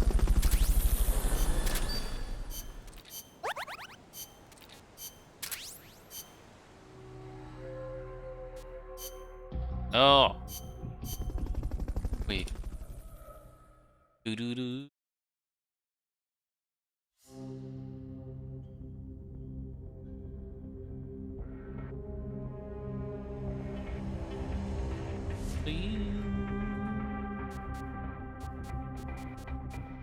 I don't want to do that. I don't want to fight all these. Need a better Fulton device, honestly.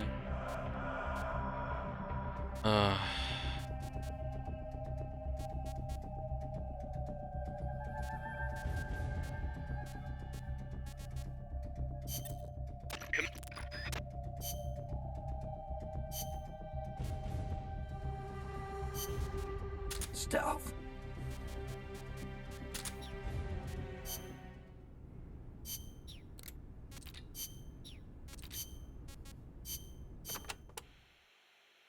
You called that giant chopper an hombre nuevo. See, it means new man. New man? There was nobody piloting that thing. It must be controlled by machine. Yeah, it seems that way. No human being could pull off those crazy maneuvers. But it's not crazy. It's smart. It sings, too. When we first saw it, one of your men said, "Pilot must be an hombre nuevo." Me? I do not like the name. Why? Hombre Nuevo was what El Che was striving to become. What all of us who joined the Sandinistas strive to become. That's why. An hombre nuevo is one who finds joy in virtue and voluntary labor. It makes me furious to see that name given to such a monster. I'll bet. Cry me a river. Chico called that helicopter El Colibri. Our name for the hummingbird. You saw how that chopper moved, how it hovered in midair like a hummingbird? A hell of a lot bigger than a bird, though. True, but better than hombre nuevo, don't you think? When you get kidnapped by El Colibri, it's all over. They take you to a prison camp and torture you until you snitch on your compas. That's what took Chico. They have no mercy. Once you talk, they toss you out like trash. I knew this, and still I could not save Chico. If he cannot be saved, I will do what must be done. Don't write him off like that. Sometimes you have to survive, even if it means sacrificing your honor. I'll get him back. I promise.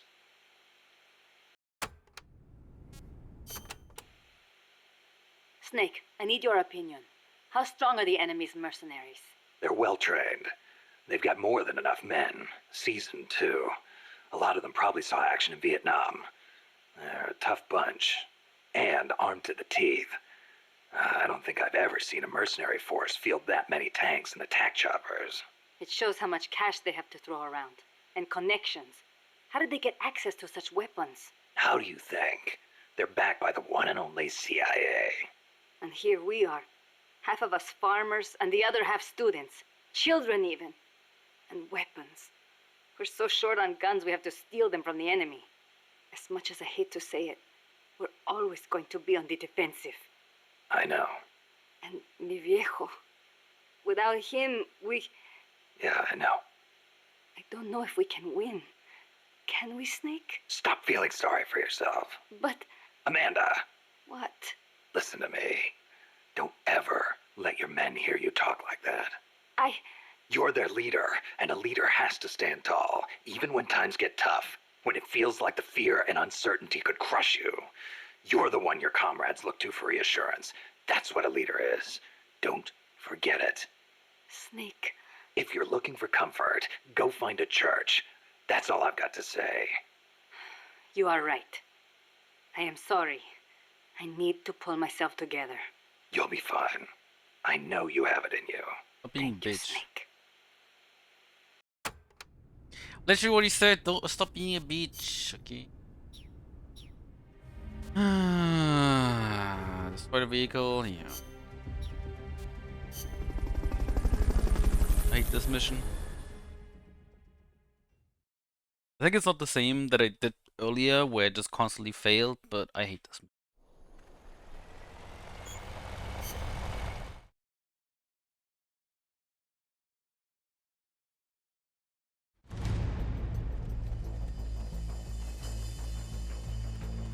It's gonna be tough to take out an armored vehicle with the weapons you've got. You'll want to think about taking out the guys in the unit first. They haven't seen you yet. Perfect. Now's your chance.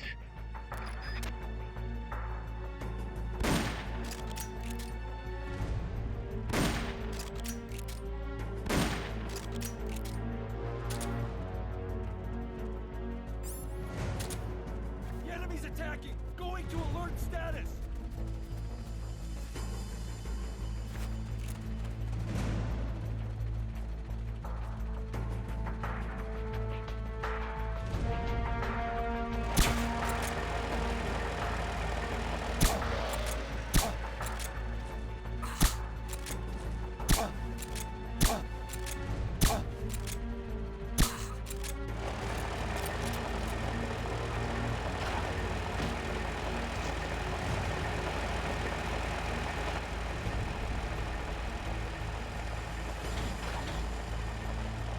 If I remember correctly, this should be easier because these get spawned in the vehicle itself this time.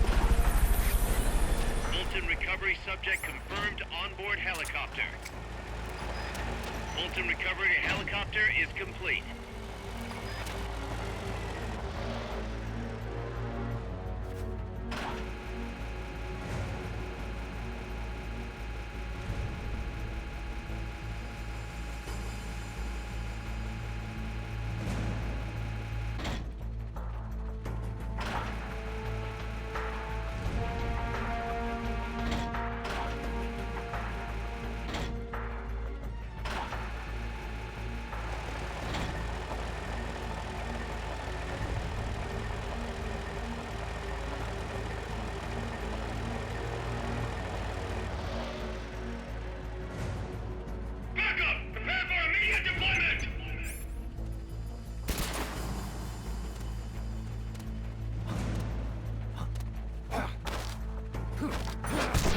Next.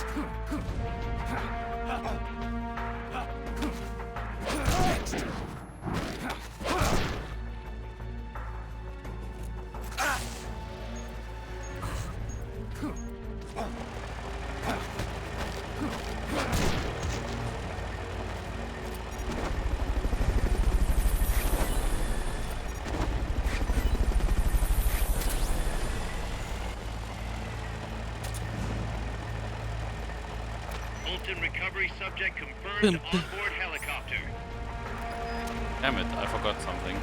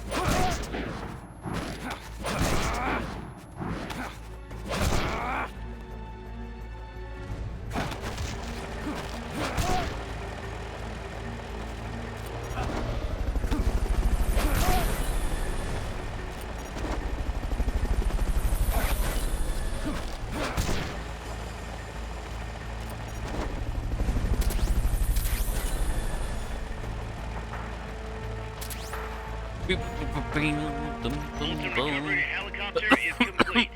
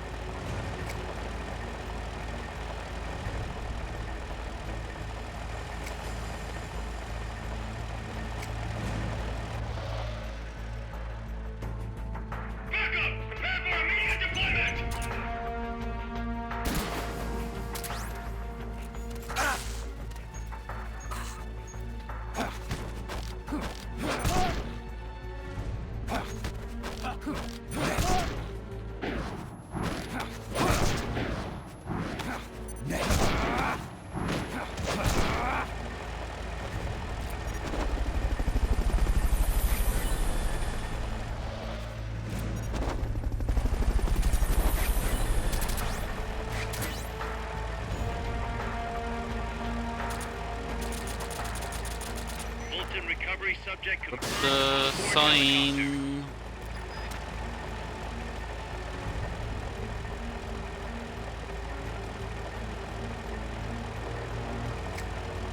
Okay, this should be the last bunch.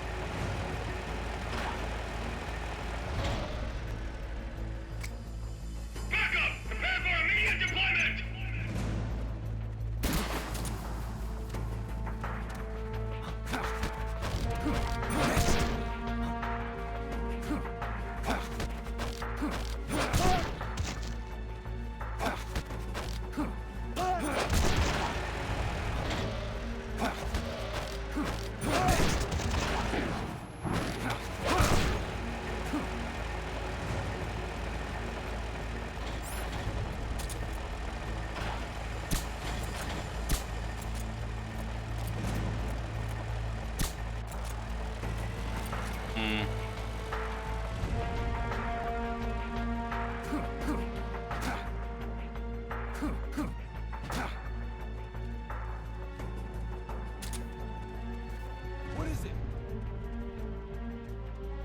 Get up. What is it? Get up.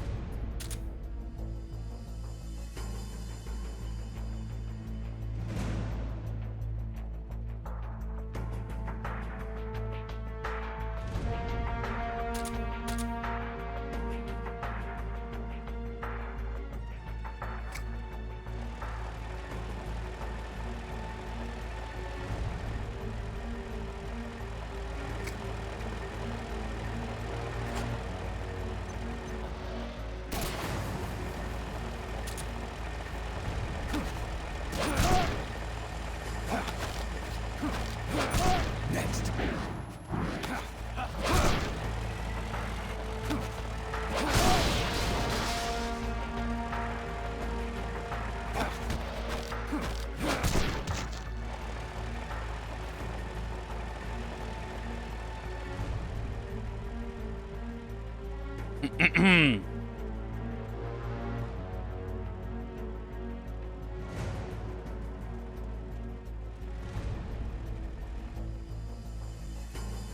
Fuck.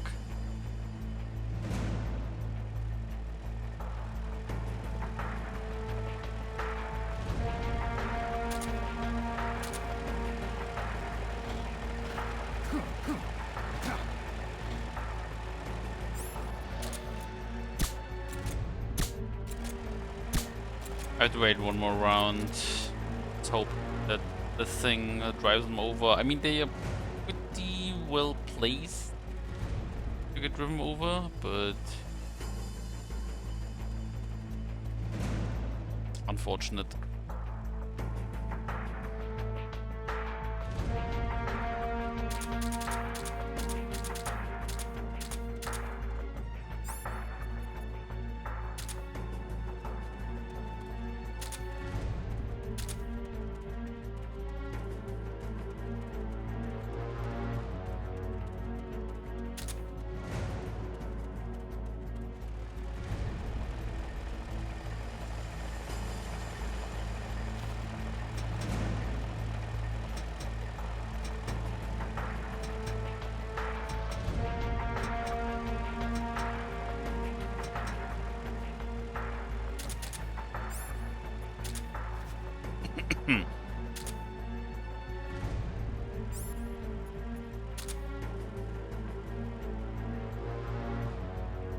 here it comes. They should be placed perfectly.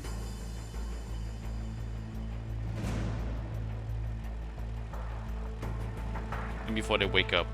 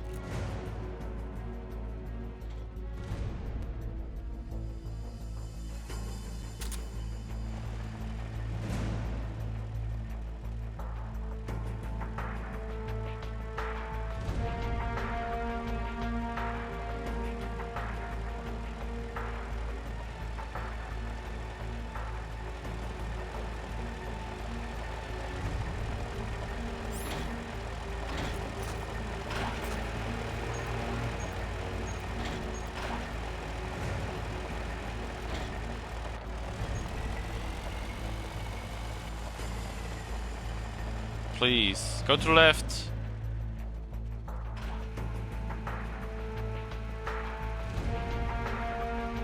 Please go a bit to the left.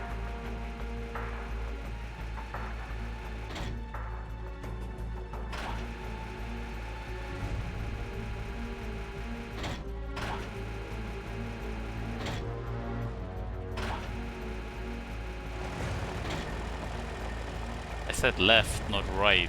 Are you deaf?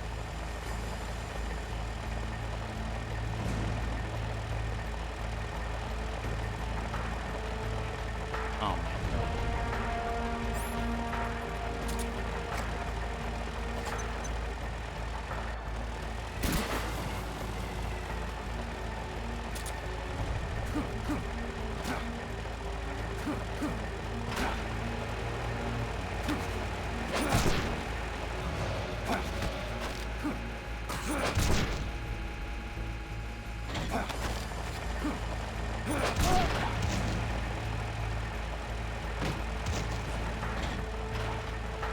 Enemies close by!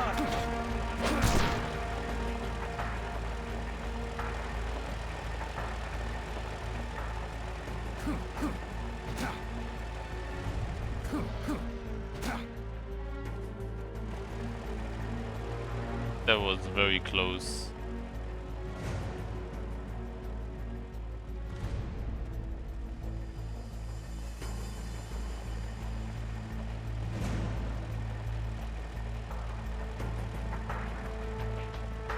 That was butt-clenchingly close. Ah, no. We'll see you, fuck. Why would you do that? I go, you know? I hope. No better lay down. Tosi! Thanks for the raid. Your stream was good. Sorry to hear that you were not able to stream SCP in VR.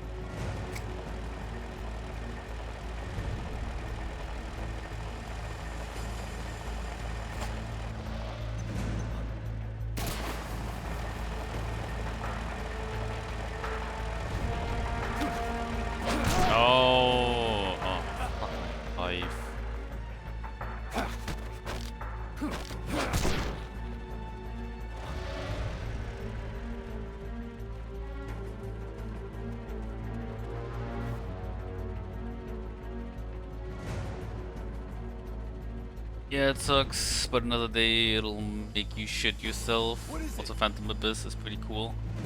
Sounds nice. He must still be close by.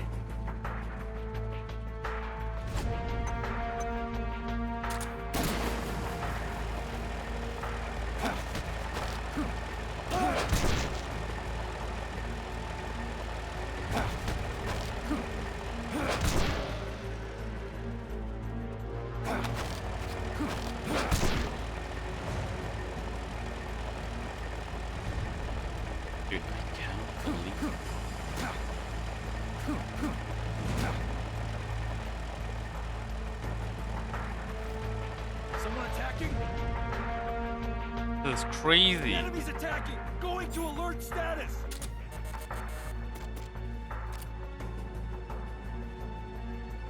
They've okayed your request for a cardboard box. It'll be sent out shortly.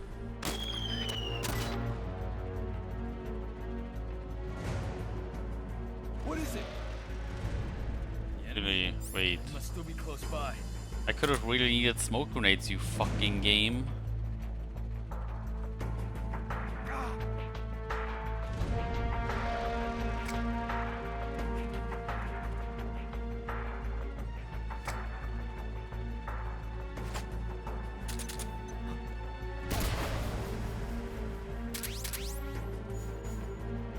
Yep, I think I messed up.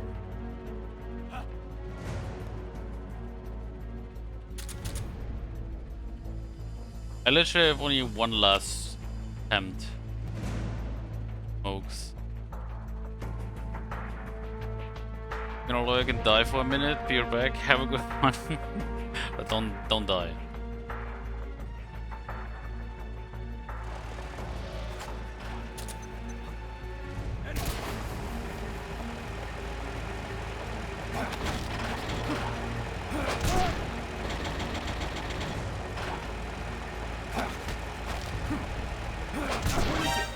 They spotted you. You won't be able to stay out of sight and neutralize the enemy now. You're sitting duck with that equipment. Get back here and load up with something else. You. Do it. Do it.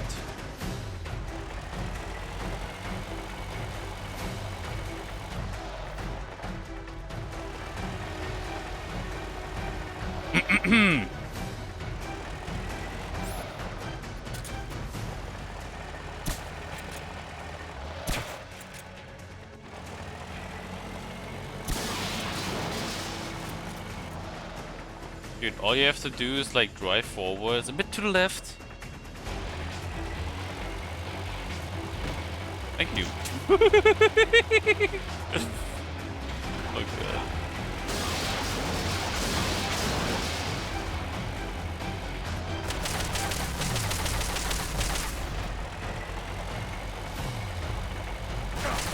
Please tell me. Oh my god. I think I can actually not do it anymore.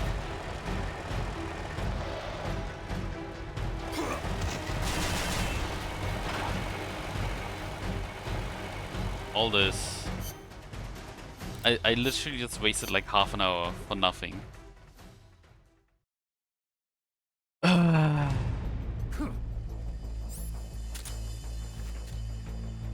gonna be tough to take out an armored vehicle with the weapons you've got.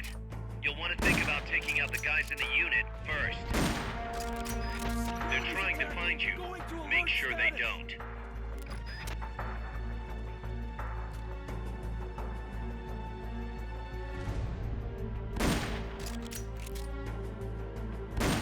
I hate life.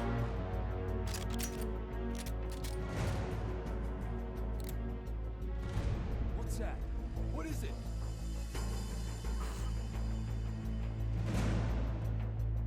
Get up.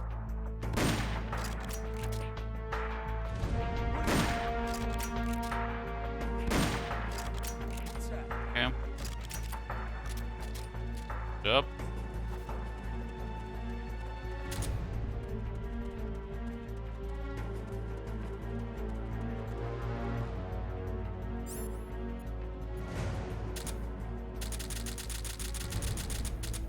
He just needs to fall asleep.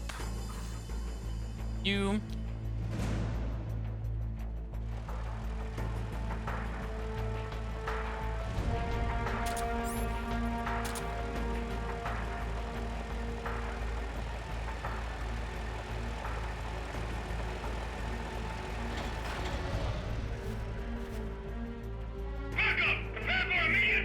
Oh no.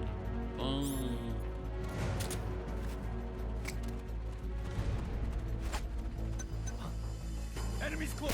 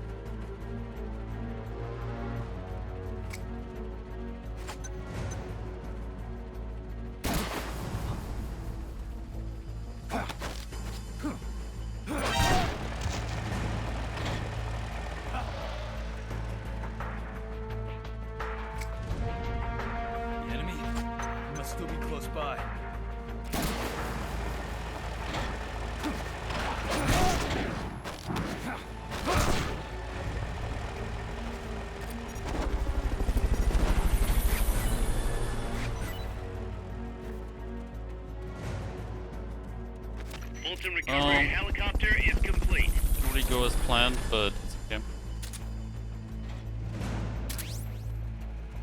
Bolton recovery subject confirmed onboard helicopter.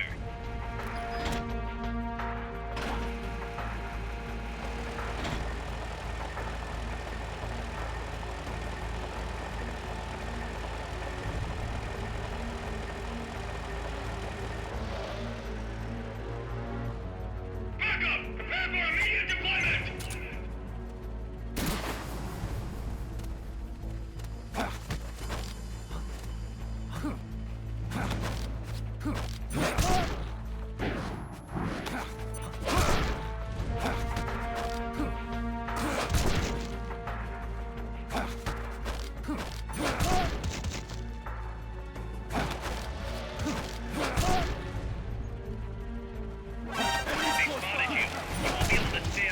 This is for real, right? You're sitting duck with that equipment. I hate these missions.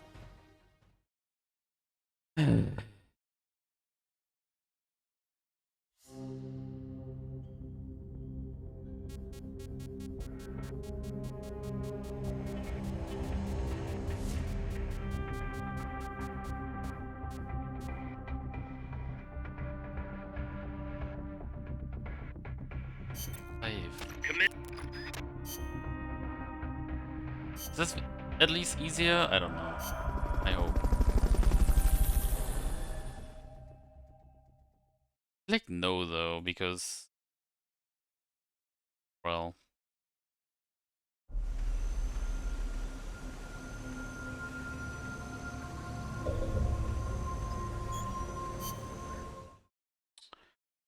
not like the same amount of people that are gonna get spawned in.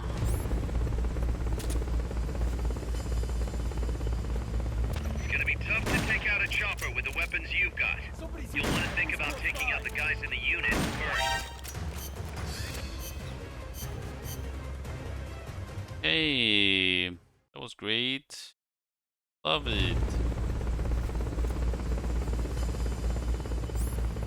It's gonna be tough to take out a chopper with the weapons you've got.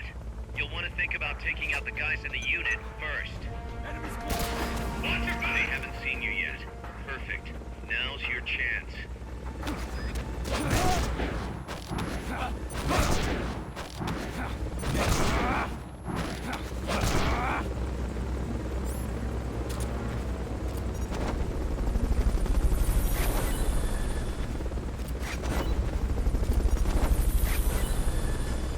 Bolton recovery helicopter is complete. Bolton recovery subject confirmed onboard helicopter. Be for real right now.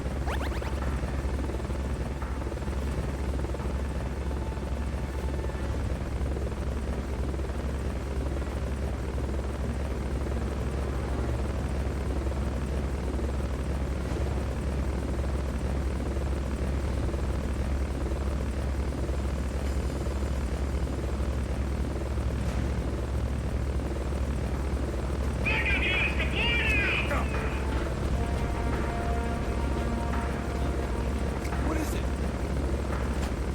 Enemies close by! Thanks, game. Are you for real? He gets stunned when he's too close. It's gonna be tough to take out a chopper with the weapons you've got. You'll want to think about taking out the guys in the unit first. They're trying to find you. Make sure they don't.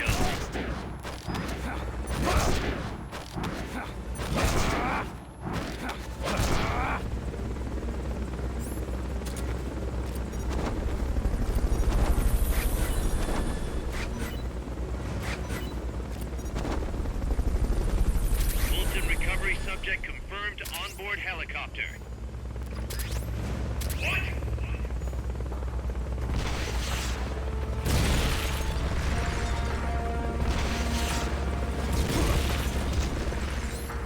Kinda knew that would happen, but yeah.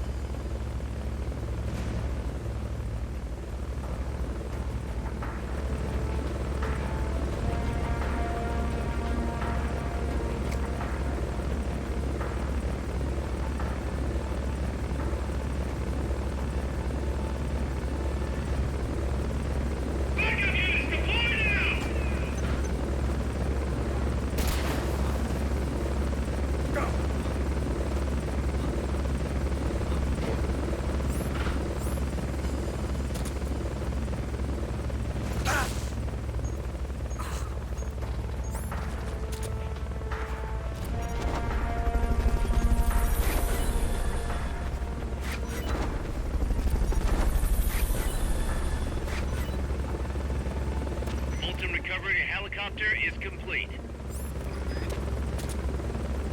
What is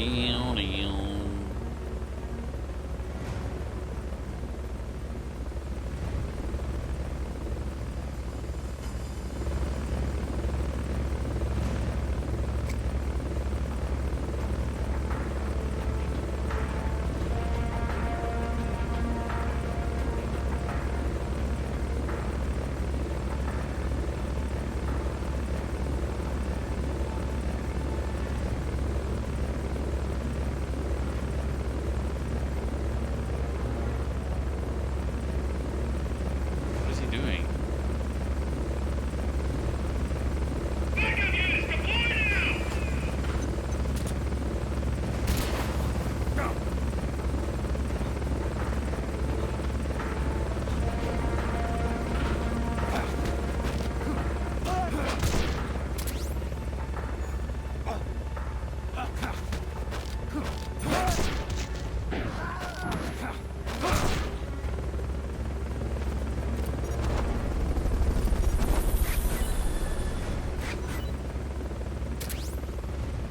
Nice.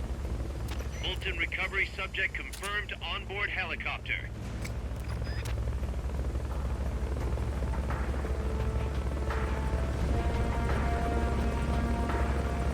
Well, I guess at least this is a bit easier as long as he lands there.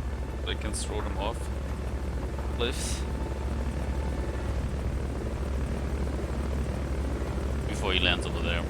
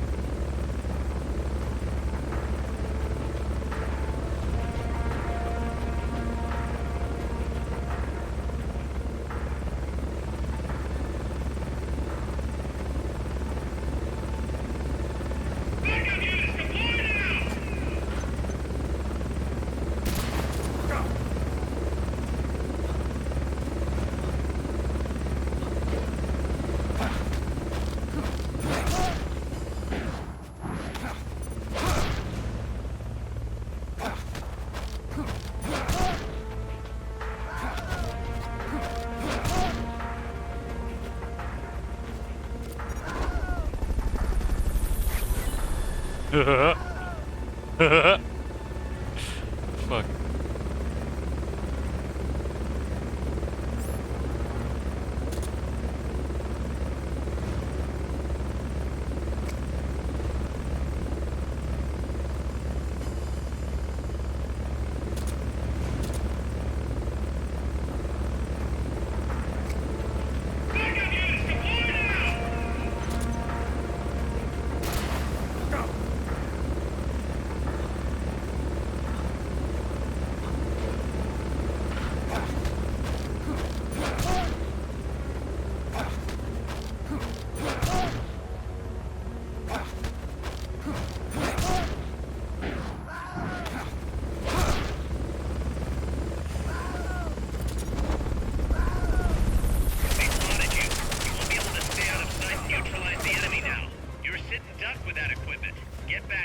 For real right now? No way.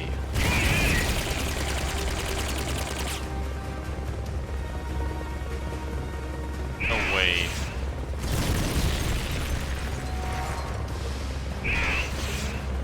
No fucking way.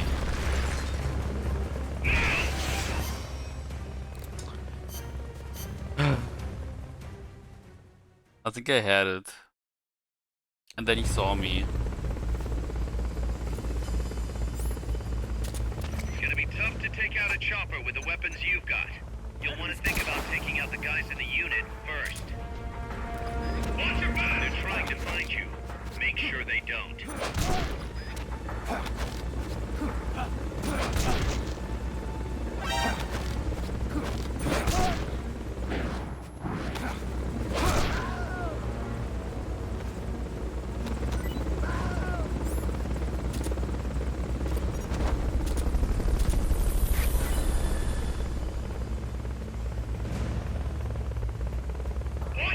Fulton recovery subject confirmed onboard helicopter.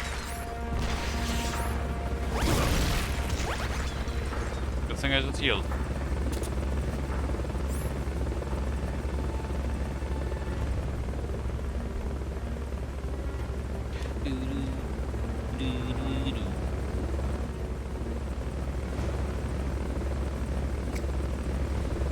Okay, this time though we got it.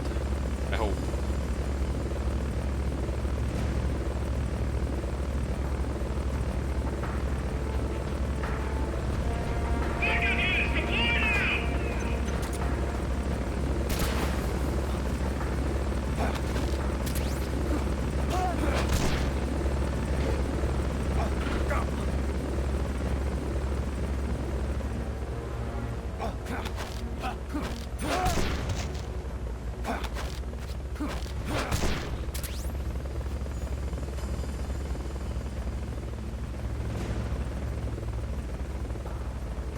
Before I missed one. Okay, I think now I can just Fulton them for now.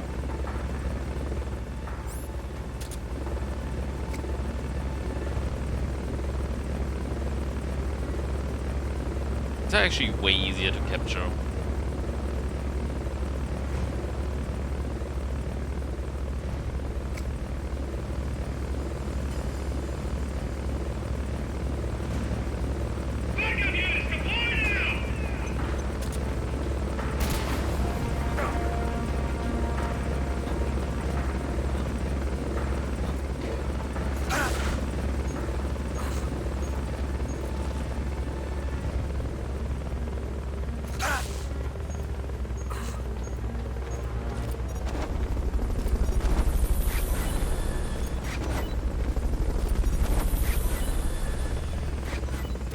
Recovery helicopter is complete.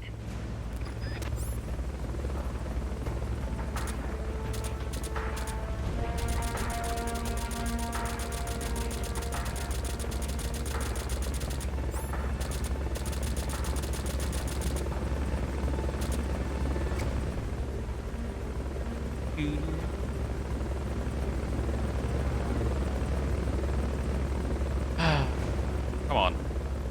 Land. Do it.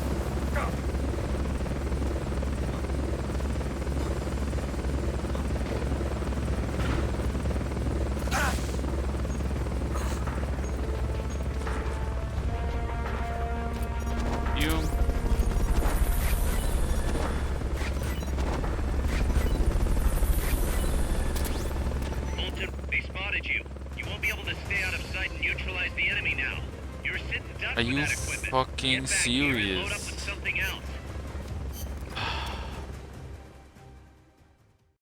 I cannot believe it.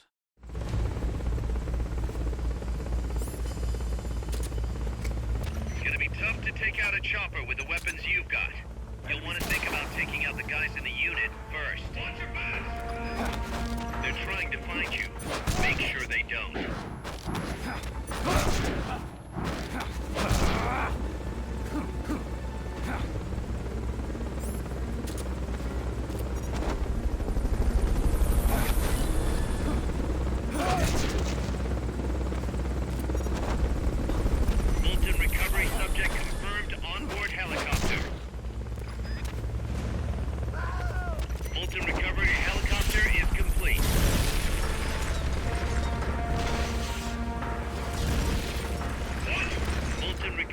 Here we go again. Okay, this time I wait longer with the grenades. So I hope that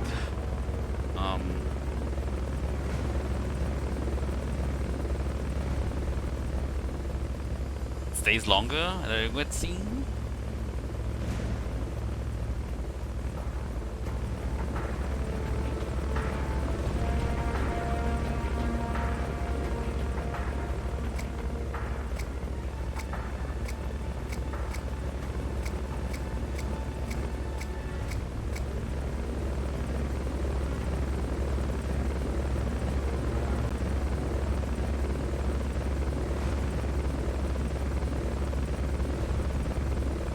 gonna throw when the first one jumps out.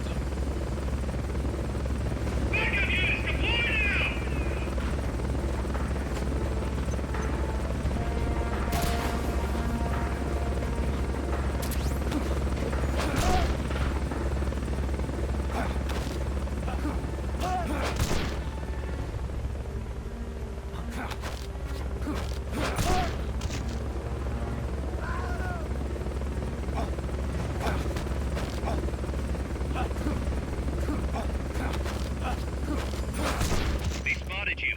You won't be able to stay out of sight and neutral. Took way too long.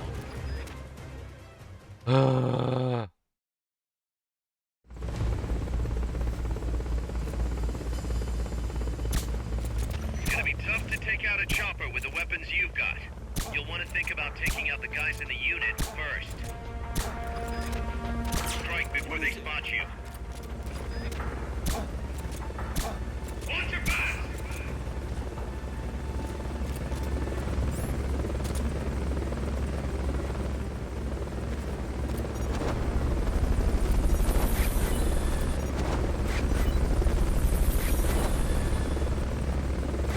Fulton recovery subject confirmed onboard helicopter.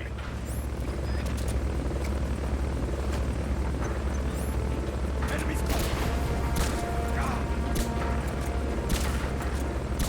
Somebody's here. Take this. What the Dude, I was not prepared for the fucking helicopter to immediately drop people. It's gonna be tough to take out a chopper with the weapons you've got. You'll want to think about taking out the guys in the unit first. Strike before they spot you. Watch your back! Enemies attacking. What is it?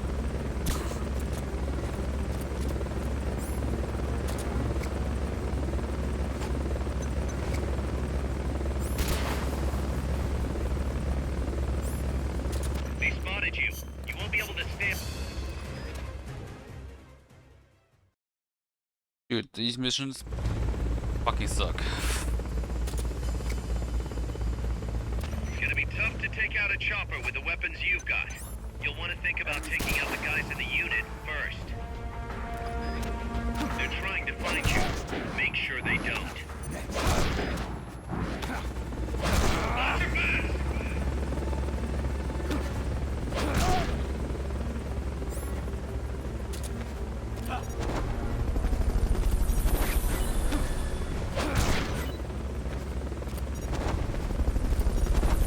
Fulton recovery helicopter is complete. Fulton recovery subject confirmed onboard helicopter. You gonna shoot again? No. Okay.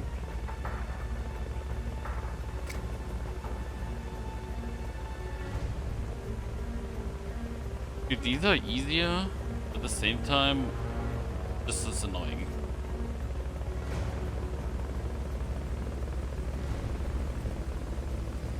Crazy.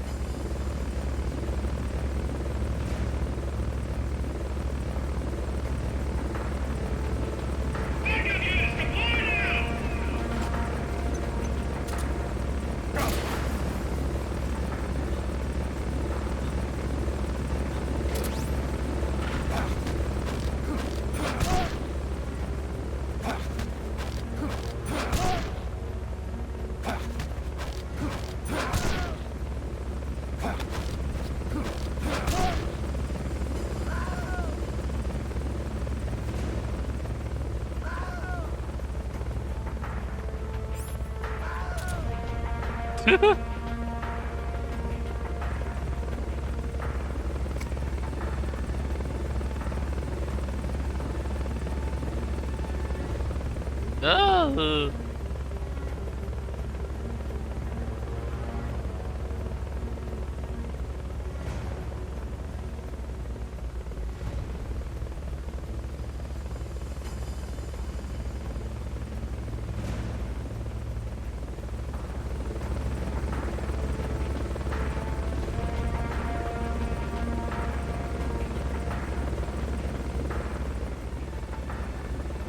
doing this weird move.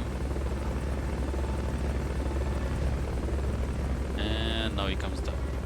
Should. Not, I guess. Can someone explain this to me? What the hell are you doing?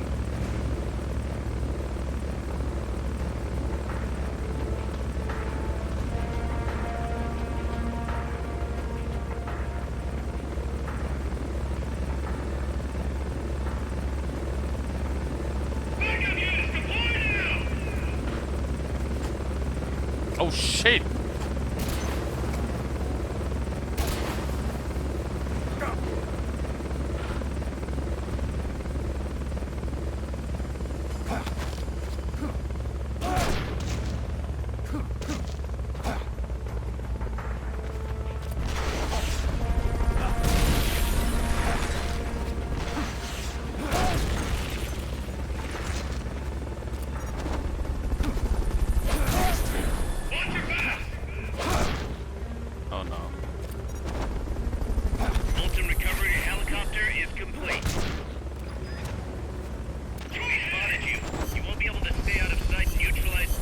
Dude, why is it so difficult for me to do the same thing I did in the first round? Easy. It's gonna be tough to take out a chopper with the weapons you've got. You'll want to think about taking out the guys in the unit first. Strike before they spot you. Watch your back!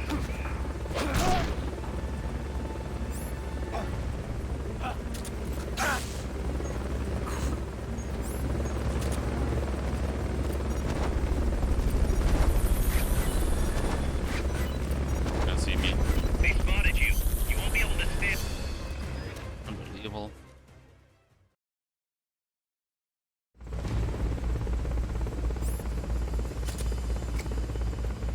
It's gonna be tough to take out a chopper with the weapons you've got. You'll want to think about taking out the guys in the unit first. Watcher B haven't seen you yet. Perfect. Now's your chance.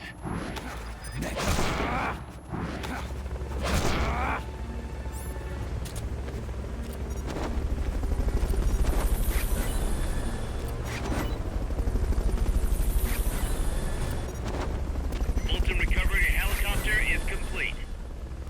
Fulton recovery subject confirmed onboard helicopter. Hello.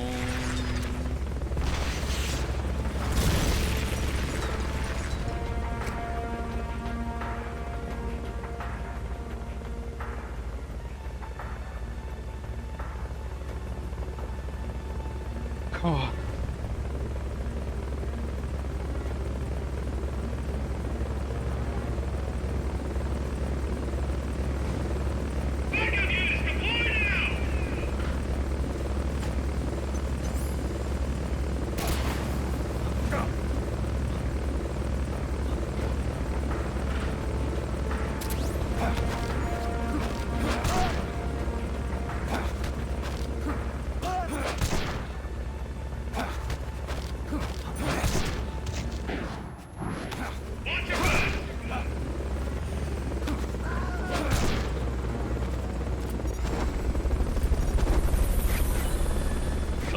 Don't see me. Oh my god.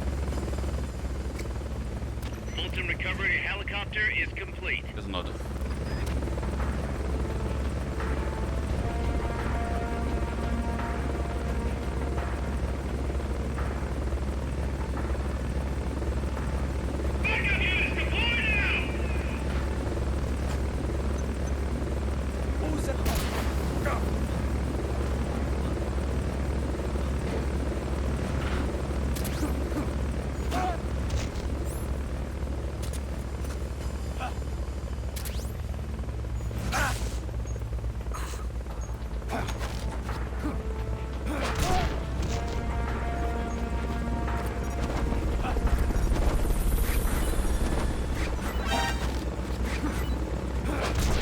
They spotted you. You won't be able to stay out of sight and neutralize the enemy. It's really embarrassing.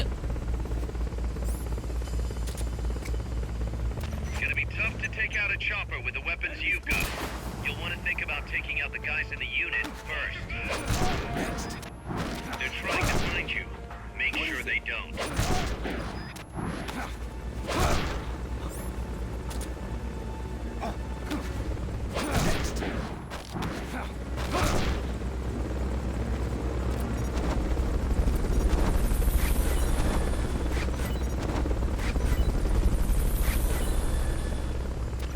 Recovery subject confirmed onboard helicopter. Like the setup is so perfect and I still get messes up every single time. Somehow.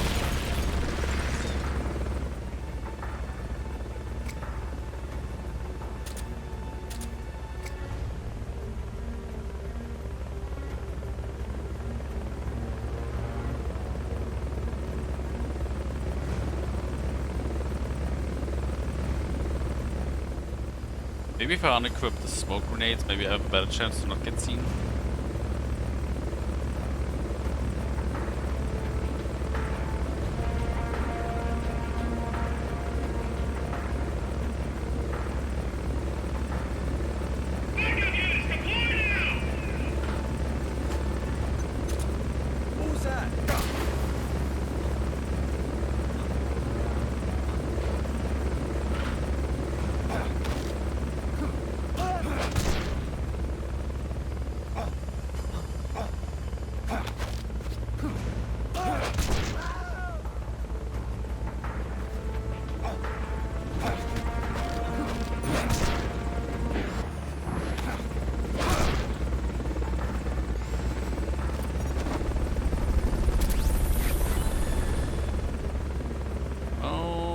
That was a bit better, I guess.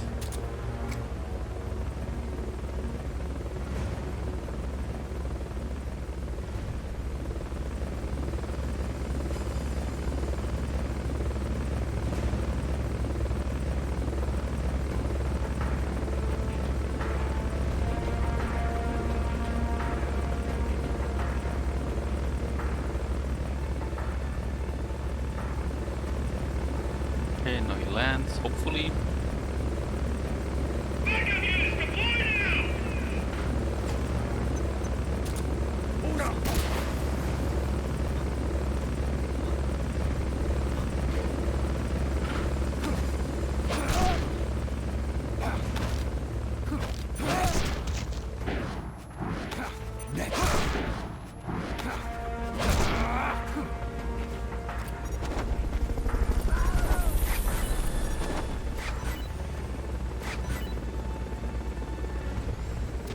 Recovery helicopter is complete.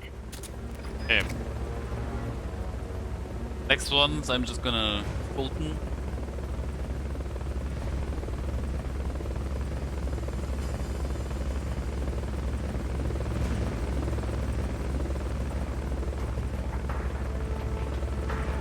That's very sketchy.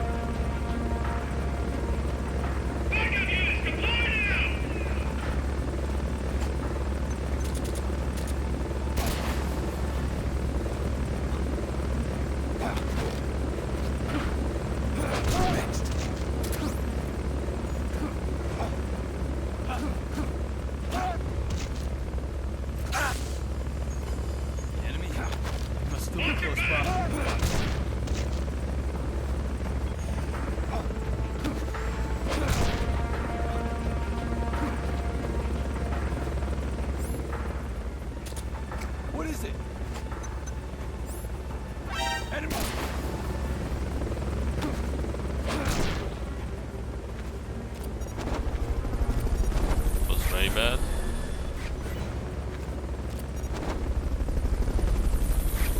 Fulton recovery subject confirmed onboard helicopter. Did I get them all?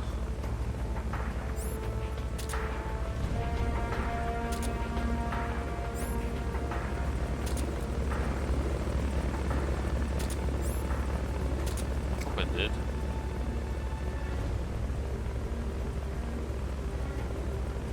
Okay, this should be the last wave. Please.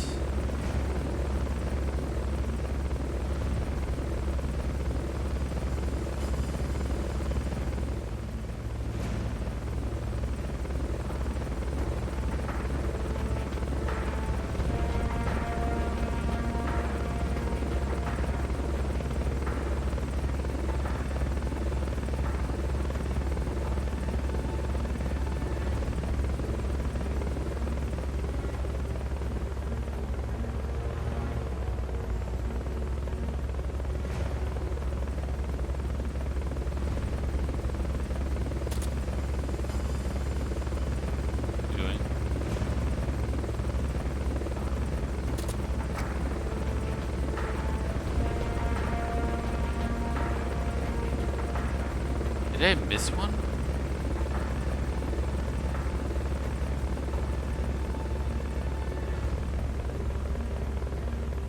Oh no, I think I missed one.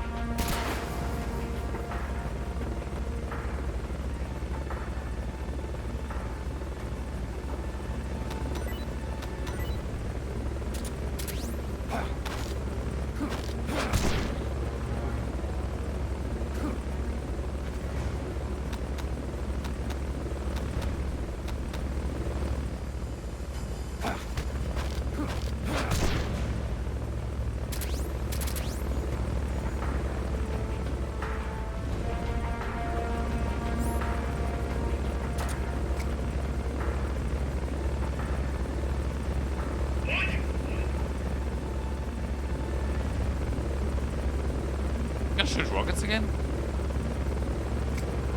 Oh, okay. Maybe no?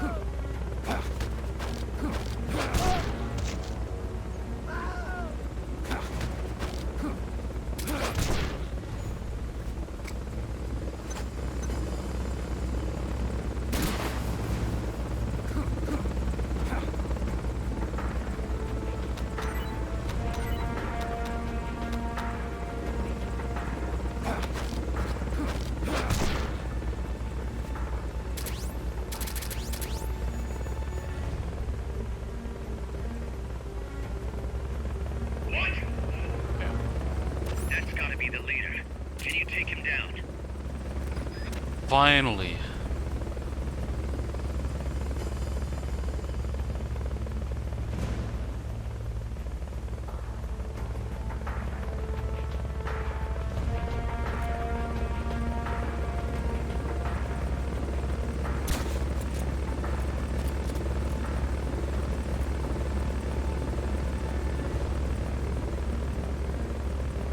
Stand still for a second.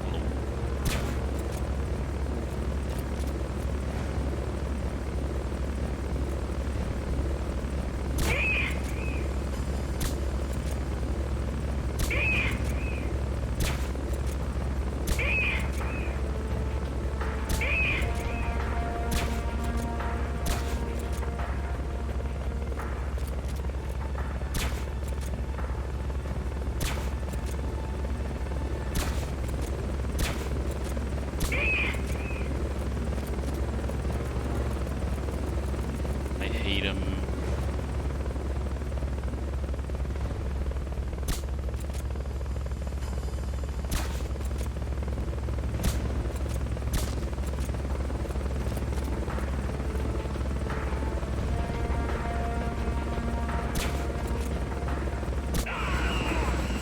Finally.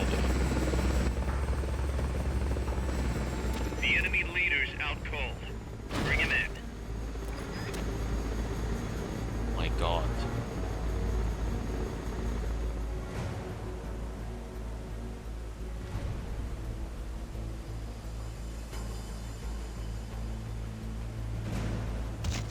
It was crazy difficult all of a sudden.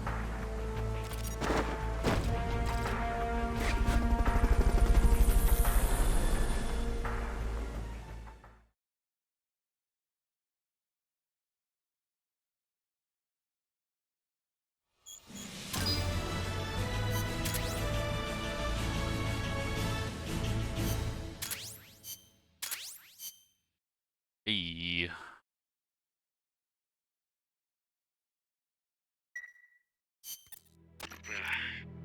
Snake? Don't tell me. Zadornov. Bingo. The Guard left his post and the dude was gone when he got back. Sounds like the guard needs a guard. He was off with the girls. Haas invited him to try some of their cooking. He says he loved every second of it. Is that jealousy, cuz? Anyway, there's a new mission waiting for you. Find the doorknob, Snake. Okay. How often... Dude, those are the worst guards I've ever seen. How can you let someone escape? Okay, not only does he escape, he escapes from a forward operating base. Other base. Where does he get the boat from? Or the helicopter? Fucking garbage.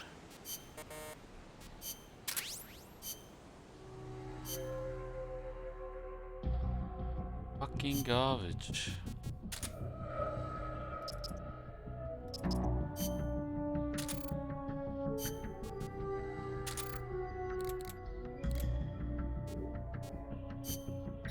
Oh, I can't. Man, if only you could just get rid of.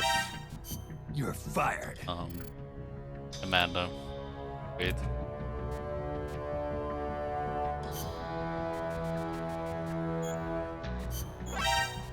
You're fired.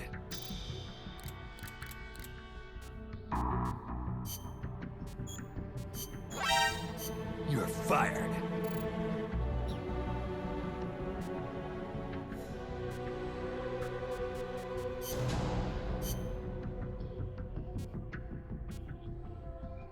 Barrel.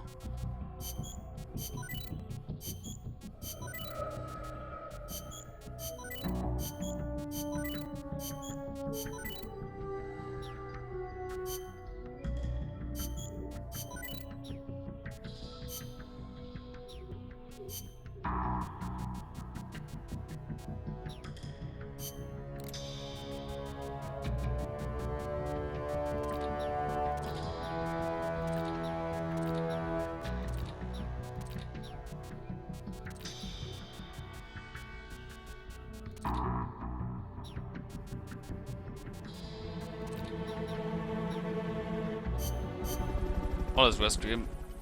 Or like capture him, sorry. I keep saying rescue him, but I'm not really rescuing. Snake, the doorknob's disappeared again. Get out there and retrieve him. At this point, I would just say, no, you do it. I'm done. Piece of shit.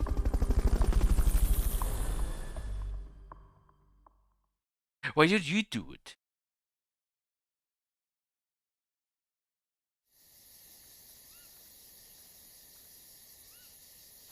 Find the doorknob, Snake.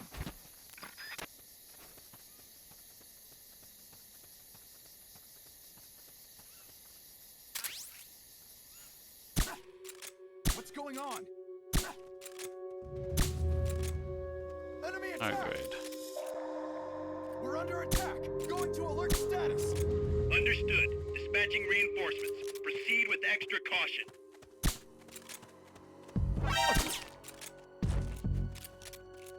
Close.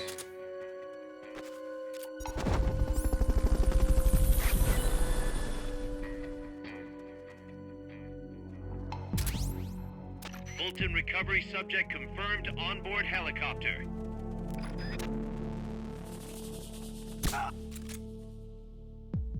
What's going on? Here he is! The enemy's here!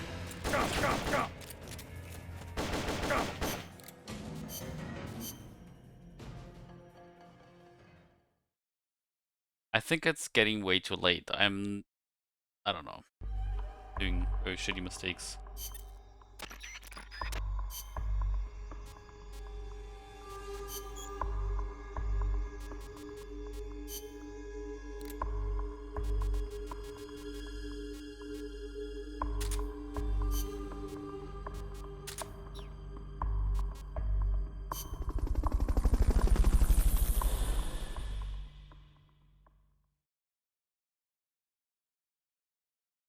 Do.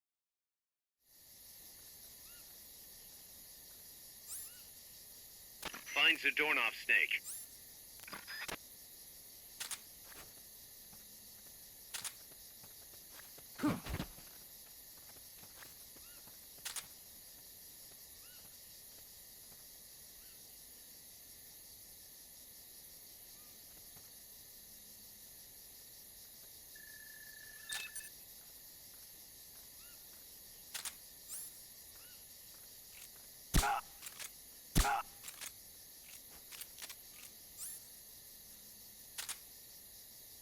Can't be imagining things. Good God, the man could swim his way out of Alcatraz. Find him. Leave no stone unturned.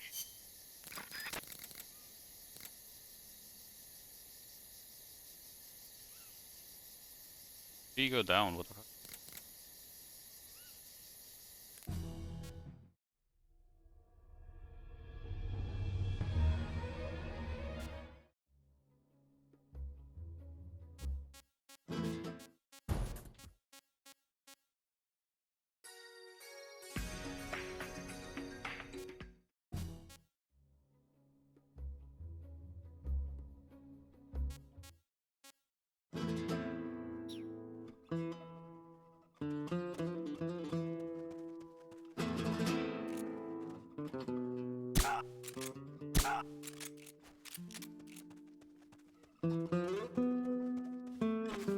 Can't be imagining things.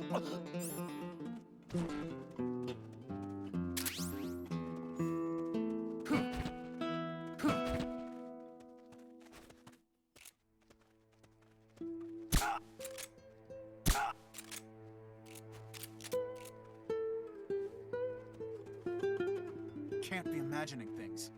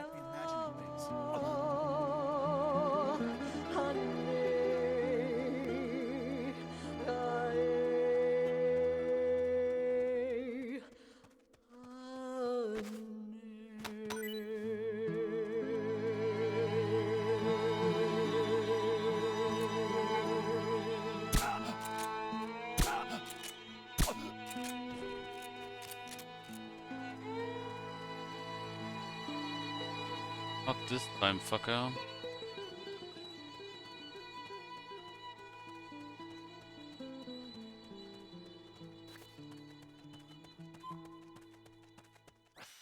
Wait, that's it? That's the track? Okay.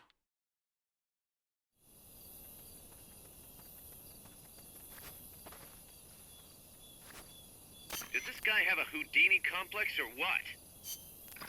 Maybe.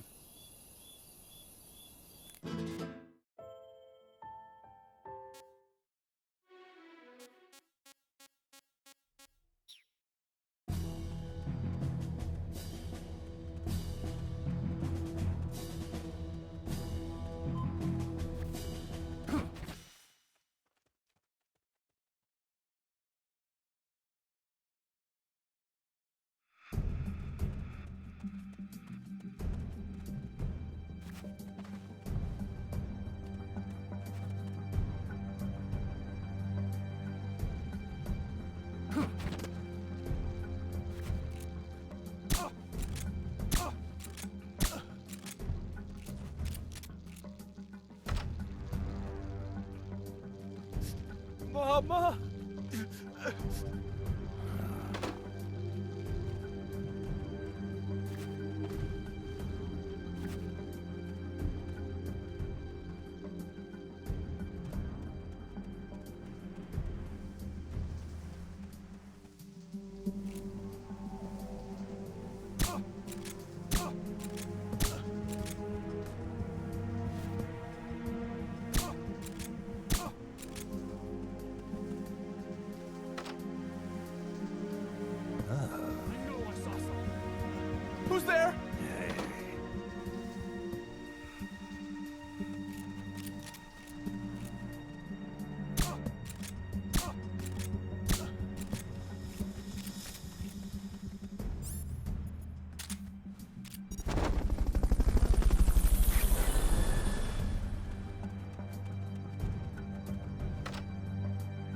Fulton recover.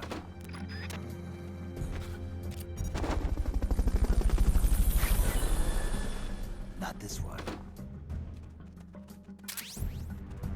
Fulton Not. recovery subject confirmed onboard helicopter.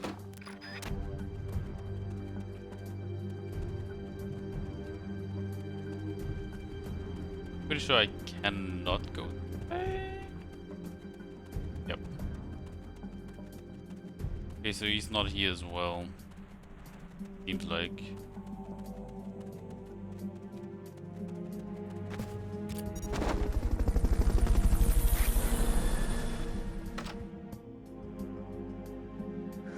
Gotcha. Fulton recovery helicopter is complete.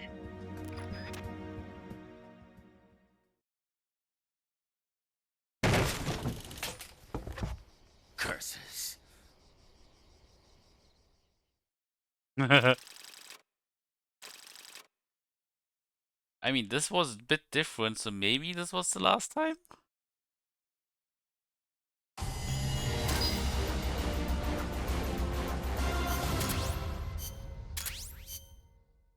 Who knows? I got him, Kaz. Slipped up again. Acknowledged. Bring him on in. Before he's just testing me.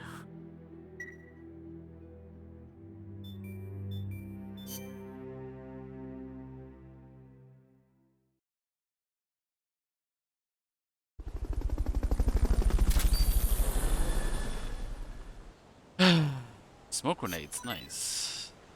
M22, 21. So, what the fuck?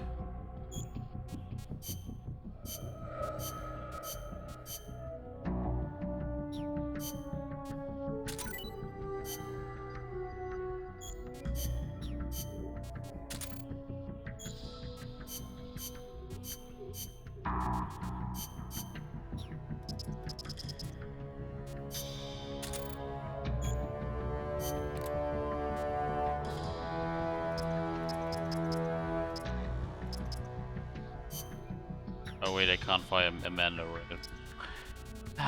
Amanda, why are you so useless? You're fired.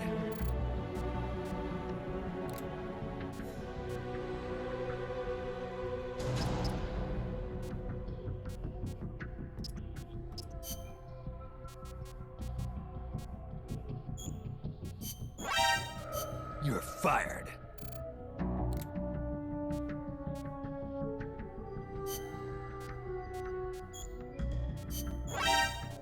You're fired.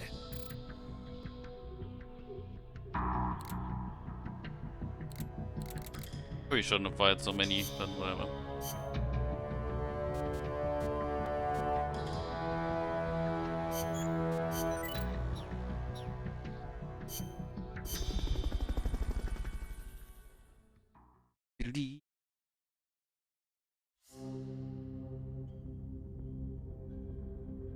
Beyond vision. The hell is this? Paparazzi? The hell is this?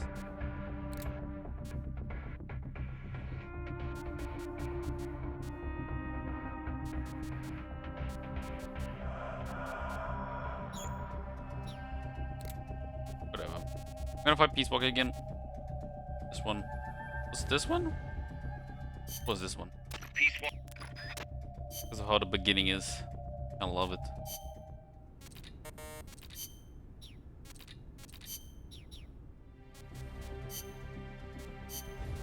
Combat.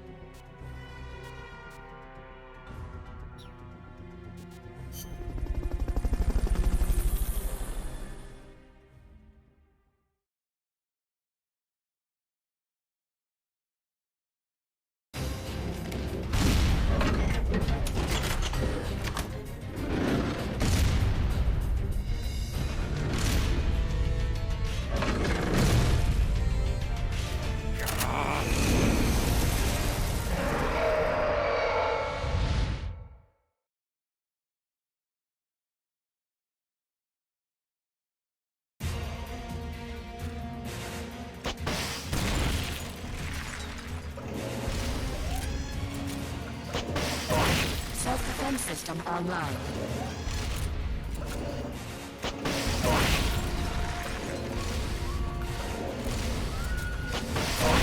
Engaged.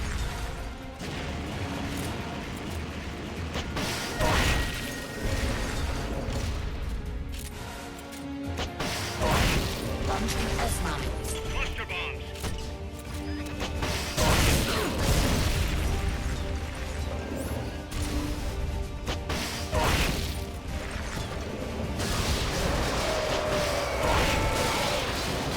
Face me.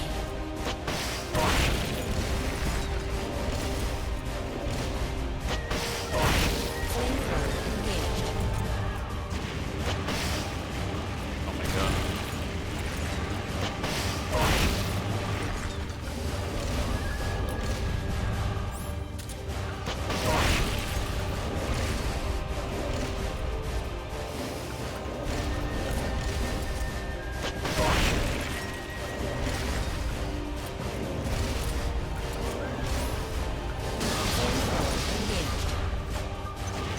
They've okayed your request for a cardboard box. It'll be sent out shortly.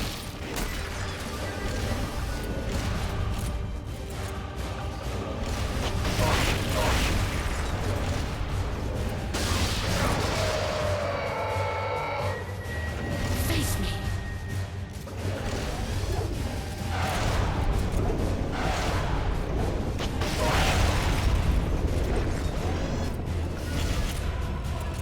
Launching S-mines.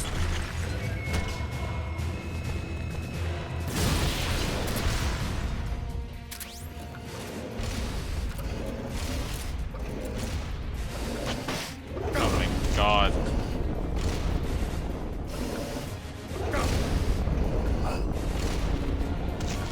Flamethrower engaged. Great.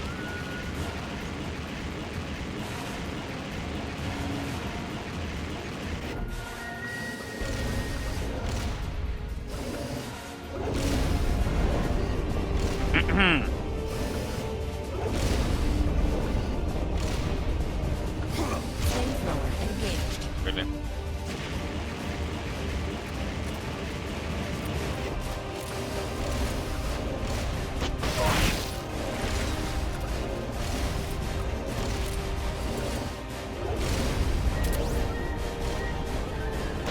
Flamethrower engaged.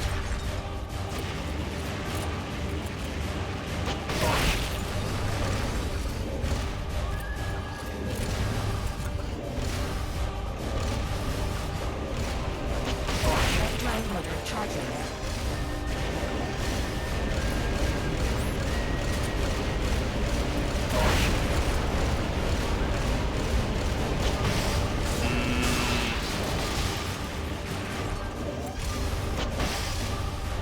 Are you serious? Let's dodge.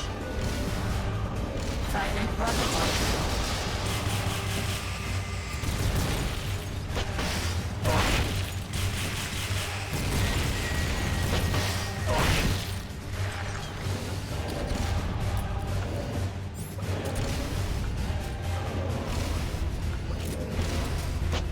Launching S-mines.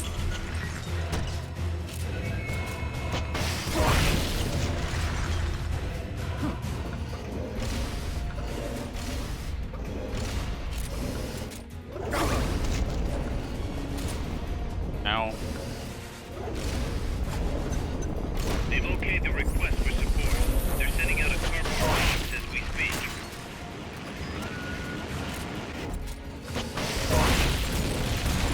Oh.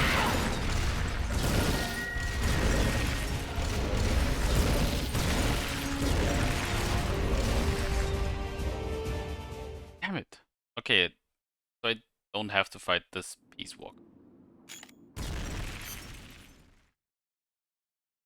Get it.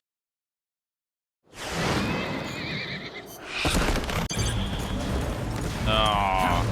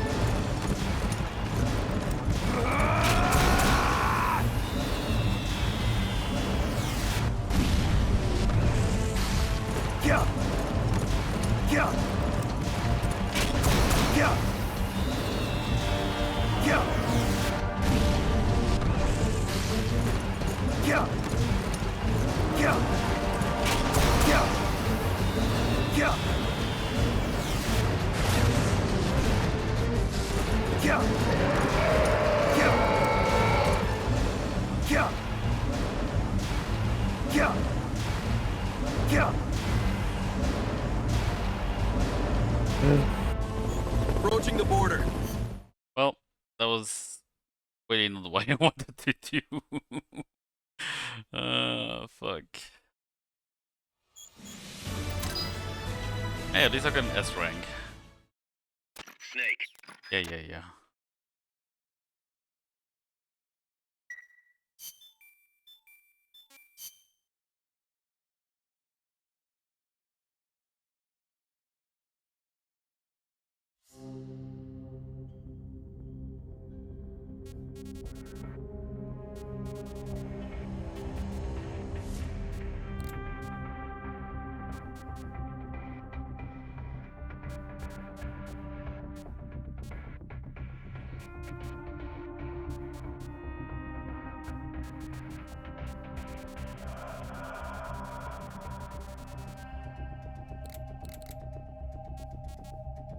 Okay, last one. I will just fight Peace Walker because I love the song, and then we're good for today.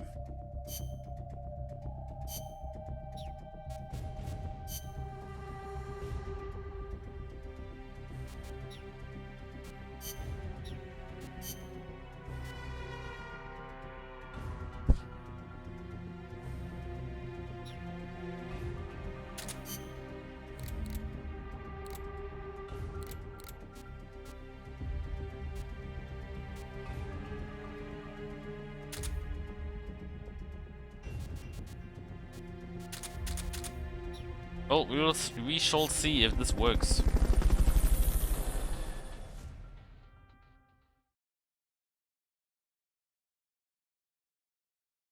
Back to C.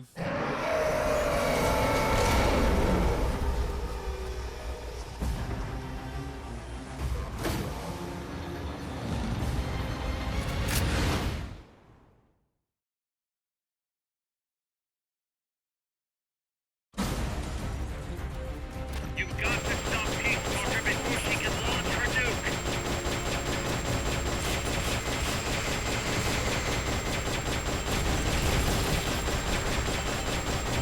Firing rocket launcher.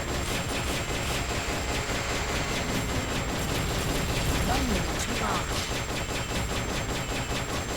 Wow. Damage.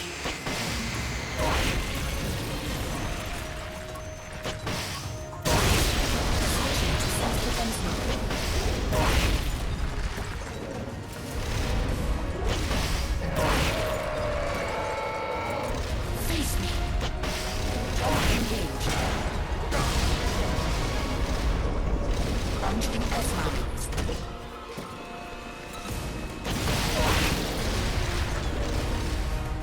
Jump engage.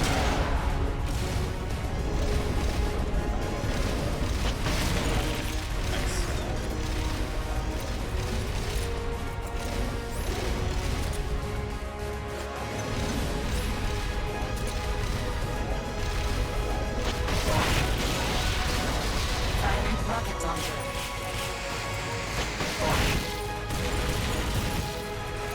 Jump engage. Jump engage.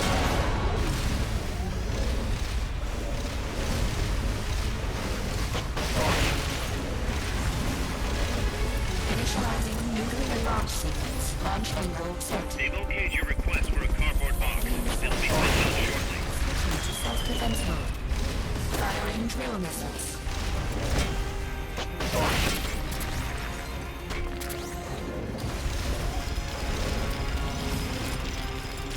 Firing drill missiles.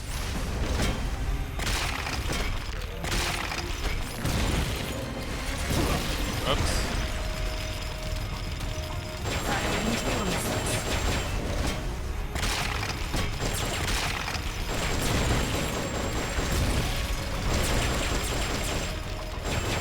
Firing drill missiles.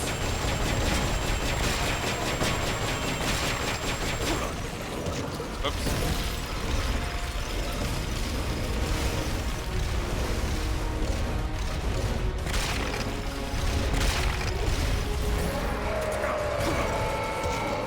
Face me.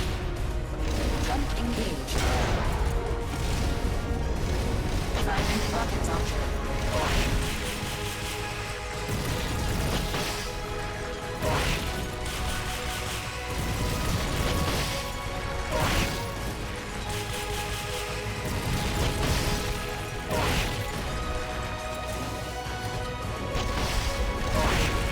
Jump engage. Initializing launch sequence. Launch angle set. Switching to self-defense mode. Jump engage. Jump engage.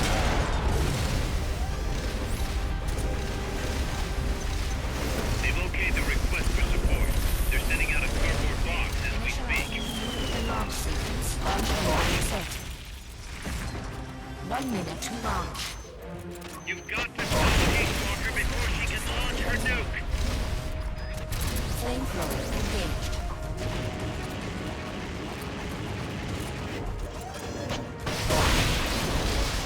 Shit, what's the frame?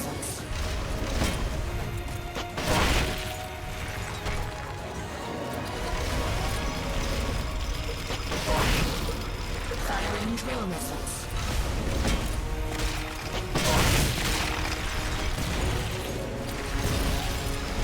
Launching S-mines. Launching S-mines. Firing drill missiles.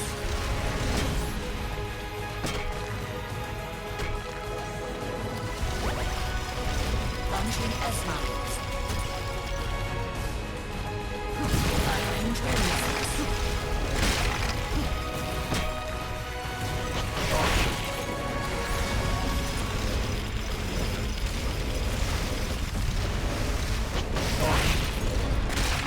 Jump engage.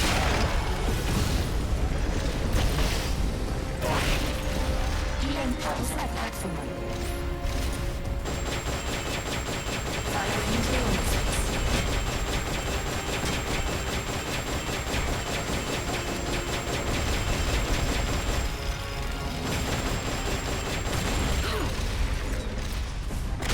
Ah.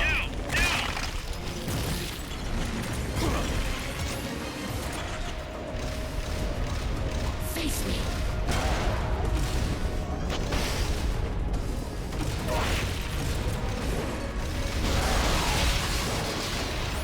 Red drive motor charging. They've okayed your request for a cardboard box.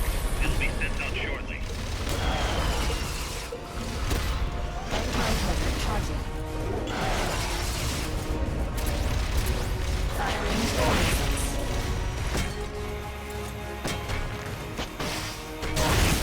Mega Kryptonite destroyed. Jump engage.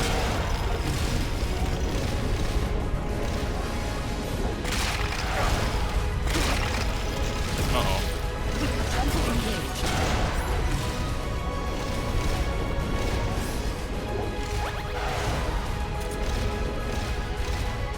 Jump engage.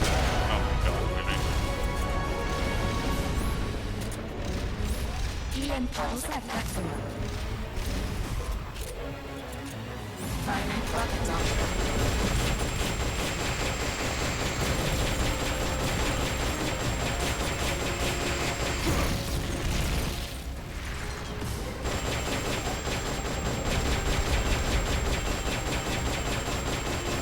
Jump engage.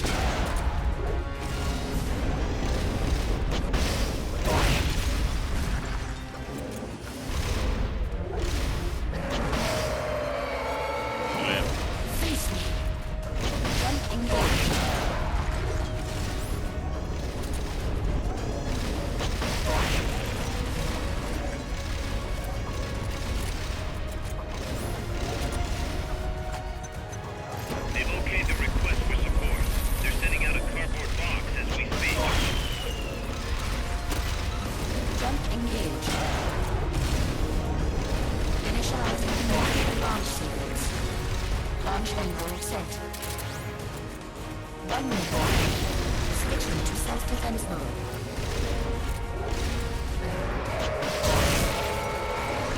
Face me. Jump engage. Initializing the nuclear launch sequence. Launch envelope set. 1 minute to launch. It's going back into nuclear launch mode. Stop for sake. Self-defense mode. Jump engage.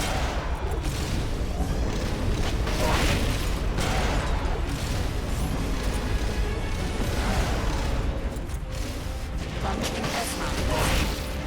Launching S-mount. Launching S-mount. Launching S-mount. Launching S-mount. Launching S-mount. Launching S-mount. Launching S-mount. Launching S-mount. Launching S-mount. Launching S-mount. Launching S-mount. They've okayed your request for a cardboard box. This will be sent out shortly. Oh boy. Hello. Jump engage.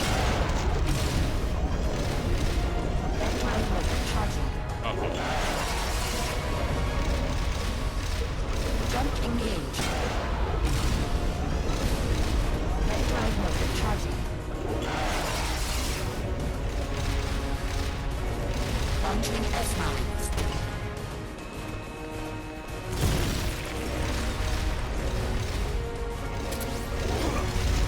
Ow. Launching S-mounts.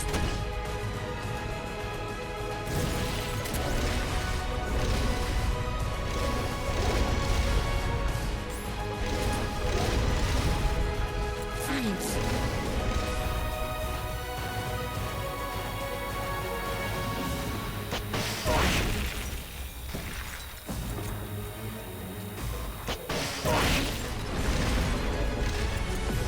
Jump engage. Are you bitch? EM pulse at maximum. Silent rocket launcher.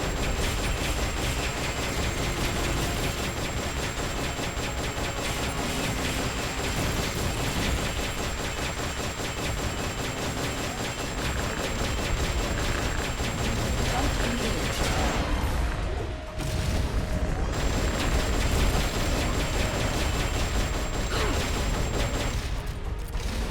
Okay, now's your chance.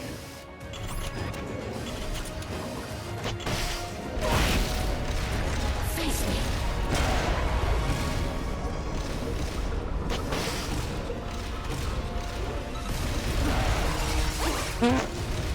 Backline mode charging. Uh-oh.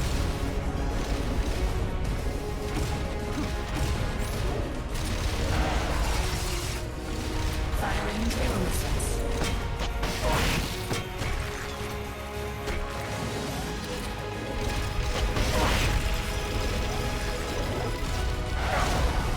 Oh, are you serious right now?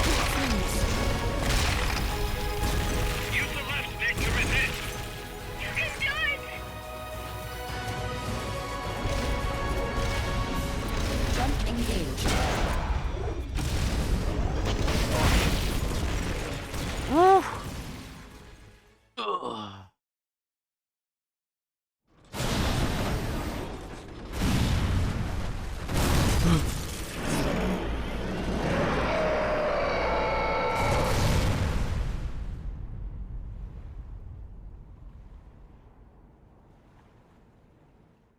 Amazing blanket. Thanks for the raid. Hi. Hope you're doing good. It stopped moving. Another one who's Snake, you playing did it. Scarlet Nexus. Is that like a DMC? I think someone said DMCA. Hey, I'm doing good. Been waiting, Snake, for a long time. Hi, Ishia. Hi, Foxhound. How you guys doing? The finality of today. I didn't raise you and shape you into the man you are today, just so we could face each other in battle. A soldier's skills aren't meant to be used to hurt friends. So then, what is an enemy? Is there such thing as an absolute timeless enemy? There is no such thing, and never has been. And the reason is that our enemies are human beings like us. They can in relative terms. The world must be made whole again. The philosophers must be reunited. I will devote my skills to the purpose, and with the Colonel's money, I will achieve that end. Just as I once created the couples. They are my family. I may no longer be able to bear children, but I still have a family. Latest 10 minutes of our lives. The great brown fox jumps over the lazy frog. This is my life. And my child. Kill me. Kill me now. Do it. There is nothing left inside me now. Shall we walk through the raining plain of Spain? I may no longer be able to reach unfair, but I still have the lonely farms chases the one-eyed latest 10 minutes. Well, those GPUs will be rich. Isn't it more like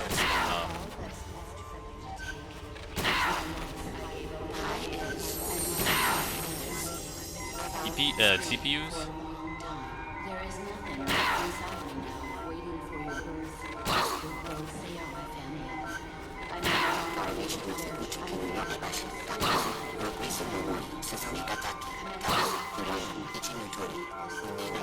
Jack. Jack. Jack.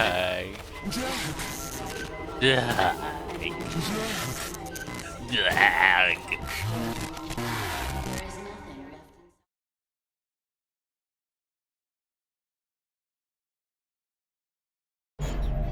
Valid data region. Shut up.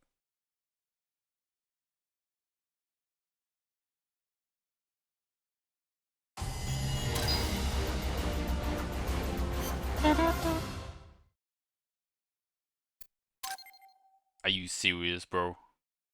Are you fucking serious? All this for nothing? Really? Okay. Huge disappointment.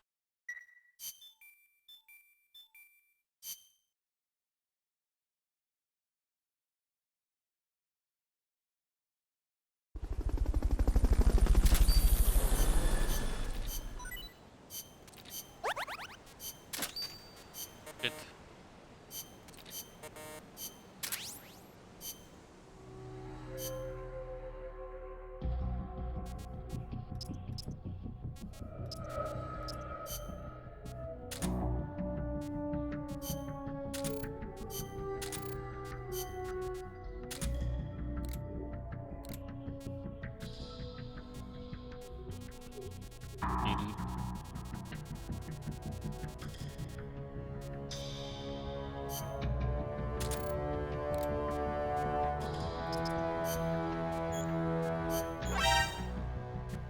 You're fired. Yep, you're all fired.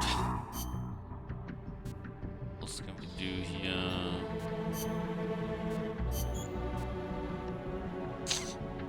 Not enough money for a Soliton Radar.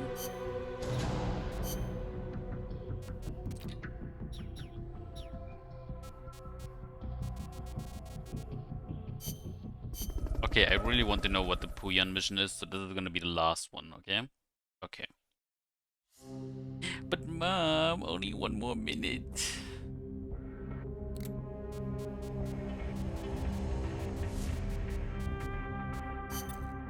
Someone's planning to extract enemy soldiers via Fulton Recovery. Thwart their attempt by shooting down the balloons. We're calling this the Puyan mission. Support our troops. Shoot those balloons. Okay. Shoot down the Fulton Recovery to prevent soldiers from being abducted.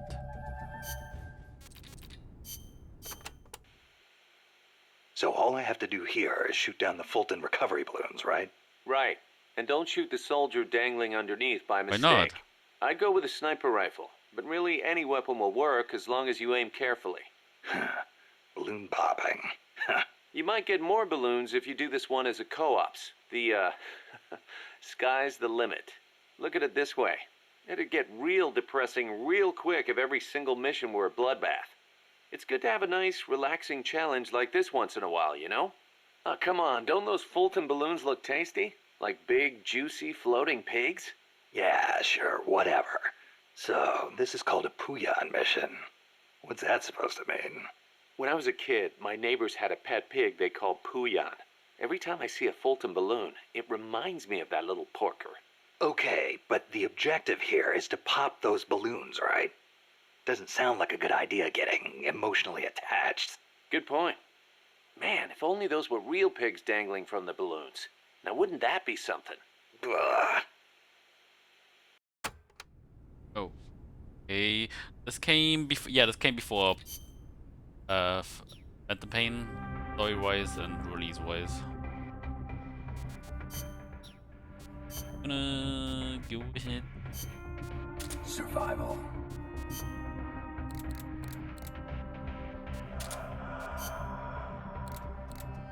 Let's get the AK, which apparently Kojima doesn't know how to spell nowadays, so it's called RK-47. I checked it. Okay, I gave it a thorough check,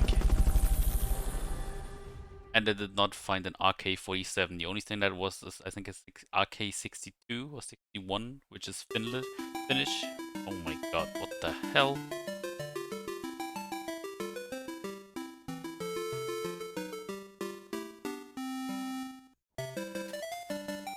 God, really?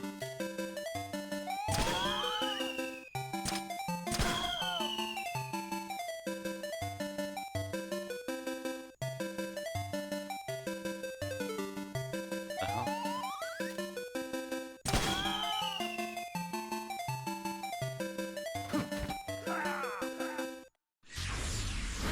Cannot be. Snake! There is so much more I wanted to learn from you. Snake! Okay.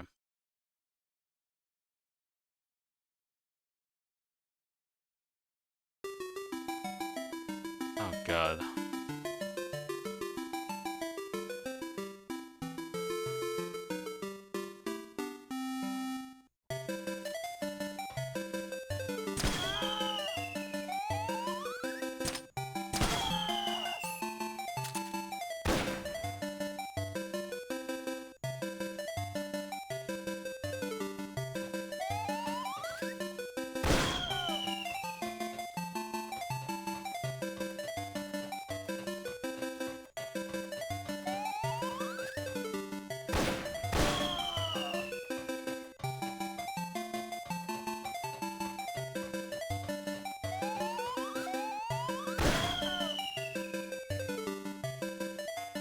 What?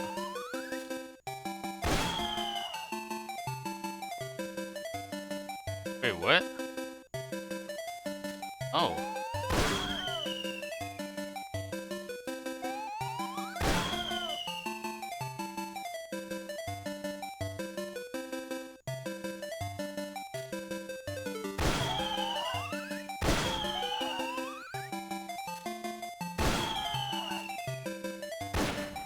Hey, fine, bro.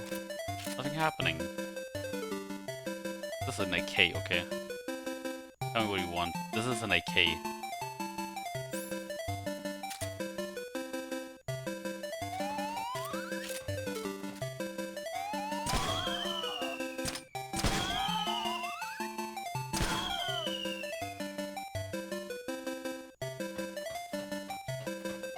Oh my god. Right in here was this track. I wanna, like, push them off a cliff.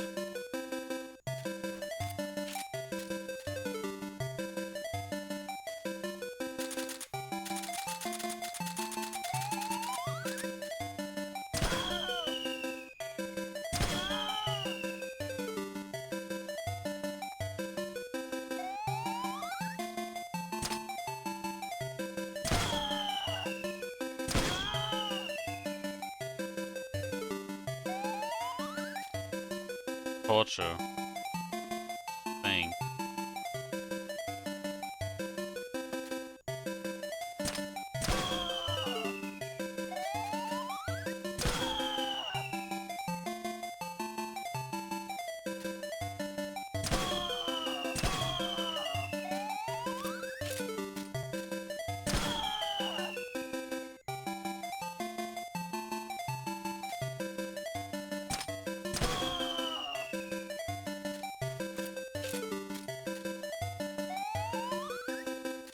God.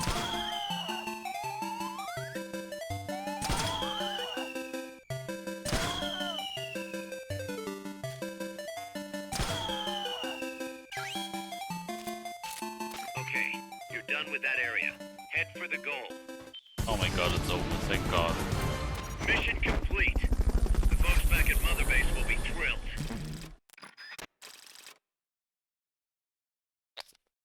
It was torture.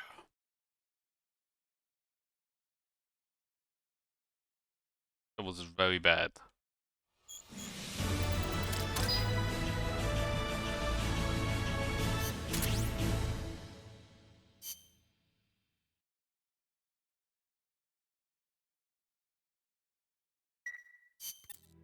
Snake, you're not gonna believe this, but Yeah. Zadornov's missing again. Kaz, are you sure somebody's not, I don't know, letting him out on purpose? You think I have time to assemble a mole hunt? Man, this guy isn't just good, he's so good it's scary. If he's doing this alone, that is. Anyway, he left a trail, so we've got a good idea of where he's probably hiding. You know what the mission is. Find Zadornov, Snake. Hey Miller, you know what? Fuck you. I will not. No. Do this tomorrow. Because I'm done. In 10 hours. 10.5 hours to be more precise. As I got it right.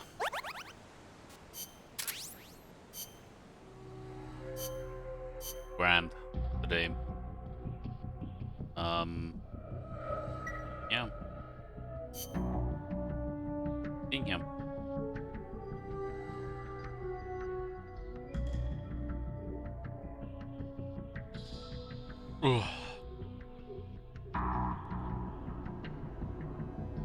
There we go.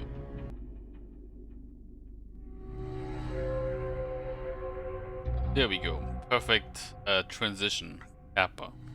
Anyway, thanks for being here. Hope you had a good day, night, morning, afternoon, evening, whatever the time zone. Thanks Lucy for the raid. Thanks Amazing Blanket for the raid. I hope you had a wonderful time with the games you played. Thanks for everyone who came over. I hope you all have good. Why am I repeating myself? I just said that. Stop. Late.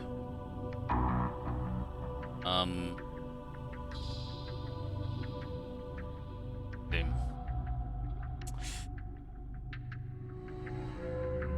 Oh my God. Shit. Well, I mean, it is what it is. They're too big to care. Okay, they're too big to care that I'm gonna send over 20 people at best. But it is Metal Gear Solid 2. It is Out of Heaven. So I'm gonna host Out of Heaven. It's the arcade playing. I know some people have their opinion. We all know how the arcade can be. Watch Out of Heaven Network. But yeah, they're playing currently Metal Gear Solid 2. I just love Metal Gear Solid 2. So I'm gonna go there. And yeah, see you guys tomorrow. There's more Peace Walker. Until then.